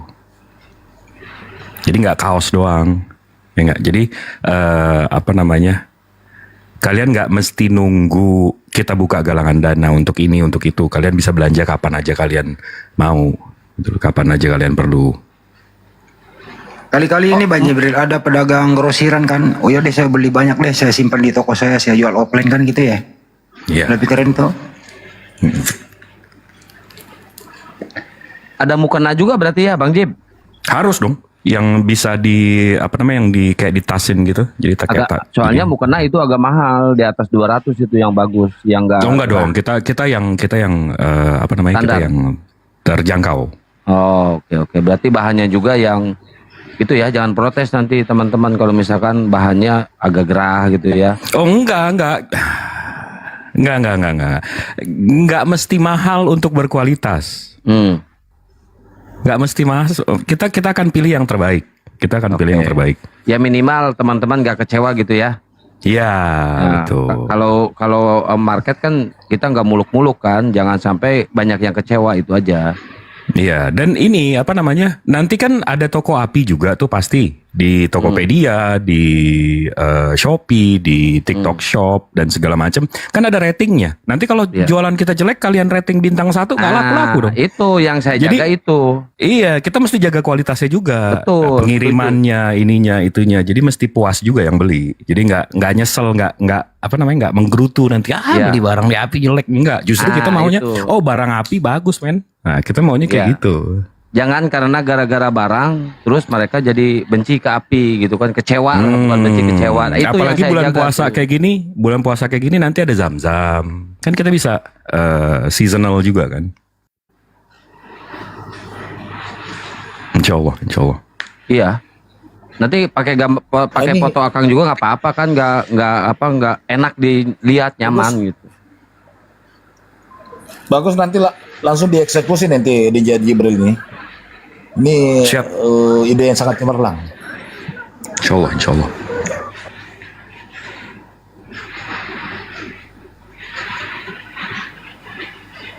Naik Pir. Madu boleh, madu. Yang tadinya 20 menit bisa 3 jam, boleh. Nanti berantem sama Julius dong. Kan madunya madu Julius yang gua jual ini nih. Oh. Ini madu Julius. Gak laku. Sekarang kira-kira pertanyaannya kalau gini ya, Dinda Jibril dan teman-teman semua. Kalau seumpamanya ada nih seumpamanya salah seorang daripada netizen kita atau yang cinta dengan API, tapi dia mempunyai produk gitu. Kemudian dia pengen bekerja sama dengan kita untuk bagaimana itu kira-kira gimana tuh anggapinya itu? Gimana Bang? Kalau ada orang gimana Bang? Jadi kayak gini. Jadi kalau semacam ada nih netizen kita ini yang punya putus suaranya putus. Terus mereka kepengen untuk berkontribusi, artinya ikut API nih yang mempromosikan atau apa dan sebagainya. Gimana kira-kira itu? Kalau produknya standarnya kualitasnya bagus, kita nggak bisa bilang enggak kan, betul nggak? Kalau kualitasnya bagus, harganya terjangkau, dan kita kan tahu kan target market kita. Target market kita itu ya viewers API, viewers Bang Zuma, viewers Ustadz Alif, viewers Bang Hendy, viewers Bang Kian Santang. Kita tahu target marketnya. Jadi kita tahu mana yang barang kemahalan, mana yang terlalu mubazir, atau mana yang kemurahan. Nanti kan kita pasti bisa. Tapi kalau kualitasnya bagus, menurut saya nggak mungkin kita bilang enggak kan.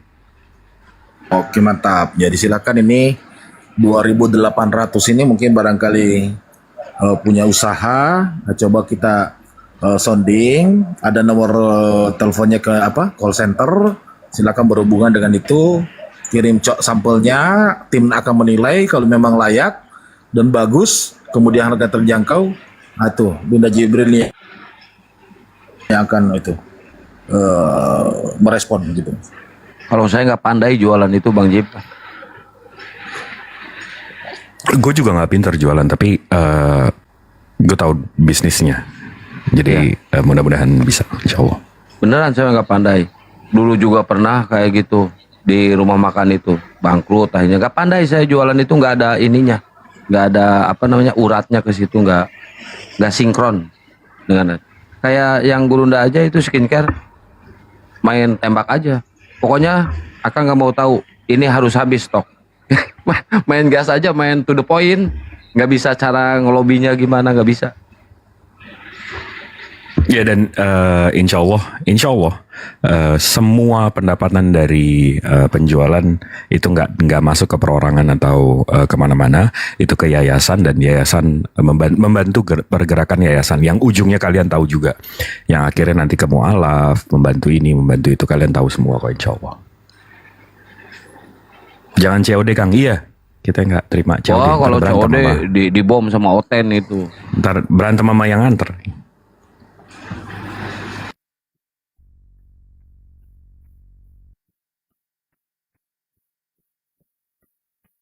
Nanti kurmanya Kang, ada kurma ini dari Jericho. Kurma dari Jericho. Jericho mana? Jericho selatan Baitel, tempat apa namanya? Tempat Nabi Isa dilahirkan. Iya, mantap. Namanya Majul Dates. Majul Dates. Apa itu artinya? MEDJOOL. Majul Dates itu kurmanya itu besar-besar. Dia memang terkenal King of Dates. Jadi raja dari kurma. Dia memang besar-besar. Iya. Itu selatan Bait El. Bukan di Israel ya. Itu di Palestina. Mantap. Yang mau pesan madu silakan lihat di PT-nya Kian Santang. Di akun Kian Santang ada PT khusus madu. Nah, di situ ada keranjang kuningnya, tinggal diklik.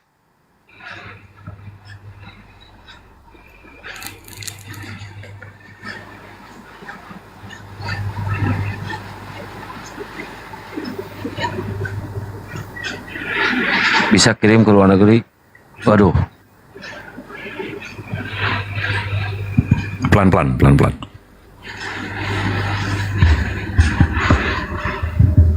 Dan nanti insya Allah juga ini ya, ini sounding.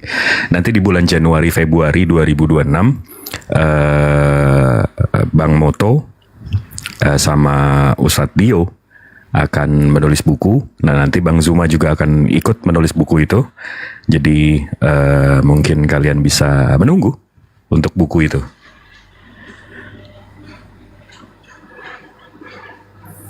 Ya, mungkin Bang Handi juga bisa partisipasi ikut nulis. Yesus sama Maria Tuhan siapa?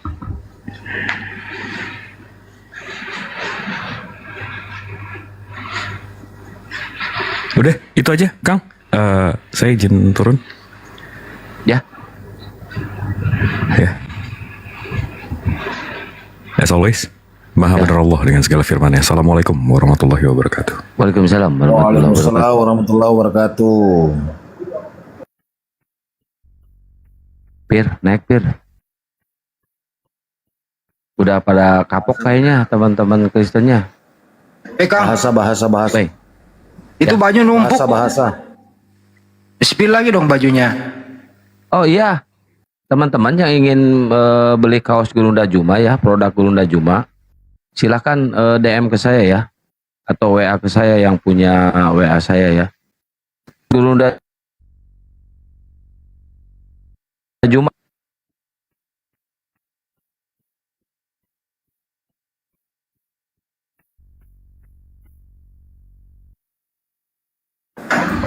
Maksudnya Bang Mades itu maksudnya gimana tuh Bang Mades? Diperjelas Bang Mades.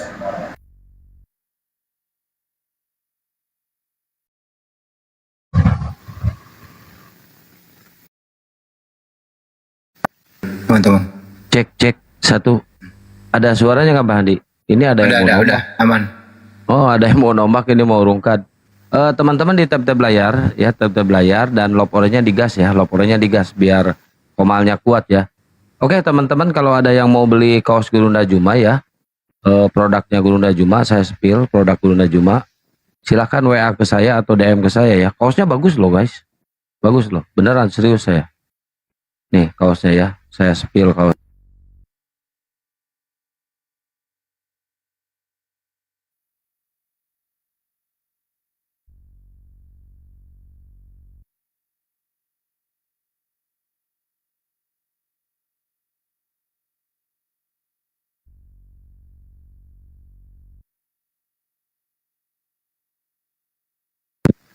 Nah ini nih teman-teman nih kaosnya ya. Ini kaosnya ya. Kalau ada yang mau silahkan WA ke saya atau DM ke saya ya. Ini bebas nih. Ada nenek mukiper dan syahadat ininya ya teman-teman. Ini yang tercantum di sini. Ini nomor si AA, nomor anaknya Gurunda, cuma udah nggak aktif. Silahkan ke nomor saya aja ya. Ini keren loh. Ada lengan panjang, ada lengan pendek. Tangan pendek 10.000, tangan pendek 10.000, tangan panjang maliang. Tangan panjang maliang. Nah, ini ada harganya juga di sini 169.000 ya. Silakan DM ke saya. Masukkan keranjang kuning nggak bisa, belum ada tokonya. Ini harganya 169.000, tangan panjang sama tangan pendek sama harganya ya. TikTok Shop ada nggak? Nggak ada. Lewat WA aja langsung ya atau DM ke saya, teman-teman. Kalau ingin pesan WA ke saya di 081 21 474 9002. Saya ulangi 081 21 474 9002. Yang hafal nomor saya tinggal diklik di bawah teman-teman ya, tolong. Yang hafal. Ukurannya dari M ke XL. Dari M ke XL. Nah, itu tuh nomor saya tuh di bawah tuh. Silakan ya di WA ke saya. Gitu Bang Handi, ditambahin Bang Handi.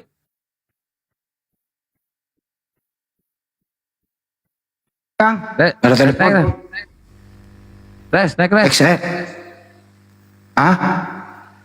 Apa? Masih gimana? Atau baru terima telepon nggak?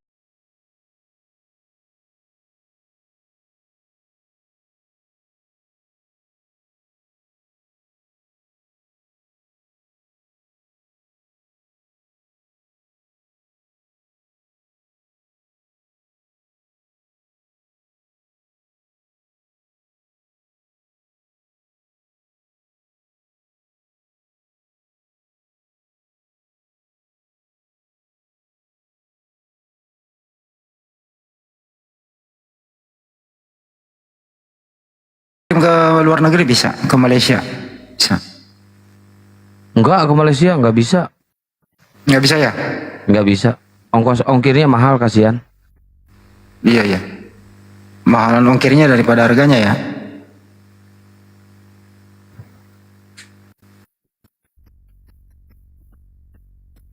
Bahannya keren ya, Bang. Ke Bogor ada. Ke Bogor ada ongkir lah dari Bekasi ke Bogor. Paling 15.000 atau 10.000.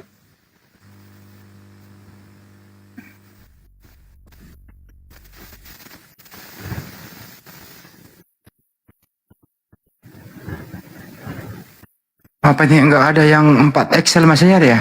4 XL. Ke Makassar ada, Makassar bisa.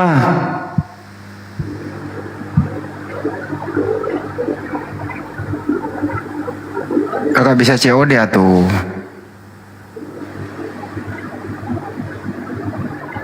Kalau di Bekasi janjian aja ketemu sama saya.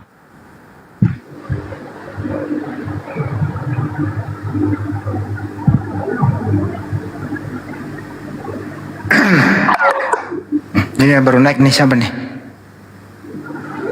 Guramba. Lampung, Medan bisa. Hubungannya nomor Akang itu. Jati Asih gampang lah ketemu dari Jati Asih ketemu aja di Jayan situ. Kemarin aja Bang Handi ada yang beli satu orang irian, ongkosnya berapa coba? 160.000. Tapi beli dia tahu ongkosnya segitu, kata saya mahal nih ongkosnya. Gak apa-apa Kang, gas aja. Saya pengen Bang Juma katanya. Masya Allah. Ongkirnya mahal juga digas. Oke Om, gantungan baju oke. Itu Alsam salah nomornya itu, bukan 081475, bukan 474 9002.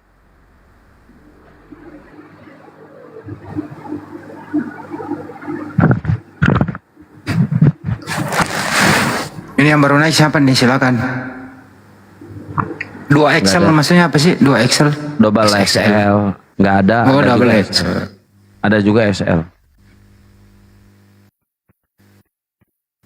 Nggak ada ukuran Pak Bom sini, nggak ada. Pak Bom harus di ini. Nanti ngejahit sendiri dari spanduk.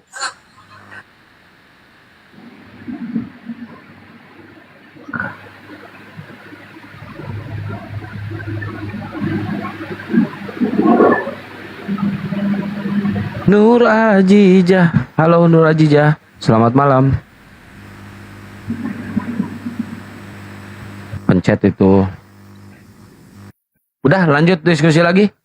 Mumpung masih ada waktu, baru 1:30.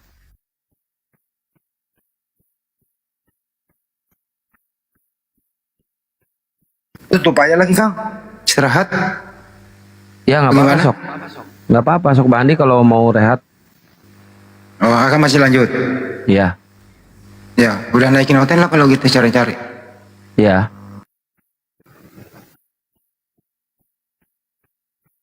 Tadi sore yang seru mah tuh. Wow, seru banget tadi sore.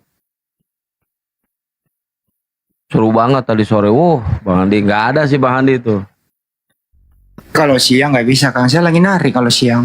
Iya. Saya dari pagi kan lab dari pagi. Wow, itu antri Oten Bang Andi. Dari pagi itu saya. Sama Bunda Natalia aja berdua. Naiklah Bunda Rahma tuh siangnya. Sama Bunda Rahma. Oh keren itu. Digas itu semua. Sorenya Gununda naik sorenya.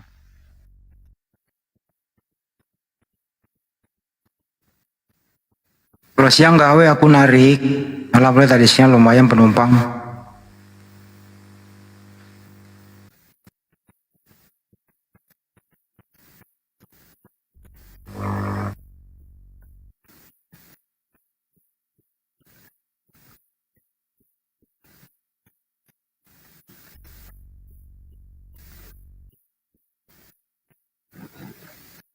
Weh Daman naik lu Daman.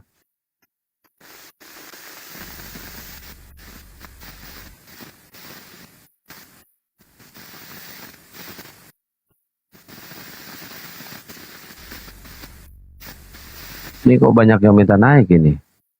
Tapi kebanyakan muslim.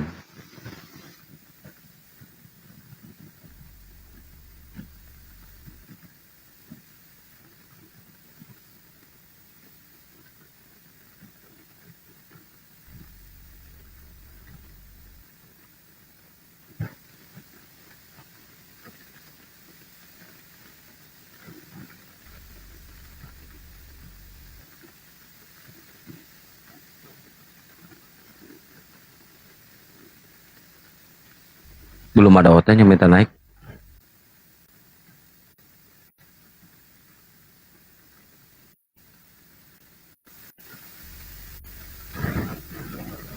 Nggak ada hotel nggak seru ya. Sama saya juga pengennya ada hotel.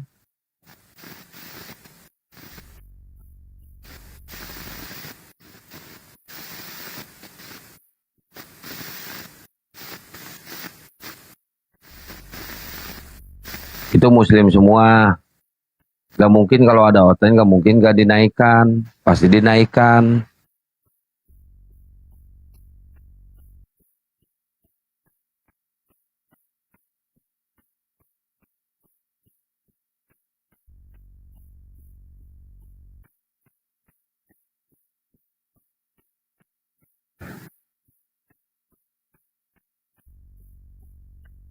Aduh, pandai kali cakap. Saya naikin semua ya. Yuk, naik semua.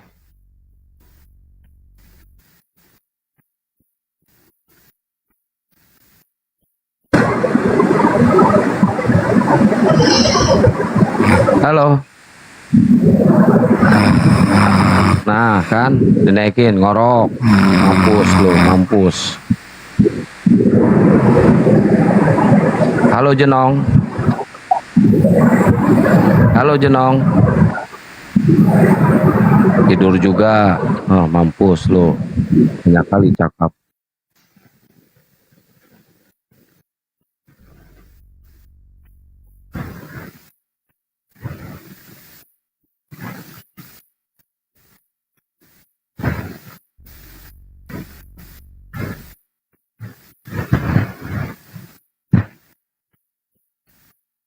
Halo Raya, Armar, Kiom, apa ini? Kiom, apa ini?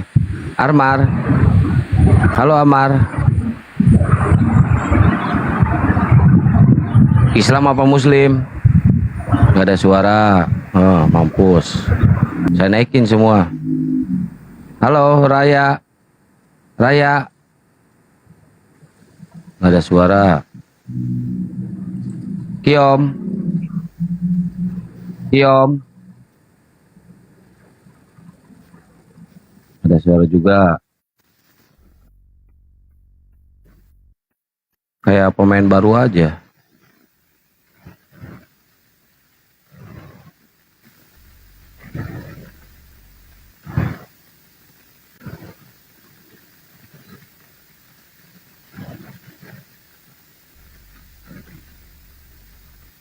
Mandro. Halo Mandro.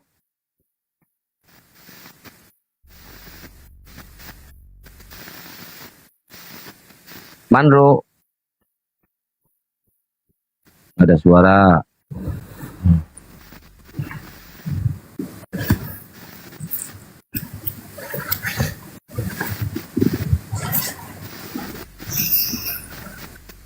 Siapa ini? Putro. Putro.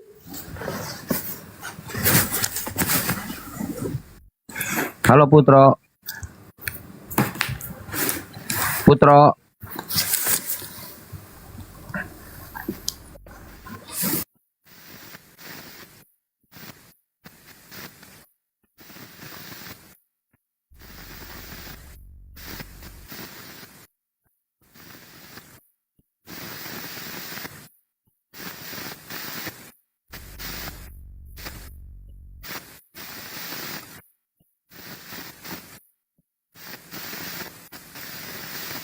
Habis.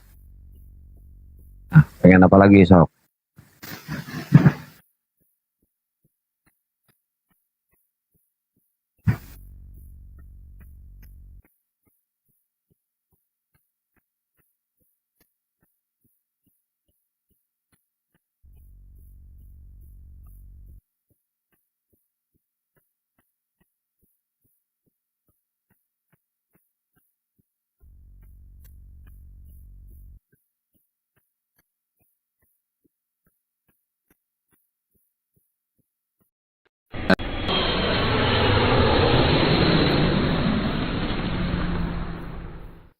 Bang Get, syukron jazakallah khairan katsiran Bang Get.